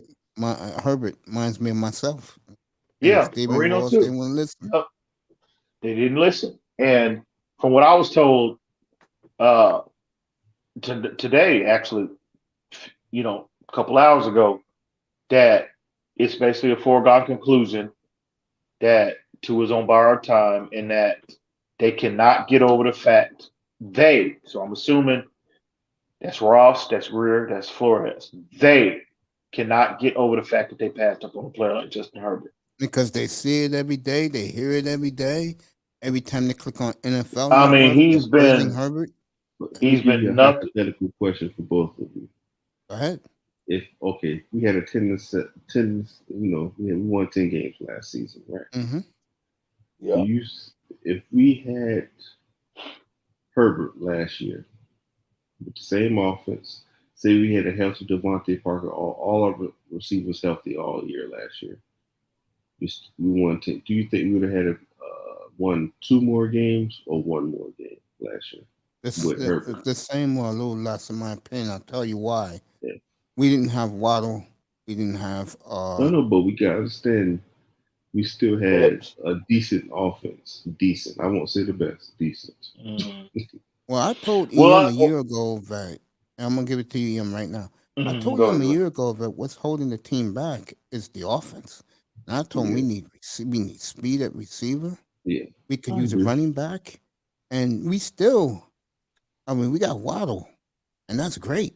Boy, to be real with you, the running game is atrocious, and that was a weak point. But Phillips, the way he's played, neutralizes that. But I think it would have been a little worse because remember what Herbert walked into in LA. It wasn't like he walked into a rebuilding program. I would agree. They had weapons, they had pieces, but I think, it's more because, he walked into, they had the worst, it was between us and them. Take your pick, who had the worst offensive line in football. He didn't have, 32nd. He was dead last in rushing offense last year. And the man rewrote history in what was the most impressive statistic with Herbert. Not only his 30 touchdowns, 66% completion percentage, 4,500 yards. He was completely unfazed by pressure. The more they pressured him, his statistics went up. And that is, bro, when you talk, especially you talk about a young player, that's what they struggle with the most, transitioning to the NFL game. And this kid laughed. And he was number one, not rookies, over everybody. Brady, Rodgers, everybody, Russell Wilson included. And that man, I'm telling you, bro, Herbert I told you, he's top 7. He's top 7 to me right now. And I agree with that. I'm not even going to argue that. I agree. It's so. I was watching that game last night with him and Mahomes. And man, bro, I just God damn, how did I not see this storm coming? He is just, and y'all know, I liked Herbert a lot. Yeah. That draft, but I didn't see this impact. This dude is he's on a Hall of Fame trajectory already. And the drop off between him and not just Tua, but Burrow too. Throw Burrow. Burrow's not close to Herbert. Yeah. It is not even close. And man, we just at this stage now, 5 years from now, we'll see who's the most impactful player. But from what we've seen, the sample size that we've been given, it's Herbert, and it ain't even close, bro, with everybody else. So what our record would have been last year if he had drafted Herbert? I think we win 2 more games. Interesting. That's the same. That's the same way I feel too, because 13-3. Because he would have got more possessions on offense. He would have did more with it. Probably had more yards. He probably would have thrown 5,000 yards. Just think about all those things. And see, it goes back to this. Think about this for a minute. See, when you go back to last year, the issues that Tua had in terms of the playbook, we had to when Ryan Fitzpatrick was our quarterback, and when Tua was our quarterback, there were two completely different game plans. They had to scale things down for Tua. They had to adopt a lot of what we're seeing now because of the mental and physical limitations that Tua had last year, right? But see, Herbert, from a mental standpoint, I think because again, they were talking about Herbert. I don't know if y'all saw when they were on Hard Knocks. they were talking about how this kid is a sponge. He Yeah, I knew gobbles. that. He's like Pac-Man You know in the boy terms was of going to be a gobble. doctor if he didn't play Yeah, he's gonna be quarterback. a surgeon in about Yeah. 20 years. Yeah. And I mean, they said this kid is Pac-Man in terms of consuming information, gobbles it up. And so in the classroom, he was like a 10-year vet, according to people, according to Hard Knocks. And so from a mental standpoint, the issue that Tua had, not being able to learn and retain high volumes of information, you don't have that with Herbert. And I think people focused on last year all his physical traits, which was the most impressive thing about him. A lot of people felt like, but it was from a mental standpoint, how he was able. I mean, from day one, from 5 minutes before starting, they told him you're up when Tyrod Taylor went down with that when they punctured his lung, and they told him 5 minutes you're starting.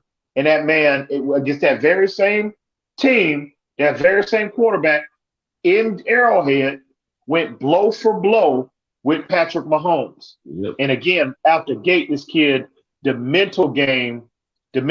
mental standpoint, the game never was too fast for him. So I think if you put him in that same offensive game plan that Brian Fitzpatrick was in, I mean, if you look at his game, it's a lot like Fitzpatrick.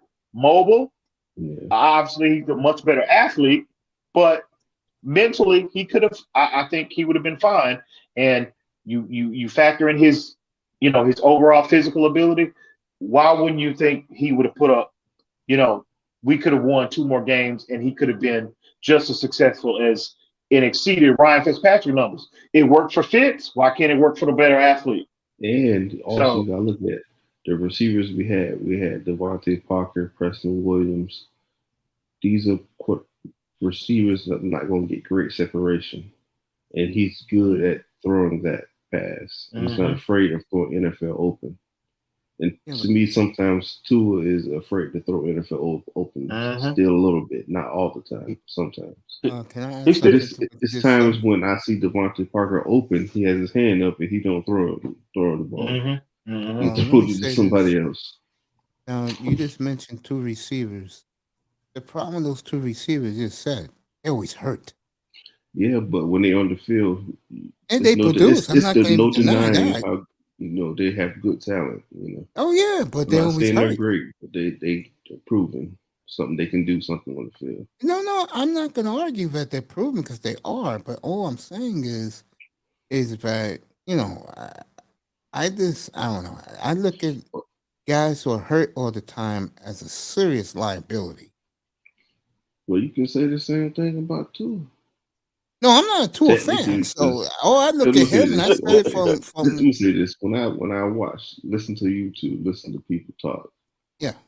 People don't understand. Yeah, I can't lie. I can't say I don't like Tua. I do. But at the same time, people don't put in context like, okay, the kid missed how many games? He just played his 17th, 16th game just now. And people not, it's like, come on, now, that's a strike against him. But they're gonna say, they're gonna say it's offensive line, it's this, that, the other. That's fair. That's fair. I don't want to hear it because when I go to work, if I go to work and say my feet hurt, they're gonna say, you better get your ass out there and do what you're supposed to do. And Quint, let me add this to it, okay? I said it when he played Arizona. After the game was over, second the game was over. Yeah. I said, quote, he is a game manager at best. There's nothing wrong with that. Tom Brady was a game manager for 8 years. Yeah, I agree with that with you. But you had a lot of these fools who thought he was going to be throwing 40 touchdowns a year like he did in Alabama. And what I told these fools, and what they come to realize is now, the SEC West is not the AFC East or the AFC or the NFL. I think what's happened with Tua, I think that injury, bro, has taken. I was just looking at Alabama tape Sunday, and I had I sent a clip what I was watching to Reason. I said, bro, Tua's just not the same athlete. He's just not. I agree with And you. I think that injury took something from him that he's trying to get back. Who knows? He might not ever get it back. Because we all know the nature of catastrophic injuries, especially of that nature. We talk about the hips. And I mean, he just completely obliterated his hip. And it's going to take him years to get. And he, first off, he wasn't the best athlete in the first place. So whatever surplus of talent that he had pre-injury, that injury has taken that away from him. So where he was above average arm strength, mobility, that injury, as a result of the injury, it's dropped him down to average, maybe even in some categories below average. And it's going to take him longer than a year and change to get that back. And who knows? And this is his words, not EM Dolphin fans. I don't know if I'm ever going to be that athlete. That's what he said last year. So I think that's what's happened with Tua. That injury has taken whatever additional talent he had. It has just taken it from him. It's going to take him longer to get it back. Okay, look at Albert Wilson. Yeah. Remember, Albert Wilson, he will shake you and pull away. He's not pulling away. You can look at something that's not right. Yep. He ain't the same player. He's not. And he's still shaking big, but he's not. Right. He ain't. We put on that 2018 tape and look at Albert Wilson in 2018. Yeah. Oh yeah.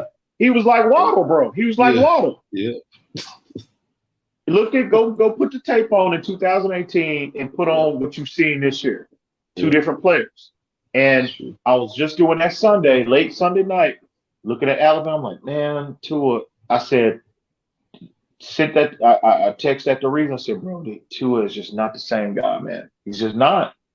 And the Dolphins are not going to wait and bank on in a year that they have to win. They're not going to wait and hope and project and forecast that, he will get it back when next year. Who knows when he'll be that athlete again or if he'll ever be. No, if you're the Dolphins, if you're Flores going into a year where you got to win, no, bro, this conversation, I get it. I get it why they feel, according to reports, that it's a foregone conclusion that they are going to move off of him and pursue that trade for Deshaun Watson. I'm going to say it's what it is, man. I told the guy at work, and I think I said it on the YouTube streets. Like, think about our last two quarterbacks. Say our Ryan Tannehill and two drafted quarterbacks. If you take everything good about Tannehill and give it to Tua will be Justin Herbert. Yeah, he will be. He will be. Oh yeah, for sure. Yeah, he will be.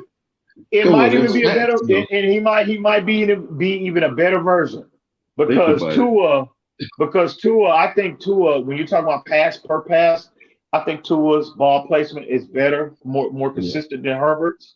I think Tua, this is where an advantage I give Tua, and this is a legit trade in my opinion.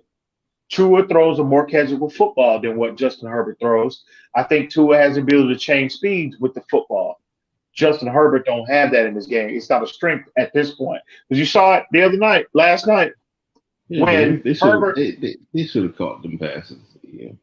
I understand. Yeah. I'm not saying the ball was right in their hands. I agree, but sometimes it's like John Elway said. If you go back and listen to John Elway when he was playing over the years, he said that he had to adjust that aspect of his game because when he came out of college, bro, in the mile high wind, he was cutting. You could hear the ball whistling. That's how hard he was throwing. And it was too hard at times. He said he had to adjust and he had to alter that part of his game to know when to take something off and to rip it. And Herbert is at that point where he's just 100 miles an hour all the time, and he needs to. And that comes with time. That comes with repetition. That comes with experience. When you know when to, okay, let's dial it back to 60, as opposed to consistently throwing 100 miles every single throw. But I think Tua, in my opinion, that's not an issue with Tua now. He throws a much more catchable football. But, But every other aspect, Herbert, in my opinion, is just superior to Tua. And you know, it's just what it is, man. You know, it rubs folks the wrong way. And you know me. You and heard you him know, yesterday. You heard him yesterday on Stevens. Thing. Oh When I yeah, was yeah, getting yeah. off Oh work, I yeah. was listening. Cause I always listen. Oh, Oh my God, them boys, they get on my. Especially, what's the dude name who arguing with TV? What's his name? D1. That's so emotional. I'm like, my God. I know, bro. It's ridiculous. I fuck with D1 though, you know, but I was, and I He's a privately, yeah, he is. I told, and he'll say, but at least he admitted. At least he'll admit it. These You other know ones what? are blind, bro. Ian, I've been dying to tell you this for a while. I'm gonna tell you this right now. Let me get this dolphin walk out so you can see my face when I tell you this.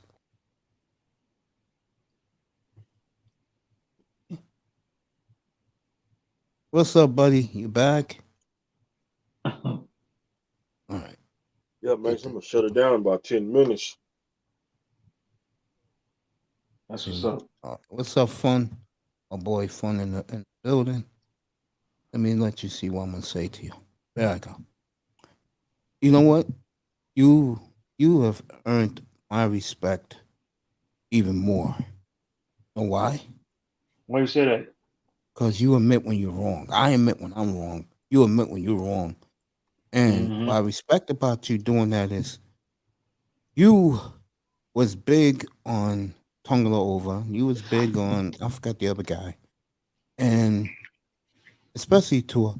And you're man enough to say, you know what? If they go get Watson upgrade, I'm all in.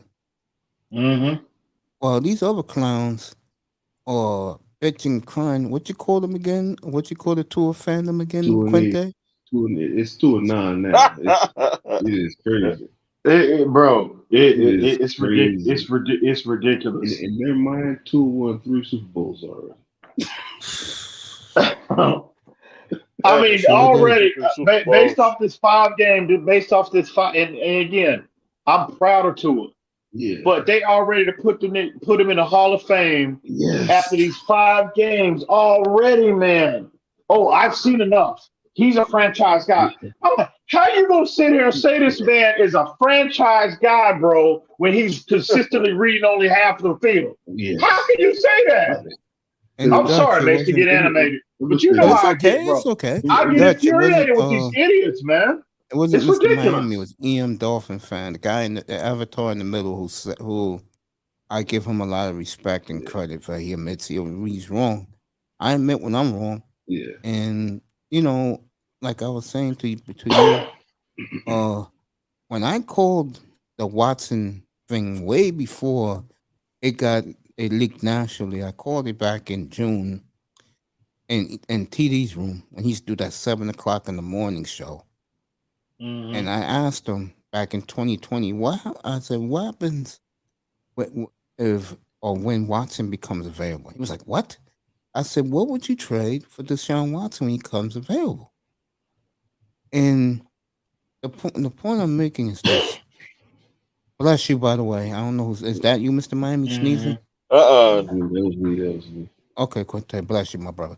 The point I'm making is this, bro. Stevie Wonder. Yeah, he is by me. All these guys up here are by me. You too, bro. We're all family in here when you come in here.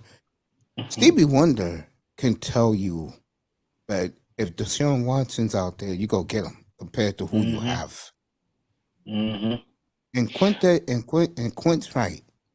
These sickaholic Tua fans, bro. I can't. When that happens, I cannot wait to get the AK-47 start shooting down these fans, bro. You know something, Mace, too, real quick. I'm gonna tell you somebody in regards to Deshaun Watson. See, here's the thing about Deshaun Watson. Now, this is I was told by somebody in this information that was relayed to them. Okay, this person works in the Miami Dolphins front office. Okay. So this person was told that the Dolphins have been trying to trade for Deshaun Watson since 2019. Right? When Florida, they have been trying, and there has been mutual interest since then. Right? And allegedly, in 2020, see, people automatically thought they were tanking for Tua, yada, yada, whatever. But according to this individual that's as close to the front office as you could possibly get, because I can't, unless you're Chris Greer, Flores, whomever, this person works in the office, bro. And it's been confirmed, right? So they were told that, okay, you know, they couldn't understand the infatuation with Tua. Sure, there was interest, but this notion that they were tanking for him is just not true.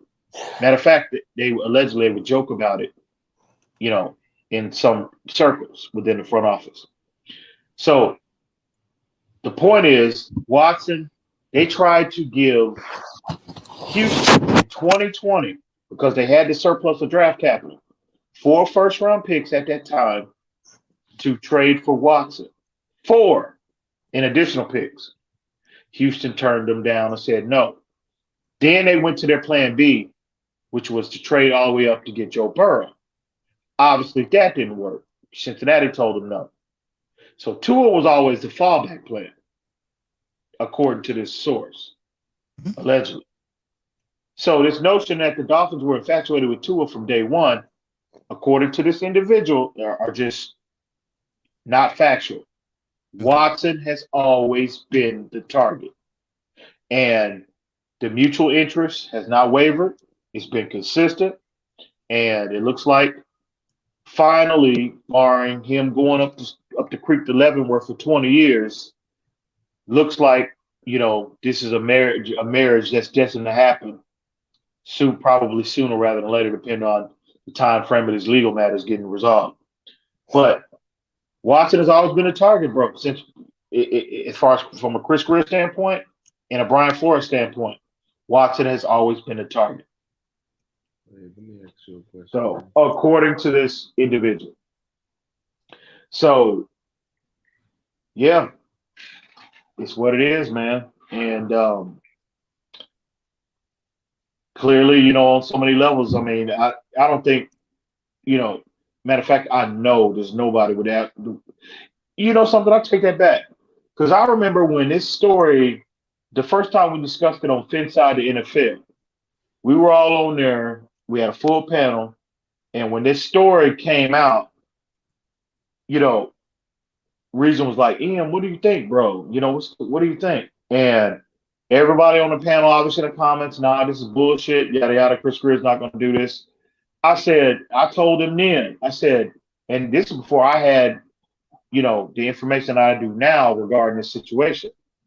I told him then that if you think Chris Greer, Brian Flores, the fact that they were trying to trade and give up the farm to move up to number 1 for Joe Burrow, if you don't think they are going to hesitate to do the same for Deshaun Watson, you are absolutely fooling yourself.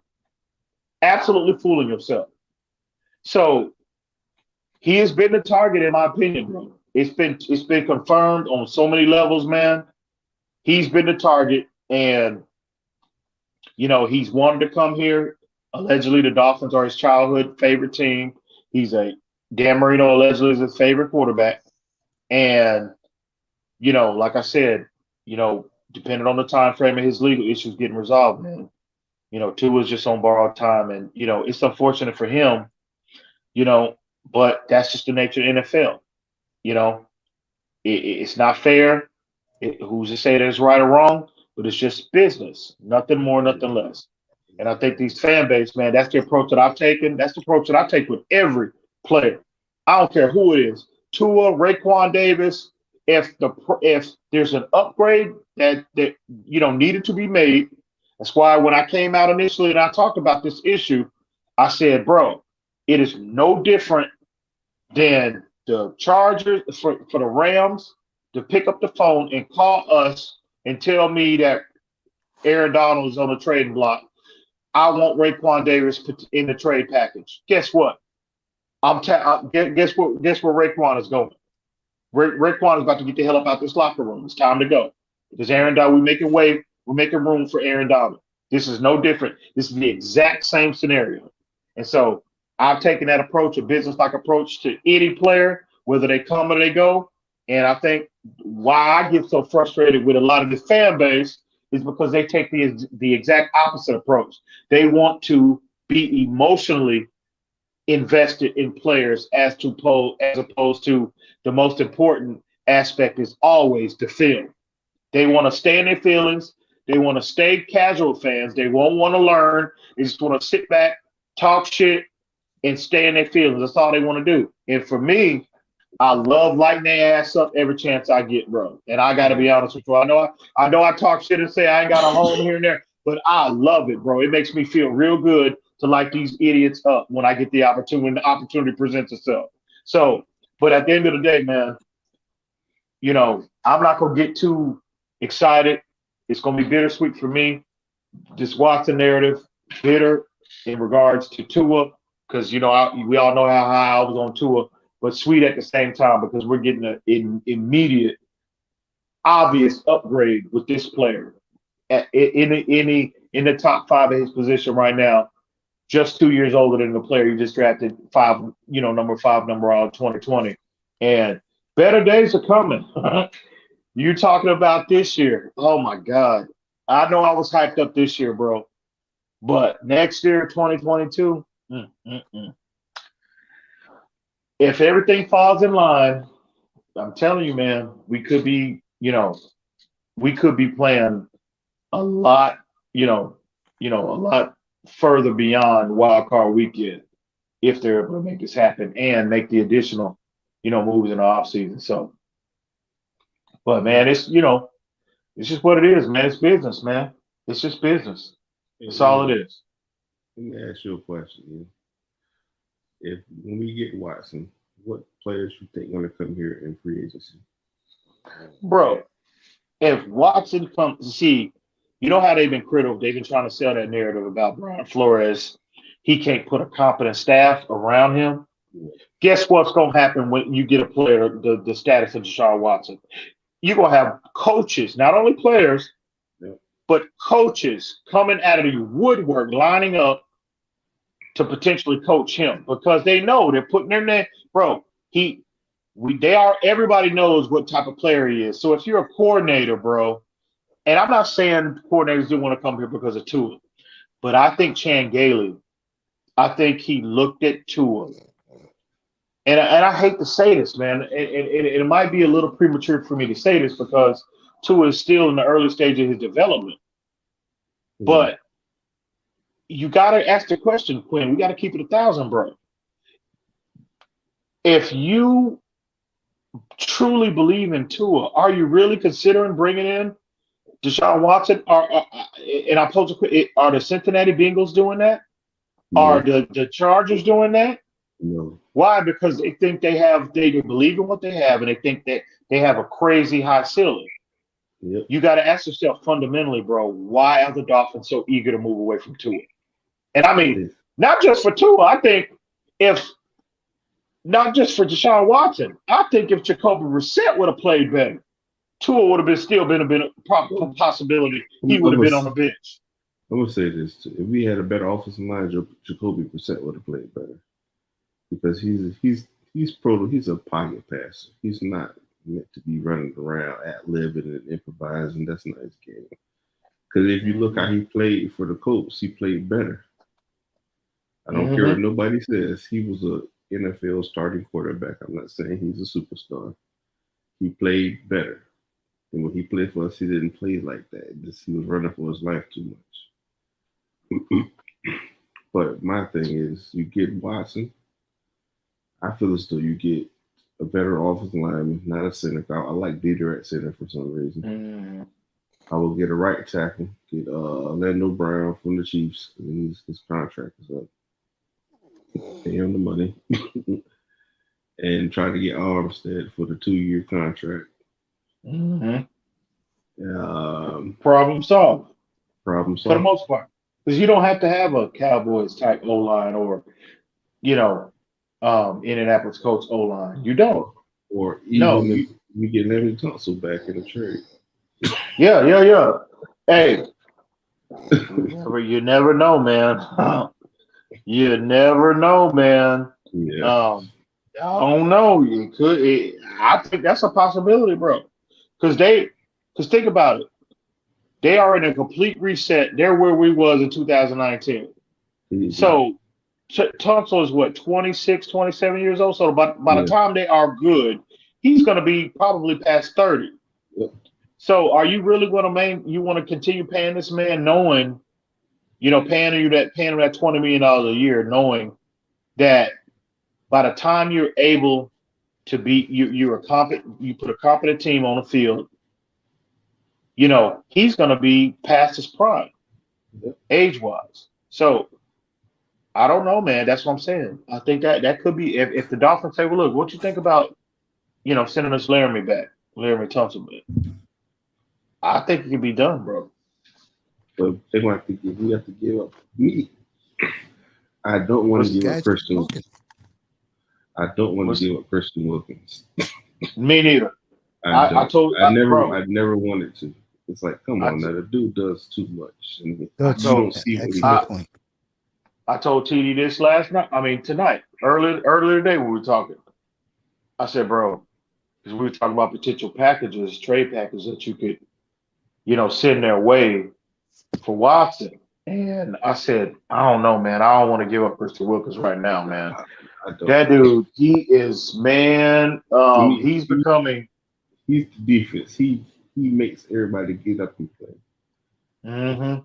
He brings the excitement because every team needs a person like that. And Warren Sapp was that. Yeah. That's a good point, Quinn, because me and TD never even brought up how the emotional leader that he is. We were just talking about on the field, but you're right. I agree 100%. So yeah, I'll rather just give him 3 first-round picks, bro. I'm keeping Christian Wilkins. Yeah. I'm gonna hang on to him. But we can't. The offseason can't get here fast enough.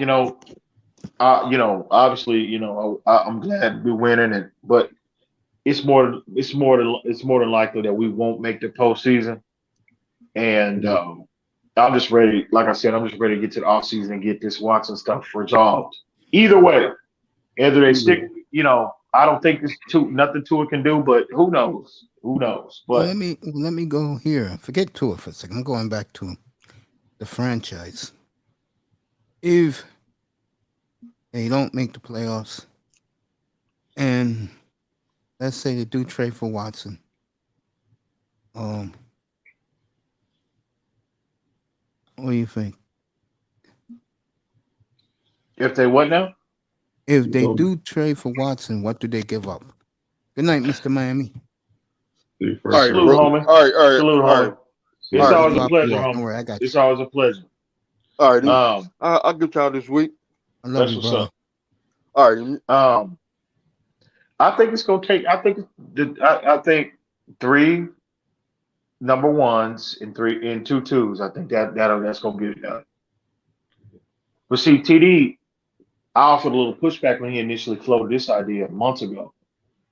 But now I'm warming up to this idea because, yeah, go ahead and give him that, because the way Tua is playing now, Tua will get you a first-round pick, bro. Yep. It might not be the number 1 overall, but it'll be a late first-round pick. First round. So who knows? Maybe even a first and a third.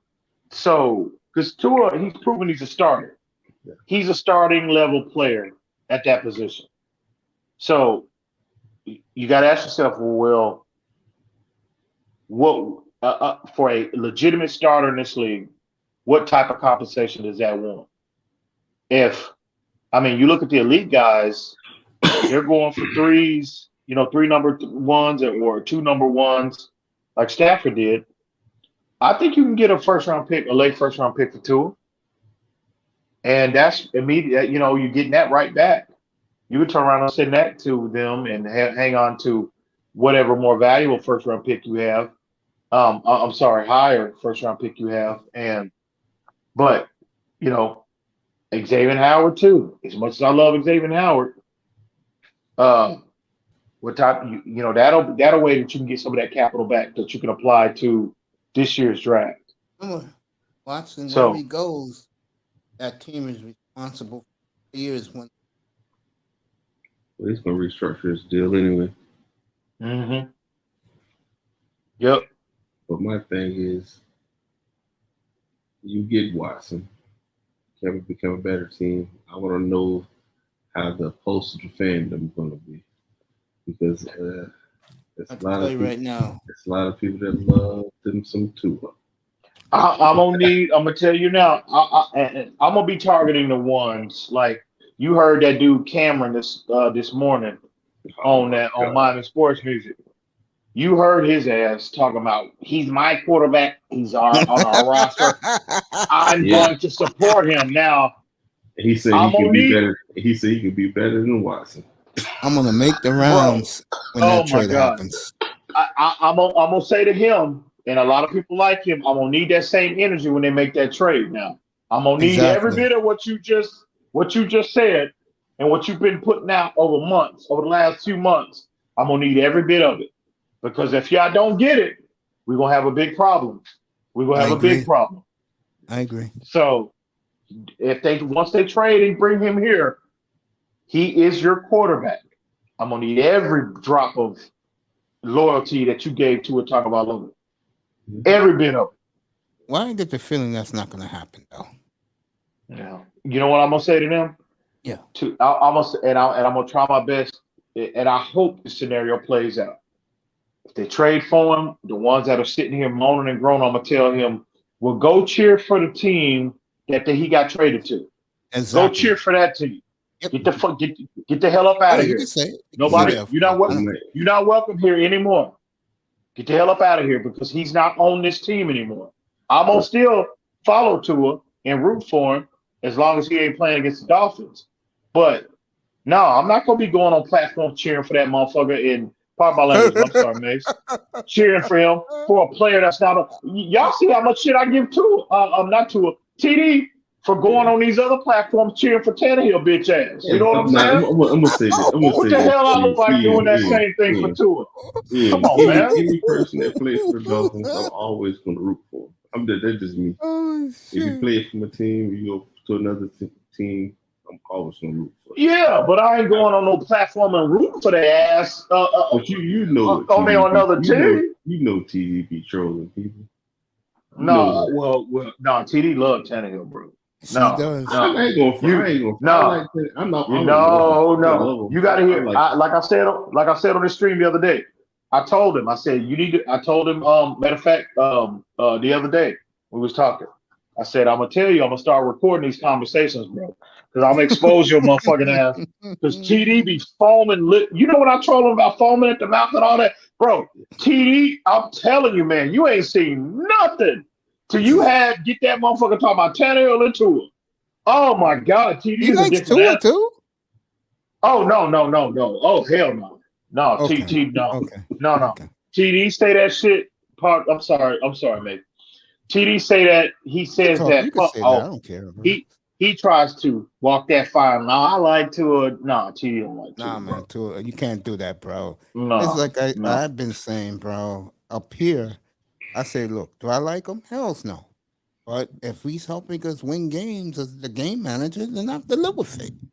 Mm-hmm. You know, but if you like you said earlier to me, Ian, and Quint said it too a few minutes ago. You giving me Watson, and I'm getting rid of this guy. No question about it. Stevie Wonder could see and do that, bro. There are too many pom waivers, bro. That's the problem. That to me, that's you can say this. Know why TV gets mad? Because he roots for Tannehill. Because as soon as Tannehill got drafted by this team, by the Dolphins, he got so much ridicule. And Tua gets none of that. You notice that, right? He gets ridicule from the national media, but not from the fan base. There's a reason why. Ian, I remember when we drafted Tannehill. I see that he's a raw quarterback. You know, if he had the right coaching, he could have been better. But at the same time, he's trash. He's a wide receiver. He's this, he's that. I'm like, come on now, dude. The dude is he's performing with the tools he has. And that's what he can. Here's Tannehill for you. Okay, here's the difference between Tannehill and Tua. Tannehill, no one saw him at A&M really. Well, I did because that's one of the teams I like to watch. So and okay, you saw him, but a lot of Dolphin fans never saw him. The other guy, you saw he was shoved down our throats every goddamn Saturday and Saturday night. Yeah. And the damn guy's throwing 5 touchdowns a game. But then again, look at the talent he had around him. Yeah. That's why I always tell people I don't want a quarterback that come from the top schools like that. I want a quarterback when he leaves, the team is trash. Justin Herbert, Joe Burrow.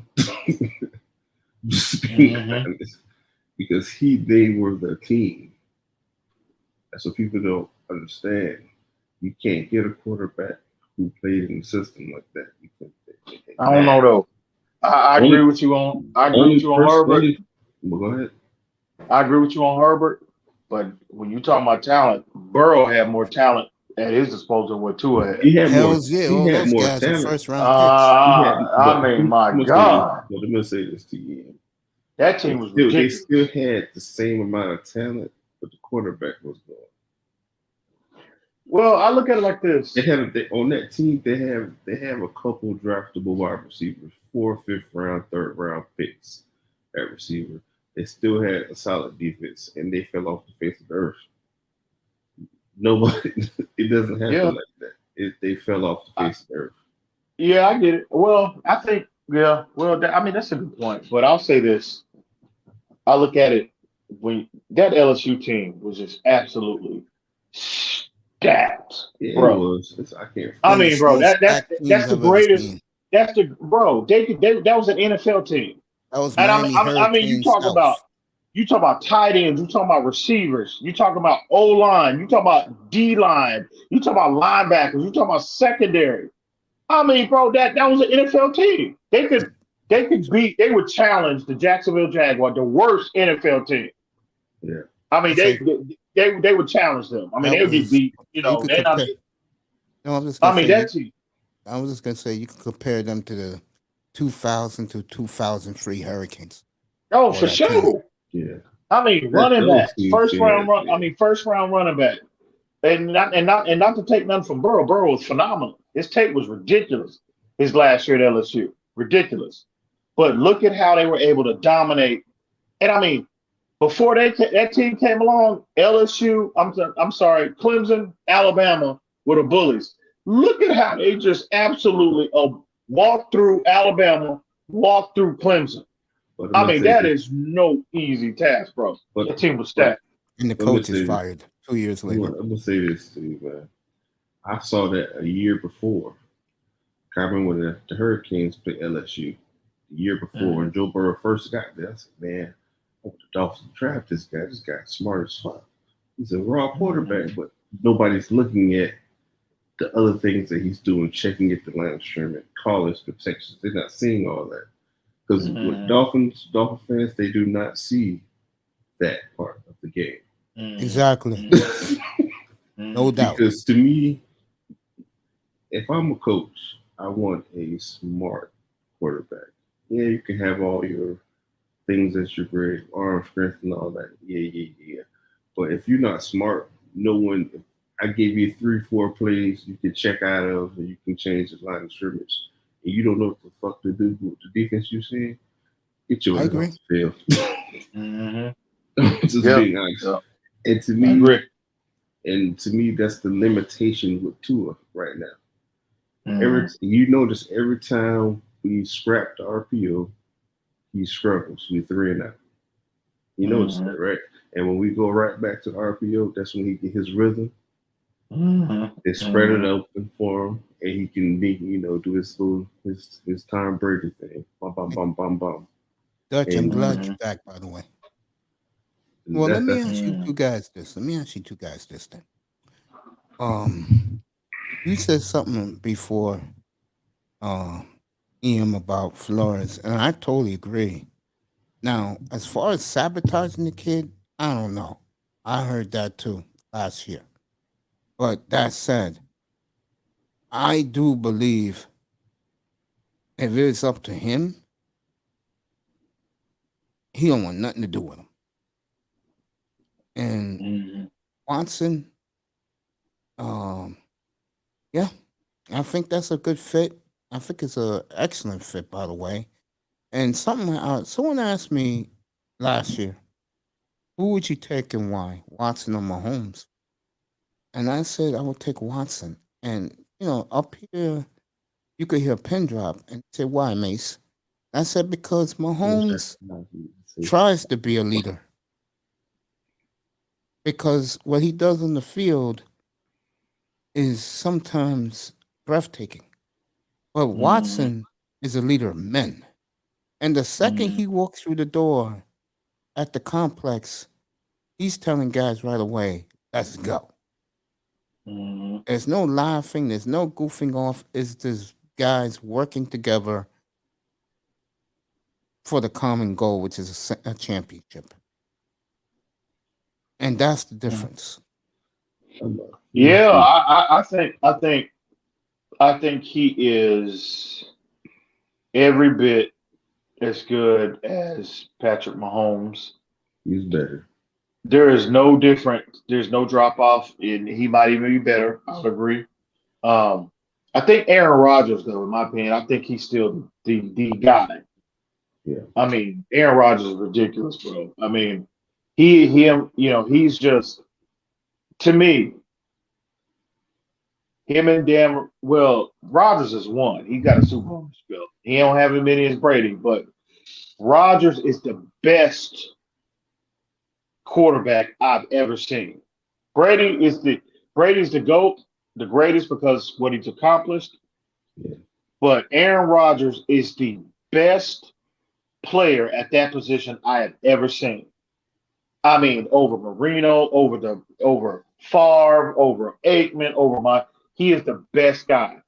And but Watson, again, is just a fraction low, on a lower tier with Mahomes and Russell Wilson and whoever else you want to put in that category. But Watson is in that category. I agree with you. I would take Watson over Patrick Mahomes. I would, because he's the better athlete. Patrick Mahomes, as elusive as he is, Deshaun Watson's legitimate 4-5 quarterback, bro. Yeah. You know what I'm saying? He legitimate. I mean, like, really, he runs a 4-5. He was clocked a 4-5, whatever, in a 40. Mahomes is a 4-8 guy, which amazes me how he's able to be so elusive at this level, considering he's a 4-8 guy. You know why he gets so elusive like that and runs open field? People have shots on him, but they don't take it because they know if they hit him like that, it's a penalty. You notice that, right? It's plenty of times people had him lined up for the kill shot. They don't take it because they don't want to take the penalty.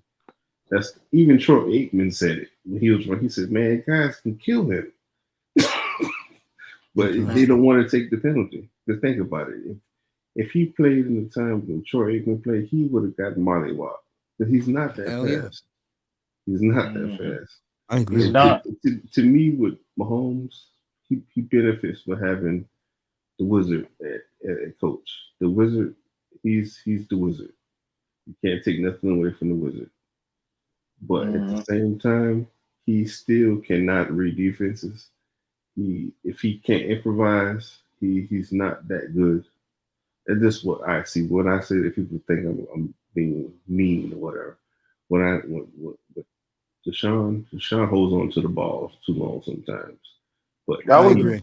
He does other things so great that you don't mind that because he can read defenses. He knows his everything. That's why I would take Deshaun Watson over Mahomes. This is my personal opinion. That's legit. And people don't realize, He was 30 minutes away from, if he gets by that divisional round, if they beat the Chiefs, we can. I think we can all agree they would have disposed of the Titans, and Deshaun probably would have been in the Super Bowl, his first Super Bowl. Yeah. But you know, he had a better defense. If he had a better defense, it was a complete meltdown of historic proportions. We all know how that worked out, but Deshaun is that dude, bro. And I think with him and Flores, I think that would be, a match. A very good match. They have the same same temperament, same and people, they want to be so quick, like they want to judge this man from a moral standpoint. Okay, sure, Deshaun Watson, it was irresponsible of him to put himself in this position, but at the end of the day, man, he's a young kid. He's a young kid. I'm all about second chances, sometimes even some cases third chances. He made a mistake. He fell down. He's picked himself back up, dusted himself off. And again, like I said, I hope he's taking his time to really reevaluate himself. But at least give him an opportunity, bro. And they keep saying about referencing, well, you'll never see Tua do that. You'll never see Tua do that. You don't know what Tua would do. First off, I love Tua, the player, the person, off the court, but Tua is not perfect, bro. We all fall short in the eyes of God, bro. And that same Jesus Christ that he wears on his feet in terms of his faith, the same grace and love that he given to Tua, guess what? He's extended that to Deshaun Watson as well. The Deshaun Watsons of the world, me, my next door neighbor, everybody, if you're willing to receive it. So they, I hate when I see these fans trying to throw his, to his face. He would never do this. He would never do that. Like to say, like he would never he doesn't fall short, like he's perfect. Perfection don't exist in mankind, bro. Period. So they need to stop. I'll take this another 15 minutes. You guys have been awesome. So much so I'm letting you guys just talk what you want to talk about. I'm just standing in the sidelines. That's what's up. I appreciate it, man. Always, bro. You bring common sense up here, bro. That's why when I see you in the chat room, I'm like, bro, you want to come up? Come up. Man, I try, bro. I try, man. We think similar. Like I said earlier, we may agree to disagree, but we think similar. Logical. Mm-hmm. Absolute great minds think alike, bro. There you go. So yeah, but so obviously the narrative, the Deshaun Watson narrative, is going to be a big issue. But I think, one thing I'm looking for, with the front office in particular,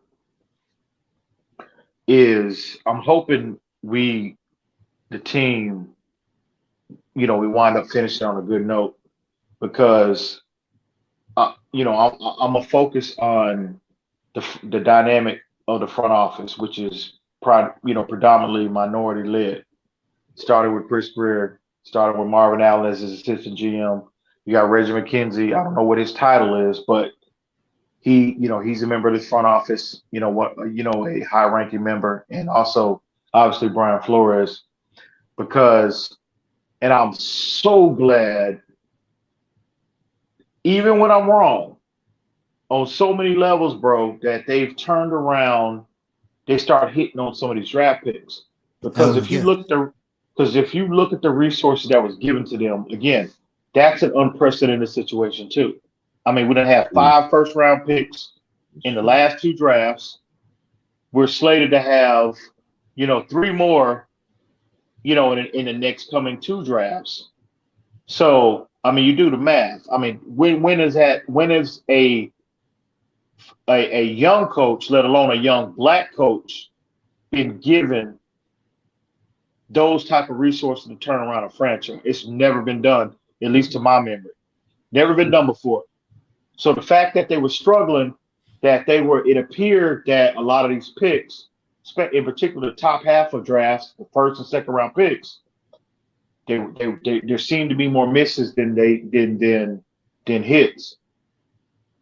But I'm so glad that they turned it around, and not only are they starting to hit on these picks, but these picks are starting to develop, but they're starting to hit home runs.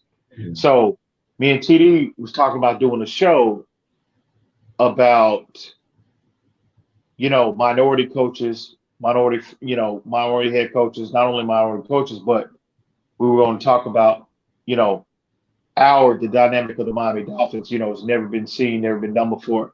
And the fact that, at that particular time we were discussing doing the show, things weren't looking too good, and how this would negatively, not only affect Brian Flores, but affect future minority potential coaches, potential GMs, front office members in general down the line. And so at that time, it was going to reflect, it wasn't looking too good. But the fact that they turned it around, exactly, the fact that they turned it around, and now, and again, if they finish the season on a high note, Flores, hopefully we can win out. Flores will have back-to-back 10-win seasons, and you're seeing the growth and development of these players, in particular high draft picks, starting to hit and starting to develop.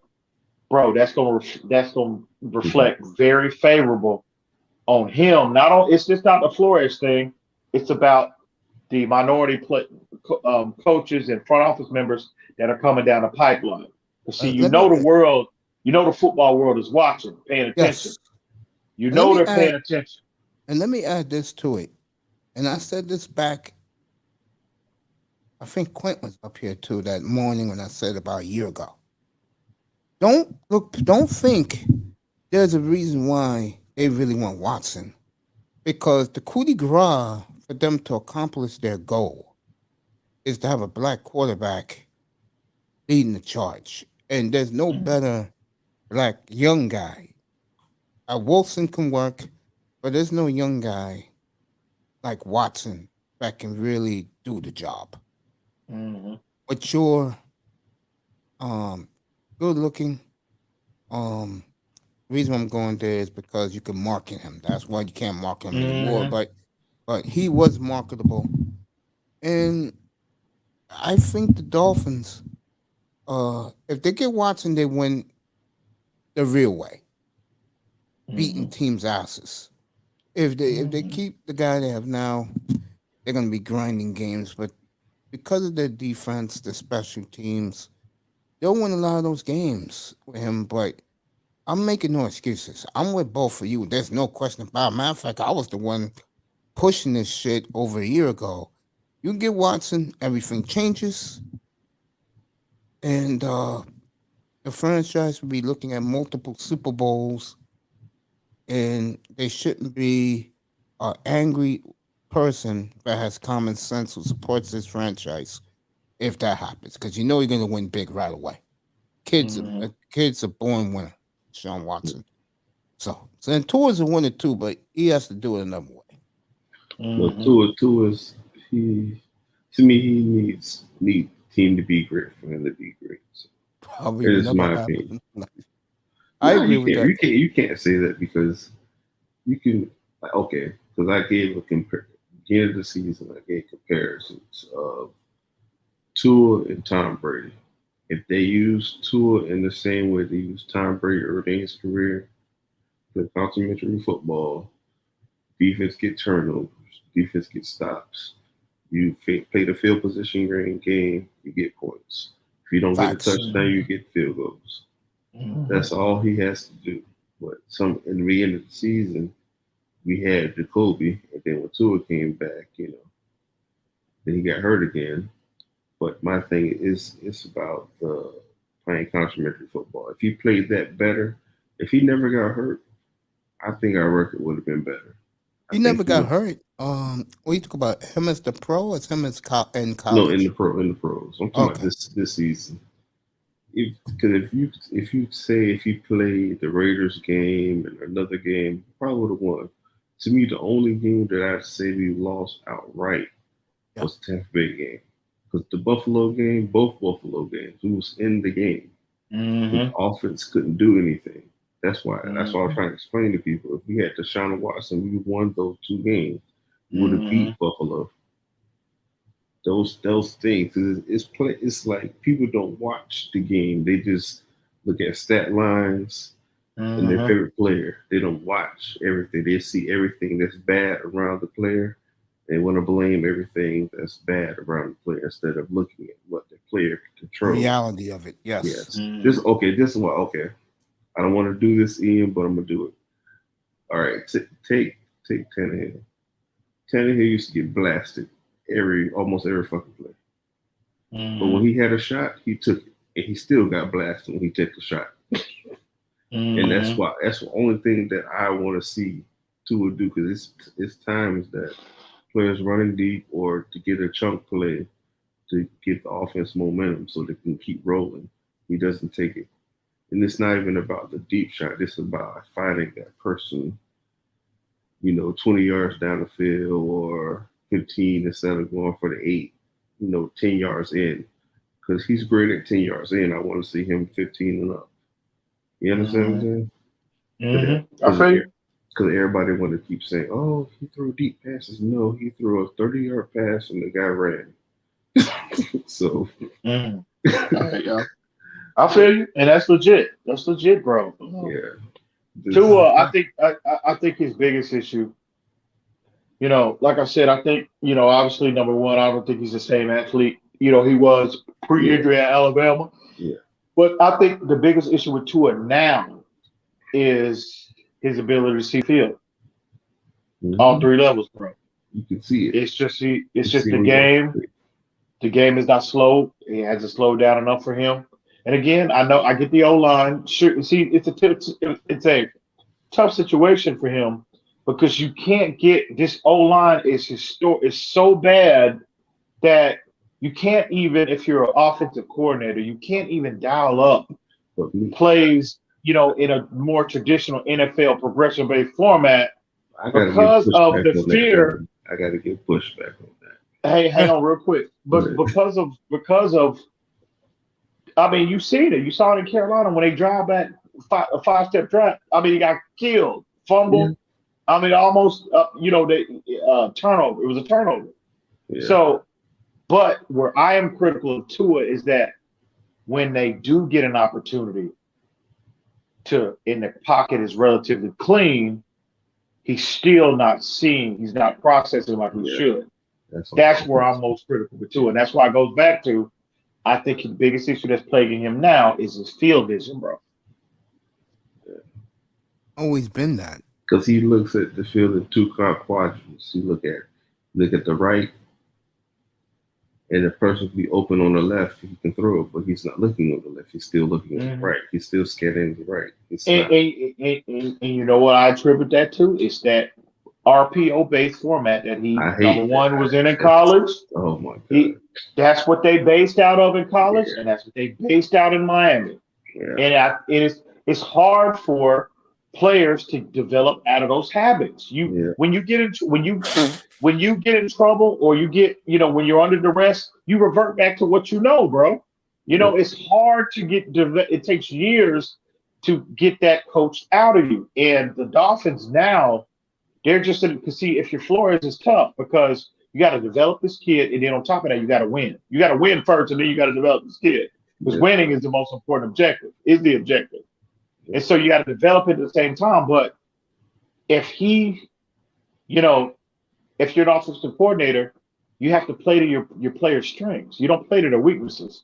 So if this is all Tua can be successful, this format is all he can be successful in right now, you can't blame Brian Flores and these offensive coordinators for adopting this approach because this is the format that he excels in, which gives them a better chance to win. So, but it's just tough because you can't get a more firm evaluation on him from a drop back standpoint because the line, bro, you see it. 5-step drops, bro, he's getting killed, bro. And that's just, every time he hits a 5-step drop, it's Jesse Davis. Yeah. Oh, I mean, bro, and it's sad, man. And you're like, man, this line can't be this damn bad. These players can't be this damn bad. To me, it's got to be something else, man. Yeah. You know what I mean? I feel as though it's the RPO. They face the most 8-man boxes I've ever seen in my life. Because that's what I'm gonna say this to you. If you, with a young offensive line, if you face that all the time, you're not going to get better. You're not going to learn how to pick up your man, do the fundamental things over and over to get that repetition. If you always got chaos coming at you every time, you don't know what the fuck to do. That's what people, you got to understand. These dudes, 22, 23 years old, come on now, dude. They just the same ages. It's like people want to give Tua grace. These players got drafted with Tua. Yeah, the same grace. You're right. You're right. That's my whole issue. It's just tough all the way around, man. And in some ways, I feel for Tua, but I mean, I don't feel sorry for anybody. He's attained generational wealth for his family, so I don't feel sorry for millionaires. Yeah. With that being said, I still feel some type of way for him because it's just tough all the way around. Because again, if the Watson narrative wasn't a possibility, we would be more than happy with at this stage of Tua's development. I'm sure there'll still be some people that are disappointed. They want to see a more Justin Herbert-like impact, but by Justin Herbert, it's more to me Tua can be Ryan Fitzpatrick with the elite version of Ryan Fitzpatrick without the turnovers. I agree. To me, that's what I see. When I see Tua, I don't see no Russell Wilson. I see Ryan Fitzpatrick, who doesn't turn the ball over. I heard those comparisons from these fools. But you know something though? I'm glad I'm finally starting to hear somebody put some respect on that man's name. Yeah. Fitzpatrick, I don't give a damn what he did for 14 years. In his 15th season for that 1 year we had him, plus we never saw Fitztragic. He got better. That's under Brian Flores's tutelage, and this narrative about this man can't coach and develop quarterbacks. Fitzpatrick got better under his tutelage. That's a fact. He sure did. Tua Fitzpatrick played last year, but they forced Tua to play. Fitz should have been the starter. First off, Tua never beat Fitz out. Never. That's what people was mad. I think if Fitzpatrick would play the whole year, they went 12-4. Let me say this real quick. Absolutely. Yeah, 100%. Let me say this to you. You can tell the team, all the players who talk bad about Tua, they got shipped out. But people want to put this narrative that he don't want veterans on the team. Those are the players who didn't want Tua to play because he didn't earn his spots. Facts. Remember that. To me, that's all the players who said something about Tua. Well, besides the game, you know how I feel about that. That motherfucker never earned that. He never earned it. Never earned it, bro. And for people to try that they used to, they don't now, but they used to try to. You remember y'all remember when y'all hear me on these platforms when I first. When I brought that out, projected that, and these motherfuckers was coming at me, Tua beat him out. Tua's a better quarterback. EM don't know what the fuck he talking about. Fitzpatrick is garbage. Yeah, man, get the hell out of here, man. We were blessed. We should be more appreciative for his tenure in Miami for what we got because there was meat left on that bone because like Mace just pointed out, if Fitz is the starter for 16 games in 2020, the Dolphins are in the playoffs. You cannot convince me otherwise. It'd be the first seed. It's true. Period. Not even a doubt. Respect that man. Be appreciative for what he brought from a leadership standpoint as well as his play on the field for what he brought for his tenure in Miami. And it's just a crime that a lot of these fools don't respect that man enough. And they want to, he going to get lost because of the Tua narrative. But it's just unfortunate, bro. Need to be more respectful of that man. Yeah, you're right, man. There's no question about that. And when I start doing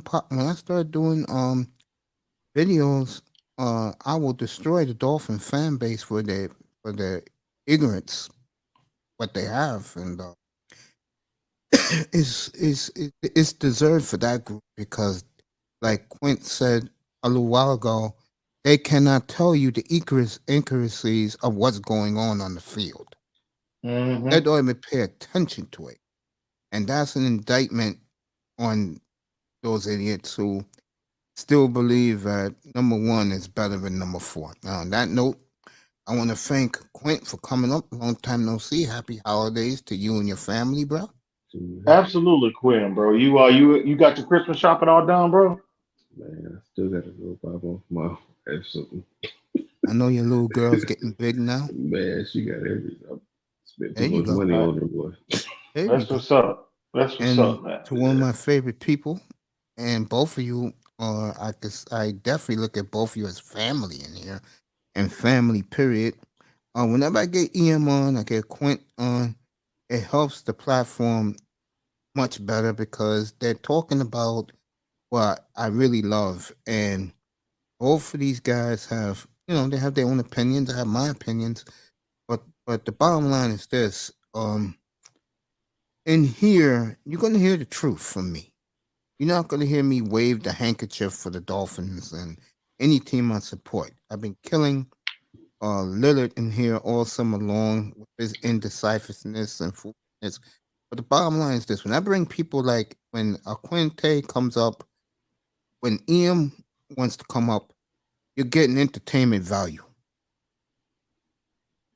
So Absolutely. Ian, I appreciate you, man. I think Quinn need to show us. We need to hear Quinn's voice more. I can't believe I'm saying this, but I gotta give Quinn credit. I gotta give credit where credit is due. Quinn is one of the best kept secrets and worst kept secret, best kept, whatever, however you want to spit it in this community. Quinn. Folks need to hear your voice. And see, you got. Let me get one of these fools in the comments real quick. This Dutch Fun, your boy here. He has done shit in DC but get injured. Did I say anything about where he was in Washington? I said in Miami. Did I not say in Miami? Was I not clear about that, right? See what I'm saying, man? These folks, man, it's late. If he played the whole season, their record would have been better. I don't think it's because of him. I think the problem with the Redskins, and I said this many times up here, their whole season was based on beating the Buccaneers. And 2 weeks ago on Fox pregame show, they had Heineke and they had I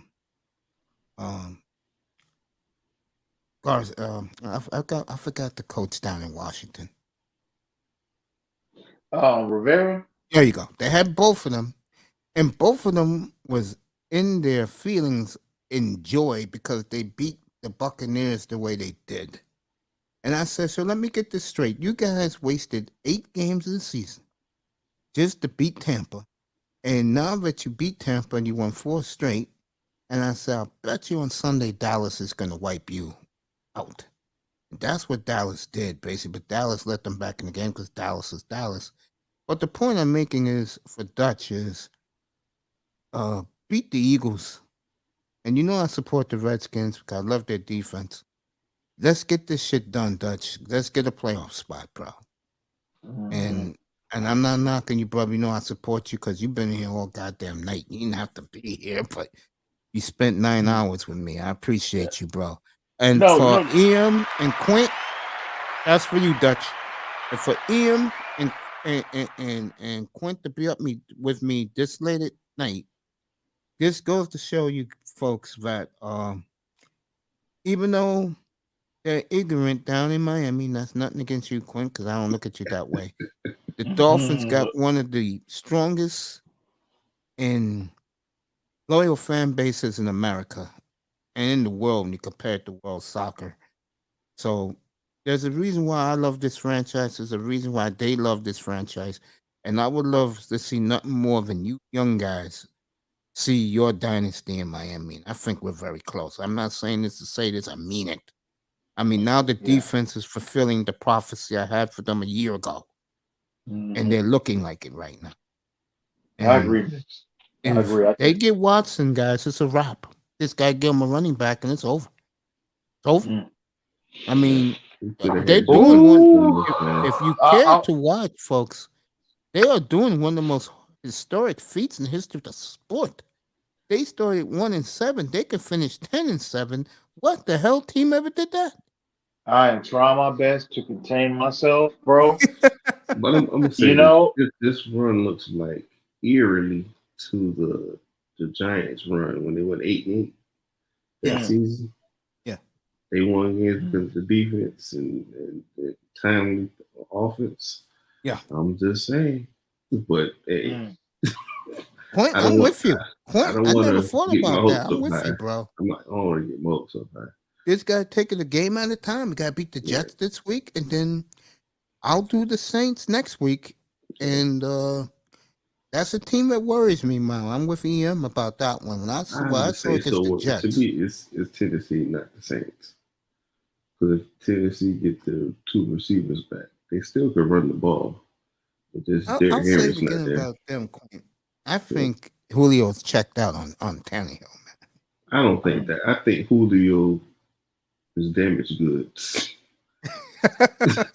And Atlanta didn't do bad getting the 2 and the 4 for him. Yeah, he's damaged goods. I'll say this though, in regards to Tua. Yeah, go ahead. Tua can't, in any game for the rest of the season, if he's gonna have any chance of changing the narrative regarding this, them trade for Watson, Tua cannot underwhelm in any game for the rest of the season, bro. Totally agree. He can't be and that's why I'm concerned about that Tennessee game. But the more I think about that New Orleans game, it is starting to really trouble me because I just think, man, bro, that's gonna be difficult. That's gonna be difficult, bro. To me, it's okay with Lord. If you want to look at the defensive matchup, if we put our team matching up against their team offense, Kamara, yeah, he's nice, but I feel as though our run defense would be able to stop him because we have a problem with bigger backs, not smaller backs. And I feel as though we'll be able to stop him because he's not a person that's going to break a bunch of tackles. He might break one tackle once or twice a game. Other than that, he's running through wide open holes. He's not he's not bullying nobody over. And he's not the type of back who, in the fourth quarter, he might be a little tired. He might want to go off the passes. And he might be obsolete because you'll have Holland on him, you'll have Brandon Jones on him, you'll have Baker on him, stuff like that. Because Baker has been showing me that he's playing a little better. I give him his little props with his empty stats. But, he has been a little better. Hey, me and you been the same, but I like him. But me and you the same on the deal. If you guys see Great DeVore, you wish him happy holidays from me. He's one of my favorite dudes. Me and him. Who was that? Who was that? Great one, DeVore. Me and him. Oh yeah. That's the homie. I have to plug the podcast, Not for Debate podcast. Check us out on Wednesdays and Saturday evenings, 10 o'clock. You still on there on Saturdays, yeah. That's what's up. When I'm off from work. Yeah, I tap in. I tap in every chance I get. I was at his comments the other night. What's the podcast? So, yeah, that's the homie right there. Not for Debate podcast. Not for debate. Not for today. Okay. Not for debate. Not for the debate. Oh, not for debate. Okay, I'll definitely check in because me and him have a great rapport. Yeah, great one. That's the home. Yeah, that's the home. Sure. You good dude. Havoc still on there too? Yeah, he pop in from time to time. I haven't heard that name in God knows when. Man, I'm gonna be honest with you. I told Havoc this too. Matter of fact, I just we communicated on the PlayStation the other day. About 3 weeks ago, and Havoc, man, I'm telling you, man, Havoc. I told him, I got a lot of respect for Havoc. His knowledge base, he's smart. His delivery, his delivery. I think. Yeah. I had him up here last year. Yeah, I remember that. I remember. We talked about his chef career. He's an awesome dude. Yeah, he is, and I told him, man, I think if he would have kept his, he started a channel too, Dolphin centric initially, and I told him, man, if he would have stuck to it, bro, I think Havoc would have been, he would have been a lot further along than what he realized. Because, like I said, Havoc, he's got a voice in this community, bro. And I said, I keep checking on him. Where you been, man? Where you at, bro? When you coming back out? And I told him that, possibly now, me and TD were talking about doing some things next year. And, I've been waiting, man. I've been waiting now. Yeah. And I told Havoc, several people I'm gonna reach out to. Quinn, you You know, you was on my list as well, but I'm just now letting y'all know now. But Yeah. I reached out to him. I told him, man. I said, you know, if we do go that route, you know, if you know, I want you to be, you know, have a, you know, a voice on the platform or whatnot. He was like, yeah. When you know, we know where his schedule will permit him. So Well, I good got a lot luck of with respect that, for man. having, bro. So Good we'll luck with see. It's that, not bro. it's not completely finalized, but you know, we still in the. You know, I got to take TD in doses, bro. You know what I'm saying? I love TD like a brother. I love TD. TD be trolling, man. I'm sure you feel the same way about me. I got nothing but love for TD. I love TD like a brother, bro. Yeah. But I got to take him in doses, you know. So, you Yeah. know, like I said, you got to hear him privately, bro. He is a different animal. He's a different beast when you talk to him privately. So, TD from Hollywood, man. yeah, yeah. In some good ways, but the majority bad, but some good ways. So, but it's my dude, though. It's my dude.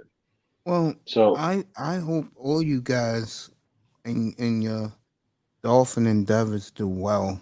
And again, I appreciate you guys being here this time in the morning. I mean, it shows a lot of how much love and dedication you have for this franchise. yeah, man, absolutely, bro. You guys should be commended, bro. I mean that. I normally would be getting up in about an hour and a half, 5 o'clock. That's my deal. But like I said, I'm taking the next 3 weeks off. So right now, you know, I'll be on my lunch break right now. I'll be in the gym in about an hour and a half. That's what's up. How's everything up in New York, Mace? Oh, it's good, man. Thank you. It's good. I celebrated a birthday up here last week. Oh, do you know? Yeah, man. That's what's up. Yeah, man. You know how I am, man. Lay low, do the sports show, and I'm up to near 600 subscribes. So everything is doing nicely, man. That's what's up. Yeah, it's doing well. I did over 16,000 hours, man. Wow. Damn. Which is insane. You stay on that grind though. That's what you got to do. Yeah, show 5. This is show 523 going to 524 tomorrow. So. That's what you got to do. You got to grind, bro. You got to grind. Yeah. 9 hours tonight. Wow. Mm-hmm. How many hours today? 9 hours and 15 seconds.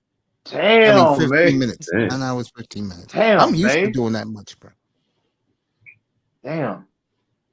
I love what I do, man. For me, I'm going to turn it into a business, but it's also a hobby. So, you know, when you're doing something you enjoy doing and you know what you're talking about half the time or more half the time, I just enjoy giving people what they want, what they deserve. And again, I tell people how it really is, you know, and if they like it, they don't, you know, good for them. And speaking of that, before I forget, did y'all see Miko Grimes on K Flex's podcast, bro? Miko Grimes, K Flex. My baby was on K Flex, really? Man, bro. That lady's crazy as hell, man. I like Miko. I've talked to her many times on. Bro. She's bad shit crazy. She went crazy, off, bro. She went off. She was shitting on Brian Flores, calling him an Uncle Tom ass nigga.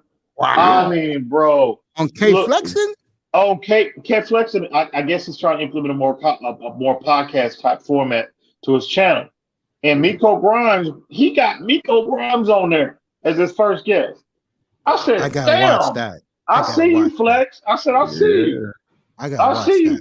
Yeah, I highly recommend it, bro. I ain't the biggest Miko Grimes fan. I could only stomach her for too long. You know what I'm saying? Crazy, man. I used to talk to her all the time on Omar Kelly's show on 560 the Joe. QAM, yeah. I think Britt Grimes on the spectrum. That's why he can deal with her like that, man. Something ain't right. So my girl, she's a teacher. She said that man is on the spectrum. Something is wrong with him. You know something though. When you listen to him though, yeah, bro, he talk like he's special. He a special needs kid or something, bro. I mean, really, he do. The stuff he does on the football field to be that small That's amazing. It is crazy. Only people on the spectrum can do stuff like that. To think about it, because if you ever pay attention to kids who, because I used to do volunteer at the Special Olympics and stuff like that.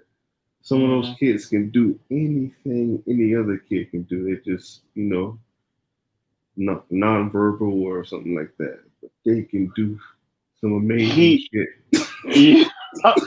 I listen. No shade. No disrespect to anybody, but he does seem. I've always thought that about Brent Grimes. Yeah. He just first off, looking at him though, he looks off, and Yeah. he does, bro. I mean, so, but I ain't the biggest Vico Grimes fan, bro. I'm just being honest with you. I think she's crazy. She's crazy. And bro, but I thought she was really out of pocket for going at Flores like that, bro. Yeah.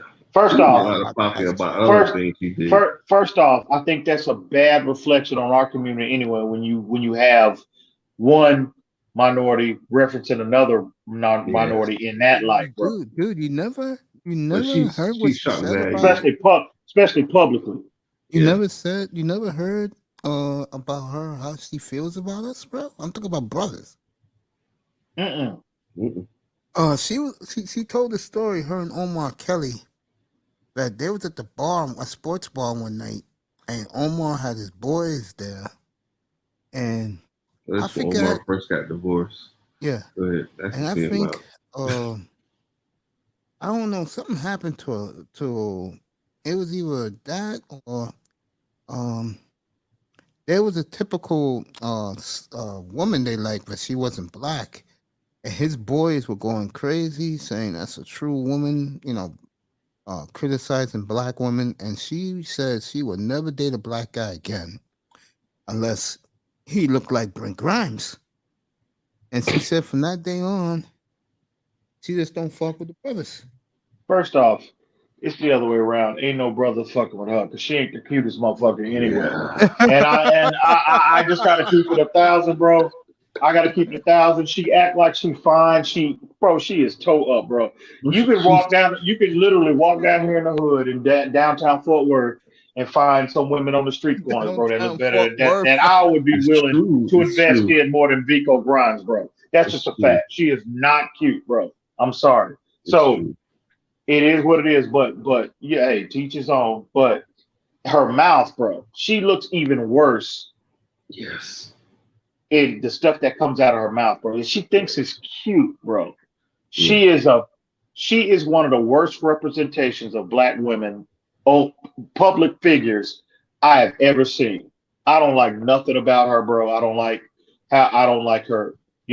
I just don't like nothing about her, bro. She just don't do it for me, man. And like I said, it was a struggle for me to get through that interview with K Flexon. Number one, I love, I got a number of respect for K Flexon, but his voice and his delivery is difficult. It's difficult for me. To sit and listen. He's like 21 years old. Man. Yeah. It's what it is. But to add Miko Grimes to already that situation, oh my God, it was a struggle. But I got through it. But it was she was ridiculous. Bro, she needs to stop. She just needs to go somewhere, bro, and nobody needs to listen to her. We need to not hear her voice ever again, bro. Period. I'm gonna say this to you real quick. Glass. So before we sign off, remember when Brent Grimes played for the Dolphins and she's talking about Tannehill and talking about this, that, the other. She messed up that. He was supposed to get like $12 million that year. She fucked it up because she was talking shit by everybody on the team. Yeah, telling them what everybody does and this, that, the other. And I was up there with Omar Kelly when she was talking all that shit on But why? But why would you do that? Well, she claimed that, if they weren't going to pay, this is what she said on the interview, that if she tried to explain it. She said she never had nothing personal with Tanner. Everybody thought she did because of the things that she said about him. But she was just trying to do that to try to get, Brent Grimes traded because they weren't going to pay him. He was getting paid guaranteed $12 million before they cut his ass. No, Yeah, right? but the team he went to next, Quint, paid him a hell of a lot of money. I forgot what team it was. Yeah, but think Yeah, about where did he go? Where did he Tampa. bring that? That's right, Tampa Bay. Tampa, He yeah. got $8 million. $8 million, 12 is a little different.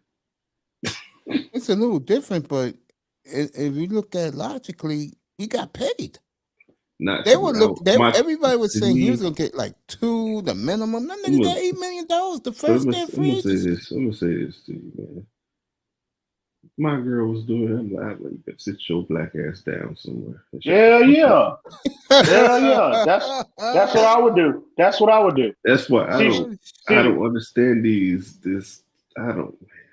See, the problem with her is, and I don't condone any kind of domestic violence in any way, shape, way, or form. But if a motherfucker ever slap her in her mouth, I understand. You know what I'm saying? Because, bro, she is she has no class, and she ugly as fuck, bro, and always running her goddamn mouth, man. I'm like, go sit down and shut up, please. You know, Britt Ryan's probably like 36. She's like 47 years old. Yeah. Bro, go sit down somewhere. Go sit your behind down somewhere. Yeah, bro. I'm not a fan at all. Not in any way. I support me. I'm gonna say this. I don't support women who think like that.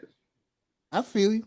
Because and she's toxic to her own self and her, because she gotta understand she has a black son, she has a black husband, and she's talking this idiotic bullshit spewing from her lips. That's okay. I don't understand. Like I don't understand how it's. I don't understand. I understand the feminist thing, but I don't understand it wholeheartedly. Because I can go in deeper. Like, come on now. If you want to get technical, me, black women and black men on the same fucking level. It's nothing different. Only people on a higher level, supposedly in this society, is white men. White men didn't want their mothers to vote. White men didn't want their mothers to have equal white rights. The last time I checked, all our black ass were slaves, picking cotton, working in the big house. And we were most married people throughout history. More happy, more family oriented. And all of this stuff changed from the 70s because black women want to be like the feminist movement. I don't understand. Facts. So yeah, man. And you can imagine, just listening to her, you can imagine how bro, you know she the most controlling motherfucker. Yeah. Because she controls him. And again, she had to go get a handicapped motherfucker to be able to do that. And she thinks that's something, bro. I'm just keeping 1,000, bro. Yeah. You know, I'm telling you, man, I cannot stand Nico Grimes, bro. Period. So I'm just glad she added his fan base. We don't have to listen to her, in any way, because she's before she popped up on K Flex's YouTube channel, she been virtually pretty much irrelevant, bro. I ain't heard nothing, but thank God. I'm glad. Britt Ryan's ain't playing football no more. Yeah, he ain't playing football, and damn, now the motherfucker, and he home every day. He got to look at that and listen to that ugly motherfucker every day, bro. They stay right there in Davie. They stay over there in Davie somewhere. So why he stays in his man cave? He stays in Davie. He's still over there by Channing Crowder and Brandon Marshall. He's in but I'm sorry. Go ahead, Quinn. I was just saying they stay over there in Davie, the big mansions. Mr. Miami, that's where Mr. Miami's at. He's in Davie. He probably stays somewhat far away from her. Yeah, I highly recommend y'all check that out because I'll do that in the morning. And you know that at some point that's gonna get back to Flores, bro. Of course it is. Because their media team, bro, the Dolphins, bro, they scan all. I'm sure you on their list too. They listen to all of these Dolphin-centric platforms, all of them. So that had to get back to Flores, bro. To hear that, come on, man. You gonna say something like that publicly? How does that look on our community, bro? Another black on black situation. Yeah, You know what I she did mean? that. But Yeah, it's she all did that a it's few years back with Omar Kelly. She told the story why she has issues with the brothers, and you know, it's it's nice to always hear the woman about who's not Miko again. It's attractive been a always long got time. problem with dudes. But EM, you're right. What you just said again, throwing shade at the brothers. Yeah, man. That you don't do that. You just don't. I try my best not to. I don't got. I try my best not to get into it. I mean, just it just don't look good in our. It don't reflect well on our community. I And Mace, agree. we talked about this in the past, bro. I try not the best. Try my best not to. I know it's hard to believe, but I try my best not to engage with other brothers, especially publicly. We can agree, disagree, we can talk privately, but at least publicly and it get out of hand to where, you know, all of the bitch ass nigga type stuff comes into play. I don't like that, bro. Nigga shit. It just looks bad. It just reflects bad on our community, bro. Because you know what the narrative is. You know what it is. Y'all know what it is. So That's that nigger tree.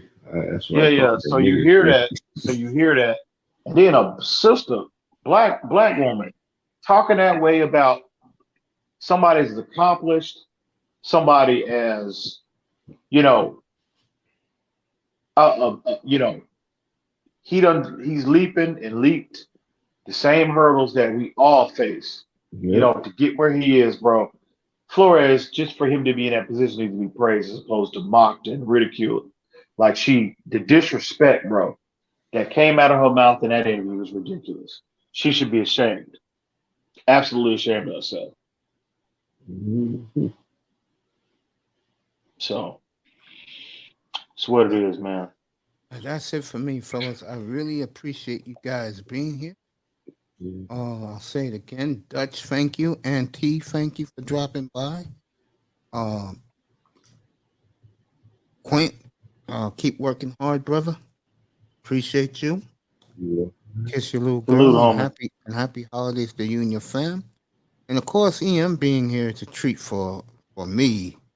And I wish Sean was up here tonight because he's a big fan of both of you guys. He loves when you guys are on. I'll let him know that you was on for this platform. And both of Mhm. you, I mean this. Happy holidays to both. And next time, whenever you guys pop up, it's Quint. You always welcome to come up here and talk about the What's up? game, bro. I'm not gonna interrupt you. Yeah. I mean, Well, I'll be and on. Like I said, yeah, my schedule. I'm off for the next 3 weeks. I ain't budging for the next three yeah, weeks, man, so it's I have more popping, time man. to. It's popping. That's what's up, man. I There you appreciate you go. having me on, bro. And EM loves coming up here because I don't interrupt him. Yeah. Appreciate both of you. Thank you for All being right, here, man. man. Love you Yeah. guys, man. Thank you so Always a much. pleasure. Salute, And, salute, happy gentlemen. Salute. holidays to Salute, both of man. you guys. All right, And all right. All right. let's get 3 more wins.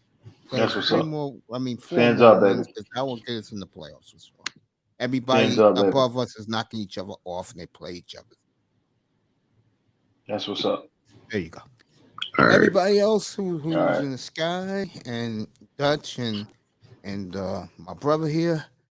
Good night from the good morning from the Oasis, everybody. Appreciate you. Good night, everybody.